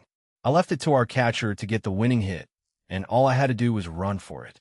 Smack! Hey, it's the team's carry. Someone in the same year as me, but a different class, came up to me and lightly smacked me on the back. Vey, Tomaskun. Thomas Anderson, the team's current ace and captain.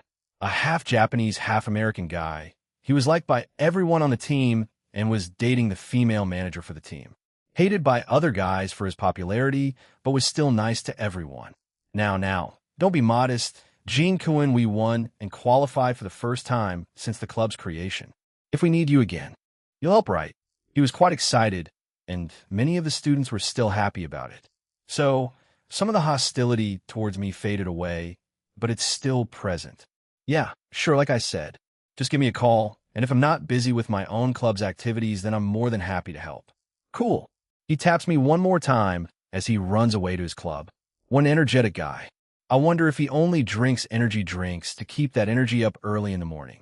I get greeted by a few more baseball club members and other students. It was a pleasant feeling. I eventually reach my classroom and take a seat. How the devils weren't here yet. Only the normal humans. Hey, Gene. Still both popular and hated. Huh? Kikiho Kudakuen came up to me along with Higuro Najima-kun. These two were normal humans. Kikiho was in the manga research club, while Higuro was in the go-home club. I made friends with them over the month. I hung out with them sometimes, but since I'm busy most of the time, I can't. But we're pretty buddy-buddy at school. Kikiho wants to work in an anime studio in the future, while Higuro plans on inheriting his family business. They have a bakery in Kuo. It's pretty popular.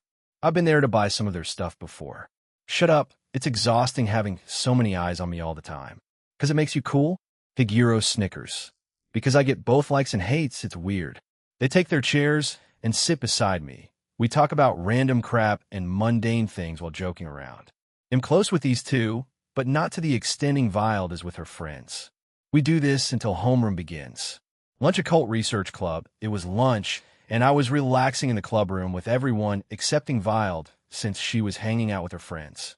My two friends were busy as well.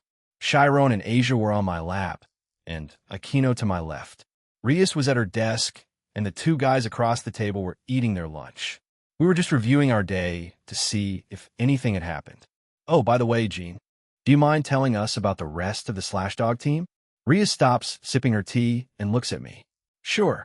You've already met Natsum and Shigyun, so I don't need to go over them. Even if we spent 2 years in the training facility, everyone did get to know each other. Grimmery Peerage and the two girls of the Slashdog team, minus Rennie, since they already knew each other. The same with everyone else. Gabriel, she got along with everyone. I mean, she's really friendly, but I would say she got along with the blondes of the group. So, Asia and Rennie, she was a ball of wholesome, angelic energy. She did well in the training, reaching low-tier god class in power. So, the other one with the Five Fiend Sacred Gear, is Cookie Samejima. He named his sacred gear Byakusa, and he's more like a delinquent. He's a good guy, though, so don't worry about him. 5? I thought there were only 4. Rias seemed confused. It's understandable, it was recently only known as 4 after all, but due to me doing my thing, it turned into 5. Yeah, I turned the 4 into 5. I'll explain in a bit, but the final member and current leader of the Slashdog team is Tobio Akuse. He's a cousin of Akino's, but the two of them haven't, met yet.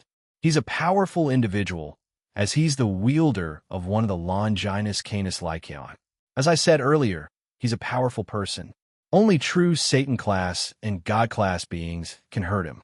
He's mastered his sacred gear to that point after all. Sae Tiju, the new person to get the 5 of the 5 fiends sacred gear thanks to me. I explained what had happened to her, and what an Utsusimi is, and how I turned it into a real and true sacred gear. Last time I saw her, she was in a wheelchair and was about to put herself through rehabilitation and probably being trained by Tobio and other fallen in the organization. I guess you could say she should be back on duty right now. So yeah, that's it. Those are the members. As I said, you know about Rennie, Natsum, and Shigen already. The whole team is full of powerhouses, even more in the future once SAE catches up with them. I'm quite excited for the future, especially the Azazel Cup. The individuals I've influenced and how much more powerful they'll be. The Azazel Cup will be one hell of a spectacle then. Will you participate, partner? I haven't thought about it. Maybe an exhibition match or register as a one-man team. I mean, the ones I can add to my team are Ingvild, Ophis, and potentially Irene, who knows, partner? The future is still ahead of us. Who knows who else you'll meet, right? I still have a lot of people to meet and interact with. In retrospect, they certainly looked sad, yet what she endured was terrible, more so when she was nearly killed by her Utsusimi.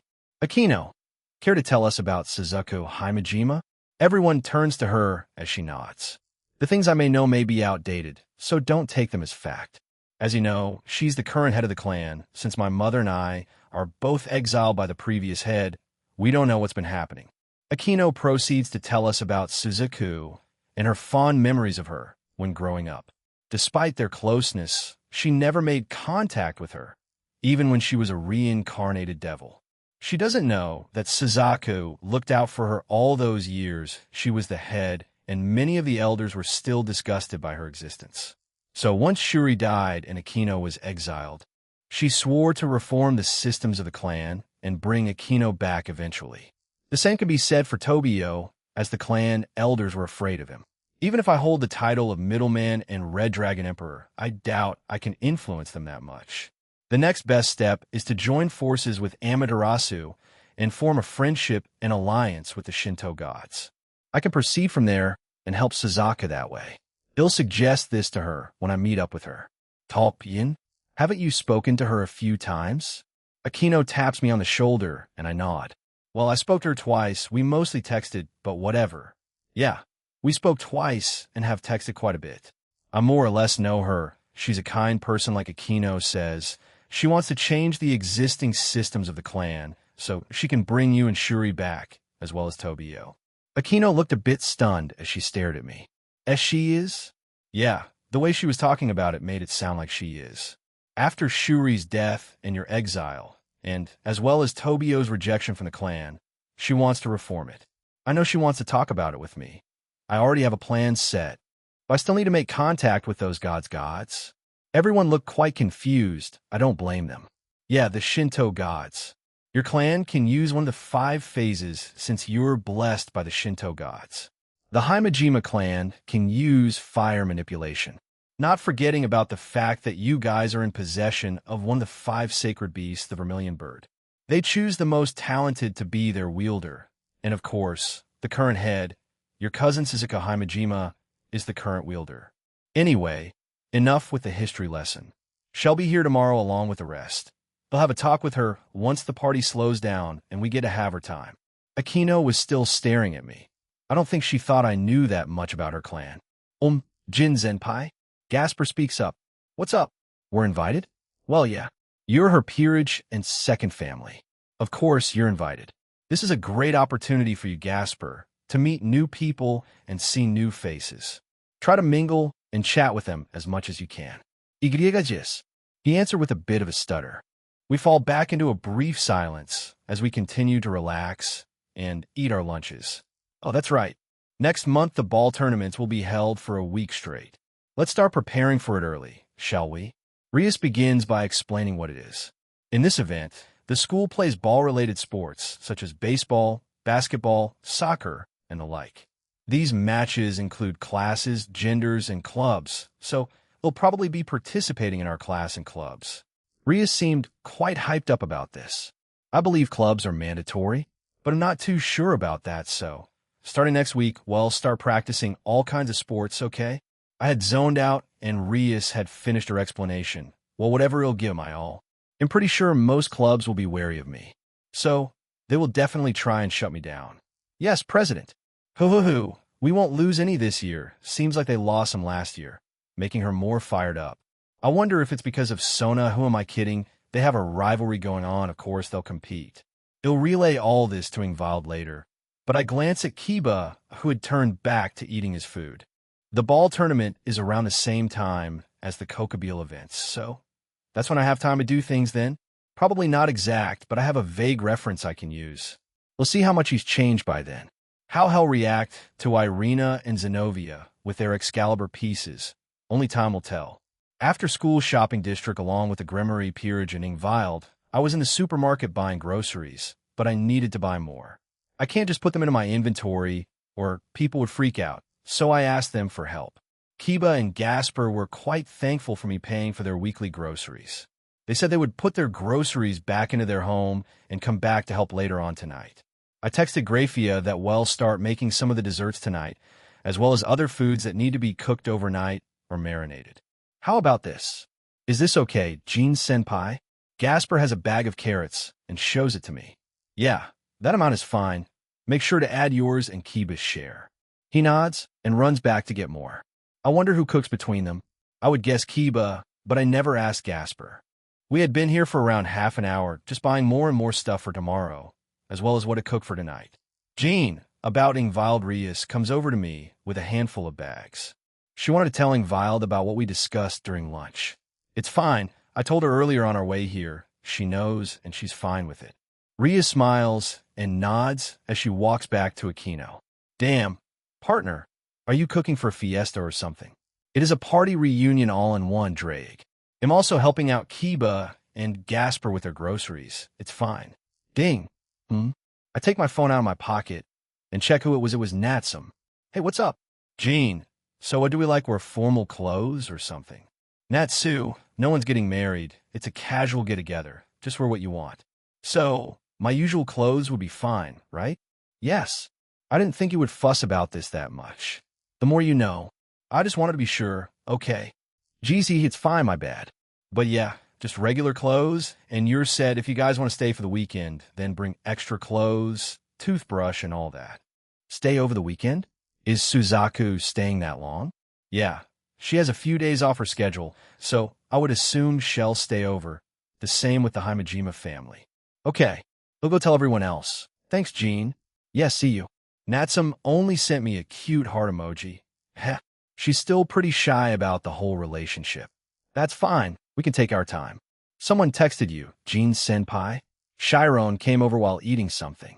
Yeah, it was Natsum. She was going to wear formal clothing, and I had to stop her. Chiron just gave me an amused look. She held up some bags, and I nodded. That number should be fine. With this, we should be set. We go over to everyone else and check their baskets and bags. I confirm that this should be fine. We go over to the checkout. Just add them all together, including your share, Kiba, Gasper. They nodded and proceeded. The cashier looked incredulous. Geez, Jean-chan, is there a party or something? The older cashier, who I know as Saka-san, was the one checking our things out. Haha, yeah, actually, a small family reunion and get-together tomorrow. Thankfully, it's the weekend, otherwise it would be difficult to set it up. Once she finished scanning everything, as everyone helped bag everything, she tells me the amount. I hand over my card, and her eyes widen in surprise. She awkwardly coughs and swipes it for me.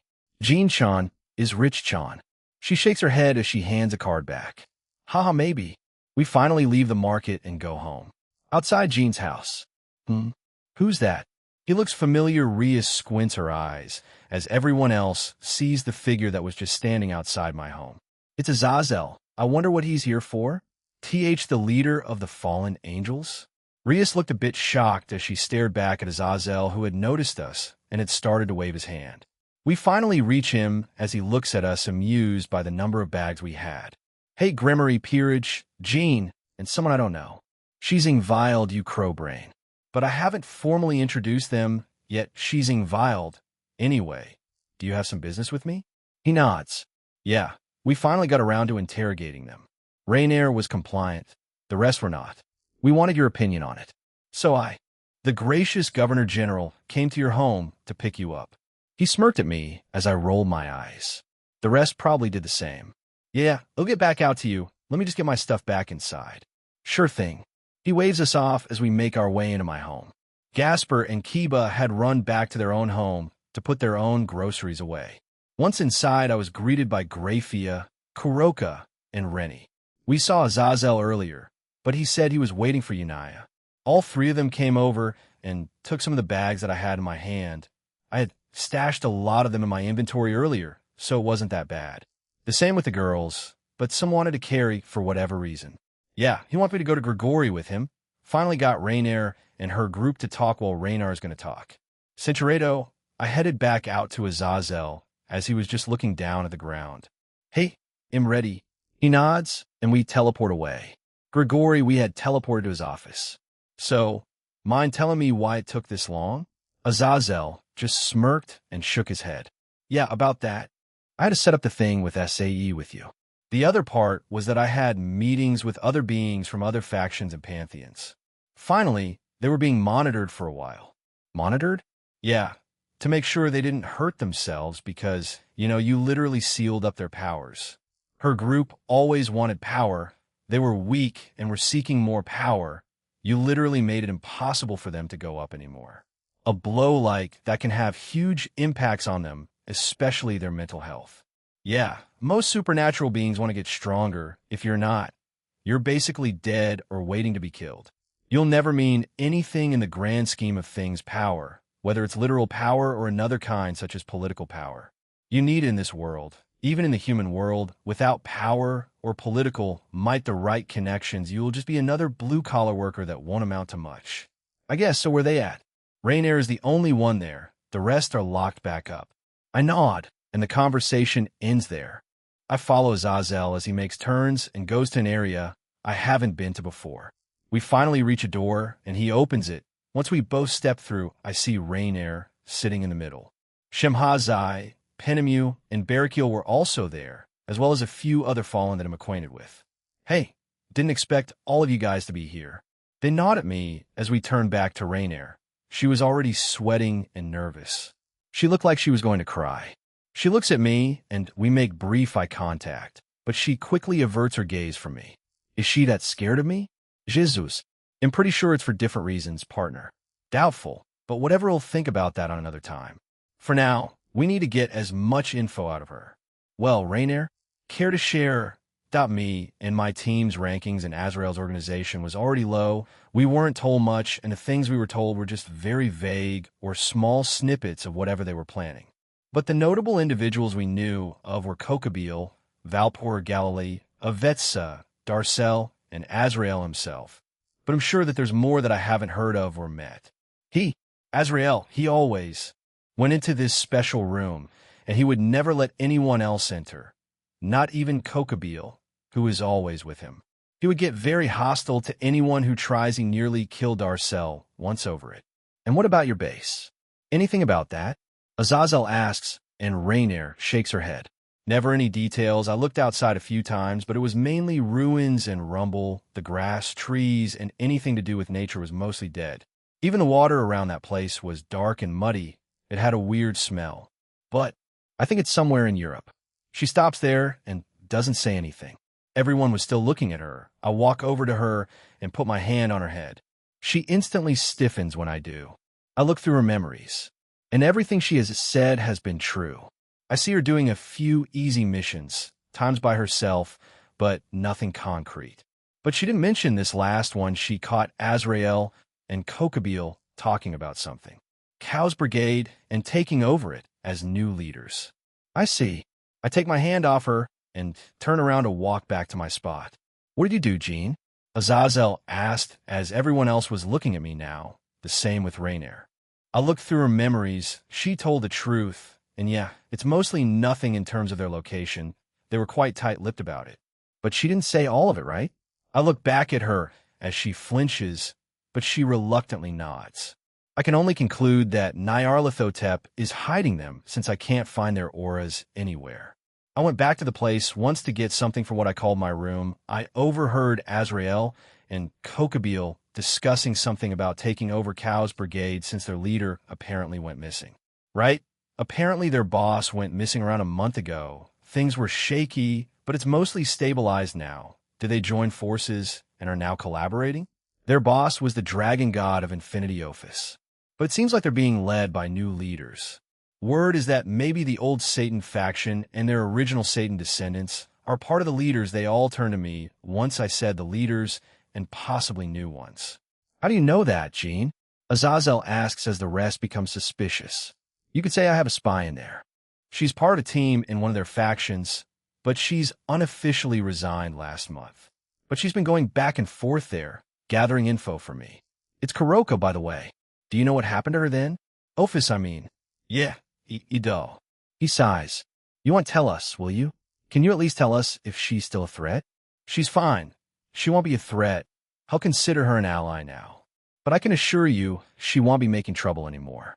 They'll take your word for it then. So, Kuroko is your double agent then? What? Did she join with him originally?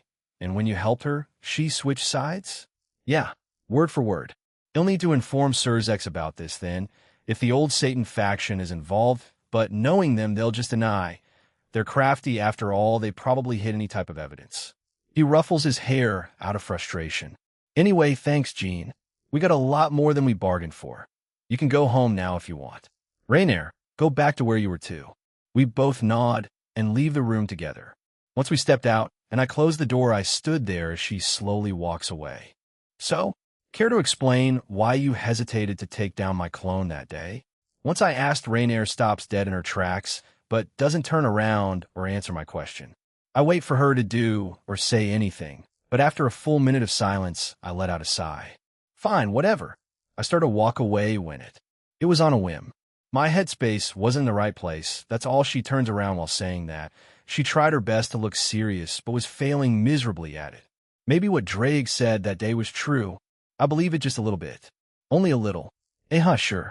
Right, we'll see you. She could see I didn't believe her. She kept staring at me intently as I teleported away. Japan, Kuo. When I teleported back, I was in the living room. When I went into the kitchen, they were just about to have dinner.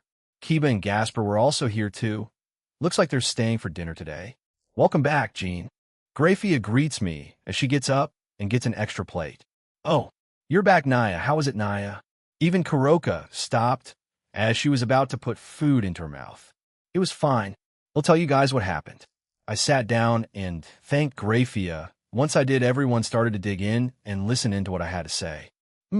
Double Agent Kuroko in the house. Naya Kuroko was quite happy with herself, seeing as she played a key role in all of this.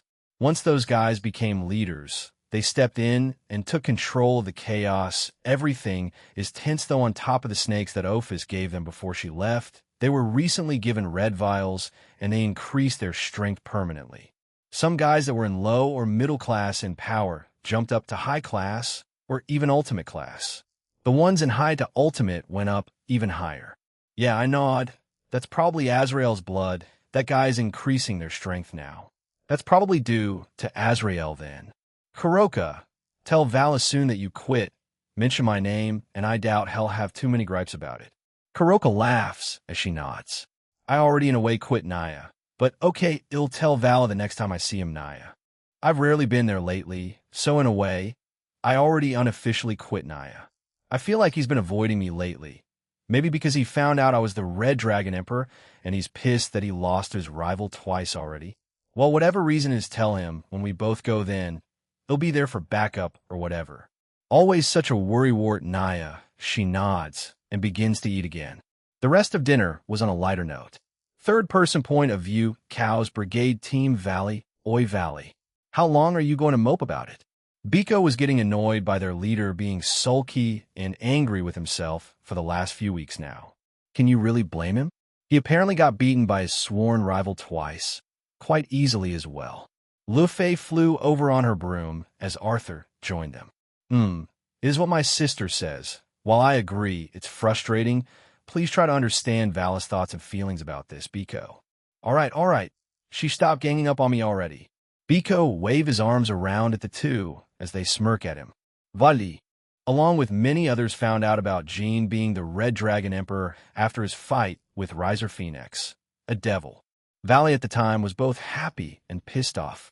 Happy that his rival finally made his appearance, but pissed off that Jean was hiding that from him. And he concluded that the reason for hiding from him is because he either wasn't interested in their rivalry or didn't see him as a rival. Both reasons pissed Valley off, but in a way, it motivated him. He thought he was in a good spot on the right track to beating his rival. Maybe he was ahead of him? But reality came crashing down when he found out that day. I stand no chance as I currently am. Will Juggernaut Drive even work? My divide didn't work either. He outmatches me in physical combat, even with Balance Breaker. How do I beat him? Can I even beat him? Those were the types of questions that were going through Vala Lucifer's mind. In each part of his life, he had to face an obstacle, but if he persisted, he got through it. Maybe this was just one of those. Vala didn't know. He was unsure of it. But the only thing he could do now was train, keep training, and get stronger. Vala got up from his spot. Huh? You ready now, or something? His teammates noticed their leader get up. He turns around at them with a calm look. We're going training around the world. We need to get stronger, ASAP. He announced his intentions. While he was interested in many other things, he knew he had to get stronger to be able to achieve them. I don't mind. Are you that fired up about your rival? Valley didn't answer Bika's question. He only started to walk away. His teammates followed after him, not questioning his decisions. My goddess Azrael was by his shrine again to Nyarlathotep. He went here daily, every night, without ever skipping a day. He recently joined forces with a terrorist organization called Cow's Brigade. He, along with Kokabil, became the new leaders. He stood at the top since he shared the red vial, which was his blood, increasing many of his followers' power. With my blood, I provide power, but that blood belonged to you, my goddess. That's right. Azrael received blood from an outer god many years ago, and he also received her blessings, whatever they may be. He can communicate with Nyarlathotep, however, she never responded. With an outer god's blood, even if it was a very small amount, it helped Azrael reach peak god class, and even let him breach the strength of dragon gods. He was confident in fighting them. Why has he become even more confident? It's because his goddess answered him. It didn't last long, but she answered him. What did she say? In one battle, I will provide assistance. You shall know what battle when the time comes. That's what Nyarlathotep told Azrael. He was quite happy that his goddess would provide assistance to him. After he heard her voice, he was overwhelmed with emotion. That's how much he valued her. To Azrael, he would do anything for her. But he was also quite happy since Avetsa is nearly finished with her divine beasts. Once she was done with them, they would set them up everywhere in Kuo, if not inside, then outside. A full-scale assault on that devil-controlled town. Azrael concluded that the Red Dragon Emperor may sense them setting them up inside the town, so he would just do it beyond its borders. He was confident he could take the middleman on. He has told his subordinates to let him deal with him, and the rest can deal with his entourage. They were also going to get assistance from the Nilrem on the assault. Nilrem was the magician faction of Cow's Brigade, and it was led by Euclid Lucifuge, the younger brother of Graphia Lucifuge. They will be providing them with magicians. Fallen that range from middle to high class in power. The same with human magicians, divine beasts that can take down true Satan class and God class beings, Ajamu, Kokabil, Avetsa, and himself with his goddess's help. Easy pickings, that's the quote, yes? Kukukuku. To Azrael, this will be an easy assault on the city. He only needed to get things ready. Your crossroad is coming, Gene. How will you deal with your upcoming hardships? Will you fall into despair and destroy everything? Or will you rise up and meet up to my expectations? Do not disappoint me. Japan, Kuo next day, Saturday, Gene skyward. We finished eating breakfast a while ago. Graphia, Aquino, Rennie, and I were busy preparing everything. Last night, we had already made most of the deserts, so we were fine on that front. They all should start arriving around noon, if I'm not mistaken. Everyone else was relaxing. They decided to take today off, holding off on contracts and training. But they were still quite rowdy in their own way. Ingvild, Asia, and Kiba also helped out, but that was on setting things up like plates, tables, chairs, and decorations. Noon we had finished with all the preparations. The only thing left now was to wait for everyone to arrive. Everyone else was nervous. Why? I have no idea. I mean, this would be the first meeting between the Grimory Peerage and Aquino's parents. But apart from that, yeah, I didn't really understand why ring. Ring. The bell. Someone finally arrived. All right, Gene, showtime. I take a deep breath and let it slowly out as I got to the door. Once I open it, I was greeted by a man and woman. Shuri, Barakiel, welcome. It was Aquino's parents, the Haimajimas. I greeted them and gestured for them to come inside. Once Aquino heard me say that, she trotted over to us. My baby. Shuri says as the mother and daughter hug each other. Akino turns to her father and hugs him too. She leads them into the living room to meet her king and fellow peerage members. I follow suit.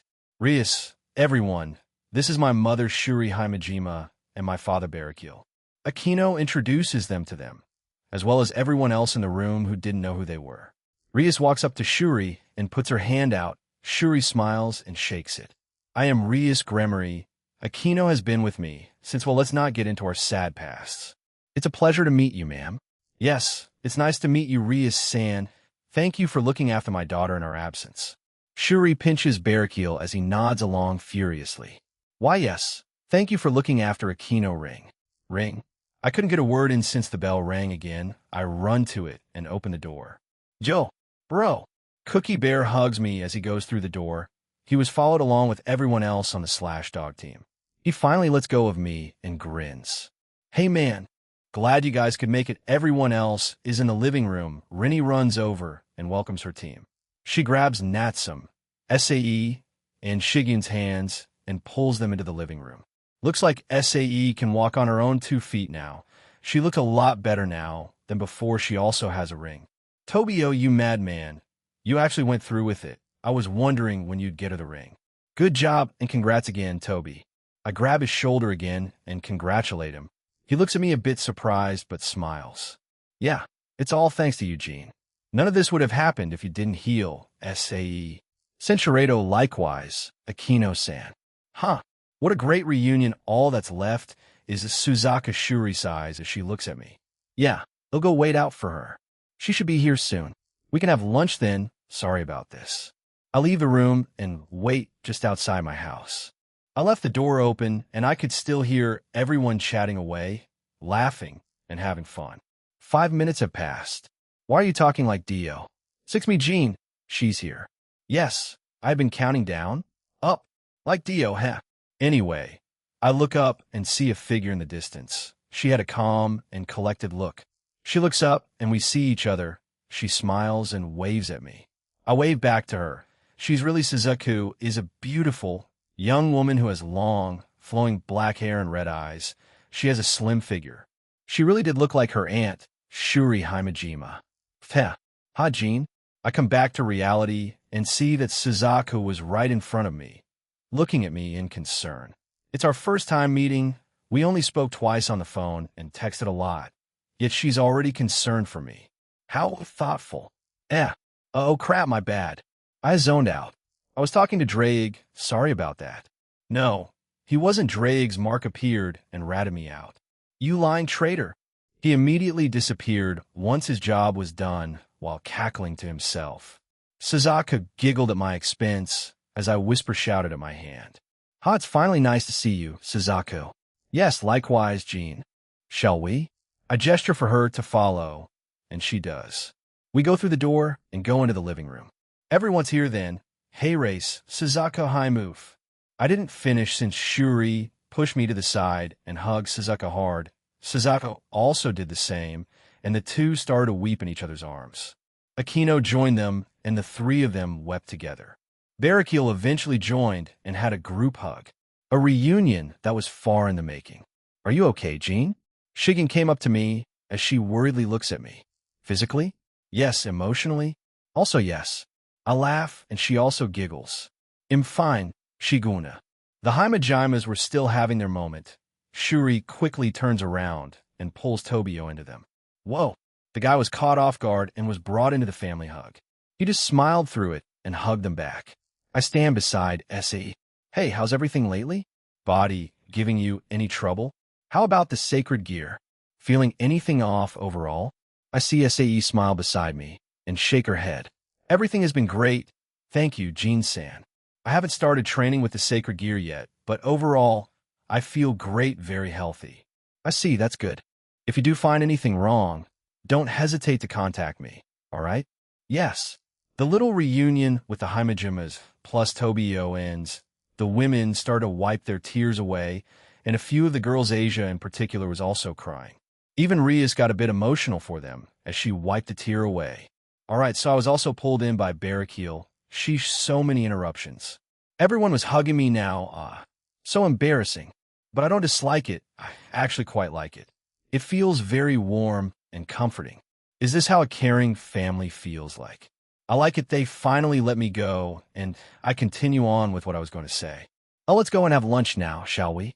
The food didn't go cold since I used a bit of magic to keep them warm, everyone agreed, as they were quite famished. Food Naya. Kuroka was the first one to dash into the dining room. We all laughed at her eagerness. Everyone was eating food, chatting, and generally having a good time. A stressless environment? Maybe Akino, SCE, and Tobio were chatting it up and getting to know each other. Shuri earlier freaked out after she found out he had proposed to SCE. He asked everyone to keep it a secret since he wanted to surprise her. Shuri promised to help them plan out their wedding. They were both happy with it and accepted her offer. I was on a random sofa eating and minding my own business when suddenly Yasaka and Kunu came into the dining room from upstairs. Ada. Shuri and Yasaka look at each other, blink a few times, and then introduce themselves to each other. They chat for a bit. Yasaka snickers and Shuri just stares at me. Jean? Kunu had come up to me and sat on my lap. Yes. Where's Fies?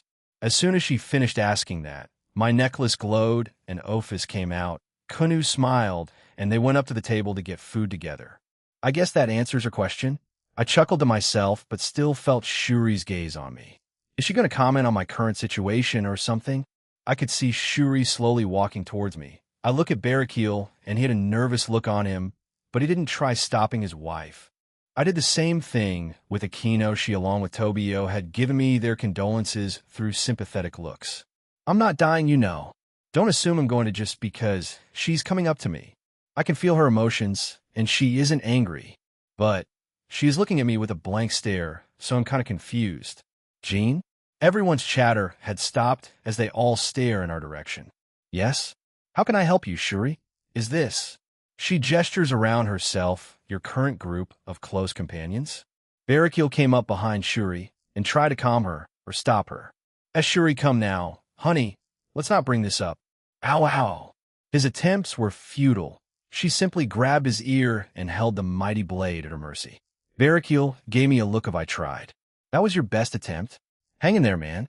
Try harder. I know you enjoy the challenge, but wow. Is this what the future holds for me? Wives are terrifying. I don't think so. Partner, probably. That probably isn't comforting, you know, Drake-san. I inwardly sigh. I answered her honestly back then. I want change my answer now. Yes, with a few exceptions. They are. She stares at me without saying anything and eventually nods. All right, take care of them. Wait, what? Huh? Wait, did she just... Hold up, wait a minute. Did Shuri finally accept him? I haven't fully accepted it yet, Jean. But this shall be a start. Never mind, I spoke too soon. Well, whatever, at least she is more open to it now. I wonder what Yasaka said to her. She's been smiling at me during this whole little incident. Shuri-san Natsum snickered. He also has Gabriel, one of the 4 great seraphs of heaven, as one of his lovers. Oi! Slap! I facepalm, so hard it created a small shockwave around the room. However, Shuri doesn't say anything. She lets go of Barakil and goes back to mingling with everyone else. The tense atmosphere vanishes. Hoo-hoo-hoo. I apologize for coming unannounced, Jean. Yasaka had joined me on the sofa as she had grabbed a plate of food for herself. She was already acquainted with everyone as she had visited a few times earlier in the week, Tuesday and Wednesday, I believe. It's fine. Treat this like your second home and that bedroom as another. Anyway, any special reason for coming? We just wanted to spend time with you. That is all. I nod. I see nothing wrong with that. Kunu and Ophis are getting along and are happily playing, while Kunu as Ophis is just watching over her and commenting every now and again. It's still surreal seeing my daughter and the Ouroboros dragging together and having fun. Yeah, it's surreal. Yasaka stared at me after I said that pun. She lightly pinches my cheek, telling me she disapproves of it. Really? I liked it. Well, my humor is strange, so I don't blame her, yo. Toby looks like you got a lot stronger since last time. Tobio and I were in the front garden. I had come out here for some fresh air, and Tobio had joined me a few seconds ago. We had stayed silent and just drank our drinks. Yes, after my loss again, you. I reflected on what you said, so when I finally confessed to SE, It felt like a huge burden was lifted from me. And with that, your power multiplied tenfold or something, right? God, man, you're like a manga protagonist. I finished his sentence for him. He stares at me a bit shocked before we burst out into laughter. But he really did get stronger. I could feel he went up at least one rank. God, does love really work that way? You'll find out sooner or later, partner. Hey, don't answer my inner monologues. But whatever, I really don't know. I love the girls, but since technically I came out powerful and only got even more powerful, I didn't have the typical shonen protagonist power-up. I guess so if you put it like that, then yeah. SAE is my everything. After all, I kept pushing through even when she was out of commission. I knew someday she would wake up. He lets out a sad chuckle. If it weren't for you, Gina SAE might have. He trails off and looks into the distance silently. That went from happy and jokes to depressing real quick. Hey man, that's in the past. Just protect her from here on out. Also, just give me a call if you both feel something is off. Yeah, we will. Thanks, Jean. That's my new bird brain. I got it first, you stupid cat. I had come out of the bathroom to see Natsum and Cookie arguing. Everyone else minded their own business. Wouldn't someone normally try stopping this? It's to me then. I walk up to them and ask what's wrong, though it wouldn't take a genius to figure it out. Okay, stop. What's going on? Bro, I got this last piece of the apple pie first. Your bird won't let it go. Jean, isn't the term ladies first still a thing, right? Natsu. I think that only applies to certain situations and is not a universal thing. I don't think it includes food. I sigh. Snap my fingers and create more apple pie. Will this do? Yes. Whose side are you on? Cookie was happy with the outcome. He gave his pie to Natsum and got the new ones I made, but why am I the one being yelled at now? Listen, Jean. You have to support your girlfriend at times like these. Brothers stick together, bro. Cookie, happy with his new pie, walked away. Natsum was still a bit huffy, but calling herself my girlfriend at a time like this, I couldn't help but grin. She notices this and is confused. Why are you grinning like that? Oh, nothing, you just called yourself my girlfriend. Even during the 2-year training session you didn't, so this was quite a surprise. Natsum finally realizes what she said and turns beet red. Huh, serves your re-wham. My pie. Natsum kicked Cookie. He obviously fell, and his pie flew away. Wait, no. Why are you more concerned about your pie than being kicked? I sigh and stop the pie from falling. Centuredo, and this is a photo of Aquino when we first went to the beach show. And this one was when she wore her first school uniform. Shuri had pulled a picture book of Aquino from somewhere. A lot of the girls had gathered around her in the living room to see them. Aquino was embarrassed as she clung to me, hiding her face on my back. Barricule also stood beside me, not entirely sure on how to deal with this. Aquino looks so cute. I want to pinch her chubby cheeks. Rinny was fussing over a young Aquino, making her even more embarrassed. I swear I'll find their baby photo albums. I swear on Jean, I will. Aquino mumbled to herself. I'm still alive here, you know. Why would you swear on my name? Wait, do you need to be dead or alive for someone to swear on your name? Alive, dead, the great dragon debate started.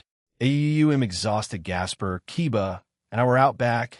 Gasper needed a bit of time to recharge his social batteries. He had done a good job at holding conversations with everyone new he met. He didn't panic. Well, okay, that's a lie, but he didn't do it as often. You did great, Gasper Cohen. Yeah, you did. Won't be long now till you get a girlfriend. The two of them look at me weirdly. Huh? Did I say something weird? What? They both snicker and start laughing. You know I'm not following. Jean Senpai, the supernatural world is tough for everyone trying to find a partner. It looks like your mission is really demanding. Gasper nodded along with Kiba's answer. I'm not that bad, geez. When will you cross the line of making inappropriate choices? When will you learn to think before you act? Wait, Jean Senpai, what's your favorite type of friend to hang out with? Same age?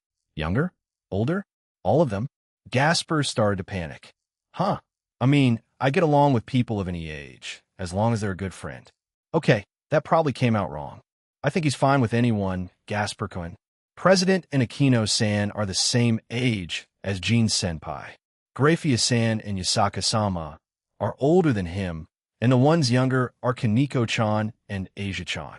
Oh, Gasper lightly hits his palm with his other hand. That's true, senpai. You're amazing. Now I'm being admired. I don't get this at all, Gasper.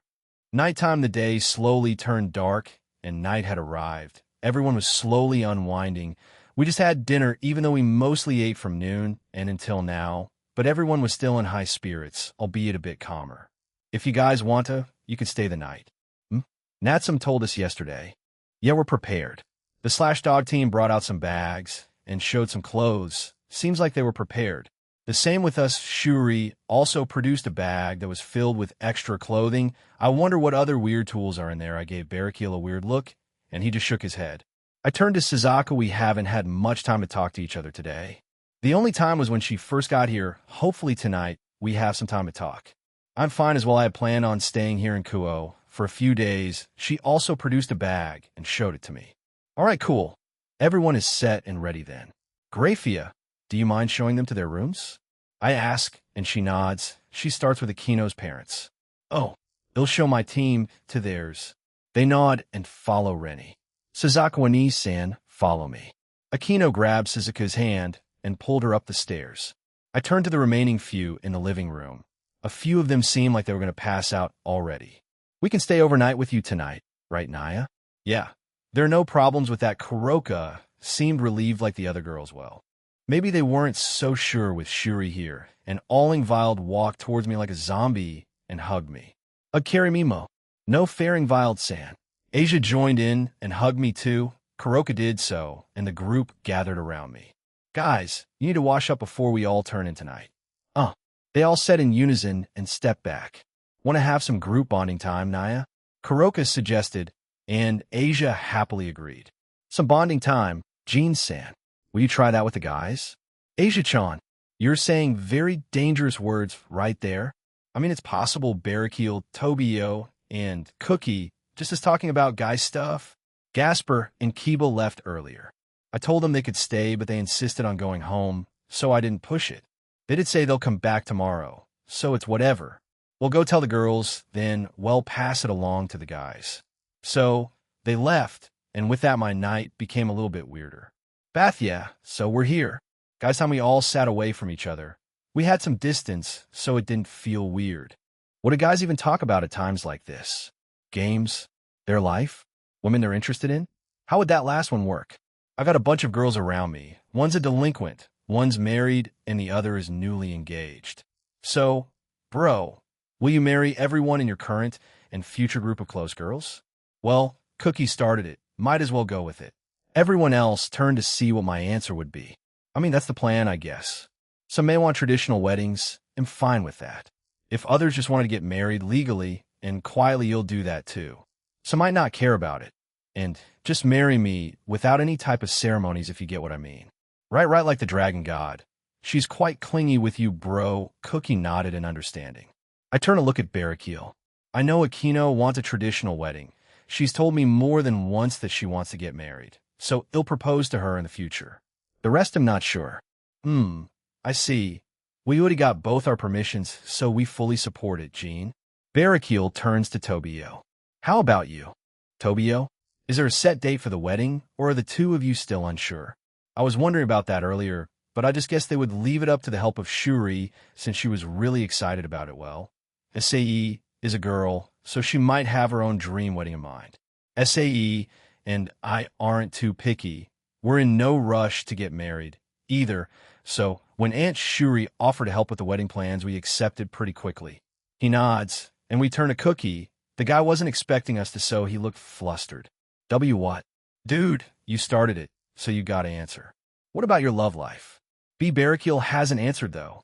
He's married to Shuri, and their daughter is Akino. What's more to find out? Cookie sighs defeatedly as he turns to look to his side. I don't have anyone like that, or like anyone. Lie detecting skill. Activate. He lied. He. Did you know I have the ability to tell when someone is lying? He looked stunned at me, and so did the others. Huh? Since when? Since now, spill it. He grumbled something, but we heard that she is a fallen and has blue hair. He likes Calawarna? I didn't expect that. Wait, have they even spoken to each other? Cookie, have you two even, talked? Interacted? Anything? Well, no. A young love. It's like his first crush or something. Now that's adorable. You're young. He's technically 87 quintillion years old, if we go by soul age. Barrakiel seemed to figure out who it was. Tobio not so much, so he started asking questions about her. Cookie was defiantly trying not to answer them. I just sat back laughing to myself. I can't sleep. Why? I don't know. Cinchuredo. It's probably girls' talk or something. I left my room and went downstairs and go out to the backyard.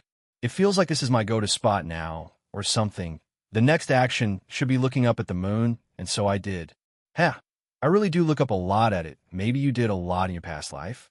Maybe no concrete proof. Well, apart from what I saw last night in a dream. I was on a hospital bed, looking out at the window, so maybe that's why. I was always looking at the sky, maybe even at night, too. Cinchuredo. The two really do have the same body since she can fit in it. She sees me staring and blushes. Akino, lend me this. I may have forgotten to bring my own nightwear. The seemingly perfect Suzaka Himejima can also make mistakes. Cute. Is that so? She nods as she walks over and stands beside me. We both fall silent for a few seconds.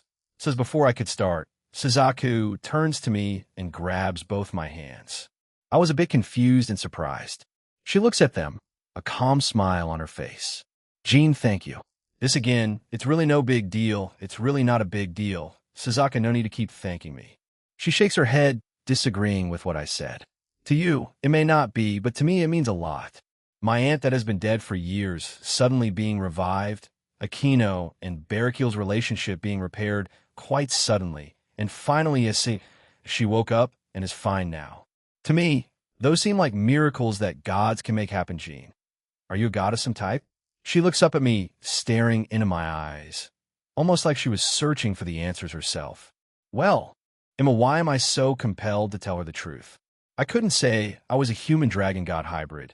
Is she the one who'll tell first? As I try to find the answer myself, Suzaku kept staring at me, waiting patiently. Yeah, I am an outer dragon god. She looks confused as she tilts her head. Outer dragon god? How do I explain this to her? Outer gods are various cosmically significant entities. Generally speaking, they are located beyond the confines of Earth and the solar system, exerting their influence from deep space. However, one outer god has taken up residence on Earth. That would be you. I nod. There are many outer gods. The one that created everything known to all of us is the outer god Azathoth. He also created many other outer gods, including myself. Azathoth created the Omniverse and other verses, the multiverse, and the like. Originally, I was a human dragon god hybrid. But around a month ago, I had to go onto the moon and evolved into an outer god, so... You have the power to do anything? I guess so. She smiles and nods. You do not abuse it? Even though you could do many things in world hunger, wars, any types of suffering? I could say the same things to other gods. Why not interfere with humans and have that in many years ago? Why do those responsibilities just fall onto me?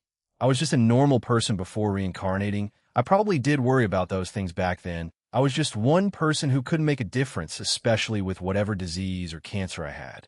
Just because I can do anything and everything doesn't mean I have to do those things.